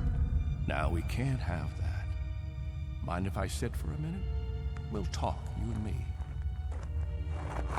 Captain, tell me about the Earth. Would you, Captain? Tell us what you remember. Yes, do. Well, all right, I guess I can do that. We'd like to hear. You, over there, is that you, friend? Yes, Captain. And you, Buck. Yes, sir. You fill in the holes if I leave out anything. Straighten me out if I'm wrong about any of my recollections. Jojo, I was a boy of 15 when we arrived here. But I remember Earth. I remember it as a place of color. I remember that in the autumn, the leaves changed. They turned different colors, red, gold, orange. And I remember streams of water that flowed down hillsides, and the water was sparkling and clear. And I remember clouds in the sky, white, billowy things that floated like great, majestic ships. They looked like sails. What are sails? Don't you know what sails were? In ancient times, that's how ships moved across the water. There was so much water. The men unfurled large sheets of canvas against the wind, and it was the wind that moved them. And I can remember night skies. Night. Endless black velvet with stars. And sometimes a moon that seemed to hang there as big as the face of an old man, looking down on us all. Captain, what's night? Why, that was the quiet time, Jojo. Night was when the earth went to sleep. It was the cover it pulled over itself. Not like here, with two suns always shining, always burning. It was a darkness that felt like a cool hand brushing over tired eyes. And there was snow on winter nights, gossamer things that drifted down and turned the earth all white. And we could build snowmen the next morning and see our breath in the air. And it was good then. It was right. So, why did you leave there? Oh, we thought we could find another Earth, Jojo. Then we found this. We thought we could escape war. We thought we could build an even better place. And it took us 20 years to find out that we had left our home 1 billion miles away, only to be stranded, like visitors, transients, that no roots could take hold in this ground. But it was too late. So we spend the next 30 years watching a clock and a calendar and waiting. But we can't wait any longer. Not a day, not an hour. We have to get back home. There's no more time. I'll go outside and survey the damage.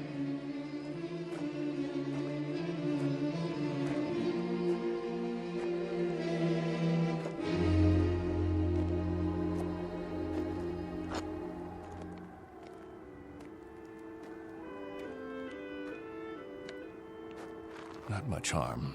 Radar tower's still standing.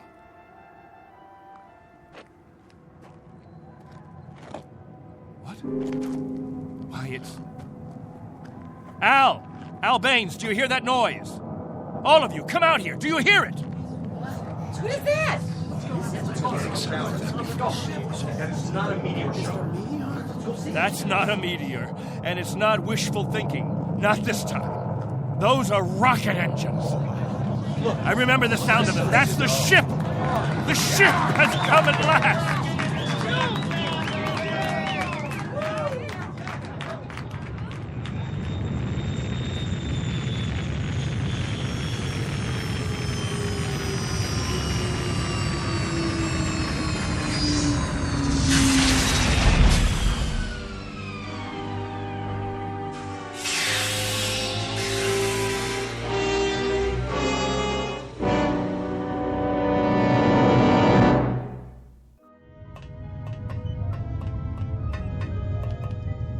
Wow, what a ship.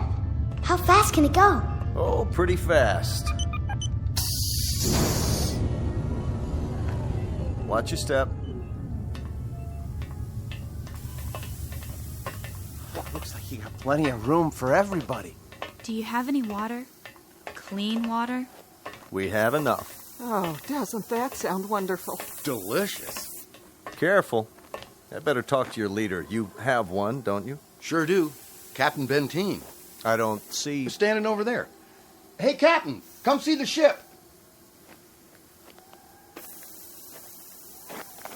Mr. Benteen? I'm Benteen. Colonel Sloan. I command the Galaxy 6. Our orders are to transport you all back to Earth. Colonel, what took you so long? 6.5 months, Mr. Benteen. 100 times that. We've been waiting for 30 years. Does it all look like this? Salt flats and scrubby mountains. 2 suns, hot and perpetual. 30 years of it. 30 years. The children have never seen Earth, and some of the older ones don't even remember it. They'll see it now. Our orders are to get you aboard as soon as possible. We figure that we should be able to lift off on Thursday. Are you still using Earth time? Of course. Good. That'll give you 3 days to prepare. Unfortunately, your people will only be able to take what they can carry. Over 200, aren't there? 187 men, women, and children. It may be a little crowded, but we'll fit you all in. You've been used to a lot of space, Mr. Benteen, haven't you? Space? Room to move around. That's all there is here. That and the heat. I can feel it. They'll make the trip standing on their heads if necessary. I'm sure they will, but I don't think that'll be necessary. Do you know, can you understand what a godsend this is for all of us? It's hard to imagine. I can only say your country's very, very proud of you. What of the Earth? Has it changed? Not too much. Still green? Still green. And the cities? The cities still stand. And war? As always, I'm afraid.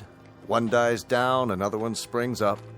But through some miracle and the grace of God, we never had the big one. Now, Mr. Benteen, all things considered, I think you'll find it very much as you left it. Captain Benteen. Captain? That's what the people call me. This place, their very lives, it's all been my responsibility.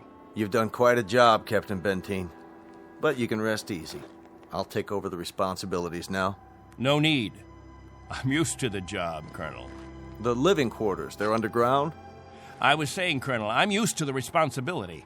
I wouldn't quite know how to function without it. Is it cooler there, Mr. Benteen? I'm sorry, I didn't... Your underground rooms, are they much cooler? Yes, they're refrigerated. It's... Captain. Morning, Captain. George. The best morning ever. We just wanted to say thank you, Captain. Why? For what? For keeping us alive all these years. That's right. Without the Captain, none of us would be here. That's not necessary. You better believe it, Colonel. I do. I do believe it. Captain Benteen. Go ahead, Colonel Sloan. That's all right. I'll see to the others.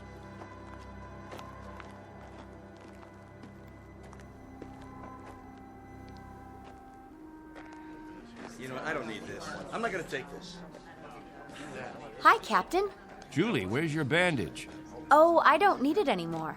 But we put one around your head so the cut would heal. What's this? Isn't it incredible? It's called a medicinal patch. You wear it for 24 hours. It accelerates the growth of new skin. Look at her forehead, Captain. You can hardly see the scratch. Better put the sling back on your arm, Al. I don't need a sling. Just this metal band. It's magnesium. Colonel Sloan said my arm would be perfect by the end of the week. Well, I seem to have had my practice taken away from me. But while we're here, I'd use that sling. I'll bet I've fixed about 500 broken wings in my time, and the only way to be sure it heals properly is to keep the limb immobile. Where's Colonel Sloan? I want to ask him what to pack.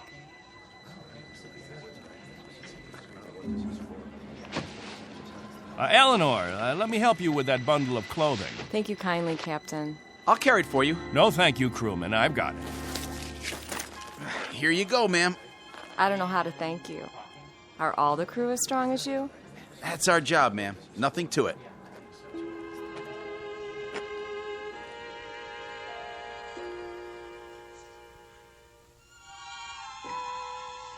Hello there, Captain. Will. I'm so excited. How much longer? Not long. Be patient. May I have your attention, everyone? Good question. Quiet, please. What is it, Captain? As all of you know, we have less than 36 hours before we depart. And as I told you earlier, there is a maximum allowance of 14 pounds per person.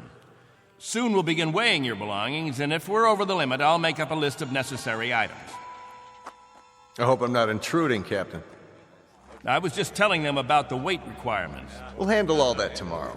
I heard you'd called a meeting here in the cave, so I brought Lieutenants Engel and Rafferty with me. Everyone has so many questions about Earth, I thought perhaps this would be a good time. More questions? Actually, Colonel, the purpose of this meeting is simply to make some last-minute arrangements. Colonel, I used to live in San Diego. Is California still the same? Sunny and warm most of the time, but not this warm. Los Angeles has become the biggest city in the world. These kinds of questions, we could just as well handle them when... Colonel Sloan? Are there still major leagues? My dad used to tell me about baseball and the World Series. The leagues are just as before, American and national. What about the Dodgers? They came in 10th last season. I'm told they need pitchers pretty desperately. I'll tell you what. When we're finished here, we'll improvise a ball and bat and have ourselves a game. How does that sound? Yeah, that'd be great. Let's do it. I think it's a little hot for that kind of activity. What we could do is have some group singing. We haven't done that for a while. I got an old sack. That'll be the ball. Who's got a stick? What are we waiting for? Let's go. Yeah. Please, wait. We haven't finished yet.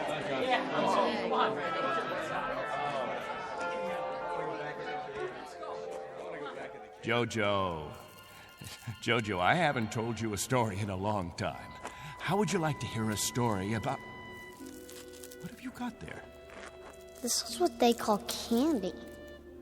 One of the spacemen gave it to me. It tastes...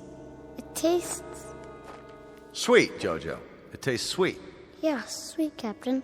Want a bite? No, thank you, Jojo. Back on Earth, we can get all we want. Something, Captain? I'm not sure. I'm not at all sure. You've promised them all candy. You've made it sound as if that was what the Earth is made of. Sugar and spice and everything nice. Maybe they ought to be told the truth.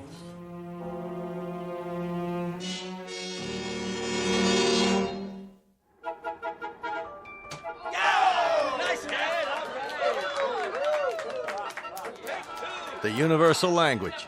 Baseball. You have a limited vocabulary, Colonel. Do you have any idea what the temperature is? At this hour, it's about 110. I don't know whether your crew can take it, but I know my people. They're going to pay for this little athletic event. Some of the older ones, it might even be serious for them. It's just a game, Benteen. My guess is that it's worth it. Now, I'd better get back to the ship. Colonel Sloan.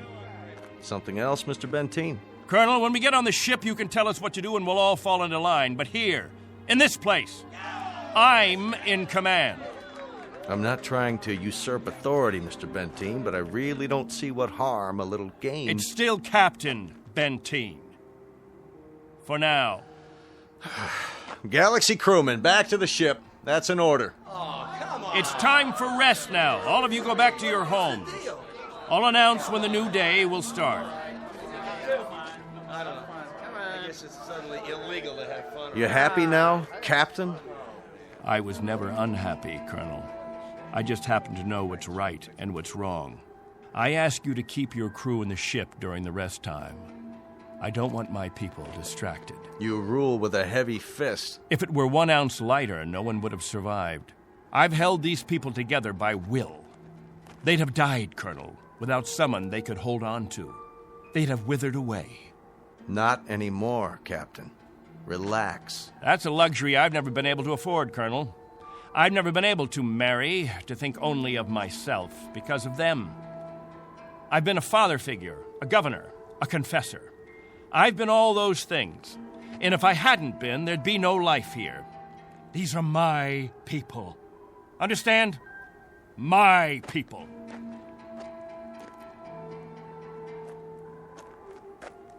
What's with him, Colonel? I'll bear with him a little bit longer, fellas. He's really quite a man. He's got just one minor aberration. And what's that? He believes he's God. As far as he's concerned, we're booting him out of heaven.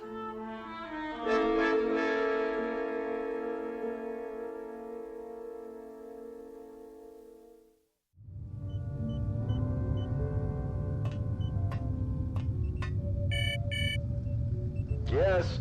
Mr. Captain Benteen is here, sir. Show him in. Very well, sir.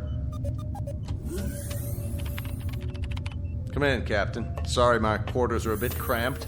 Please, sit down. Colonel Sloan, this is a list of all passengers with their approximate weight and the weight of their belongings after each name. The scale we have is pretty beat up. My guess is that it underweighs by about 4 or 5 pounds. Fine. All I wanted was an approximation. We'll weigh them in on our own equipment before blast off. This is Wednesday, 12 midnight? I keep getting confused with the constant light. When do the people get up? About 2 Earth time. The hours from 7 until 1:45 are the hottest. That's when we try to stay indoors. Then we have our meetings at the cave about 2 hours afterwards. We've had to improvise our own schedule. You've improvised very well, Captain. I looked at the saltwater converter, your electro plant, the sun shields you put up over the crops. Very inventive. Necessity hasn't been the mother of invention here. It's been the father and the whole family. Well, you'll be able to give way to progress now. Though I wonder if all of it'll be to your liking. The way you'll be lionized when you get back to Earth. You're referred to in the press as the Lost Pioneers. They're going to make quite a thing of you when we land. Oh? Wherever any of your people settle, there'll be keys to the cities, brass bands. I expect they'll scatter all over the U.S. The government's had inquiries by, well, it must be thousands of relatives. My guess is that they'll just about have time to look into a television camera and then get whisked off. Well, they won't be scattered, Colonel. They'll go as a group. We'll find a place where we can settle, and that's where we'll stay. I'm talking about when we get back to Earth, Captain. That's what I'm talking about. They won't be splitting up. Not my people. Captain, as a point of interest, did you ever ask them? Ask them what? Whether they'd want to stay together. That would be a ridiculous question, like asking a child if he wants some more ice cream. They're children, you see, Colonel. Oh, chronologically, they range from 6 months to 60-odd years, but socially, psychologically, they're children. I've kept them alive and functioning all this time. Once we're back on Earth, I'll simply continue the process. Captain Benteen, have you told them that? Have you told them that after 30 years of waiting, 30 years of living in a compound, they're going to travel 1 billion miles just to walk into another one? Have you? There's no need. They wouldn't have it any other way. To leave them to their own devices, that would be an act of cruelty. Captain, do me one favor. Just ask them.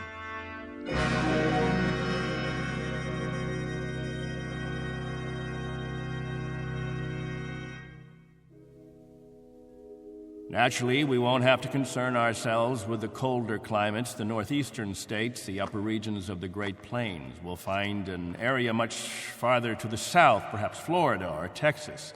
Southern California has a temperate climate. Captain, you better tell us about frostbite treatment, because I'm moving to Wisconsin. That's where my family settled originally. What about Oregon, Captain? That's where Joan and I plan to settle.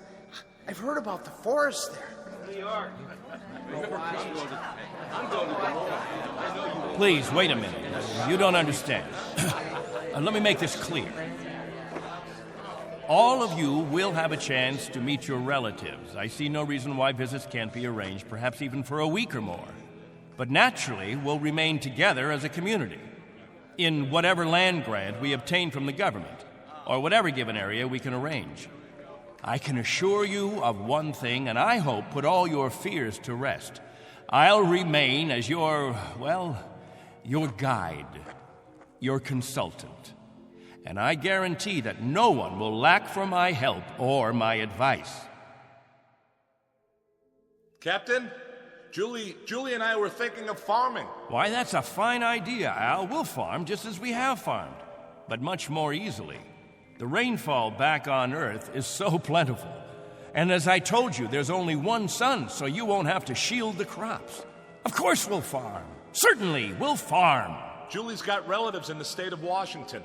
You couldn't take the cold. None of you could. But I guarantee that wherever we settle, the farming will be good. I'll see to that. What's the matter? Don't you understand? We don't plan to stay together. You don't understand, Al. You've never understood much of anything. If we split up, I seriously doubt that we'd survive. Al, explain it to him. Go on. We'll survive, Captain. If anyone wants to stay together, that'll be their right. But if they want to go their own way, that'll be their right too. Am I wrong, Colonel? You're not wrong. We're to take you back as a group. Once on Earth, you can do as you please. Colonel, let us settle our differences in our own way. There are no differences, Captain. There are differences. There are changes that have taken place on Earth, things we aren't prepared for. Oh, the Colonel has made it sound like a big holiday, the good life just plucked off a tree. Well, friends, I don't want any of you disillusioned. Wherever men live, they grub, they scrabble, they have to dig to stay alive. It's a fact. But together, that's the word, together. We've got to stay together. Think of that word now. Let's say it out loud. Everybody, now. Together. Together. Together. Together. Together. Looks like the congregation isn't with you anymore, Captain. What's the matter with all of you people? Wait.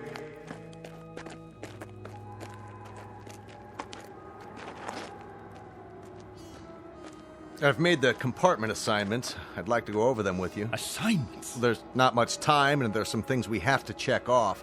There's a decompression problem that we've got to tell them about, and a moment of weightlessness shortly after we leave the atmosphere that I want to explain to the children. Do you know what we called you while we waited for you to come? We called you the Messiah. Did you? You were supposed to bring freedom, but that's not what you brought. You brought selfishness, dissatisfaction, divisiveness. With all the misery we've had here, those germs never infected us. I brought nothing but a ship and a crew and a means of escape. You've had no diseases, no viruses. Did it ever occur to you why? You've lived in a test tube, Captain. Antiseptic and germ-free and sterile. Sure, you're a group, a cell, but that's all over with. Now it's time for you to be what God meant you to be, individuals. Time to break the test tube. Time to rejoin the human race. What I'd like to know is why in the name of God you're so reluctant about it. Because I remember the human race. This is incredible. Oh, it's really incredible. I was wrong, Colonel. I've been telling them about an Earth that doesn't exist, an imaginary garden. No. We can't go back. It's too late. Captain, really?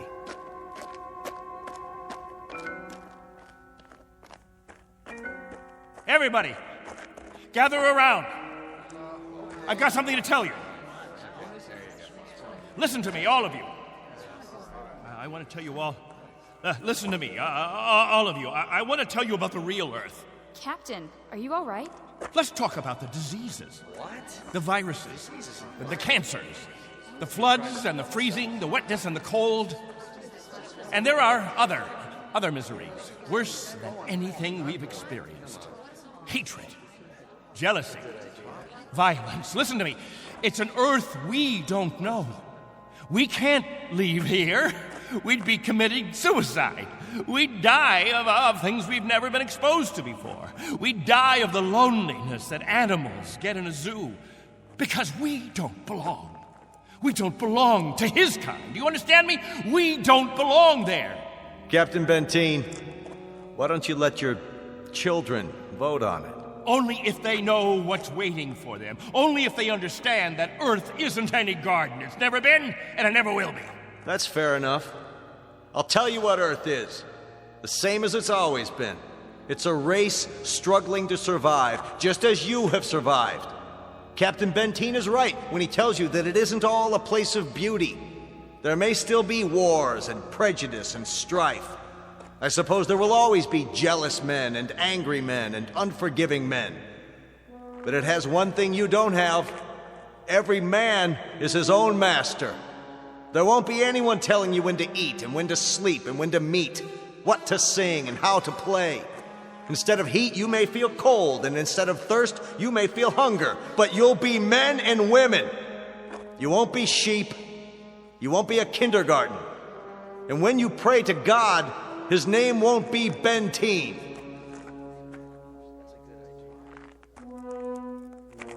A vote now, Captain, and the majority wins.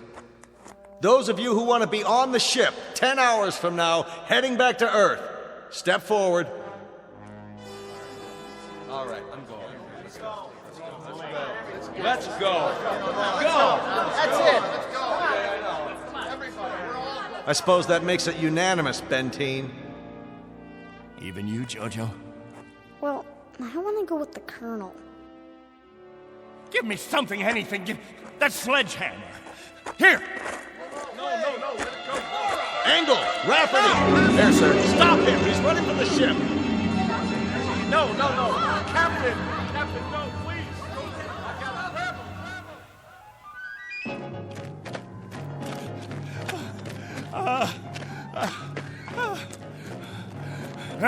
We'll see how far you get. Without a tail fin. Put it down!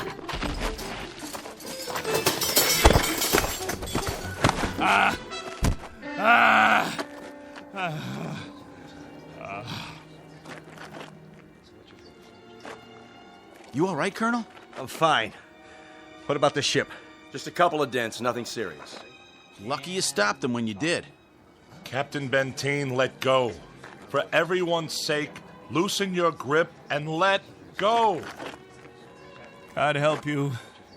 God help you all. Tomorrow you think you're getting on a ship headed for paradise.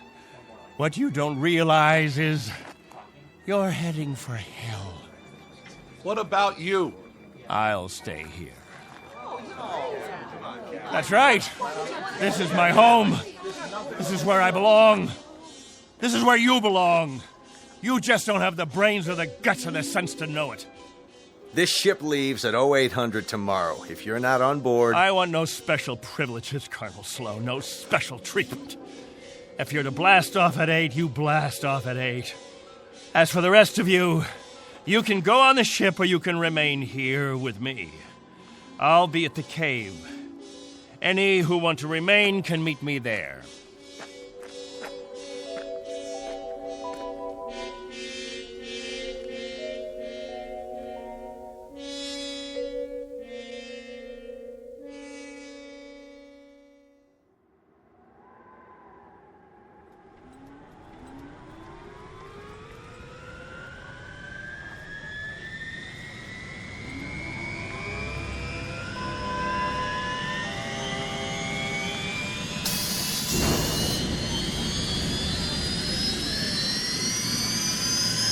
That's it, folks. The rocket's fired up. Everybody on board, single file.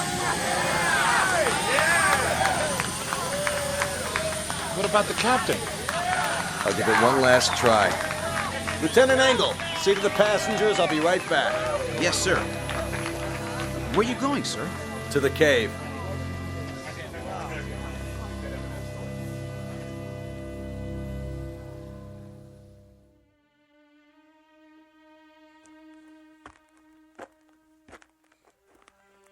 Captain?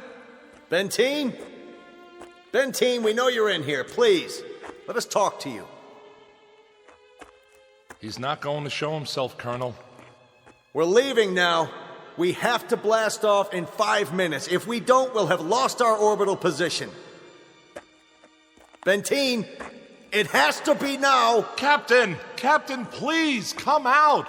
Remember this. If we leave without you, there'll be no other ships. This is where you'll live the rest of your life. And this is where you'll die.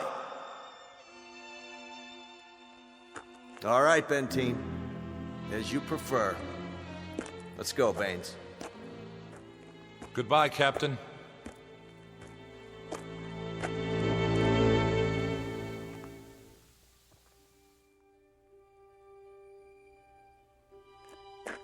Hello, friends, all together at the meeting place. Any new business today? No? Jojo, I'll bet you want to hear about Earth. About the rivers and the seas, the blue skies, or the night, the stars and the moon. Which do you want to hear about this time? There's color on Earth, the change of seasons. And the wind brings the smell of the ground, the plants, the seeds, the roots, flower petals, sap from the trees, and the smell of the weather, the rain or the mist or the fog. And on the earth, there's green, the color green, the feeling green. There's something fresh about it, something living. Earth. It's called Earth. Don't leave me. Please. Oh, don't leave me.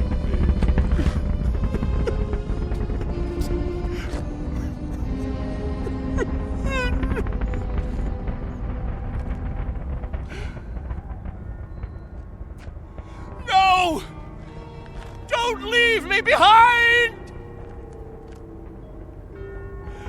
Don't leave me.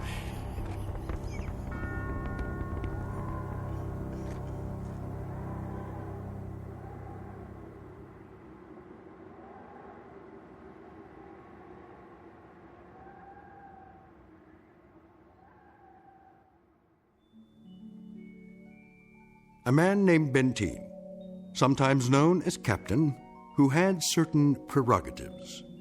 He could lead, judge, legislate, even dictate. It became a habit, and finally, a necessity. William Benteen, once a god, now a population of one, on a distant outpost in the Twilight Zone.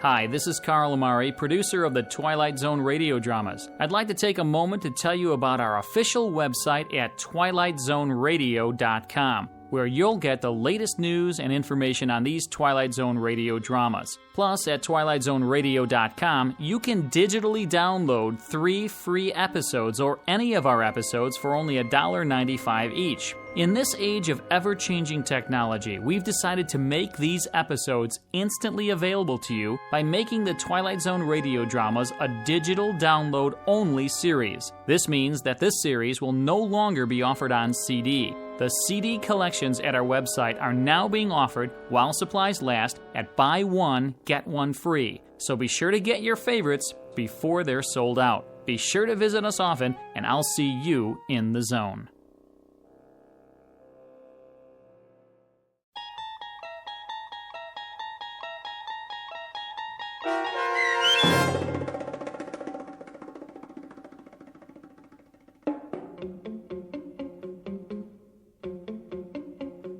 On Thursday, We Leave for Home, starring Barry Bostwick with Stacy Keach as your narrator, was adapted for radio by Dennis Etchison and written for The Twilight Zone by Rod Serling.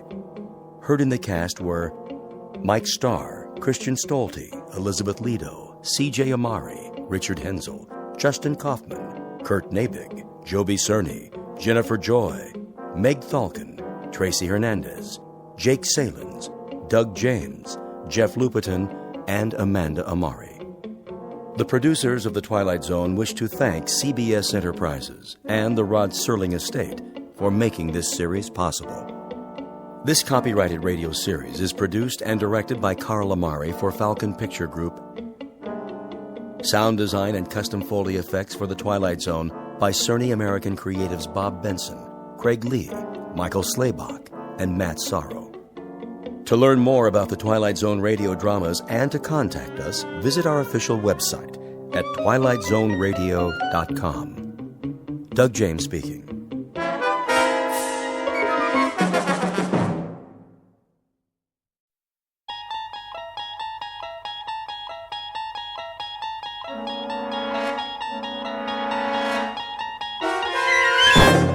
You're traveling through another dimension. A dimension not only of sight and sound, but of mind.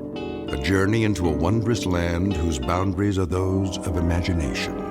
Your next stop, the Twilight Zone.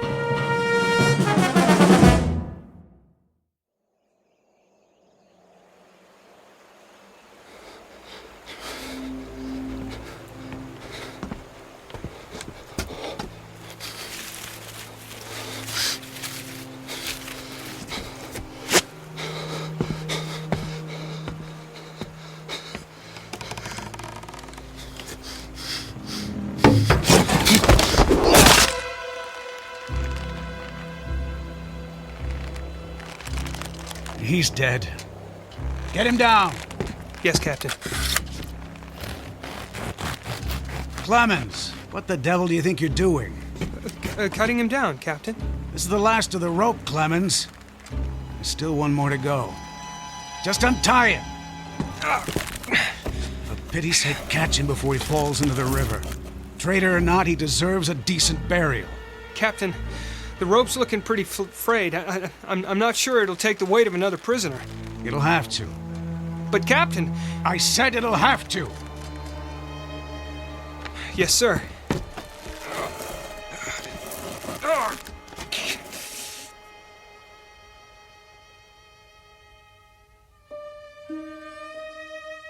You have just witnessed a military execution.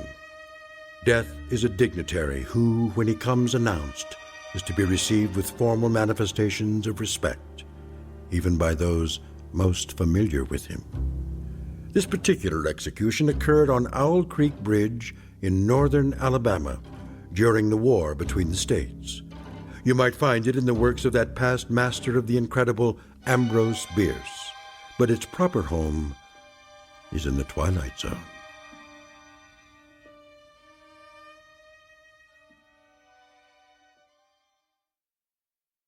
And now, the Twilight Zone and our story, An Occurrence at Owl Creek Bridge, starring Christian Stolte, with Stacy Keach as your narrator.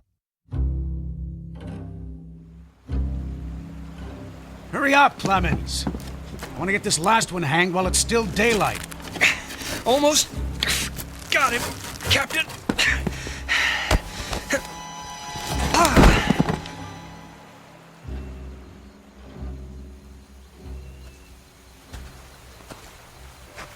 Your friends are dead, Peyton. That's your name, isn't it? Mr. Peyton Farquhar.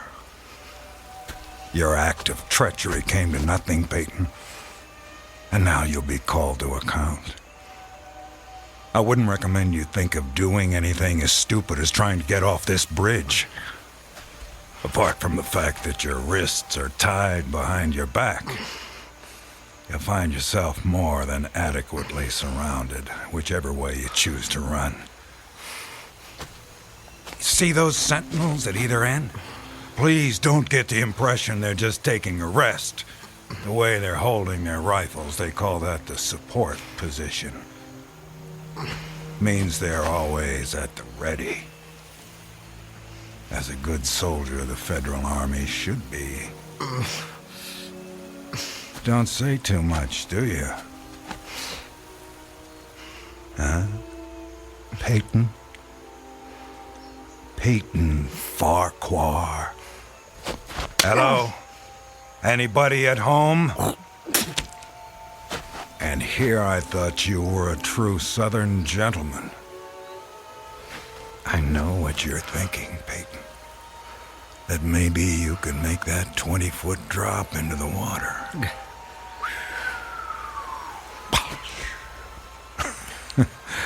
And who knows, maybe you're good at that.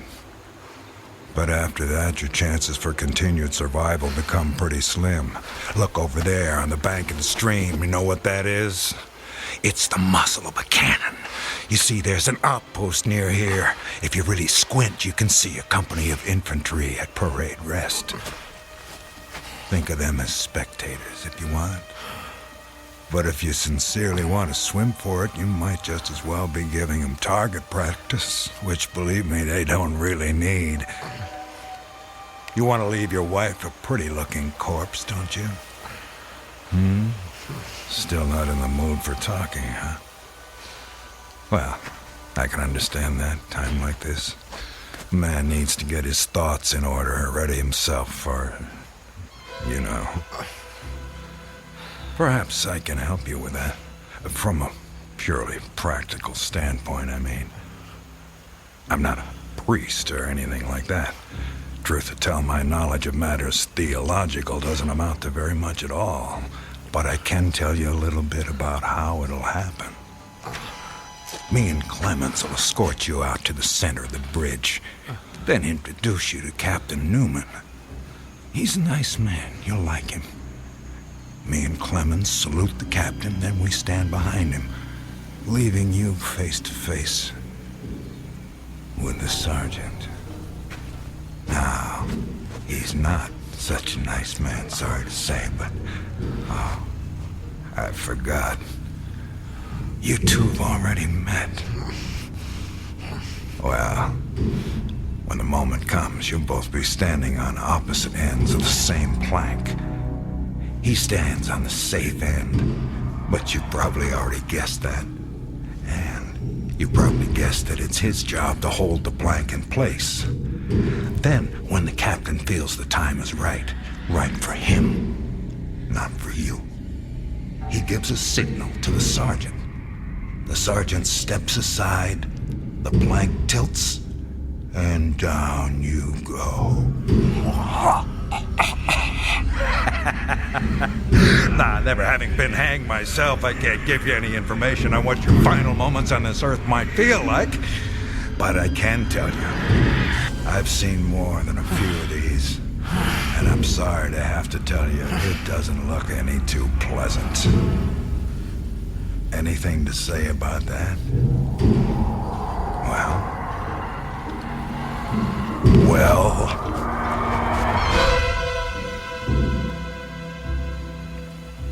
I am a living man. How's that? Speak up, Peyton. If you got any famous last words, we should hear them. Otherwise, they won't be famous. I am a living man! Not for much longer. No, sir, not for much longer. Captain says we're ready for him. Hear that, Peyton? We're ready for you. They say the Lord hates a coward, so take my advice and try and face it with a smile. Why do you have to do that, Levine? Do what? Taunt him like that. You shouldn't expect anything better. This is war. He was on the wrong side. The wrong side? Do you think he thinks that? I don't give a damn what goes on inside his head. Neither should you, Clemens. And unless you want to end up with a noose around your neck, don't let anyone else hear you talking like that. Now, help me up with him.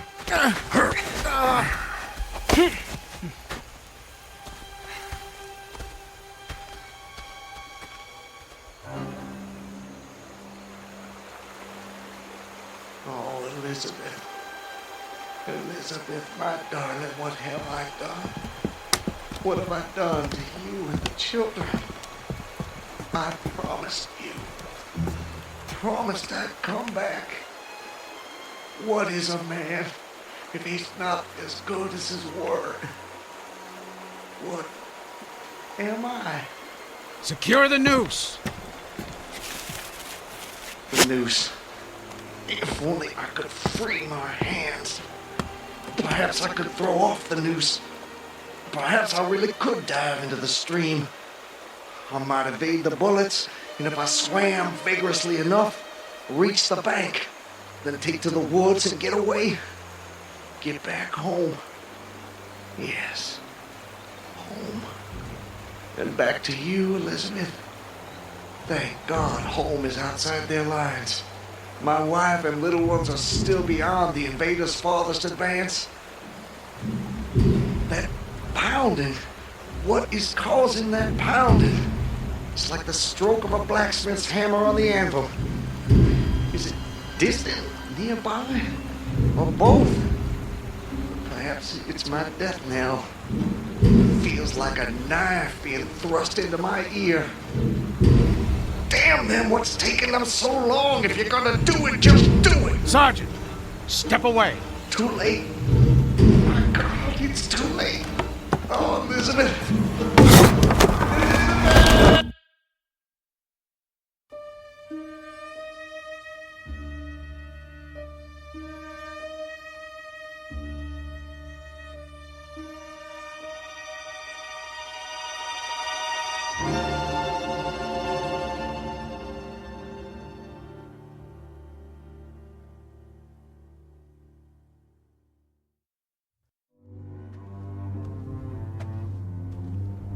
So, how much further is it? What? Much further to where? Where am I? Your home, Mr. Farquhar. How much further? A little further. Yes, a little further. Just keep along this road. I'm sorry, I'm somewhat confused. Hardly surprising. You've just woken up. It usually takes me a good half hour and a stiff drink before I know my own name. Say, you wouldn't happen to have a stiff drink on you, would you? I'm afraid not. Too bad. No, wait. I can't have been sleeping. Why not? Look at me, I'm walking. How could I fall asleep walking? Horses fall asleep standing up. But not walking. Well, I don't know about you, but I've got to the end of plenty of days without the faintest idea what I've done. Of course, as I explained to you, Mr. Farquhar, I drink a bit. You know my name? Mm-hmm. You're Mr. Peyton Farquhar. How do you know my name? You told me.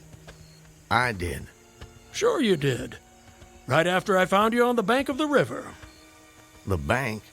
The southern bank. When I discovered you, you were digging your fingers into the sand, throwing it over yourself in handfuls, and almost blessing it. That doesn't sound like the sort of thing I'd do. You don't remember? No. Well, it's what you did.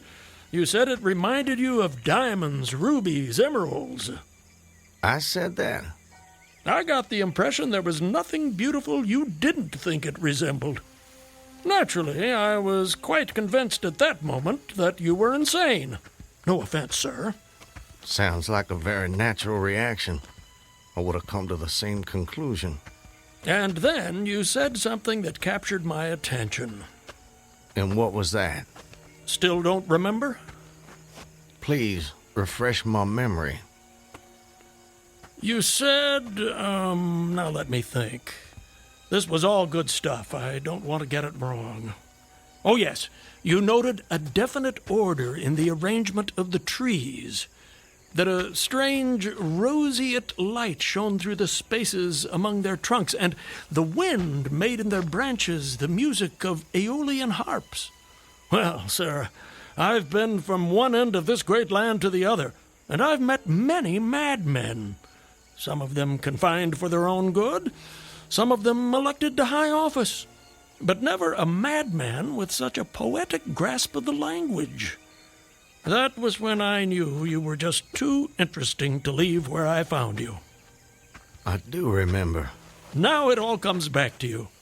Not all of it, not yet. But I remember lying on the bank. I was so content there. More than I've ever been in my... Right then and there, I had no wish to perfect my escape.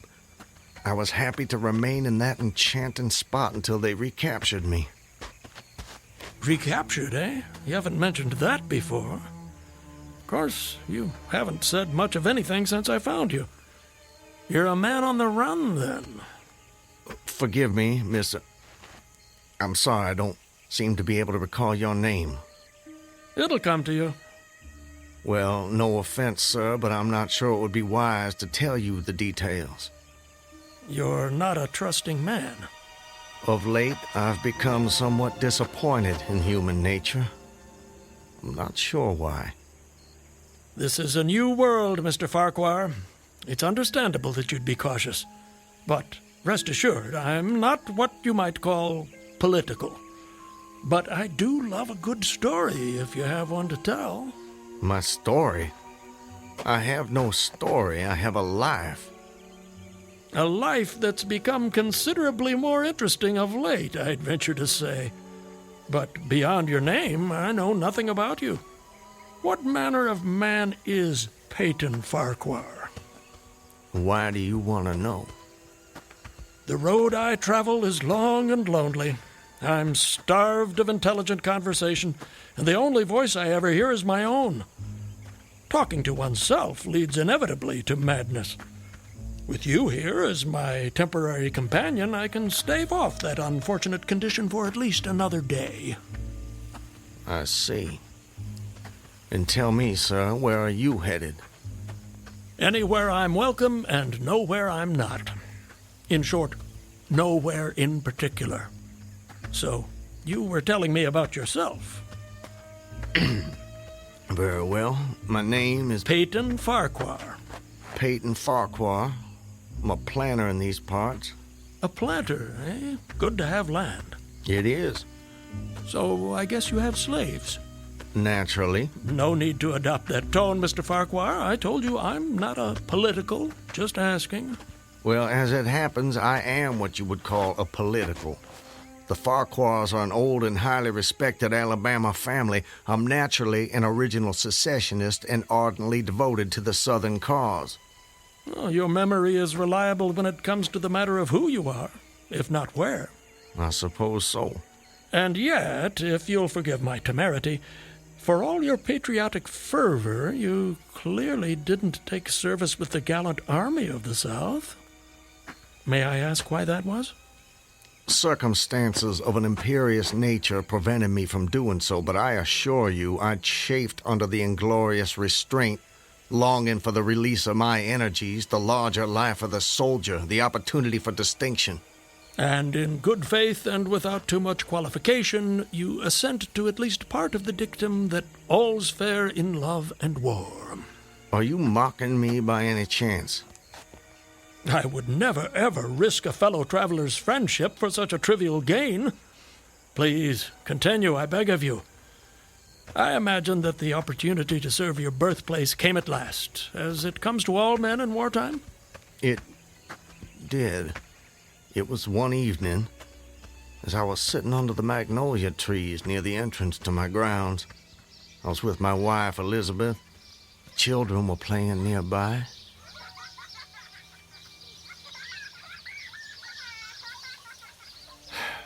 This is the life.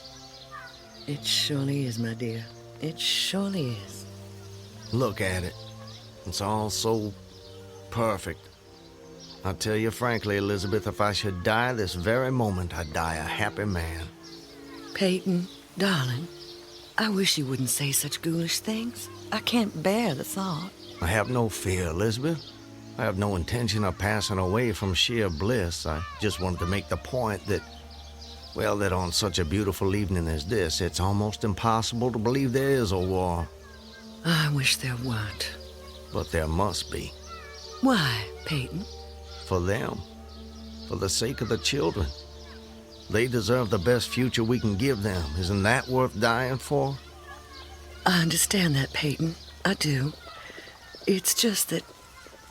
I sometimes wonder if we couldn't... Peyton, look! That soldier. He's one of ours. Water. Please. You're exhausted. Peyton, should I fetch one of the slaves? By no means. We'll take care of him ourselves. Get him some water, Elizabeth. Let me help you down, sir. Oh, thank you. You must be starved. Come inside, my man.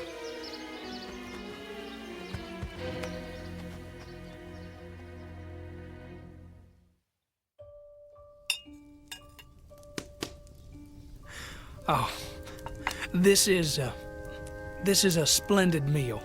Thank you. Some more? Alice, more cornbread. No, please. This hospitality is far more than I deserve. Nonsense. Nothing is too good for our brave boys.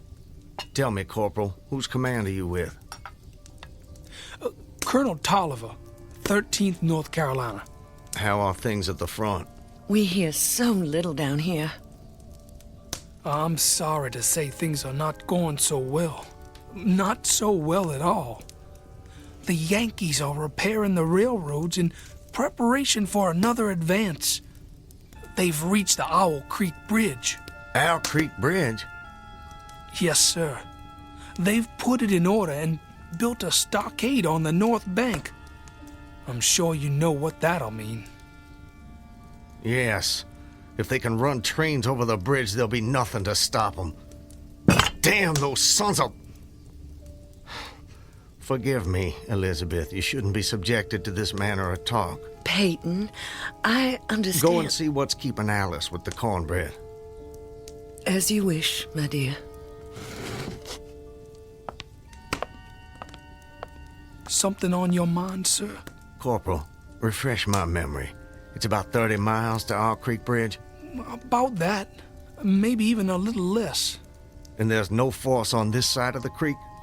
Only a picket post a half-mile out, on the railroad, and a single sentinel at our end of the bridge. Suppose a man, or perhaps several men, civilians and persons of intelligence, should elude the picket post and perhaps get the better of the sentinel. What could they accomplish? Accomplish? Well, sir, I was there a month ago. I saw that the flood of last winter lodged a great quantity of driftwood against the wooden pier at this end of the bridge. Driftwood, eh? It's dry now, exceedingly dry. If someone were to put a light to that driftwood, it'd burn like tow. That it would, sir. And that would mean the end of the Owl Creek Bridge. I don't think the Yankees would care for that. Not one damn bit would they care for it. And it goes without saying that such a conflagration would seriously hinder the northern effort. Oh, it would. But you should know, sir, the Commandant's issued an order declaring that any civilian caught interfering with the railroad, its bridges, tunnels, or trains will be summarily hanged. I've seen the order. It's posted everywhere. Risk is a part of life, soldier. You face it every day. I do. That I do. And in my own small way, I've done what I can. No service is too humble to perform in the aid of the South. And should the opportunity present itself, no adventure would be too perilous to undertake if consistent with the character of a civilian who is at heart a soldier, of course. Mr. Farquhar, you are a true son of the South, and a very brave gentleman.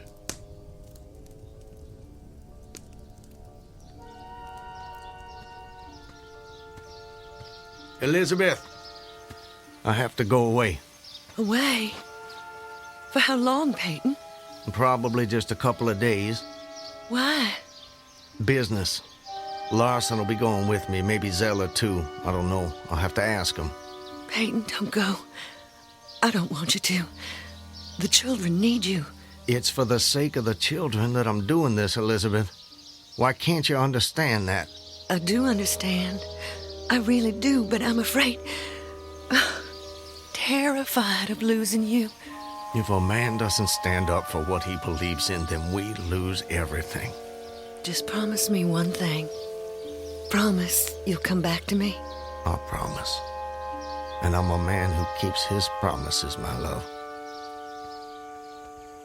Setting fire to the Owl Creek Bridge. Sounds like a most audacious plan. It was. I must confess, Mr. Farquhar, I'm a little confused. How so? You strike me as a competent and determined gentleman. I imagine whatever you want out of life, you get it. That's fair to say. What of it? Simply that I'm surprised your endeavor came to nothing. And what makes you imagine that? Your present predicament. The absence of your co-conspirators, those marks upon your neck. And if someone had set the Owl Creek Bridge alight, I'm sure I would have noticed it in some way. Let me check. Where there's smoke, there's fire, and... Nope, no smoke. You're a very thorough fellow. For a moment I thought you might know more of my situation than you let on. From the way you talk, do I take it someone in your party betrayed you? Not in my party. But you recall the corporal who appeared at my plantation? Of course. He was a federal scout. Then you were deliberately entrapped. It seems they wanted to weed out the civilians who might cause them some trouble. If I'd only stayed out a little longer that night, I'd probably have seen that same rider repass my plantation, going northward in the direction from which he'd come. From the Owl Creek Bridge. Precisely. And when you and your co-conspirators... Patriots. ...made your assault on the bridge, the military were waiting for you. They made me watch as they hanged my friends for an act of treachery. The sergeant who put them to death was the same man who lured us there. Is there no honor in conflict?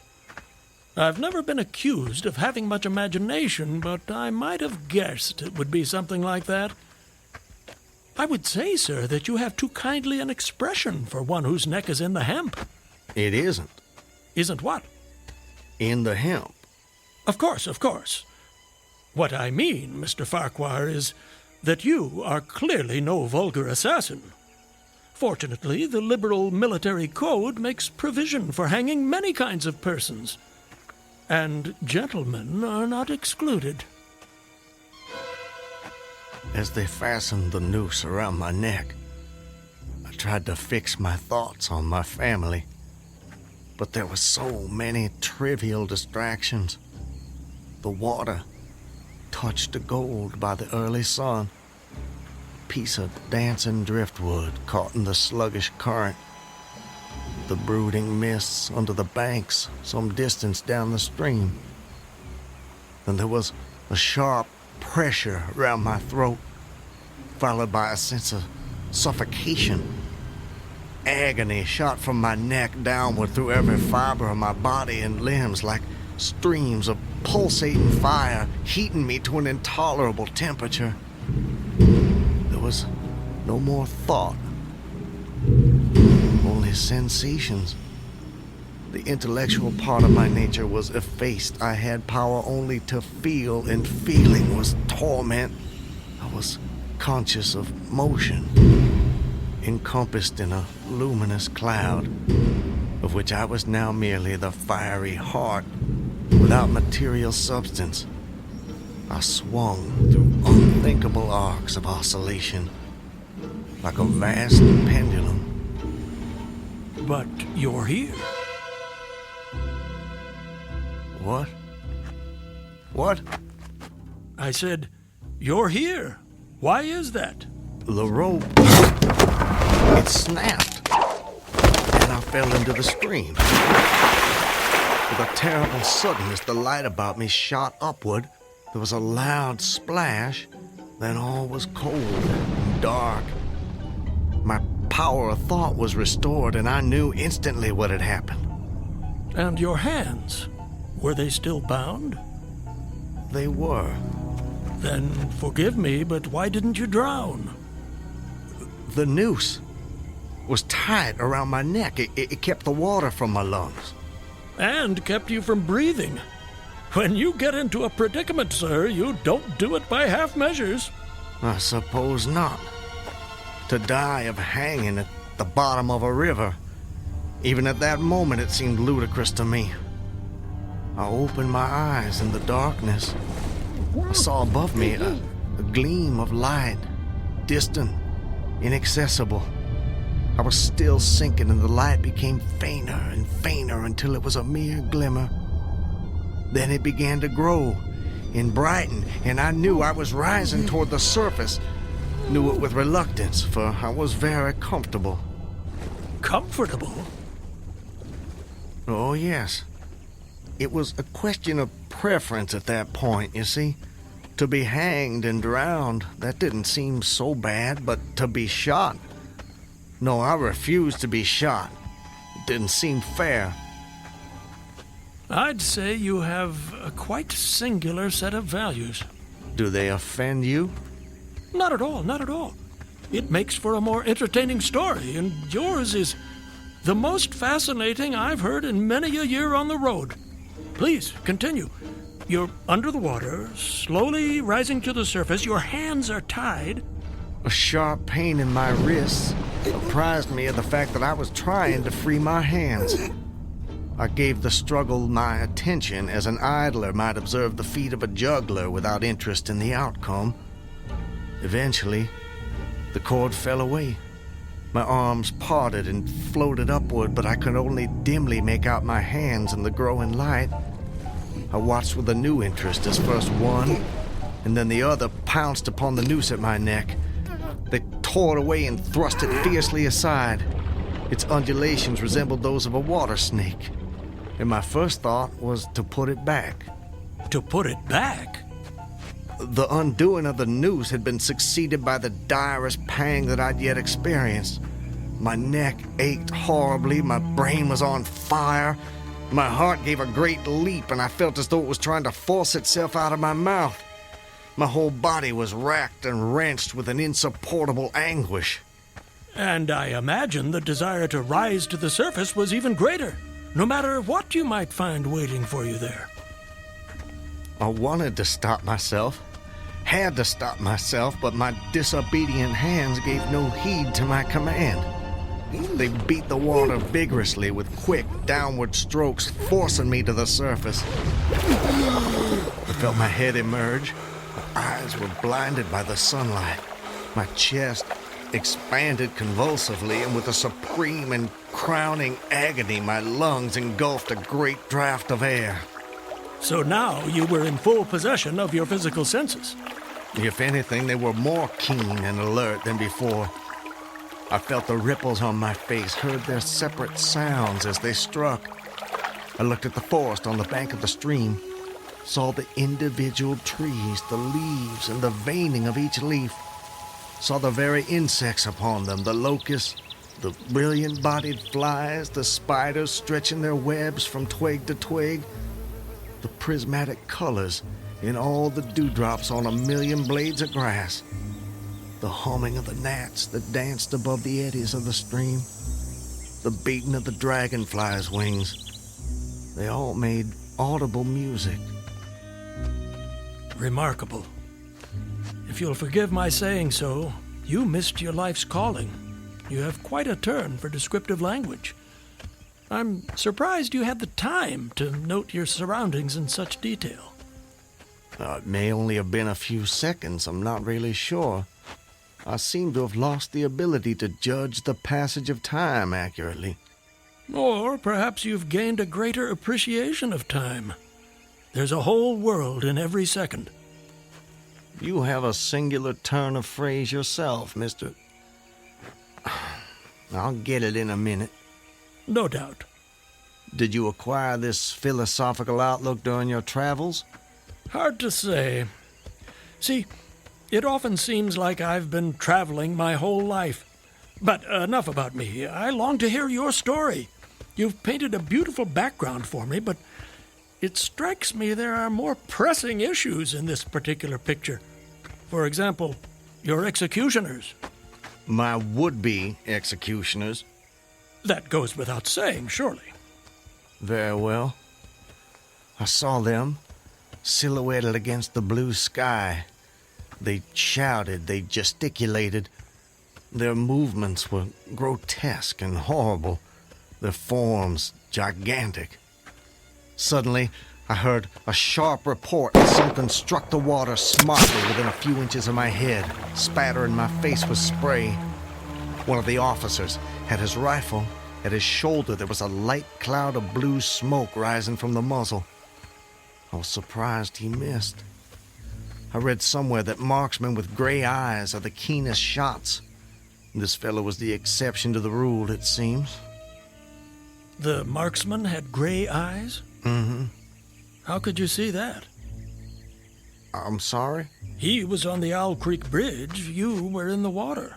And you must have drifted some distance. So, how did you know the marksman had gray eyes? I don't know how I know. I must have noticed it on the bridge. Just before your execution? My intended execution. As you say. Doubtless the detail was burned into my mind. Doubtless. I told you how much more alive my senses had become at that moment. Alive. Yes, indeed. That you did. At that moment, a counter-swirl turned me half around. I was looking into the forest on the bank opposite the fort. A clear, high voice rang out and came across the water with a distinctness that pierced and subdued all other sounds, even the beating of the ripples. The voice, what did it say? It said, Attention, company! Ready! Aim! How did you do that? Run! Fire!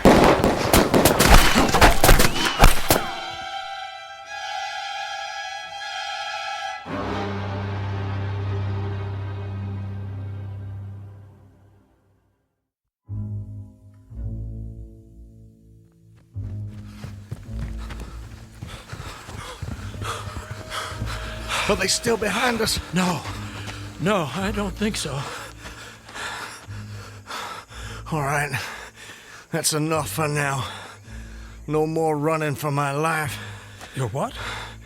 Wait, I need to get my bearings. I have to know how close I am to my destination. Closer than you think, I'm sure. Eh? Does anything look familiar, Mr. Farquhar? Yes. This way. I think. Yes, this way. Can you see your home? Not yet. But it's not far now. I intend to be back in my wife's arms by close of day. You gave her your word. That I did. And that's important to you. It's a matter of honor. An honor, Mr. Honor means as much as love to a man of the South. A very moving sentiment. Now, where were we? Where were we with what? Your story. My story? Yes. You were just reaching a most exciting point when we were interrupted. I long to know what happened next. Are you quite insane, sir? I don't believe so. But I thought the same of you when I first met you, so I suppose it's a fair question. I am in full possession of all my faculties, Mr. Everything except the memory, eh? Don't try my patience, sir. I wouldn't dream of it. You asked me an important question, and I'm doing my best to answer it. But you'll appreciate it's difficult to judge these things when one spends so much time alone. If I had a constant companion, someone to tell me if and when I appeared to be losing my senses, that might be helpful, but that's not what fate has in store for me. And as I say, I try to avoid talking to myself because that seems to me the fastest route to madness. But mad or sane, I know a good tale when I hear it, and yours is the most entertaining I have heard in all my years. Yes, sir, I shall cherish the memory of your experiences when I have long since ceased my wanderings.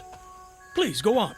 You'd escaped the noose by a most improbable stroke of good fortune, and then you found yourself in the stream and under fire. What was that like? Surely you can imagine that for yourself. We were just under fire a few minutes ago. But not in the water. Well, does it matter? Does to me. It's the setting that makes the crucial difference. Please. Very well. I suppose it might make the journey shorter, at least. Not mine. I dived to avoid the shots, dived as deeply as I could. Water roared in my ears like the voice of Niagara, yet still I heard the dulled thunder of the volley. Those heightened senses of yours. I rose again towards the surface and was met again by more shining Yankee lead. One shot nicked my cheek, do you see it? I see it. Well, the next time I dove, I was a long time underwater, and I made damn certain I swam farther downstream and nearer to safety. Just as well, since the soldiers had almost finished reloading. The two sentinels positioned at either end of the bridge fired again, independently and ineffectually. I saw all this over my shoulder. I was now swimming vigorously with the current. My brain was as energetic as my arms and legs. I thought with the rapidity of lightning. I reasoned, you see, that the captain had probably already given the command to fire at will. And you surely couldn't dodge all the shots. You're not invulnerable. No man is. Then an appalling splash, just 2 yards away, was followed by a loud, rushing sound which seemed to travel back through the air to the nearby fort and died in an explosion which stirred the very river to its deeps. A rising sheet of water curved over me, fell down upon me, blinded me, strangled me. The cannon had taken a hand in the game. Did I tell you about the cannon? You must have done. Well, anyways, as I shook my head free from the commotion of the smitten water, I heard the deflected shot humming through the air ahead. And in an instant, it was cracking and smashing the branches in the forest beyond. I was certain they wouldn't be so far from their target next time, and it was a good gun. The report lagged behind the missile. But surely the smoke would have apprised you of another shot. So long as you kept your eye on the gun, you had a certain advantage. Am I correct? You are? The problem was how to reach the shore without turning my back on the cannon. You have my complete attention, sir. How did you manage it? Well, I don't know. I'm not sure.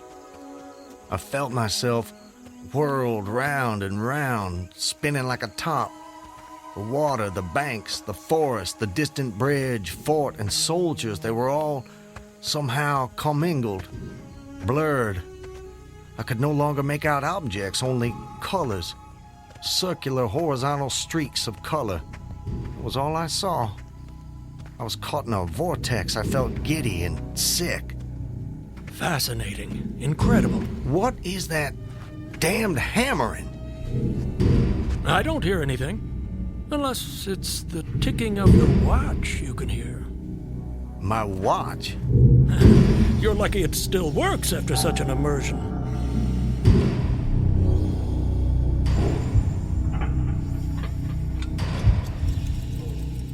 It is my watch.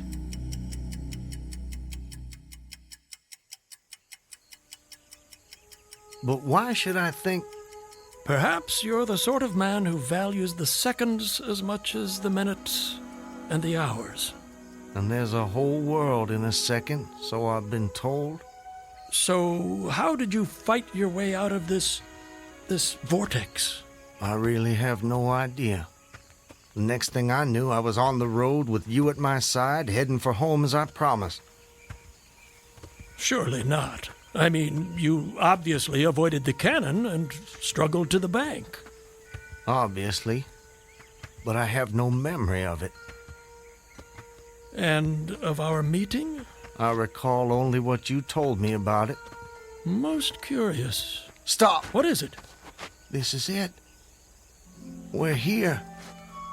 This is the path to my home. Excellent. Well, I suppose this is where we part company, Mr. Farquhar. May I say, it's been a rare pleasure. You wouldn't care to come in? I'm sure the servants could prepare you a meal. That won't be necessary, my friend. I have many miles still to travel. But your journey is almost at an end. Yes. Well, goodbye, Mr. I'm sorry, I thought I could recall your name, but it just escapes me. Call me Ambrose. I wish you well, Ambrose. And you, Mr. Peyton Farquhar. And you.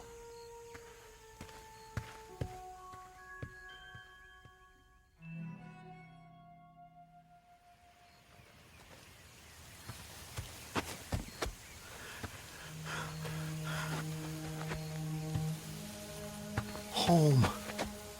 Almost home. How long? How long since that damn imposter rode down this road? How long since I was drawn to the Owl Creek Bridge? I would say, sir, that you have too kindly an expression for one whose neck is in the hem. Seriously. It is. Isn't what? In the hem. Of course, of course. I promised I'd return, Elizabeth. All so perfect. They couldn't keep me from Just you. before your execution. my intended execution. As you say. Not even a noose around my neck could stop me from coming back to you, to the family. Yes, I told you how much more alive my senses had become at that moment. Alive. Yes. I saw them. John, don't tease your sister. I want you Elizabeth! both on your best behavior when your father returns. Elizabeth! Elizabeth! You're not invulnerable. No man is. Elizabeth! Elizabeth! I swore I'd come back to you. I promised. Peyton! Elizabeth! Peyton! Elizabeth! Peyton! Oh, Peyton! Peyton, my love! Elizabeth, let me hold you. Let me take you in my... There's a whole world in every second.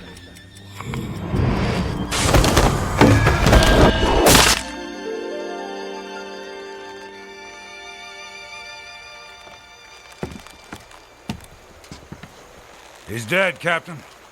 Good work. That's the last execution for today. Get him down! You know, Levine, for a moment there, I thought that rope wasn't gonna hold. It's strong enough. It did its job. Do you ever wonder what goes on inside a man's head in those last seconds before death? Like I said before, Clemens, I don't give a damn. And neither should you.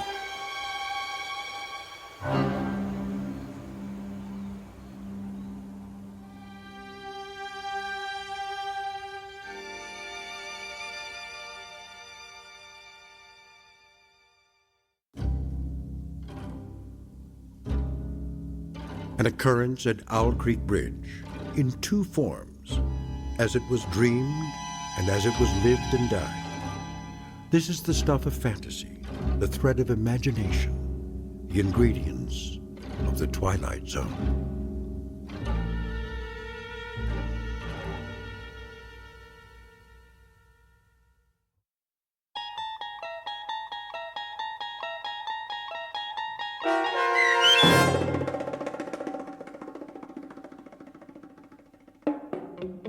An Occurrence at Owl Creek Bridge, starring Christian Stolte with Stacy Keach as your narrator, was adapted for radio by M.J. Elliott and based on the short story by Ambrose Bierce. Heard in the cast were Rob Riley, Danny Goldring, William Dick, Susan Hart, Gonzo Schexnader, and John Hoganacher. The producers of The Twilight Zone wish to thank CBS Enterprises and the Rod Serling Estate for making this series possible. This copyrighted radio series is produced by Carl Amari and directed by Joe B. Cerny for Falcon Picture Group. Sound design, custom Foley effects, recording, and editing are done in the Cerny American Sound to Picture Theater by sound designers Craig Lee, Todd Beyer, and Tim Cerny. To learn more about the Twilight Zone radio dramas and to contact us, visit our official website at twilightzoneradio.com. Doug James speaking.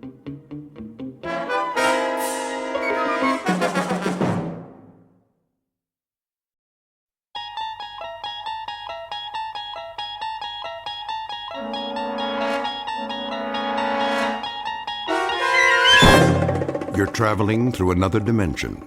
A dimension not only of sight and sound, but of mind.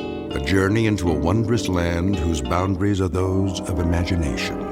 Your next stop, the Twilight Zone.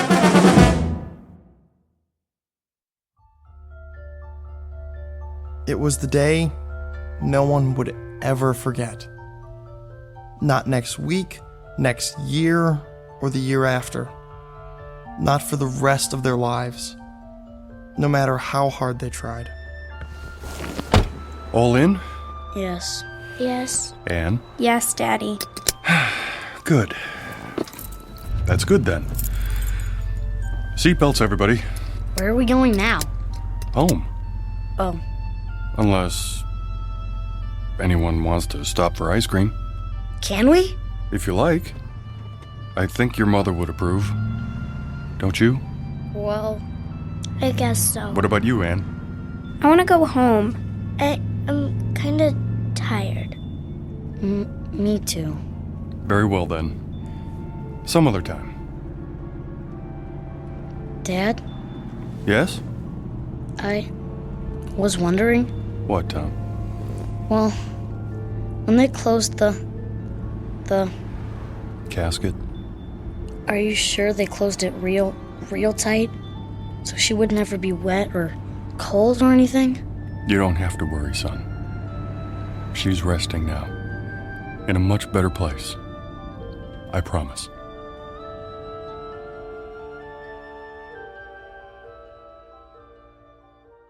It was the week the world ended.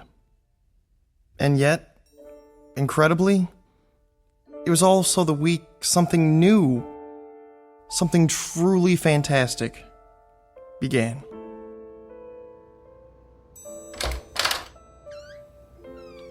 Anne, are you in here?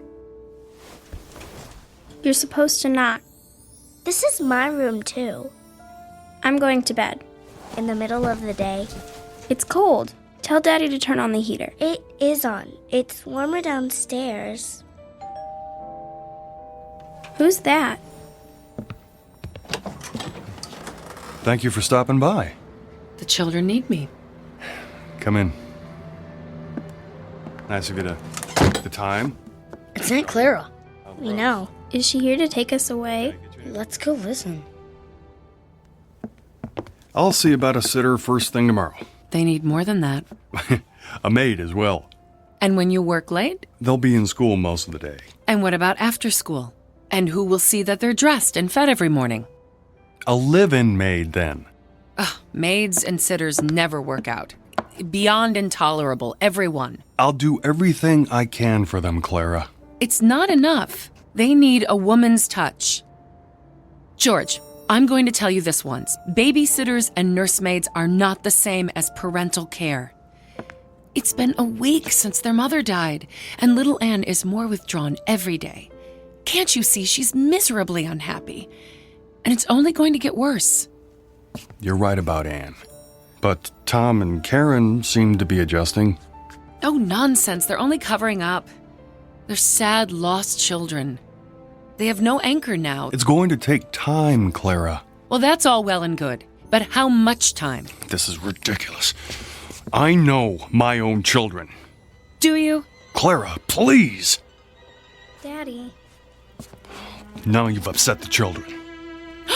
There they are. How long have you been listening? We were on our way out to play a game. Weren't we, Tom? Yeah. We were just... Oh, come to me, my dears. No. Anne, please don't run away. I should explain. Your father and I were having a talk. A very important one. And I told him I'm not pleased with the way things have been in this house since your mother died. But I have some good news. How would you like to come and live with me for a while? Well, how does that sound? We're okay here. School starts next week and everything. Let us talk it over among ourselves. In private. Is that your final word? I'm afraid it has to be. In that case, you'll hear from me, George. You can rely on that, and the next time it may be in the form of legal papers. No doubt. My only concern is what's best for the children. Goodbye for now. Oh, you precious dears. She wants to take us away. Does she, Daddy? She doesn't approve. She says I'm too busy to bring you up properly. That's not true. Perhaps it is. I can't stay home from work forever. She says you're unhappy here. Are you? No. Well, if love were enough, you'd have all you need because I couldn't love you more. Perhaps I can find the right help, the right guidance. Someone who'll be here all the time, someone who cares. But where? Where do I advertise for that? Wanted. One loyal, gentle soul will always... Dad. Hmm? Look at this. What do you have there? Modern Science magazine? It came in the mail. There's an ad in the back. It says... Let me see. There. I sing the body electric. What does that mean? A line from a poem by Walt Whitman, as I recall. Keep reading. Fantoccini Limited. Huh? It's the name of the company. Inventors and makers of electrical shadows, effigies, mimics, and mannequins. We bring you the answer to all your needs. That's stupid. The first perfect micro-circuited auto-recharging Model Mark V electronic data processing device in humanoid form. Like a robot. Built with precision, designed to accommodate any problem, large or small. Worried about finding the right housekeeper, personal assistant, secretary? Whether you require a teacher, friend, or companion, the Model Mark V will listen, interact, and learn, adapting perfectly to your requirements. A lifetime warranty. It never breaks down. There's no such thing. In male or female form, fully customized, satisfaction guaranteed. Did you hear that? Satisfaction guaranteed. It's a crazy idea. Let's not talk about it now. Well, we need to do something. I said that's enough. Besides, anything they build has gotta be better than Aunt Clara. Doesn't it? Sure does. Oh, that was a good one, Tom. I don't know how long it's been since we laughed. It even says there's a free trial period. Well? Well, what? It sounds okay, but can they really make a machine that looks like a person? I don't know. It doesn't sound okay to me. I suppose it wouldn't hurt to pay them a visit. See what they're up to. No harm in that. I sing the body electric. It has a nice ring to it. They make a fairly convincing pitch in the pages of a magazine called Modern Science. The revelation is just how modern, for robots, androids, and the like aren't science fiction anymore. They are products designed to help people, to make life easier.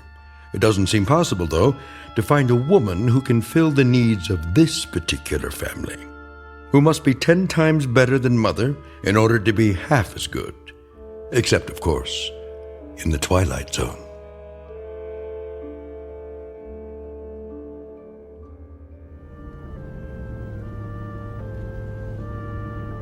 There's the sign. Fantoccini. Why do they call it that? Who cares? We'll have to ask. As soon as I find a parking space.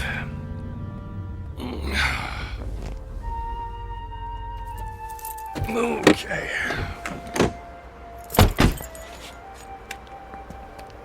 Can I ring the doorbell? You always get to do everything.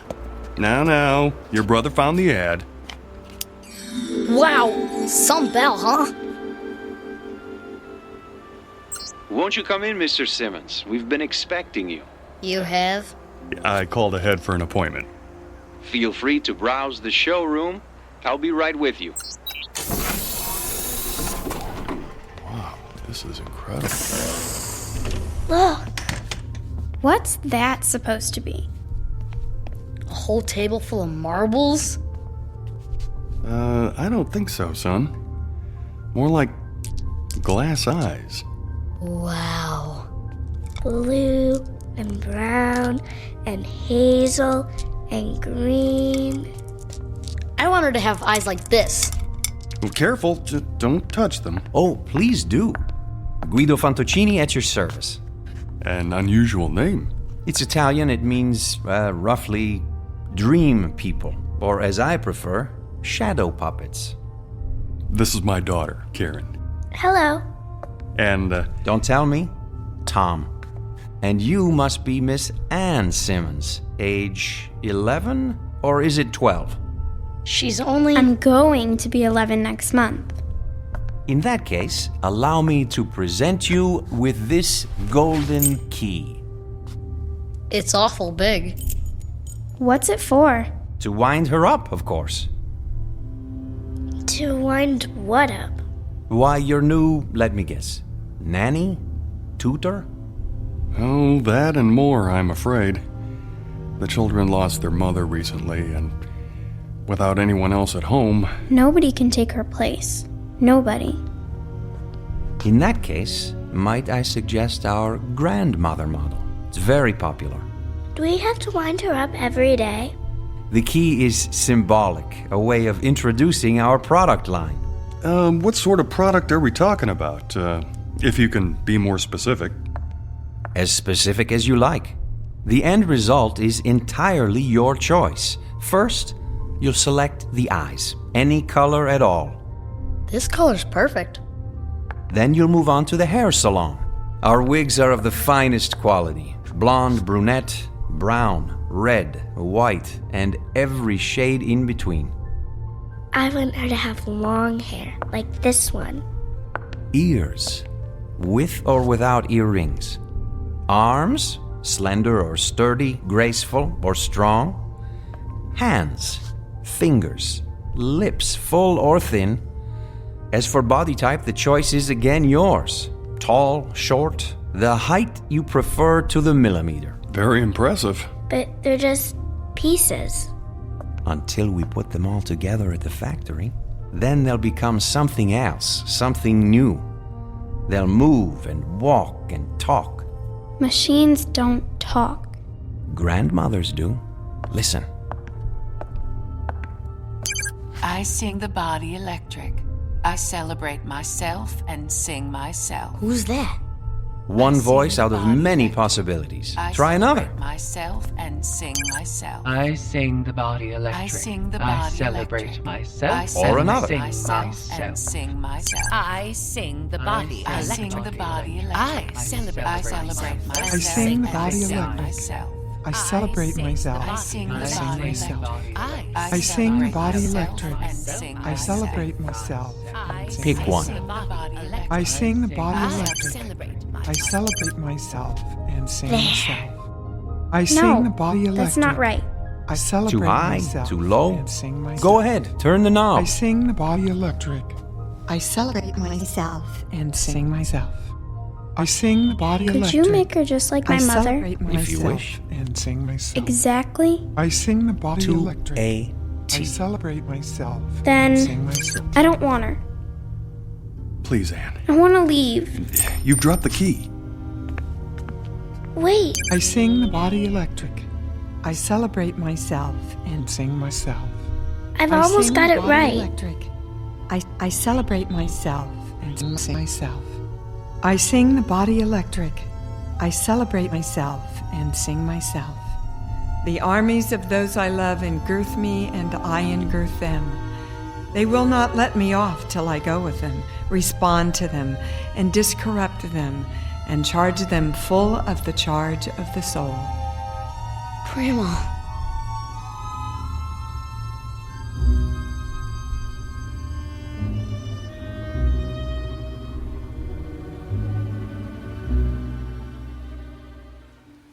Hey, Ann, you want to help me fly my kite? I'm reading. Where'd you get that? Dad bought it for me. Here, hold the string. I'll run till it gets up in the air and... What's wrong? Hear that? So? Somebody's coming. Maybe it's the mailman. No. Then who? Hello. Hi. You must be Thomas. Do they call you Tommy? Just Tom. Well, Tom, then. Is that your sister, Karen? Yes, that's Anne over there. Of course. Who are you? Well, give me any name you like. Melissa, Lavinia, Malvina. Do I know you? Well, don't you? I think I saw those eyes before. So did I. You must be... Yes? Grandma? Say it a few times. You'll get used to it. But I thought you were going to come in a big box, all wrapped up like a... Mummy. Yeah. Well, then I'd need an Egyptian name, wouldn't I? Like Nefertiti? Oh, Nefertiti's a fine name. Do you know what it means? I believe I do. It means the beautiful one is here. Well done! George Simmons. So, we meet at last. A pleasure, Mr. Simmons. Welcome to our home. You're not my grandmother. Anne. Well, then who am I, pray tell? Nobody. Just a machine. Well, she doesn't look like a machine. Ah, but I am. A very special one. How shall I prove it? Let me see. Have you ever been to the beach? Yes. Sure. And when you were there, did you pick up a shell and hold it to your ear? Many times. What did you hear? The ocean. Yeah. Then listen. I'll cup my hands together like this and hold them to your ear. Now, what do you hear? I want her to have long hair, like this one. That's my voice. All your wishes recorded. You too, Tom. This color's perfect. How did you do that? Well, you're a part of me now, stored in my circuits. Anne, what was it you said? I don't care. Well, it may take a while for that one. I'm not worried. Tom, what is that you're playing with? A kite. Oh, will it fly high? I think so. If I don't run out of string first. Well, what do you know? I happen to have some with me. Where? Touch the end of my finger. You have string in your finger? If that's what you need. Now tie the end to your kite. Why don't you run with it, Anne? Go on. It won't fly. Oh, are you sure? Hold it over your head. Please, Anne. Give it a try. Well, if you want me to, Daddy.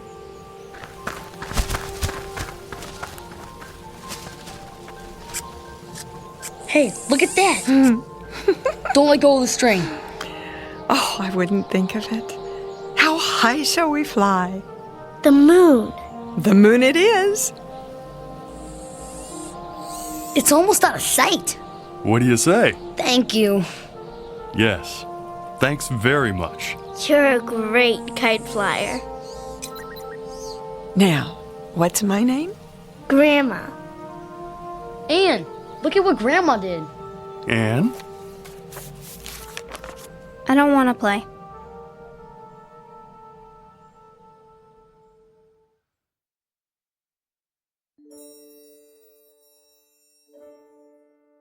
There was a second day, of course, and a third, and a fourth, with Grandma busy every minute, cleaning and cooking, opening the drapes wide, filling the vases with fresh-cut flowers, baking cookies and pies, and leading long walks into town.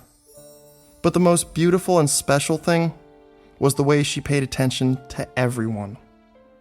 She took time to listen, really listen, and remember every word, every thought, every wish, as if that were her only purpose.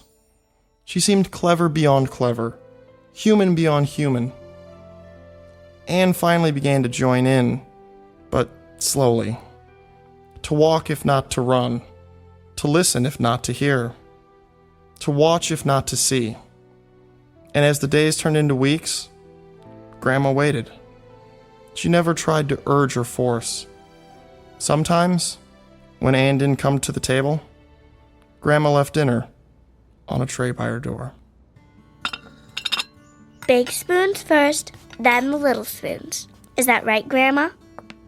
Perfect, Karen, dear. Is that your father home already? Yeah. You heard him before he got here.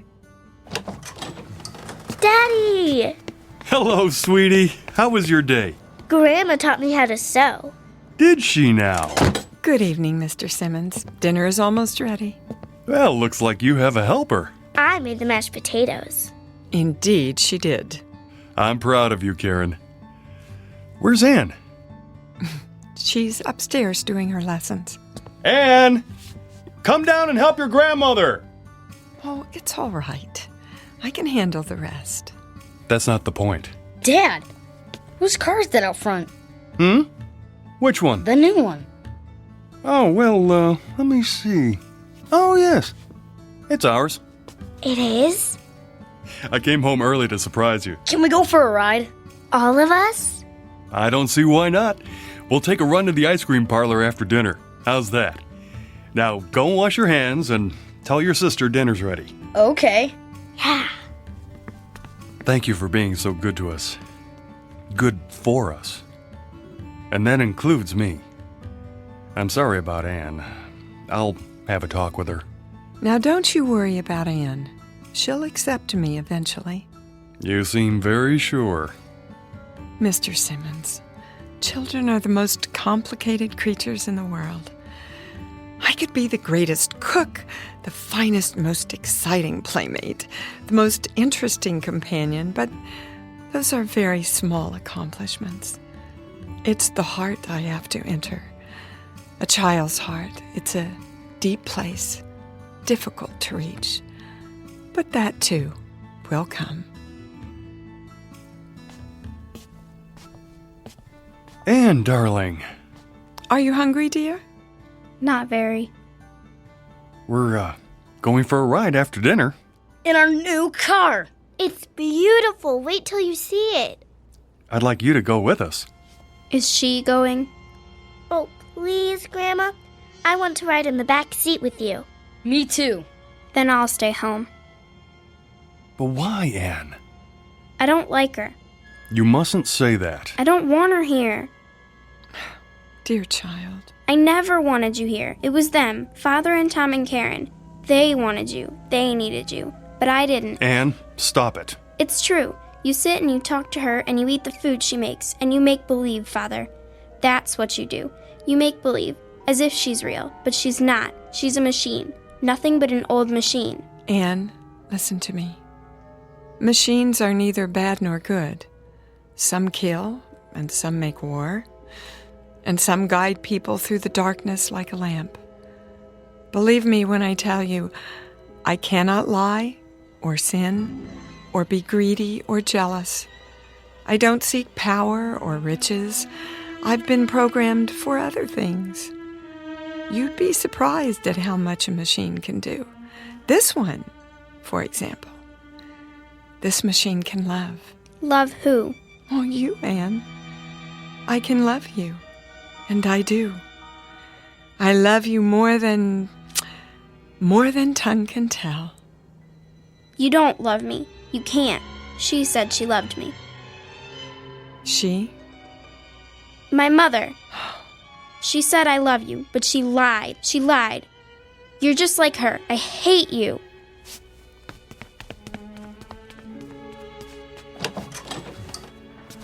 I'll go after her.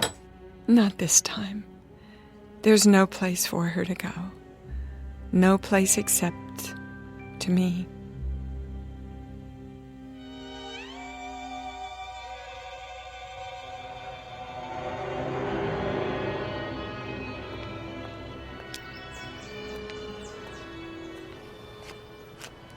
Anne, come home with me now. No, you're just old junk. Well, is that what you think? Is that why you hate me? You're just like her. Your mother. I hate her too. Because? Because she lied. She said she loved me. And didn't she? She ran away. Oh. Is that what you think? She did. Well, that's not true. It is. No. Death left her no choice. But she let herself die. She shouldn't have done that to me. She shouldn't. She left me. And you think I'm like her? You are. You're only trying to trick me. Oh, it's not a trick. It is. I don't give you permission to love me. There she is. Aunt, come back. No, I won't. I won't. Anne, stop! The light's red! Anne! No, child! You mustn't! There's a truck! Leave me alone. Then stay where you are. I'm coming. No!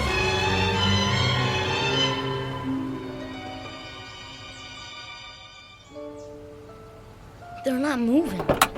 Either one of them. Don't touch them. I didn't see them, honest. I mean, they ran out into the street. A little girl and Stand back. a lady. Oh, man. Look, I'm gonna get an ambulance. Wait! She's moving! Aaron. Oh, thank goodness. Daddy? You're going to be all right, darling. We better get her out off the street. Here, put your arms around my neck. What happened? There was a truck, but Grandma stepped in front and pushed you aside. She did? You fell down, that's all. Grandma. What about that lady? I mean, she's not breathing. Look! She's starting to move her fingers. And her eyes. Grandma, can you see me? Why, hello, Tom. You know, we really shouldn't be out in the intersection like this. Come over to the curb, Grandma. Can you walk? Oh, of course I can. But how? See, Anne? She's perfectly all right. She saved your life. Do you realize that? I'm sorry. Sorry. Shh. Now stop your tears, child, and listen while I cup my hands by your ear. Remember? Like this. A machine. Nothing but an old machine. You're just old junk. Old junk. That's my voice. Your voice, Anne. The way it was once. When I was a child, I spake as a child. Oh. Grandma? Grandma? There. You are alive. Well, I most certainly am. But the truck. It couldn't hurt me. Nothing can. 2 leave takings in 1 year would be too much. Then you're not like Mother. Your mother didn't run away. She was taken away by death. Do you understand now that I shall always be with you? You won't run away? I can't. And I won't. Oh, Grandma. Thank you. You'll never know how much. She had nowhere to turn. She was afraid that everyone would leave her, even her Aunt Clara. Everyone except you. Well, how could I? It's my job to live forever. Now, let's all go home and finish our lunch, shall we? Give me your hand, Anne. You too, Karen. I'll bet we get there before those two.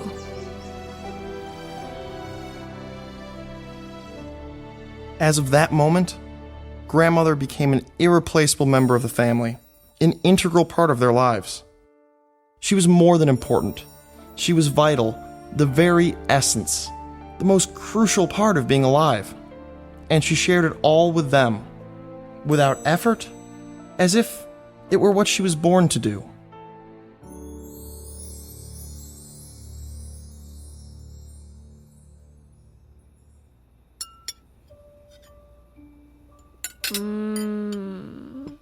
This is so good. Delicious. Thank you. May I have some more, please? Well, if there's any left, I may have had more than my share. I take it you approve, Mr. Simmons. Oh, please. I'd prefer it if you call me George. Clean your plates, all of you, or there'll be no dessert.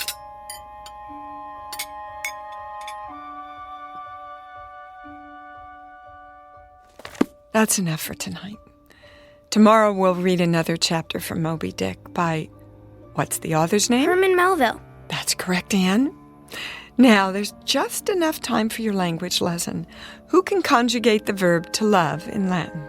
Me! I can! Me. She taught them better than any flesh and blood teacher, in a manner perfectly suited to their expanding minds, until learning became a hunger that would never be quenched. Grandma? Are you asleep? Oh, you know better than that. Do you need something? Hot chocolate? A plate of cookies? It's the storm. They're scared of thunder. And you, Tom? Heck no.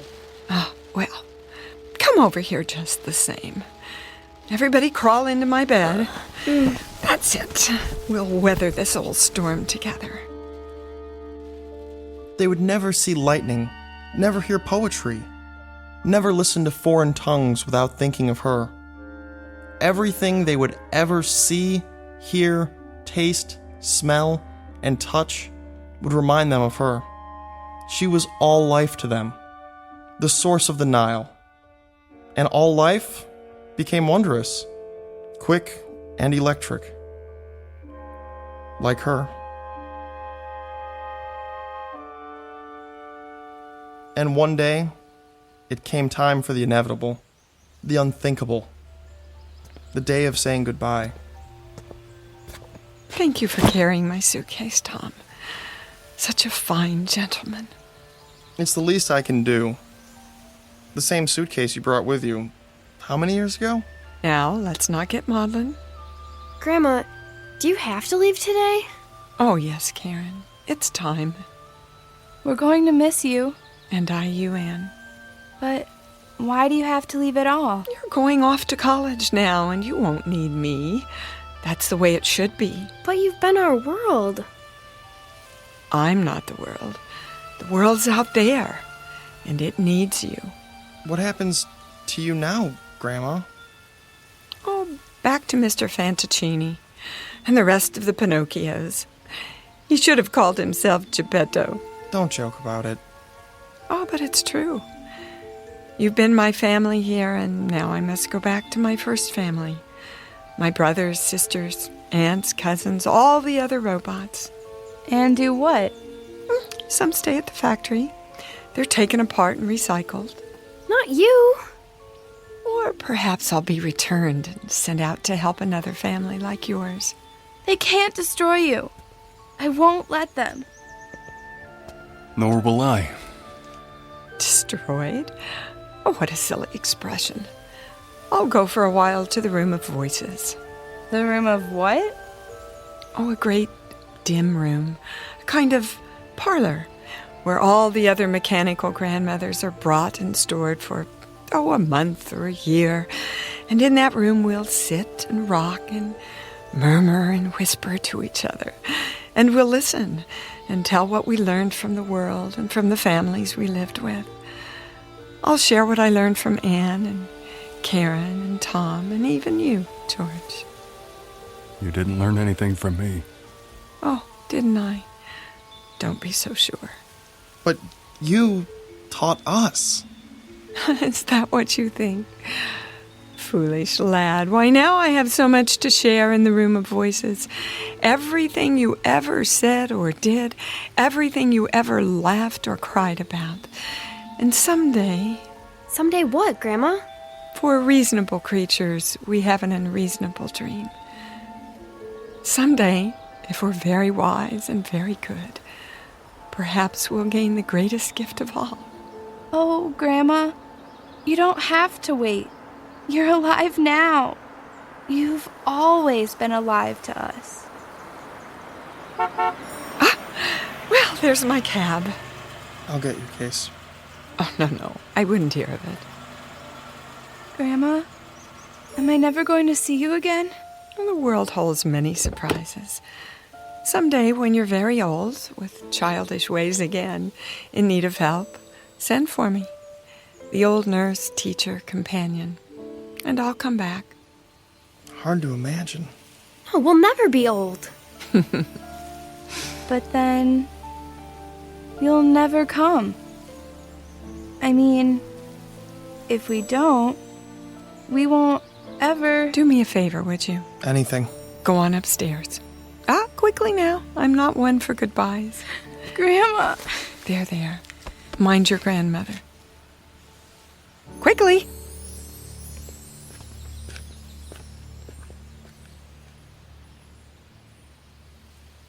She kept her word, as promised. She has remained with us always, to this day. I've saved the key, the golden key, in a special place. Sometimes when lightning rends the sky, I see her face flash before me in the dark. And sometimes I still hear her ticking and humming above our beds in the night, keeping watch. She passes like a clockwork ghost in the long halls of memory. The sound of bees swarming after the spirit of summers lost. I remember the day no one will ever forget. not for the rest of our lives. It was the week the world ended. And, incredibly, it was also the week that something new, something utterly fantastic, was about to begin.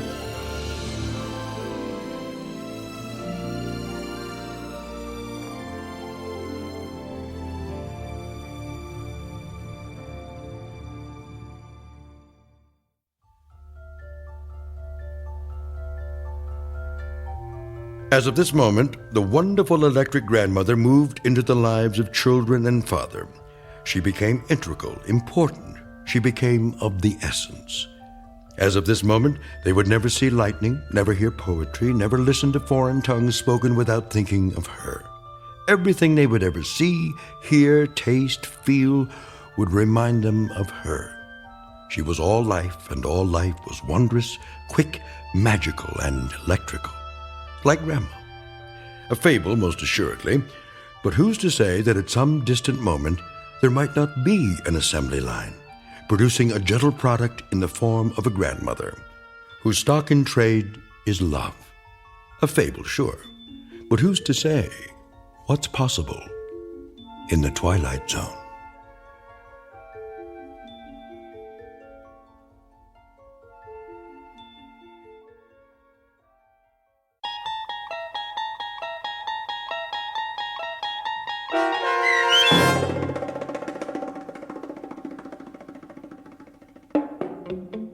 I Sing the Body Electric, starring Dee Wallace with Stacy Keach as your narrator, was written for The Twilight Zone by Ray Bradbury and adapted for radio by Dennis Etchison. Heard in the cast were David Pasquesi, Tony Marcus Jr., Donna J. Folks, Joe B. Cerny, Patrick Cerny, Haley Nabig, C.J. Amari, Elena T. Wilson, Natalie Pear, and Zoe R. Rand. This copyrighted radio series is produced by Carl Amari and directed by Joe B. Cerny for Falcon Picture Group. Sound design, custom Foley effects, recording, and editing are done in the Cerny American Sound to Picture Theater by sound designers Craig Lee, Bob Benson, Todd Beyer, and Tim Cerny. Music for The Twilight Zone is provided by CBS and American Music Incorporated, New York. To learn more about the Twilight Zone radio dramas and to download episodes, including 3 free episodes on our homepage, visit our official website at twilightzoneradio.com. Doug James speaking.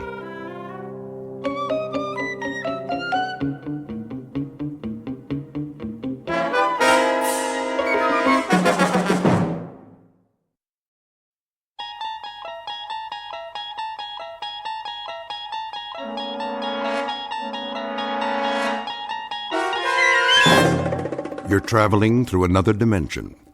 A dimension not only of sight and sound, but of mind. A journey into a wondrous land whose boundaries are those of imagination. Your next stop, the Twilight Zone.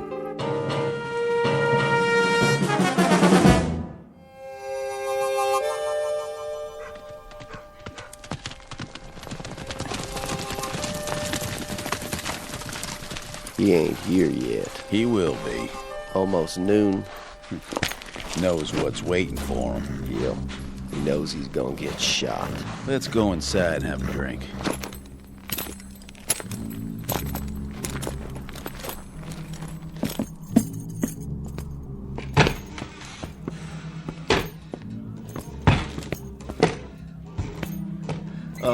Hi there, fellas.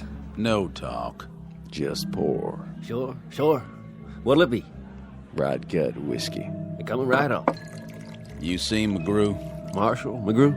That's the one. You friends of his? We got a meeting with him. You do? When? Well, let's see. Right about now. Unless he ain't gonna show. Oh, Marshall Mcgrew will show, all right. Always keeps his word. If Rance Mcgrew says he'll be here, then he'll be here. You can bet your bottom dollar on it. That right? In fact, here he is now. Where? Right outside, at the end of the street. Hear him coming? I don't see nothing. Oh, he's a-coming, for sure. Take a look. See that cloud of dust? That's him. Right on schedule. Cut! I'm here. What's everybody looking at? You're an hour and 15 minutes late, Rance. So shoot me. I'd like to. On film. We should have had everything in the can by now. Don't bug me, Si. You know what these big emotional scenes do to me. Now, don't get upset, Rance. We'll try to knock this one out before lunch. What do you say we get started, okay, baby? This is scene 71. You have your script with you? Positions, everybody. Quiet, people! Camera ready. This will be a take. Welcome to the American West, Hollywood style. Some 100-odd years ago, a motley collection of tough hombres gunned and galloped their way across the frontier, leaving behind them a raft of legends and legerdemains. But heroes or hambones, they were a rough and woolly breed of nail-eaters, who in matters of the gun were as efficient as they were dedicated. So it seems a reasonable conjecture that if there are any television sets up in cowboy heaven, and if these worthies could see with what careless abandon their names and exploits are bandied about today, they are very likely turning over in their graves. Or worse, busy getting out of them. Which gives you a clue as to the proceedings that will begin in just a moment. Enter one Rance Mcgrew, an overpaid sports car driving phony baloney who can't distinguish between a holster and a hoof-and-mouth disease. His claim to fame is that he dispatches these baddies, or actors bearing their names, in gunfights, where the fast draw is simply a matter of cutting and the outcome is a setup, complete with blank cartridges and staged blood. But Mr. Rance Mcgrew is about to discover that this week's edition of Make Believe is being shot not on the usual back lot, but on a peculiarly authentic location, one found only in the Twilight Zone. And now, The Twilight Zone and our story, Showdown with Rance Mcgrew, starring Chris McDonald, with Stacy Keach as your narrator. Get me a key light on the end of the bar. Coming up. Props, where are the breakaway bottles? Right here. You know the scene, Rance? Read it to me. Interior saloon, cover shot of two bad men at bar. Rance Mcgrew enters through the swinging doors. He walks slowly to the bar, glancing sideways, left and right. But glancing left and right? That's what the script says. Well, how am I supposed to do that? Is my head on a swivel? I don't know, Rance. I didn't write it. I'm going to tell you something, Si. When a cowboy enters a bar, he walks to the far end of the room, he gets his drink, he looks at it, then he looks straight ahead and drinks it. He doesn't look left and right. Take it from me. A man lets his eyes roll around his head, he can get himself in a whole lot of trouble. Capiche? All right, Rance. Anything you say, we'll shoot it your way. Now, can we begin? In a minute. My stomach's killing me. A scene like this, it gets to me, you know? These miserable, emotional scenes, they're draining. Where are my pills? Right here, Rance. Well, don't just stand there. Give me one. Make it 2. Water. Yes, sir. All right, boys, if you're set up, this is scene 71. A tracking shot of Rance as he enters the saloon. Let's get with it, everybody. We're way behind. This one's for real, people. Stand in, out. The star's here. Cowboys 1 and 2, positions. Outside the door, Rance. I got it. Where's wardrobe? Yes? Do something about my shoulder pads. More on the left side. Let me just open your vest. Holster. Right here? An inch lower. No problem. Now, my gun. Here you go. It should be right where my fingers hang. A real gunfighter had to get his gun out fast. Did you know I took lessons from the national fast draw champion? Did you? Oh, you don't believe me? Ready when you are, Rance. Watch this. You hook it with your fingertips, like so. You bring it up in an arc. Careful, sir. Give it a little twirl. Whoops. Rance, what are you doing? What's wrong with this holster? It's got oil on it. Replace the mirror behind the bar. We'll have to wait for the new glass. I told you, Si, never, ever rush me. Okay? I'm a perfectionist. Wasn't like this in the Old West. What wasn't? In the old days, they made sure. They had to. Men's lives depended on it. You can't hurry justice, Si. All right, everybody. Lunch!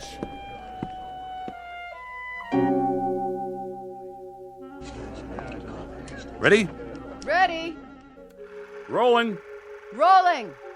Roll sound. Roll sound.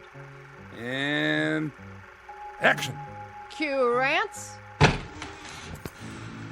Hello there, Marshal. Barkeep. What'll it be? Rutgut whiskey. Yes, sir. Give me the bottle. Sure, Marshal. Whatever you say. God! No, don't look at me. It wasn't my fault. Look at here. Hey, buddy boy. Yeah? You try to gag it up one more time, you'll wind up plucking chickens at the farmer's market. It was an accident, Rance. Was it? He put English on it. He deliberately made it curve before it got to me. English on a bottle? The guy needs a catcher's mitt. What'd you say? Nothing, Rance. He didn't say a thing. How much longer? These boots are killing me. Here's a new bottle. Let's try it again. From the bottle. Positions, please. Positions! Scene 71, again. And rolling. Sure, Marshal. Whatever you say. Now, hold on. That there's a new bottle. You want I should open it for you? I can do it. Oh, dang. Here's a glass for you. Don't need one. You see that? He don't even use a glass. He's some tough hombre. I guess you boys know that... I guess you boys know I'm the marshal here. We heard tell. Sure did. Then I guess you know that I know that Jesse James is due here any minute now, aiming to call on me. I know that, too. Likewise.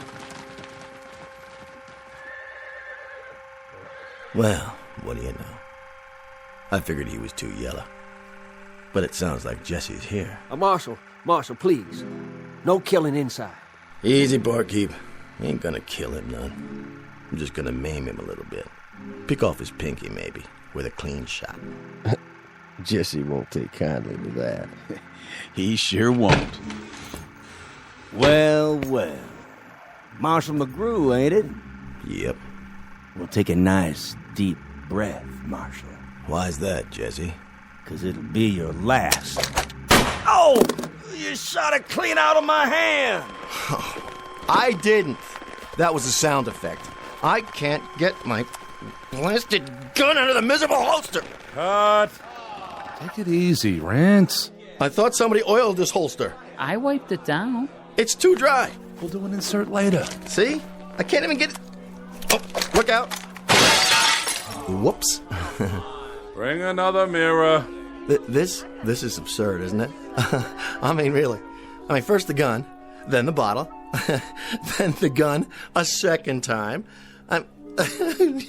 You just can't appreciate the delicious absurdity of it. I drive all the way in from the beach just to shoot a few lousy scenes in my new car, my own car, mind you, and look what happened.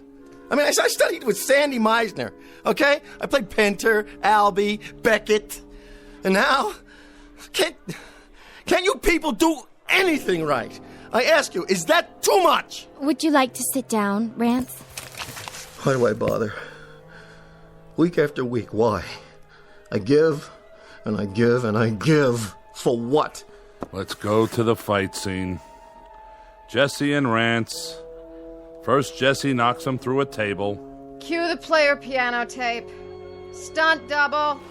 Somebody get the tables. How do you feel now? What do you mean? How do I feel? Sorry, Andy. It's not your fault. But these oaths out there, they wouldn't know a real line from a cereal commercial. Hand me my throat spray.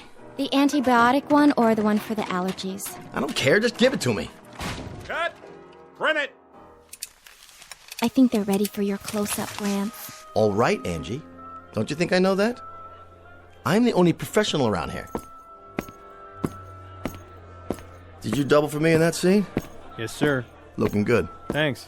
I tried to do it just like you would. I like the bruises. Nice makeup. It's not makeup. Okay, boys, this is the death scene. Rance in the bar, Jesse lying over there. Rance thinks he's unconscious. Jesse picks up a gun off the floor and fires at Rance's back. Well, at his back? That's correct. Hey, I don't want to give you a hard time, Si, but... Well, you got a problem with that? But that's not the way Jesse James used to operate. Well, he does in this script, okay? What I mean is, everything I've read about the guy, he fought pretty fair and square. Why can't I just yell something, before I pull the trigger? Whoa, that's thinking. Warn the fastest gun in the West that he's about to get shot at. Look, buddy boy, You happen to be up against Rance Mcgrew. And when you're up against the best, you're going to play it dirty or you're going to play it dead. Now quit arguing and let's get to it. Ready at the bar, Rance. Your marks by the brass rail. Here's the bottle. Hold it. I told you ginger ale. This is cola. It's supposed to look like whiskey, though, Mr. Mcgrew. Si, will you either fire this clown or straighten him out? One or the other? Mr. Mcgrew wants ginger ale. Yes, sir, Mr. Mcgrew. Jesse, lie down on the X. I don't care what he says. Jesse James wouldn't shoot anybody in the back. Yeah, but Rance Mcgrew would. Rance Mcgrew would also fire his own grandmother. So do me a favor. Play it his way, or we'll never get this episode finished. You're the boss, but I can just see the real Jesse James turning over in his grave right now. I don't mean just once. I mean about 400 revolutions per minute. All right, let's get with it. Scene 93, take one. Quiet, everyone. Camera, roll sound, and action. Here's your bottle, Marshal. You stupid clod. That's whiskey. That's real whiskey. It sure is. The best we got. Something wrong, Marshal? Well, this sure is. Wait a minute. Where's the camera? And the lights? Where are the lights? You there. Answer me. You talking to me? I think he's talking to you. Well, now, speak up, Marshal. I didn't hear you. You say something or not? You know exactly what I said. Don't play dumb. Will somebody please tell me what happened to the microphone and the wall? Where did this other wall come from? Where's the back of the set? Marshal, Jess is gunning for you. It's coming right now. Hey, Cementhead, he was already here in scene 73, okay? Boy, wait till my agent hears about this one. Let me out of here. This is degenerated into some third-rate, low-budget B picture. Can't say I didn't warn you. Wait. Who's this supposed to be? They call me Jesse. Jesse James. No, you're not. You're a different actor. What are you, a last-minute replacement? And where'd you get those clothes? Good lordy property. This man stinks to... I'm the real Jesse James. Not that side of pork that's been play-acting me. What do you think you're doing? Take your hands off... Sit down and put a cork in it.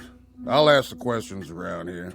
Bartender. Yes, Mr. James. Bring me a bottle of rye. And wind up that player piano in the corner. I like a little music with my drinking. Yes, sir. Right away, sir. Turn the volume down. Cut! Shouldn't we cut? Cut already! Will somebody please tell me what is going on?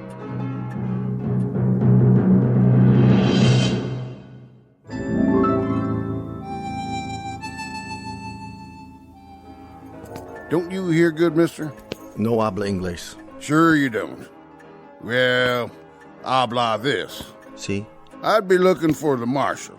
No es aquí? No. No, señor. Fellow named Mcgrew. Rance Mcgrew. So? You know him? Sí. He here? Come si, come sa. Come what? Si. Si? Si. Who's Si? The director. Get me out of here! Where you going? That way. You wouldn't be Mcgrew now, would you? Not a chance. Then what's this badge doing pinned to your chest? Well, where's the fellow who loaned me this vest? I think you and me. We better have a little talk, Marshal. Talk? Maybe a long talk, maybe a short talk. But a talk just the same. Okay. You're supposed to be a tough hombre. But you don't look very tough. No? Know what you look like? I couldn't venture a guess. You look like a marshmallow. A I do? Don't that rile you none? No, not much. Why not? I haven't been myself lately. It's these allergies. Come on. First we'll have a drink, and then we'll talk. Then we'll have a showdown. A showdown? Where's that bottle? Right here, Mr. James. I gotta see this. Yeah, see what? How you break the neck off without wrecking the whole bottle? Oh, that's just in the movies. Might get broken glass in it. Don't want to ruin good whiskey.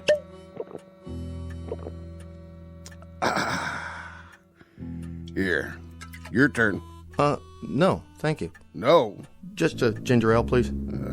Marshmallow. Well, see, I'm on the wagon. It's in my contract. Have a smoke. I gave that up too. I'll roll one for you. Can't. Union rules. Rules, huh? Yeah, it's the law now. Show you what I think of the law. Of course, you know how to do this, don't you? Roll your own, I mean. Actually, I never could get it right. You know, that string on the little pouch? It always gets caught in my teeth.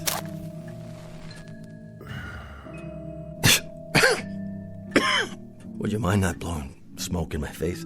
That rile you, does it? Not really. It's just that it's not good for my voice. Nothing riles you. You're just about the most even-tempered dude I ever did meet. However, I ain't got no more time to be sociable, Marshal. I'd say it's past time we came to a meeting of the minds. Duck and cover, boys! What's everybody hiding for? Think about it, Marshal. Why do you suppose? 'Cause the place is closing? That must be it. Yeah. Curfew time, huh? Well, I'll just mosey on home. Nice meeting you, Jesse. Mr. James. Whoa, just stop right there. You wasn't leaving, was you, Marshal? I mean, you wasn't just gonna up and walk out on me, was you? Me? No, I was just wondering whether it was gonna rain. You know, looks like it's not, though. No, not today. Have a seat. Okay. As long as this doesn't take too long, I got a meeting with my agent after we wrap. You know what I thought, Marshal? I thought you was gonna play some kind of trick on me. Me? Why would I do a thing like that? Remember the time that bad guy had you covered from behind? And you started out the swinging doors, and you swung one door back and knocked the gun out of his hand? That was the opening show last season. Or how about when that rustling gang was waiting in here to bushwhack you? 10 or 11 of them. 13. I was up for an Emmy for that one. That was where you shot from the hip and brung down the chandelier. I gotta hand it to you. Some shooting, Marshal. I did better next week. Horse thief named McNasty shot a glass out of his hand. Bullet ricocheted and hit his partner out there on the porch. Got 1,300 pieces of mail on that one. I bet you did. I just bet you did. Why, folks couldn't help admiring a man of your talents. Thing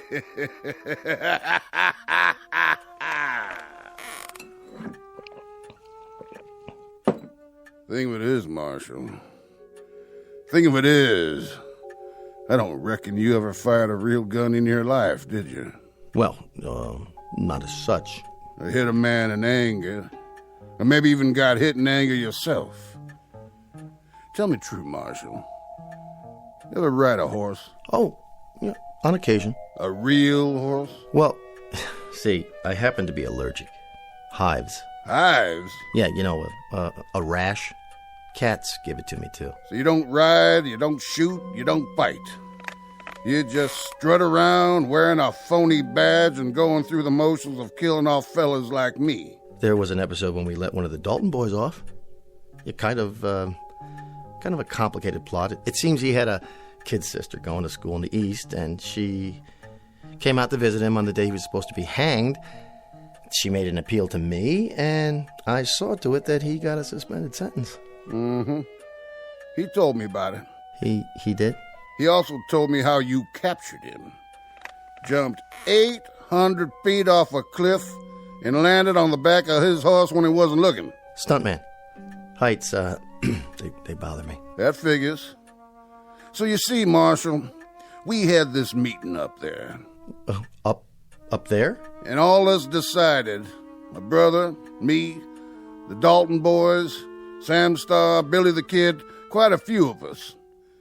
And the consensus was, Marshal, was that you wasn't doing a thing for our good names. Well, see, you have to understand, I don't write these scripts. I mean, I do have input at the development stage, but... We had a little election up there, and they chose me to come down and maybe take a little shine off your pants. How's that? Don't you get it? We see you week after week shooting down this fella, shooting down that fella, capturing a bushwhacker, bringing in a rustler, but all the time winning. Man, you just don't never lose. You're the winningest fella ever come down the pike, and that's for sure. So me and my friends, well, we figured it was about time that maybe you should lose once. Well, that's not such a bad idea. I could take it up with the producer at our next meeting. I don't think there's time for that.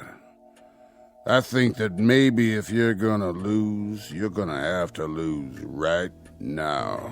Now? But I'll tell you what I'm gonna do, Marshal. I'm gonna play it square with you. A whole lot squarer than you ever played it with us. Face to face, and no, what do you call them? Stuntman. Could you be a little more, precise about the terms? Right out there, on the main street. You and me. Oh, I think there's been a misunderstanding. See, I'm not really Marshall McGrew. That's my name, yes, but it's a part I play. Right outside. Me coming down one side of the street, you coming down the other. Just the two of us. But I've done that before.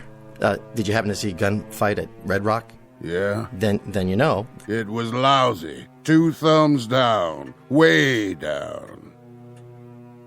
After you, Marshal. You can come out now, boys. Looks like they ain't gonna shoot up the place after all. Drinks on the house.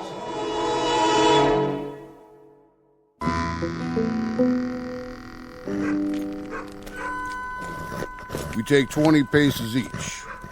You come around that corner. Which one? By the general store. I'll come around that one over there. Then what? I'll let you make the first move. Nothing could be fairer than that, could it, Marshal? Fair? Oh my, no, indeed. Nothing at all. That I can think of, unless... What? Could we make it tomorrow afternoon? Your girl can call my girl and... This afternoon. Now. You mean now?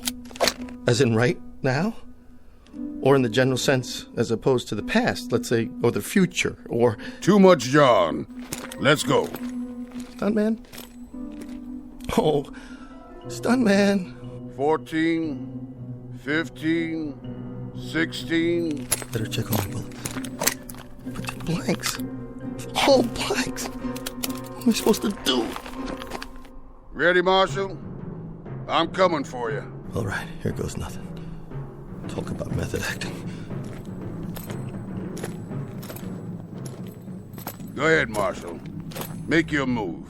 This is ridiculous. I'm gonna count to 3. Why not 5 or 10? 1. It never happens this way. Makeup. I got sweat in my eyes. 2. I didn't even want to be in this series. I wouldn't have signed up for it at all if it hadn't been for the residuals. God, that and the fact that they let me use my own name in the title. Rance Mcgrew, Frontier Marshal. Had a nice ring to it, I thought. 3. Slap leather. Props, would you fix this holster? Reach for the sky. Okay. There's my gun, see? You win. Just like I figured. This guy couldn't outdraw a crayon. Jesse, give me a break. Will you give me a break, Jesse? I'm too young to die. Think of all the guest spots I could do after the series. Not to mention the syndicated reruns. You say you got nominated for an Emmy? Twice! Man, you can't act any better than you can draw. What about it? I'll do anything. I mean it. You name it. I'll do it. I'll do it. I'll just give me a break this one time. Anything? Anything. Say it. Marshal, you know something? You and me, maybe we ain't such a long ways off from a bargain after all. What is it you want? Well, sir, I ain't exactly sure what it is I want, but I'll think about it some. You will? You mean you're not gonna shoot me down like a dog? Like a cur? Like an empty beer bottle? Like an old tin can set on the fence post of life? On a lonesome road somewhere, a road less traveled, you might say? Nope. But I'll tell you what I will do.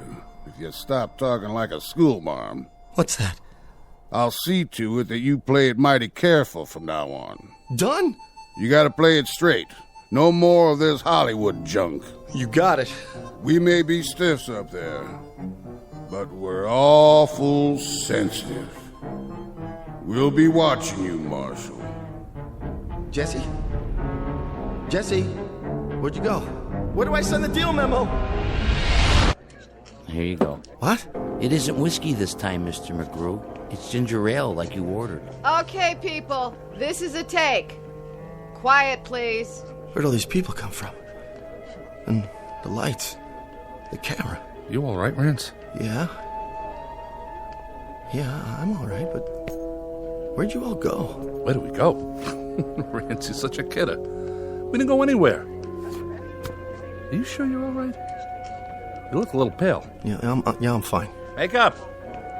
Touch up, Mr. McGrew, please, so we can get the shot. The shot?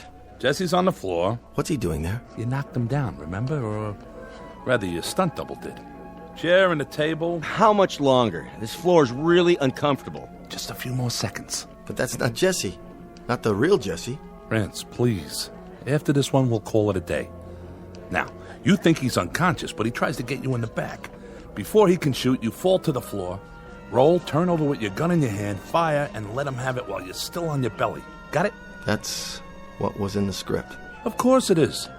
Now, do you think you can do that? Somebody wants to talk to you, Mr. McGrew. Can it wait? Tell him Rance is about to shoot a scene. He says he's Rance's new agent. My agent? My agent hasn't come to see me in years. Driving a big convertible with cowhide seats, steer horns on the hood. Like he's some kind of Texas rancher or something. A new agent, Rance? Look, I don't know what your chain of command is nowadays, but go out there and talk to him if you have to. Find out what it is he wants, and what it is you want, and what it is so we can shoot. Sure thing, Si. I'll do that.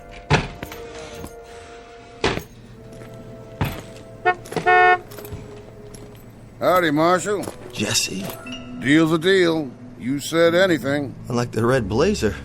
Houndstooth, isn't it? That what they call it? You don't know about the yellow slacks, though, and the beret. I think you've been watching too many old movies. Be that as it may. Have a cigar. I don't smoke. That's right, I remember. No offense. Well, now, to get to the point, anything is the following. Let's keep it simple. I'm just gonna stick around from show to show and make sure you don't hurt no more feelings. Such as? Take this here scene. Change it so's the other Jesse don't fire at your back. That would be real cowardly. Say he's lost a lot of blood and he's weak as a tea. But somewhere or the other he gets up on his feet.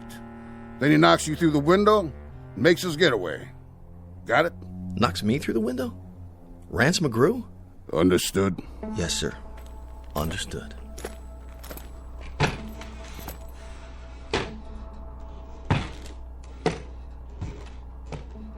What? Are you out of your mind? No stunt double? Jesse does what? Scene 93, take 2. Places. Lights. Roll sound. And action.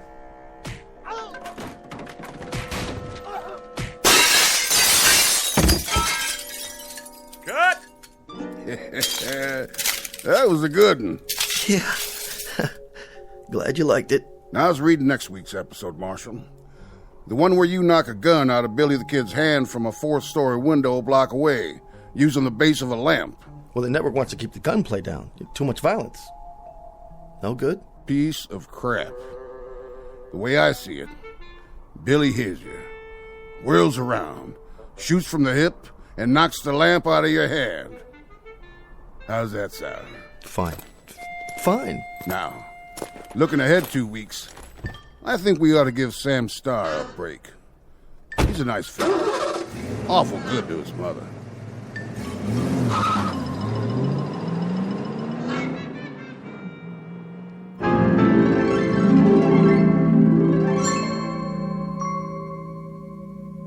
The The evolution of the so-called adult Western and the metamorphosis of one Rance Mcgrew, former phony baloney, now upright citizen and defender of truth, dedicated to all things involving tradition and the history of cowboy lore.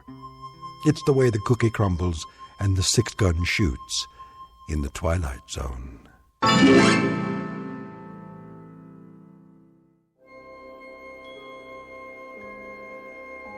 Hi, this is Carl Amari, producer of the Twilight Zone radio dramas. I'd like to take a moment to tell you about our official website at twilightzoneradio.com, where you'll get the latest news and information on these Twilight Zone radio dramas. Plus, at twilightzoneradio.com, you can digitally download 3 free episodes or any of our episodes for only $1.95 each. In this age of ever-changing technology, we've decided to make these episodes instantly available to you by making the Twilight Zone radio dramas a digital download-only series. This means that this series will no longer be offered on CD. The CD collections at our website are now being offered, while supplies last, at buy one, get one free. So be sure to get your favorites before they're sold out. Be sure to visit us often, and I'll see you in the zone.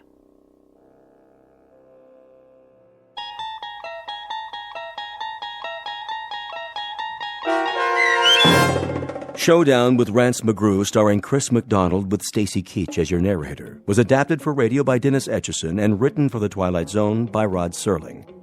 Heard in the cast were Mike Starr, Frenette Lebo, Doug James, Kurt Nabig, Rich Komanek, Sean Cross, Steve Key, Jeff Lupetin, Carl Amari, Roger Wolski, and Vince Amari. To learn more about the Twilight Zone radio dramas and to obtain audio cassettes and CDs of these programs, visit our website at twilightzoneradio.com. The producers of The Twilight Zone wish to thank CBS Enterprises, Carol Serling, Dennis Etchison, Dick Brescia Associates, Claire Simon Casting, Terry Jennings, XM Satellite Radio, Sirius Satellite Radio, our sponsors, and our radio affiliates for helping make this series possible. This copyrighted radio series is produced and directed by Carl Amari and Jason Mallow for Falcon Picture Group. Doug James speaking.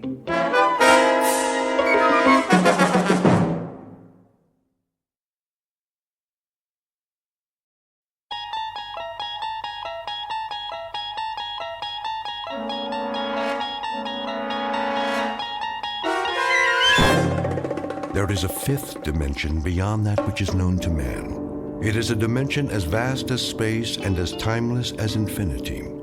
It is the middle ground between light and shadow, and it lies between the pit of man's fears and the summit of his knowledge. This is the dimension of imagination. It is an area which we call the Twilight Zone.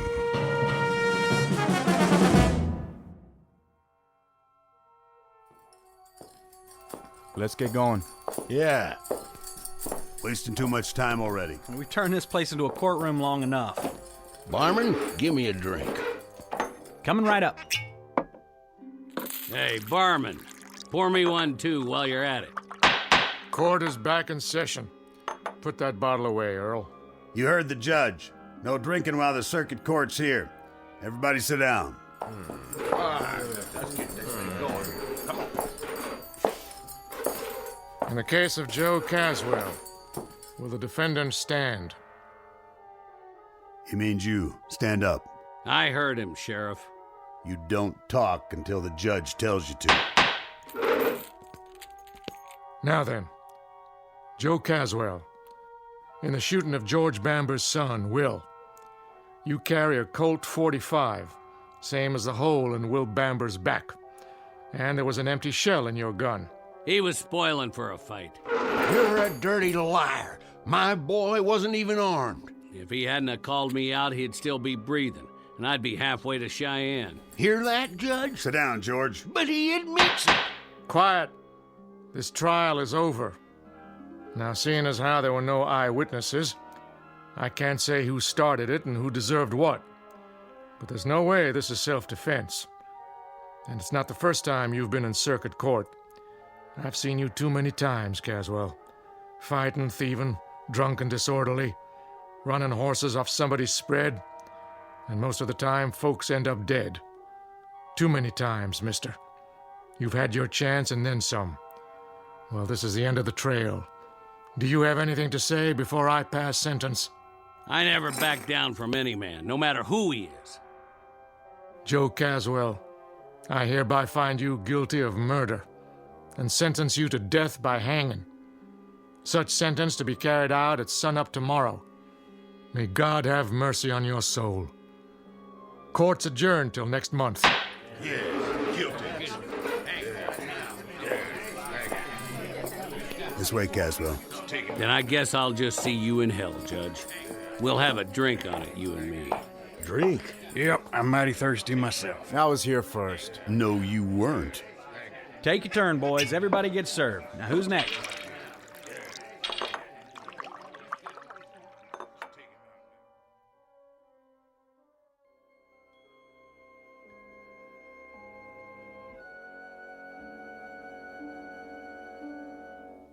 Prelude to a commonplace, if somewhat grim, unsocial event known as a necktie party.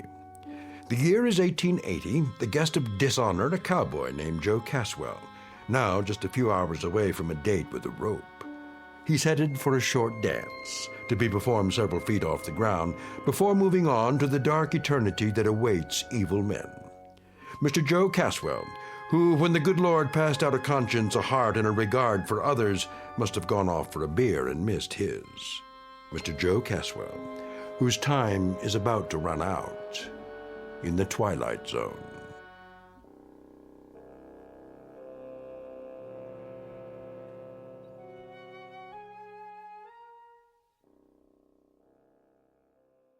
And now, The Twilight Zone, and our story, Execution, starring Don Johnson, with Stacy Keach as your narrator.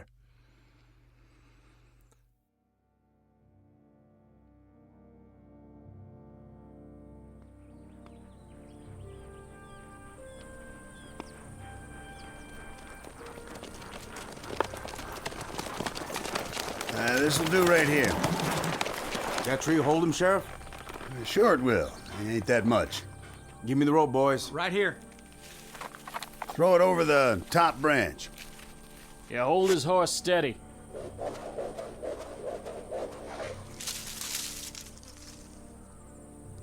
I made the knot real good. Yeah, he did. It's a big one, too. You did fine, boys. Lo, though I walk through the valley of the shadow of death. Reverend. Shut up, Caswell. I shall fear no evil. No need, Reverend. I ain't interested in any prayers. And your immortal soul, are you interested in that? It's my immortal neck I'm concerned about now. It's your pleasure to see that it gets stretched a couple of feet. And since that book of yours ain't gonna stop it from happening, I'd as lief make this short and get it over with. Go ahead, then. I'm finished. Judge? You got any last words, Caswell? What would you like to hear? It's up to you. Then I'd like to say something about the young man I put a hole in. Yes? He had too much mouth and not enough brains. Why, you... And I'd invite him out again this morning if I had to do it all over again. You shot my son in the back, Caswell, which is a long country mile from an invitation to a showdown. If that's all you got to say, I got this to add. I'd like it to take a while. I'd like you to feel it, Caswell. The more you kick, the more justice I figure there is in the world. I'll do a jig for you, Papa. Just like a puppet. With my hands tied behind my back. How's that? Now, can we get it over with? All right, put the noose around his neck.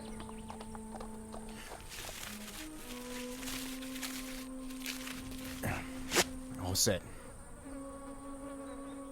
Smoke, Caswell? Why bother? I wouldn't get to finish it anyway. All right, then. That's it.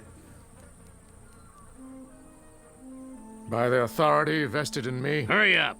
I'll tell you this, Caswell. I've been a judge for 35 years, and the one question that always rests heavy in my gut is whether any human being has the right to condemn another. Maybe this is what should come from God.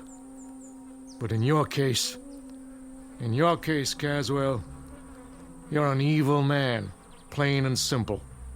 You're a disease. When we hang you, it's a service to humanity. I have no doubt. No doubt at all. Gentlemen, do your job. Go ahead, you heard him. Hold! Go on, horse.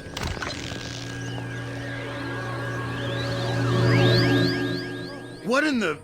Where'd he go? He was here, and then, just like that, he... Oh, my dear God. I tied the rope around his neck. It was tight, I swear. I know you did. I saw it. Then where is he?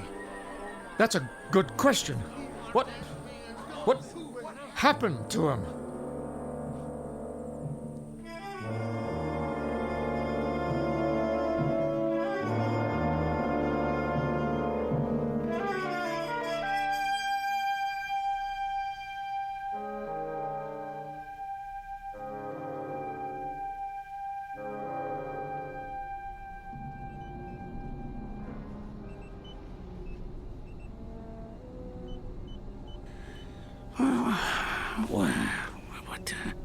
What? Stay down. Who are you? Just try to relax. You're going to be all right. Where am I? A long way from home, old friend. A very long way. I ain't outdoors no more. No, you sure aren't. My name's Dr. Mannion. You're in my lab in New York. How'd I get here? That, I'm afraid, will take some explaining. Is it day or night? That hardly matters. The truth is, it's more than a full century after your last moment of consciousness. But how? By this, an invention of mine. I wasn't sure it would work, but now I have the proof. I gotta get out of here. I suggest you stay where you are. You're in no condition to go anywhere just yet. Can I get you anything? A drink of water? What's that contraption? A time machine. Pretty big for a clock. I wouldn't expect you to understand. What's happened involves principles of physics you know nothing about. A few minutes ago, you were inside this machine. Where's my horse? Well, it's just large enough for a man. It brought you here from where you were. You mean Montana territory? Yes. Yes, I suppose that's right. I'd have to check the coordinates. But you have a most distinguished future. You're the first time traveler in the history of man. I'm going to introduce you to a new world, and you're going to tell me all about the old one firsthand. Now, let's loosen your collar and see about that drink of water.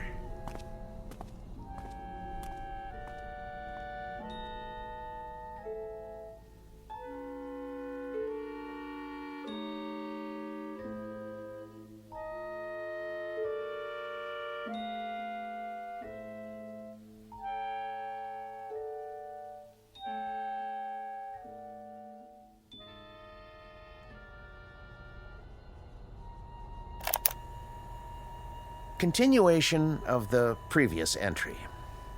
I offered the subject food and water, especially the latter. He seems quite parched. His clothing appears to be authentic in every detail, including the leather chaps and cowboy boots. After several attempts at conversation, he appeared desperately tired, and I showed him to the bed in my inner office. But I managed to learn the following. His name is Joseph Caswell. He claims to be a trail boss on a cattle ranch in the territory of Montana. His last moment of consciousness was on November 14th, 1888. He says he was on his horse when he suddenly blacked out. He awoke to find himself on the cot in my laboratory. after I'd carried him out of the machine. He claimed to remember no other sensations, and he has no real grasp of what has occurred.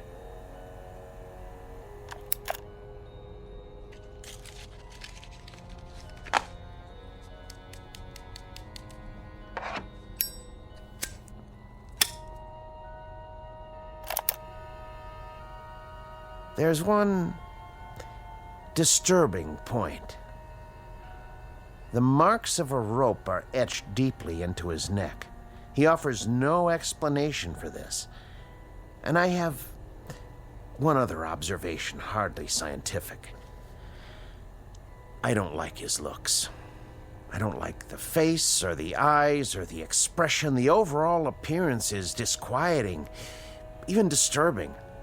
I can't escape the feeling that I've taken a 19th century primitive and transported him to a modern-day jungle. Heaven help whoever gets in his way. That's all for now.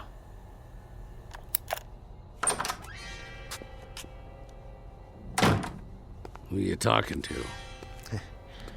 No one. Don't lie, I heard you. This small device is called a digital recorder. I speak into it and it records my voice. A way to make notes, you might say, without pen and paper. Yeah? Here, I'll show you. There's one disturbing point. The marks of a rope are etched deeply into his neck. He offers no explanation for this. See? That's my voice, stored in the machine. Ain't that something? What else you got in here? You should rest. Huh? Oh, yeah. Bed's might soft, though. Yeah, it would be better if you don't touch anything. Sure, Doc. I smelt smoke. Spare some tobacco? What? Oh, of course.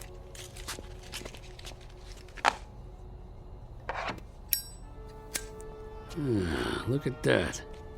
Fire right out of the air. Just a cigarette lighter. It's not magic, I assure you. Look. On, off. On, off, huh? Mighty slick. Here, take it. Go on. What else? I thought you were tired. Yeah, plenty of time to sleep, plenty. I want to take a look at the world out there, see things like you showed me in those picture books. Carriages without horses and buildings that go up in the sky. Oh, they're out there, Caswell. Things you've never seen before. Then let's get to it. No hurry. It'll all take some getting used to. Things you can't imagine. I'm ready. All right. What are you doing? Just pulling the cord on the drapes so you can get a better view. Huh? Ta-da! Now, look out the window. What is that? New York City. Just as I told you. Make the noise stop. Here, settle down. Must be quite a shock for you. Where'd all those lights come from? That is what night looks like now, in the big city. But not everything's changed. Like what? Ideas, Caswell. Concepts like right and wrong. I know about that. Do you? I had a deputy sheriff in Dodge City try to beat the difference into me with a wet rope. I know all about right and wrong. And what about justice, Caswell? What about that? I'm supposed to know about justice? More than most men, probably. Right and wrong, they could try to beat into you, but justice... Those marks came at the end of a rope, didn't they? Don't you worry about my neck. That's where you were when I reached back in time. You were at the end of a rope, weren't you? 6 or 8 feet off the ground, and I got to you in that one fraction of a second before your neck was broken. When you're dangling at the end of a rope, it don't matter whether you're 1 foot off the ground or 100. You're just hanging there. Seems like it ain't ever gonna end. You were hanged because you killed someone, weren't you? A whole territory full of them. I stopped counting after 20. 20 men? Yeah. They all had it coming. In that case, I'm going to have to send you back. Back? To where you belong. To the very same moment, if I can. And that'll be justice, huh? I died once already, mister. I've been to hell. You try it sometime. Try getting your head put in a noose. And when they run the horse out from under you and that rope pulls you up and you hang there with your feet kicking and your hands tied behind your back and the pain, then you tell me about justice. And the victims you killed, Caswell, those 20 men, they died with no pain? You're just talking words now. Victims and justice and right and wrong. Well, they sound good in a nice warm room on a full stomach. They sound nice and they go down easy. But you try 'em on an ice cold mesa, where another man's bread and another man's jacket are all that's left between you and staying alive. Or try 'em in a dirty town where you gotta walk backwards from morning till night because 10 men got a target picked out between your shoulder blades. And for every one of them, there's a whole lot more with the same idea. No, you get in that machine and go back to where I was. And then you talk about your law and your order and your justice. The words will sound plenty different. That may be. But I've made my decision. I'm sending you back. Oh, you are, huh? I know your kind. Clean-faced Johnny-come-lately dandies who'd ride around in trains, rolling nice and easy over the graves of men like me. Stand back.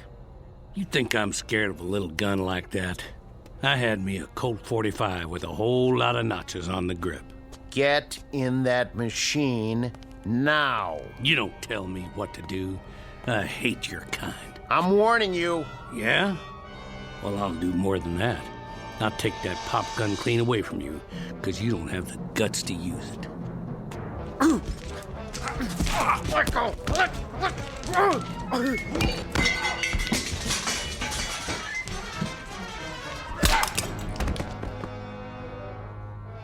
Don't you ever draw on me. Well, that's what I think of your note-taking machine. You stay down, if you know what's good for you. I'm gonna go out and get some of that northern hospitality.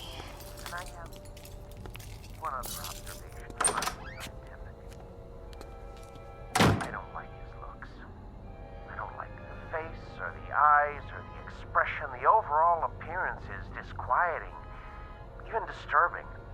I can't escape the feeling that I've taken a 19th century primitive and transported him to a modern day jungle. Heaven help whoever gets in his way.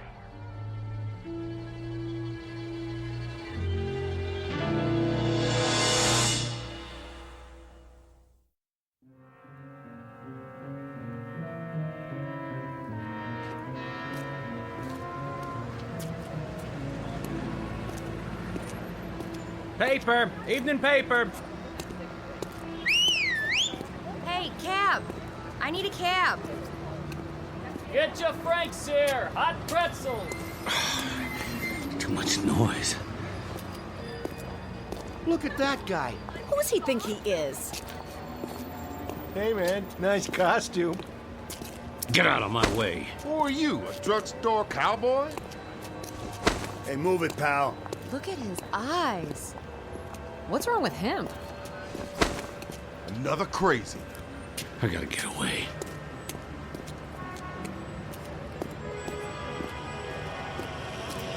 Are you still there? Honey, we can talk it over, can't we, honey? Don't you hang up on me. Don't you dare, you rat. Let me in. Let me in. I'm making a call. Do you mind? Get out. Take your hands off me.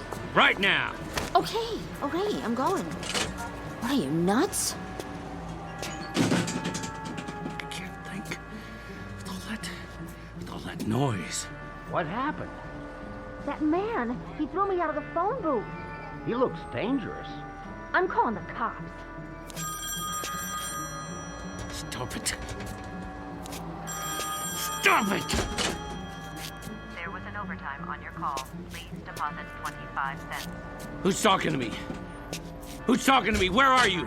Please deposit an additional 25 cents. Shut up! Shut up! Let me out! Hey, that guy wrecked the phone booth. That's vandalism. Grab him. Not me. Somebody get the police. Out of my way.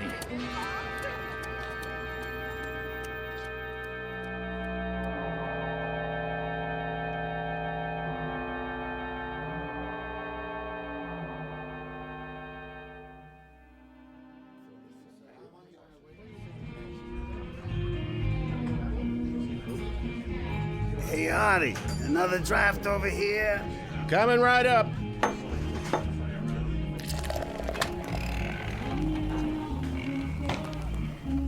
Hey there, cowboy. You from the village people? What'll it be, pal? Make it stop. Something wrong? Too much noise. Too much noise. You mean the music? Whoa, now. Hey, what are you doing? Put the gun away. I said, make it stop! Something tells me we better get going. Excuse me, Artie. We need some fresh air. Yeah, that's it. Gonna be an expensive evening, pal. What? That'll cost, plenty. It was too loud. Hey, look, buddy, I don't want any trouble. But if you don't pay for it, I'm gonna have to. It's worth a bundle, too, so... Whatever cash you got on you, a credit card. No checks, though. Give me a drink. Hey, easy, pal. Right now. Sure. You want the bottle? Here you go. Something wrong? No, nothing, pal, not a thing. Good. With that gun sitting there, you could tell me it was high noon on the 4th of July, and we were fishing for whales off a canoe, and I'd say you was right as rain. How's the whiskey? I can give you the good stuff if you want. What is that thing? That thing? In the corner. Where'd the music come from? It's a jukebox. Just a plain old jukebox. You been in Stir, buddy? Stir? Up the river? What river? The big house. Jail? Yeah, I've been in jail lots of times. Matter of fact. But I got out. You sure did. This last time, though. I'm trying to remember. Well, you take your time now. There's no pressure. Matter of fact, why don't you just mosey on out? Have yourself a nice hot bath. You got baths? Not here, but you can get one almost anywhere. Try the Carlton Arms. Rooms don't cost much. I just need sleep. That's what I need. There you go. Some quiet and some shut-eye. Sure, I understand. It's crazy out there. That it is. All those things running around. Which things is that now? With the wheels, the carriages with no horses. You mean cars? They make all that noise. Worse than a herd of cattle. There's too many of them nowadays, that's for sure. It's like thunder all the time, and lights everywhere you look, going on and off, and... Well, that's life in a big city. You know what you ought to do. Move out of Manhattan. Go on upstate, in the country, where you can get some peace. Yeah. Catch a train. Like to do that myself one of these days. Where's the station? Well, you can go out of Penn or Grand Central, but first, take my advice. Get some sack time. Have yourself a good night's sleep. Things will look better in the morning. I already tried that. Take a bottle with you. On the house. Take 2. It'll help you sleep. Go on now. Carry these home and... What's that? Where? On the wall. Just a flat-screen TV. You know what that is, don't you? Looks like a window. Yeah. That's what it is. A window. You can see whatever you like. Take your pick. Got all kinds of channels. Here, I'll give you a demonstration. What do you want to watch? You like this show? Well, it's okay by me. I'll turn it up for you. Not too loud. All right, hombre. I'm giving you a chance to draw. You better make your move. Missed. What'd you do that for? He drew first. All right, cowboy, that's it. You gotta pay me for the TV, too. Police! Police!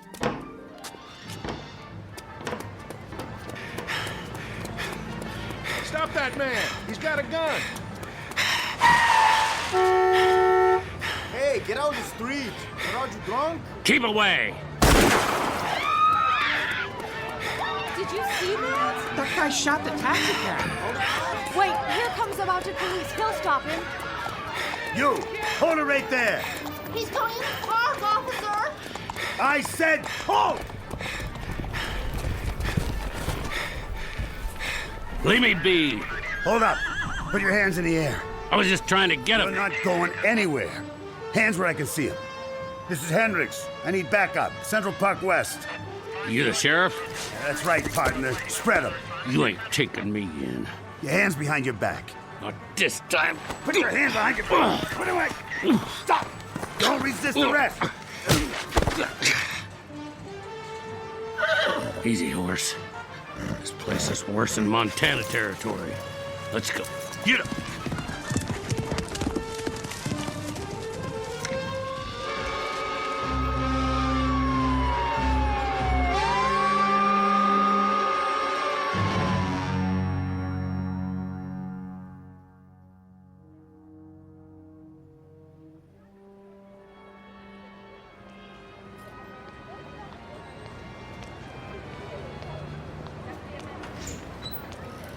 Evening, sir. Evening. I'll get the door for you. Thanks. Sir? Yeah. Are you a tenant? Me? I haven't seen you before. I just have to drop something off. Which floor? What? Most of the offices are closed now. Oh, yeah, I know that. Except for Dr. Mannion. Right. He likes to work late. Stays all night sometimes. Mannion? Yeah, that's it. I have to drop something off for Dr. Mannion. He's still here? Maybe. Maybe not. What does that mean? Never can tell. He could have gone down the back stairs. Worth a try. How's that? I say I'll see if he's still here. 3rd floor. You can't miss it. Thanks.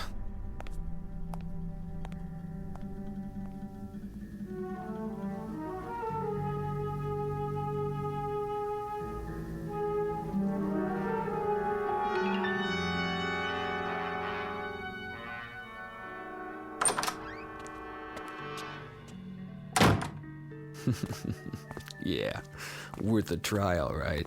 Didn't even lock his door.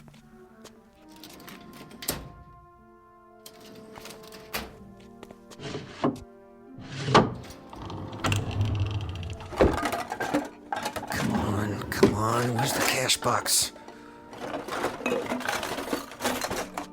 Maybe in the back office.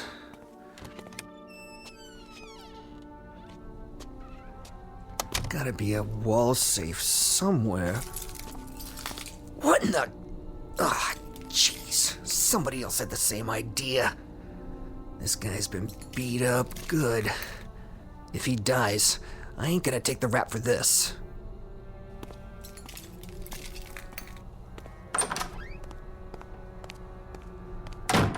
Doc. Hey, Doc. Doc, wake up. You gotta help me. I can't make it here. Just move away from the body, cowboy. Who are you? Me? Who are you? Buffalo Bill? Help me lift him up so we can bring him around. Forget it. He's all right. We just had a little scuffle is all. Well, he's stone cold now. Doc, hey, Doc. I told you, forget it. What are you doing here? I thought the place was empty. What do you want? Same thing as you. I'm gonna help myself to whatever I can. but it looks like you got here before me. With the place being dark, I figured I'd be all alone. You checked the desk, did you? Get out. My, what big muscles you have. I'm shivering in my boots. Get out, I said. Not so fast. What's that? What's it look like? You'd pull on me? If I feel like it. What are you gonna do about it? Well, how about this? I'm waiting. What you got there? Cat pistol? No more shells. Now, as I was saying, I don't expect to keep so much cash in here, but he must have a safe. You know where it is? I asked you a question, cowboy. So, what's all this on the wall? Some kind of electrical stuff. He's a doctor. Oh yeah? That means he's rolling in dough. I told you to get out. All right, you asked for it. Missed. Shouldn't draw a gun unless you know how to use it.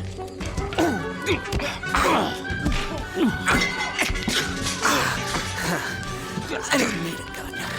I got my bare hands. Sure, cowboy. Once I choke the life out of you. How do you like this? Window cord around your neck. Feel good? Huh? Huh? Can't fight if you can't breathe. And your time's just about run out.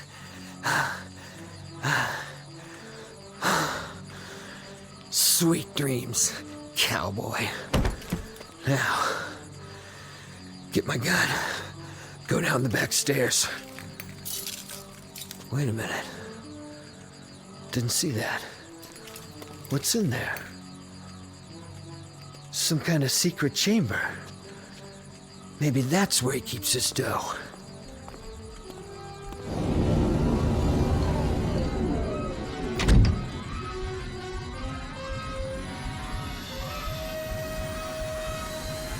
Hey.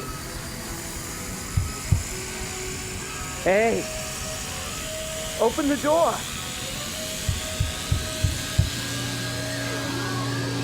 Open the door.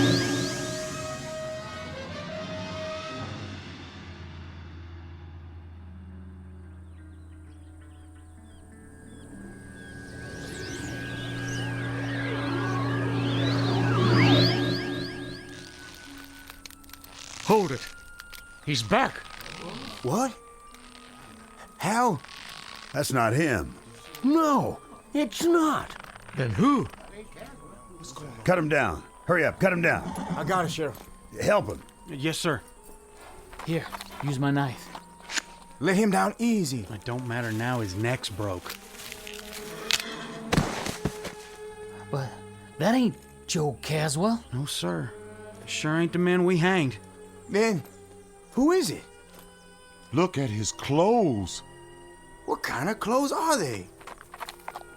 I don't know. Some kind of city get-up. Fancy shoes and all. Then who is he? It's not Caswell, Reverend.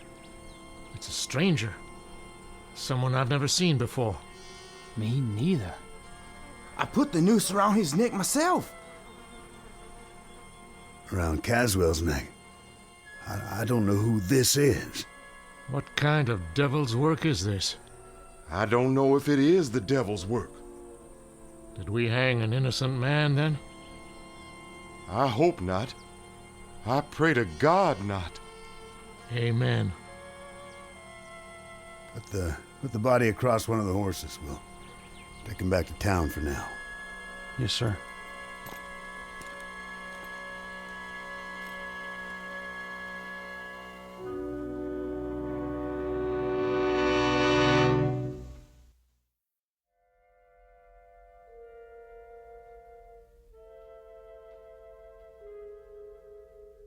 This is November 14th, in the year of our Lord, 1880, the aftermath of a Montana necktie party. The victim's name, Paul Johnson, a minor league criminal from the city of New York and the taker of another human life. No comment on his peculiar death save this: justice can span years, and there's no statute of limitations on retribution. It can happen in an instant or across centuries, which is really the same thing in the Twilight Zone.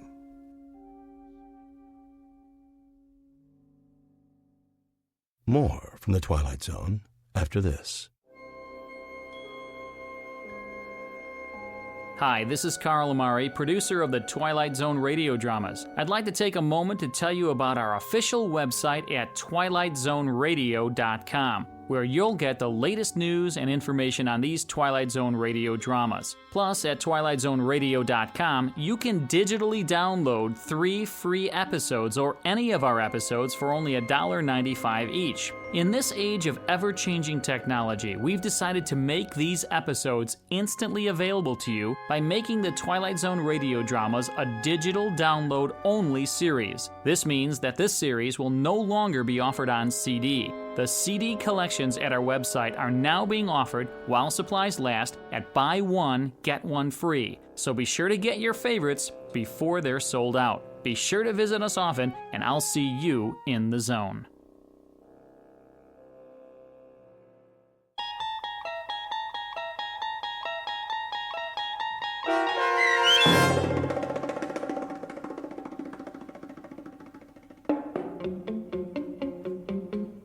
Execution, starring Don Johnson with Stacy Keach as your narrator, was adapted for radio by Dennis Etchison and written for The Twilight Zone by Rod Serling, based on a story by George Clayton Johnson. Heard in the cast were Joby Cerny, Terry Berner, David Darlow, Norm Waddell, Richard Hensel, Rick Arthur, Rick Peoples, Brandon Ells, Oksana Fedanushin, DJ Howard, Sarah Court, Carl Amari, and Karen Anglin. The producers of The Twilight Zone wish to thank CBS Enterprises and the Rod Serling Estate for making this series possible. This copyrighted radio series is produced and directed by Carl Amari for Falcon Picture Group and Westwood One. Sound design and custom Foley effects for The Twilight Zone by Cerny American Creatives Bob Benson, Craig Lee, Matt Sorrow, Tim Cerny, and Todd Beyer. To learn more about the Twilight Zone radio dramas and to contact us, visit our official website at twilightzoneradio.com. Doug James speaking.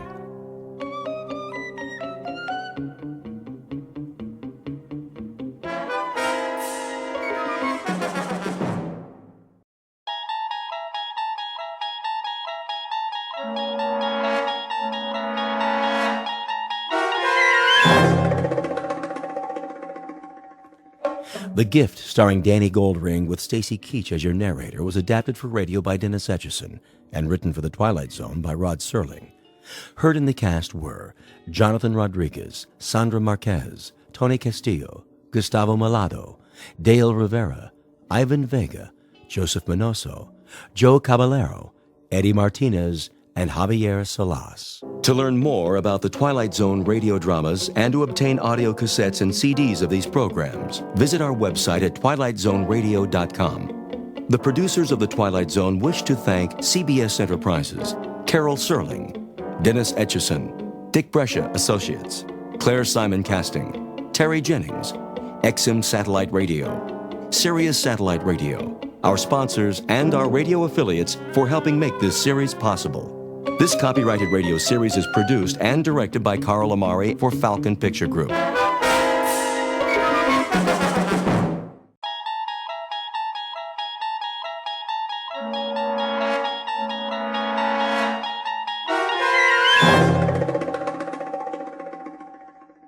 You're traveling through another dimension. A dimension not only of sight and sound, but of mind. A journey into a wondrous land whose boundaries are those of imagination.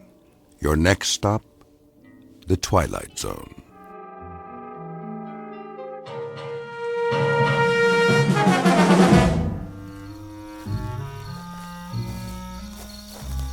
How much more, Chief? Not so far. Only to the end of the road in the arroyo. Why must we do this? There is nothing but the night and the stars. It's our duty to keep the village safe. But it is already safe. I was born in this village. As was I. And I know these paths as I know my hand. There is nothing that is not here by day. Listen to the crickets. When their song is clear and strong, the valley is at peace. Is it? Once, when I was a deputy, I made my rounds, as we are doing tonight.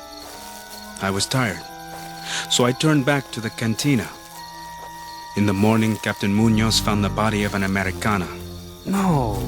Yes, Salvador. She was strangled. By one of our own? By men from across the river. If I had gone to the arroyo, I might have stopped it.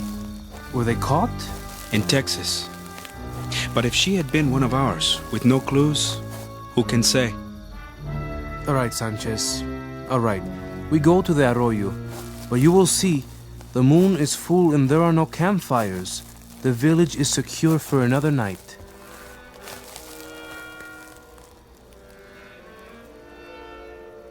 Listen. To what? What is that? What do you think? A wolf pack. They howl at the face in the moon. I mean the crickets. All of them. They do not sing. You are right. What is it? Quickly!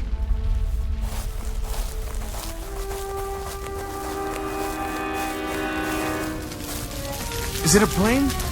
I can't see. They fired. Stay back. If someone's alive!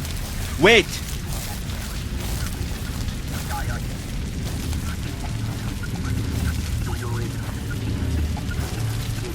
This is no plane. A flying disc. And footprints on the ground. Salvador! Come back! Stop! I said stop! Stop or I'll shoot! Salvador, no! No!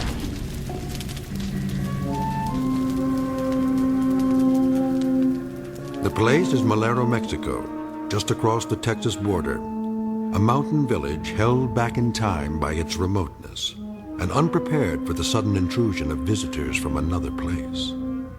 Fear and superstition have gradually lost their hold, replaced by the rule of law and order. But what law can protect against unscheduled crash landings? Police Chief Sanchez and his deputy have a job to keep the area safe from outsiders and troublemakers. But does that include aliens who are truly undocumented, whose mode of transport, whose very purpose are completely unknown? In a moment, you will meet the people of this peaceful village and one 12-year-old named Pedro, who is about to make the acquaintance of a most unusual traveler. We are at present very near the Rio Grande, and yet, as you might have guessed, somewhere deep within the borders of the Twilight Zone. And now, The Twilight Zone and our story, The Gift, starring Danny Goldring, with Stacy Keach as your narrator.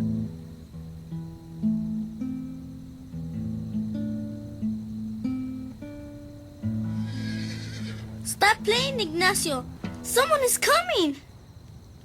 Who is it, Pedro? You must be in my eyes. I can't see.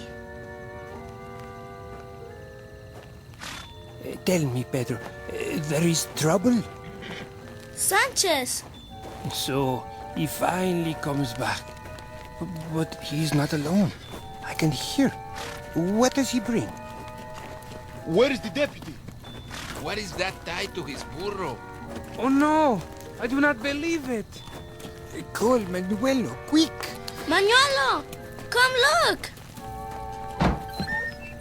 What's the matter now, Pedro? Chief Sanchez? Where are you going, and what? Why doesn't he speak? That's a body on the saddle. Whose body? It is Salvador.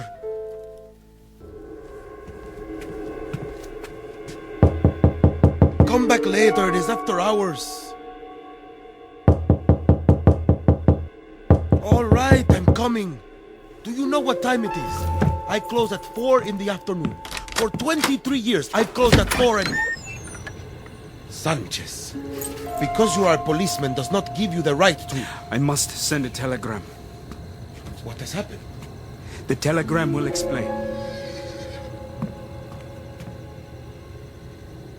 Is that Salvador? Is he? Yes. Here is the pencil and paper. Write it down. I will send it immediately. I'll tell it to you. Send it as I tell it. Yes. To whom does it go? To the prefect of police, Mexico City. Prefect of police? Rodolfo, just send it. Don't question it. Prefect of police, Mexico City. Unidentified aircraft. Something like a plane, but not a plane. Crashed into the hills north of our village late last night. It did? Object is metal and circular. Officer Hermano Salvador and I investigated scene of the crash. Evidence of footprints and broken brush discovered. I heard her scream, then sound of gunshots. Found body of Salvador, fatally wounded by his own pistol. Say that I followed the figure of a monster in the darkness. A monster? I fired several times. I believe I wounded whatever it was. There was evidence of blood stains on a boulder. Now say, I need additional men here to help search the hills. It is sent. Oh, Sanchez. This is a terrible thing.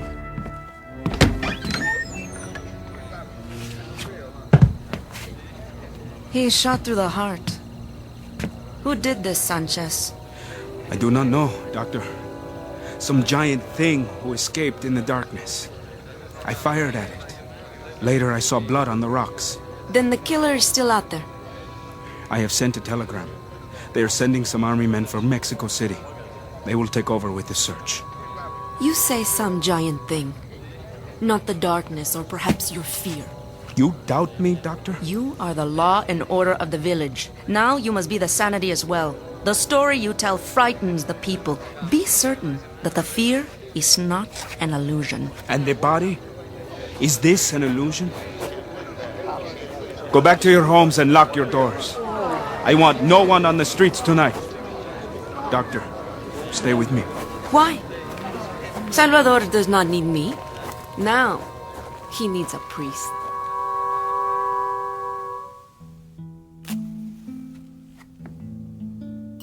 Doctor, I want to close. I have no doubt.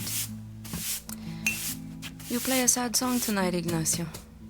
I play what I see. But you cannot see. I know what is in my heart. So what stalks the night? Can you tell me that? Whatever it is, my doors will be locked to it. I am here, Manuelo. Hello, Pedro. Well, well. Thank you for finally coming, little stargazer. I am cursed in my old age with this astronomer on my payroll. Still looking at the stars, Pedro? Sometimes, Doctor. So what do you learn from the stars? Have they ever taught you how to sweep this place properly? Or even to clean a glass? It is said there is life in some stars. This is a fact?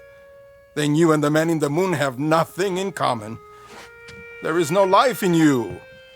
Go get some water and come right back. All doors should be locked tonight.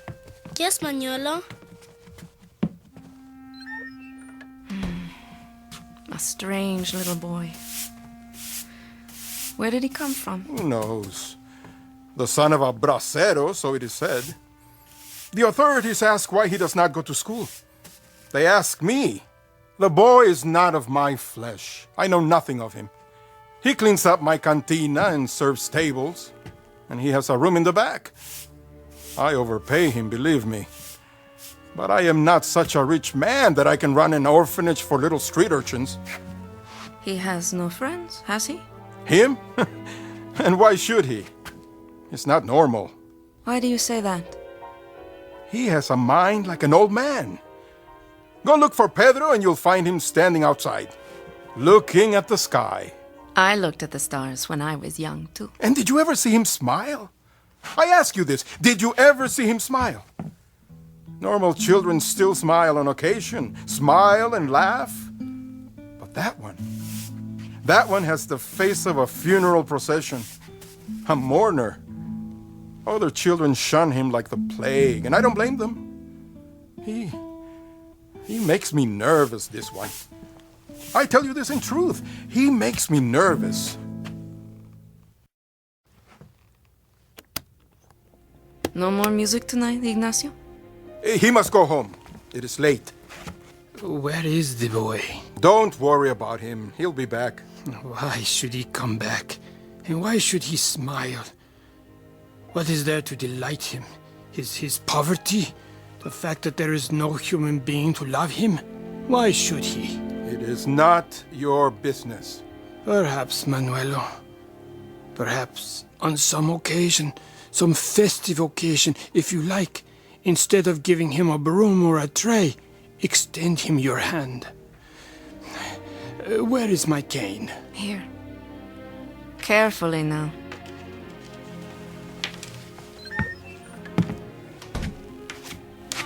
Here's the water, Manuelo. Over here. Shall I see you home, Ignacio? No, thank you, Pedro. I know the way. Are you sure? With me, darkness is a friend. But you stay here, where it is safe. I'm closing up, Doctor. I must ask you to leave now. Very well. So, Manuelo, wear a smile, my friend. You will doubtless live to see the morning. Good night. I'll lock the door behind you. What is that? Where? Someone is coming. Who? I can't see. Walking in the street, you know him? It is too dark.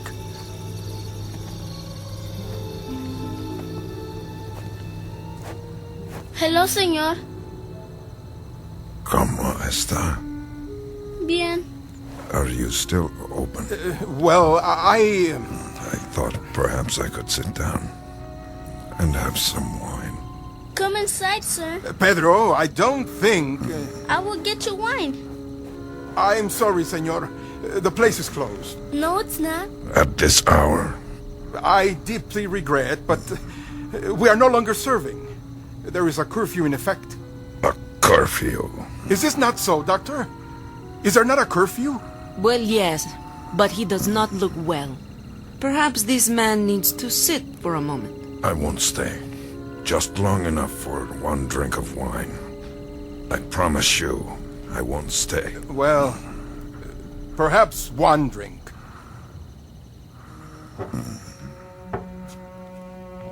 Over here, senor. I'll get the bottle. Yes, that's a good idea. You have come far? Yes. You might say very far. Here is your wine. I wonder, could you remove the cork for me?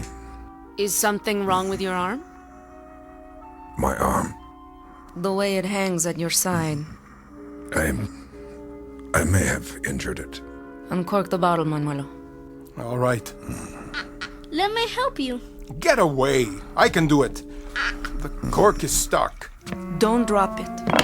Aye! I'll get it. Oh, it has spilled. No, it has not spilled. The cork is still tight.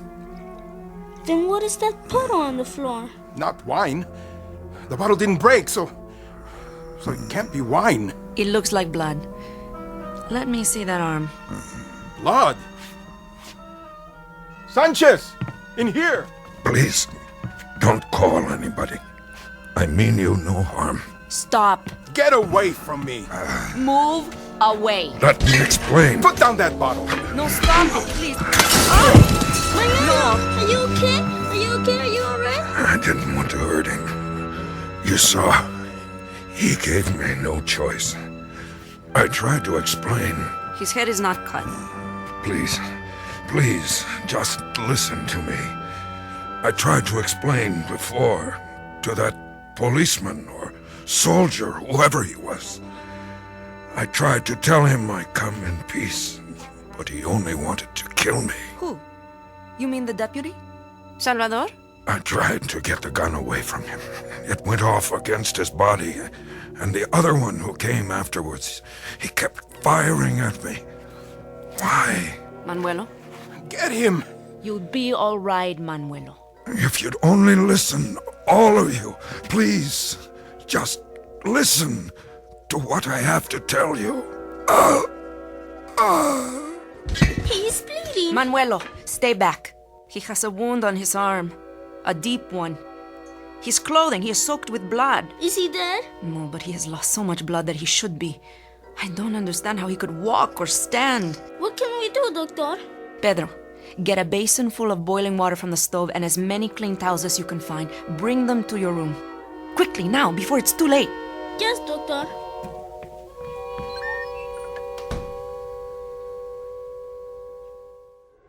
Senor, here's my handkerchief. Thank you, Pedro. You'll be all right soon. The doctor said so. She will make you well again. It is very odd, Pedro. Very odd indeed. What is? That all of these people, out of all of them, there is only one who feels neither fear nor anger. A boy. It is because we are alike. How so? Well, you are a stranger, and I am a stranger here too. They are fighting of you because you are different, and to them, I am different. Pedro, hold out your hand. I have something to give you. Yes? Inside my jacket. Where? Here. In the pocket. Get it. A letter? No, Pedro. It's a gift. What kind of gift? I'll tell you about it later.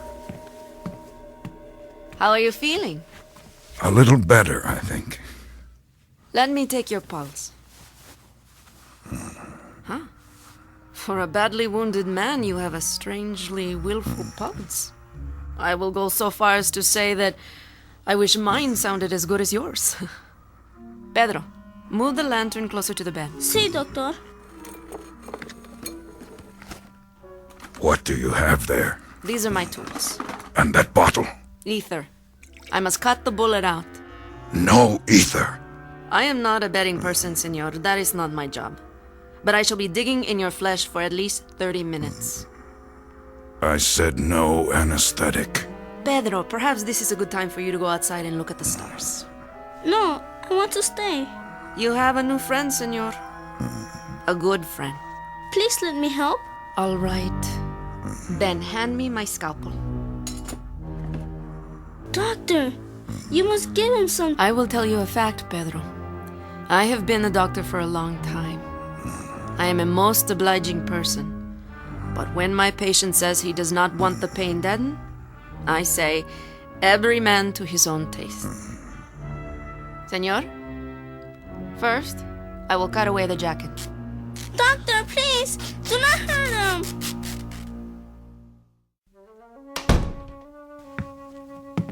He lives? He lives. I need whiskey now, Manuelo. If not the best, make it the strongest. Yes, doctor. How is your head? Only a bruise. Good. I am too tough for the stranger. Too tough to kill. He didn't want to kill you. Only to stop you. Who is this man? I don't know very much. He travels light. Only the clothes on his back. And these 2 bits of lead. 2 bullets from Salvador's gun. Perhaps. And you help him? I must. I am a doctor. I will have a drink now, too. For Salvador. Salud.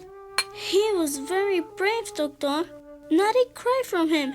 Not so much as a sound. All the time. Very brave. And what do you know of him, Pedro? I know nothing else. Except... Except what? Except that he is my friend. I know that he is a good man, and that he has never done anything wrong. Don't be fooled. Whether he is good or bad, that still doesn't explain it. For example, it doesn't explain how a man can carry 2 bullets inside his body and have them cut out without so much as a whimper. It doesn't explain how his pulse can be just as strong and steady as if there weren't anything wrong with him but a cold. And it doesn't explain why this man should remain alive when by rights he should be dead. Perhaps he's not like us. Perhaps he is... We got to him in time, Doctor. Didn't we? I'd say we got to him about 3 hours too late. We got to him at a moment when, by the loss of every book and common sense, he should have bled to death. But he didn't. Because he is not a man. What do you mean, Manuelo? Enough for now. Stay by your friend Pedro and look after him. If he bleeds again, tell me. Sí, doctor. Manuelo. What? While I was back there, I heard something. I heard the door unlocked from inside. So? That is my business. Why? Did you go out? Yes, I went out. And where did you go? Where do you think? To tell Sanchez that when the army comes, they do not have to search the hills. They only have to come here to find what they want. Manuelo. At least I have done the right thing. Were you baptized as a child? Of course I was. At the church on the hill. Then at your baptism, they forgot to give you your proper name. Oh? And what is that? I'm afraid, Manuelo, that would be Judas.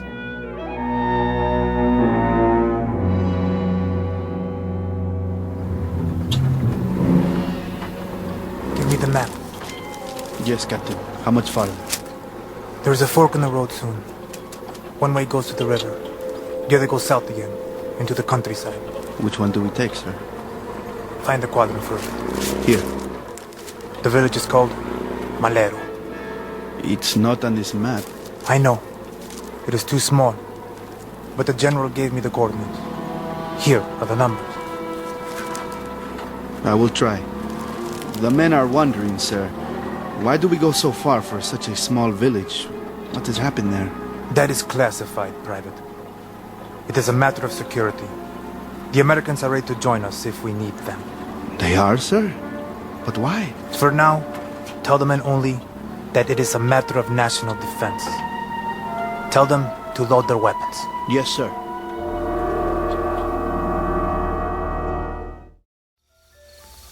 Pedro.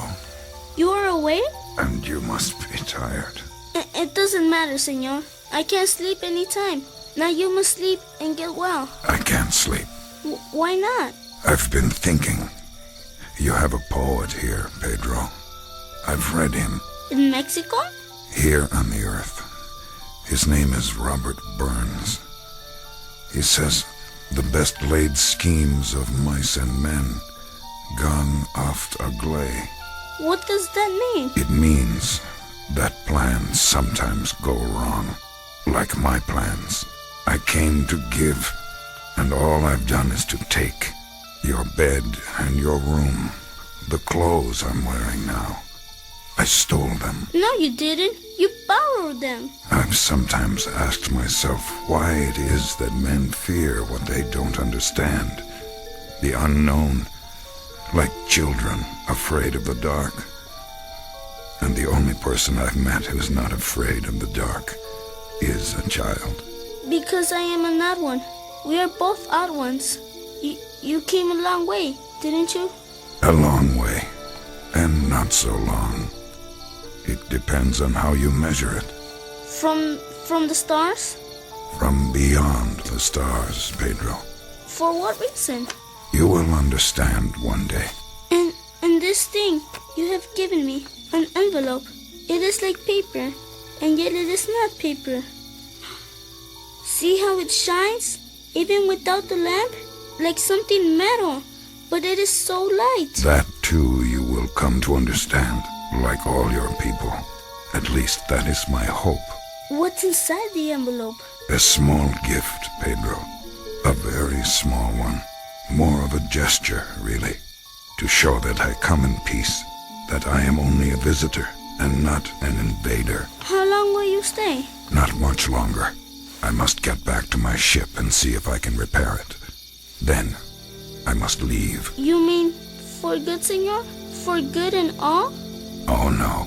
Don't think of it that way. There is no such thing as for good and for all, Pedro. There is only forever. And I will come back sometime. You will? Or others like me. Where you're from? Where you live? Is there a God? Yes, there is. And is it the same God? The same. I wonder, What, Pedro? if God came to Earth, would they think he was so strange that they would be afraid?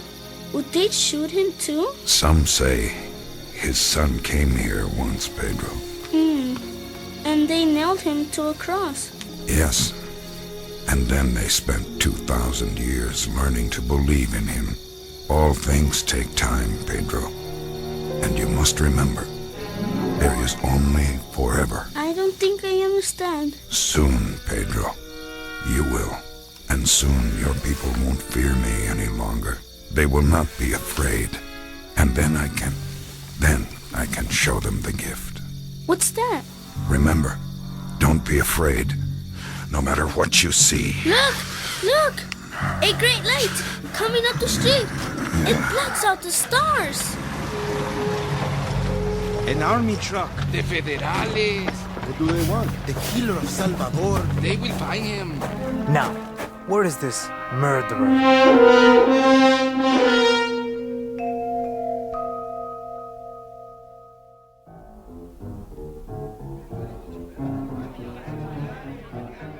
Who's your policeman here? I am Sanchez, sir. I am the local chief of police.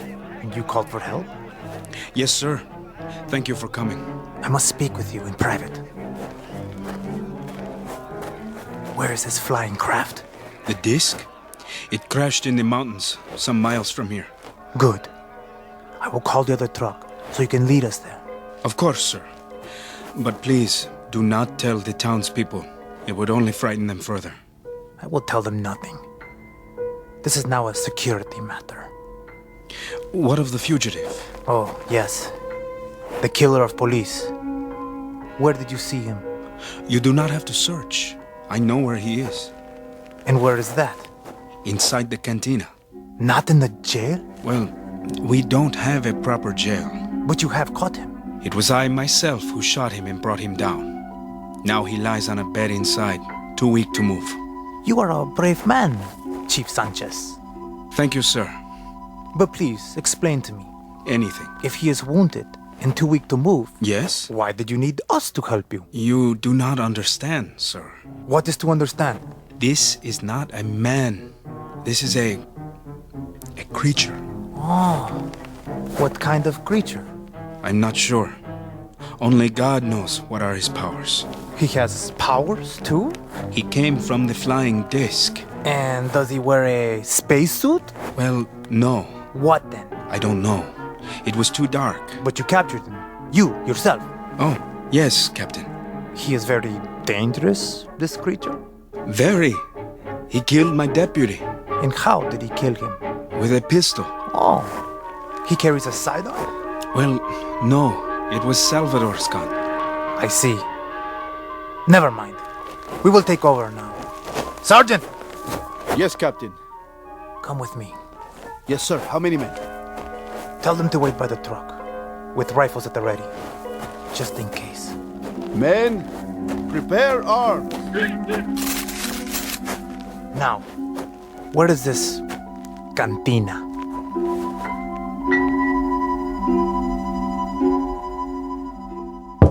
Open up! Don't shoot! No, Manuelo! Don't let them in! Are you the owner? This is Manuelo. The person you seek is inside, Captain. I have held him here for you. Another brave man.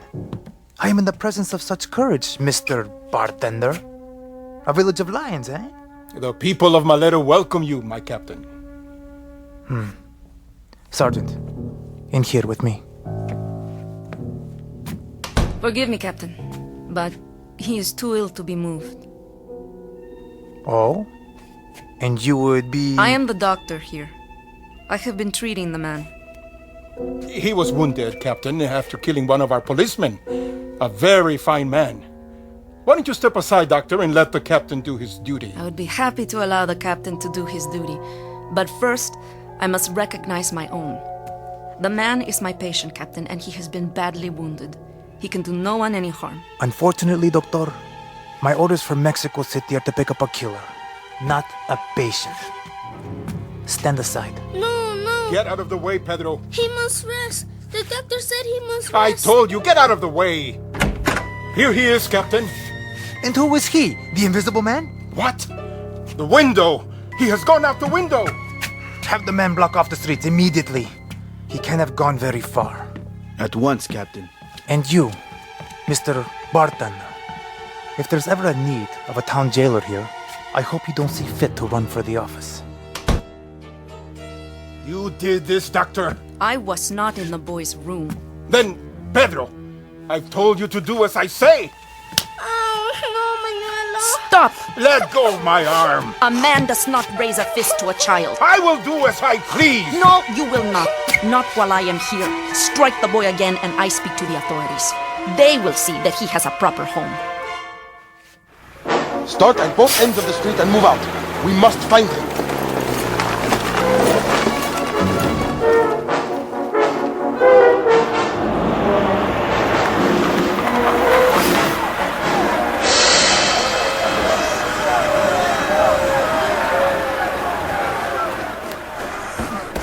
Why do they pursue me? I mean them no harm. There he is. He's in here. He's in the alley. Go on, run! Run so I can shoot you! I can't run anymore. There, in the alley. Get him! He killed Salvador! Stop him! You are under arrest, senor. What is the charge? Murder. I come in peace. The death, that was an accident. You will have a trial. But first, put up your hands and walk towards me. Slowly. All right. You don't need that gun. Careful. He's not a man. He is a monster. Wait! Don't hurt him. He is my friend. Pedro, the gift. Remember, show them the gift. Give it to the doctor. She will explain it to them. Here. See? This is the gift. Give me that. What manner of thing is this? It shines like silver, yet it has no weight. Destroy it. It is the devil's work. Die quickly! Burn it! Give me that torch! Wait! Don't burn it! Put it out! Why did you do that, Manuela? Why? You don't even know what it is. Not the gift. Pedro, it's all right. Somebody stop him. He's going to hurt the boy.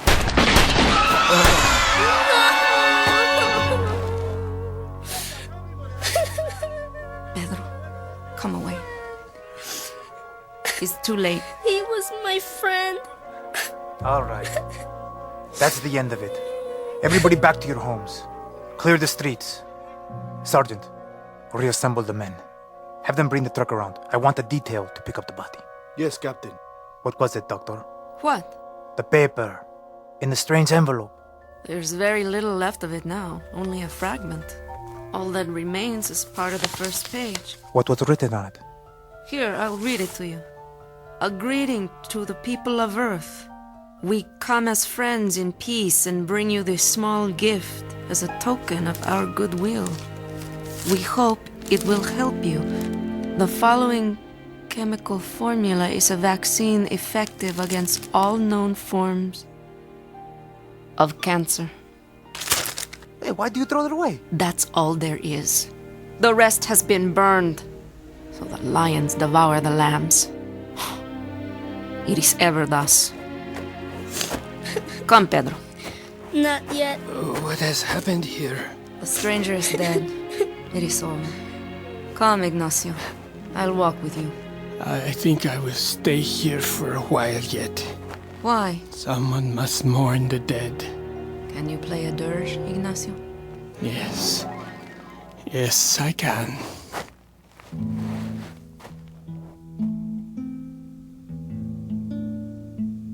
Now come away, Pedro. It is done. Come home with me, son.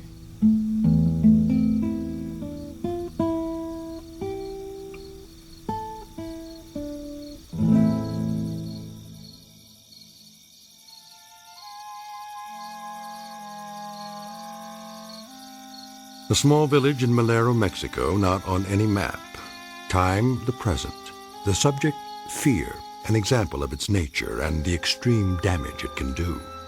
The cure, perhaps a little more faith among men, administered slowly and steadily with the greatest of loving care.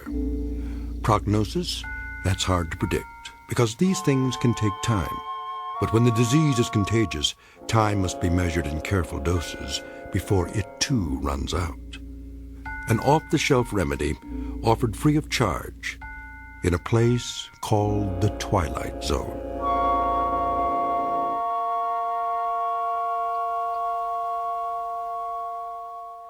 The Twilight Zone continues in just a moment. You are about to enter another dimension, a dimension not only of sight and sound, but of mind, a journey into a wondrous land of imagination. Next stop, the Twilight Zone. Hi, this is Stacy Keach. I'd like to take a moment to tell you about our Twilight Zone website at twilightzoneradio.com. At twilightzoneradio.com, you'll find the latest information on these Twilight Zone radio dramas, including behind-the-scenes photographs, plus the newest product releases, trivia contests, ways to contact us, other Twilight Zone-related info and merchandise, plus links to other fascinating websites. So make your next stop twilightzoneradio.com. Visit twilightzoneradio.com to purchase these Twilight Zone radio dramas on cassette and CD, or call toll-free 1-866-989-ZONE. That's 1-866-989-9663.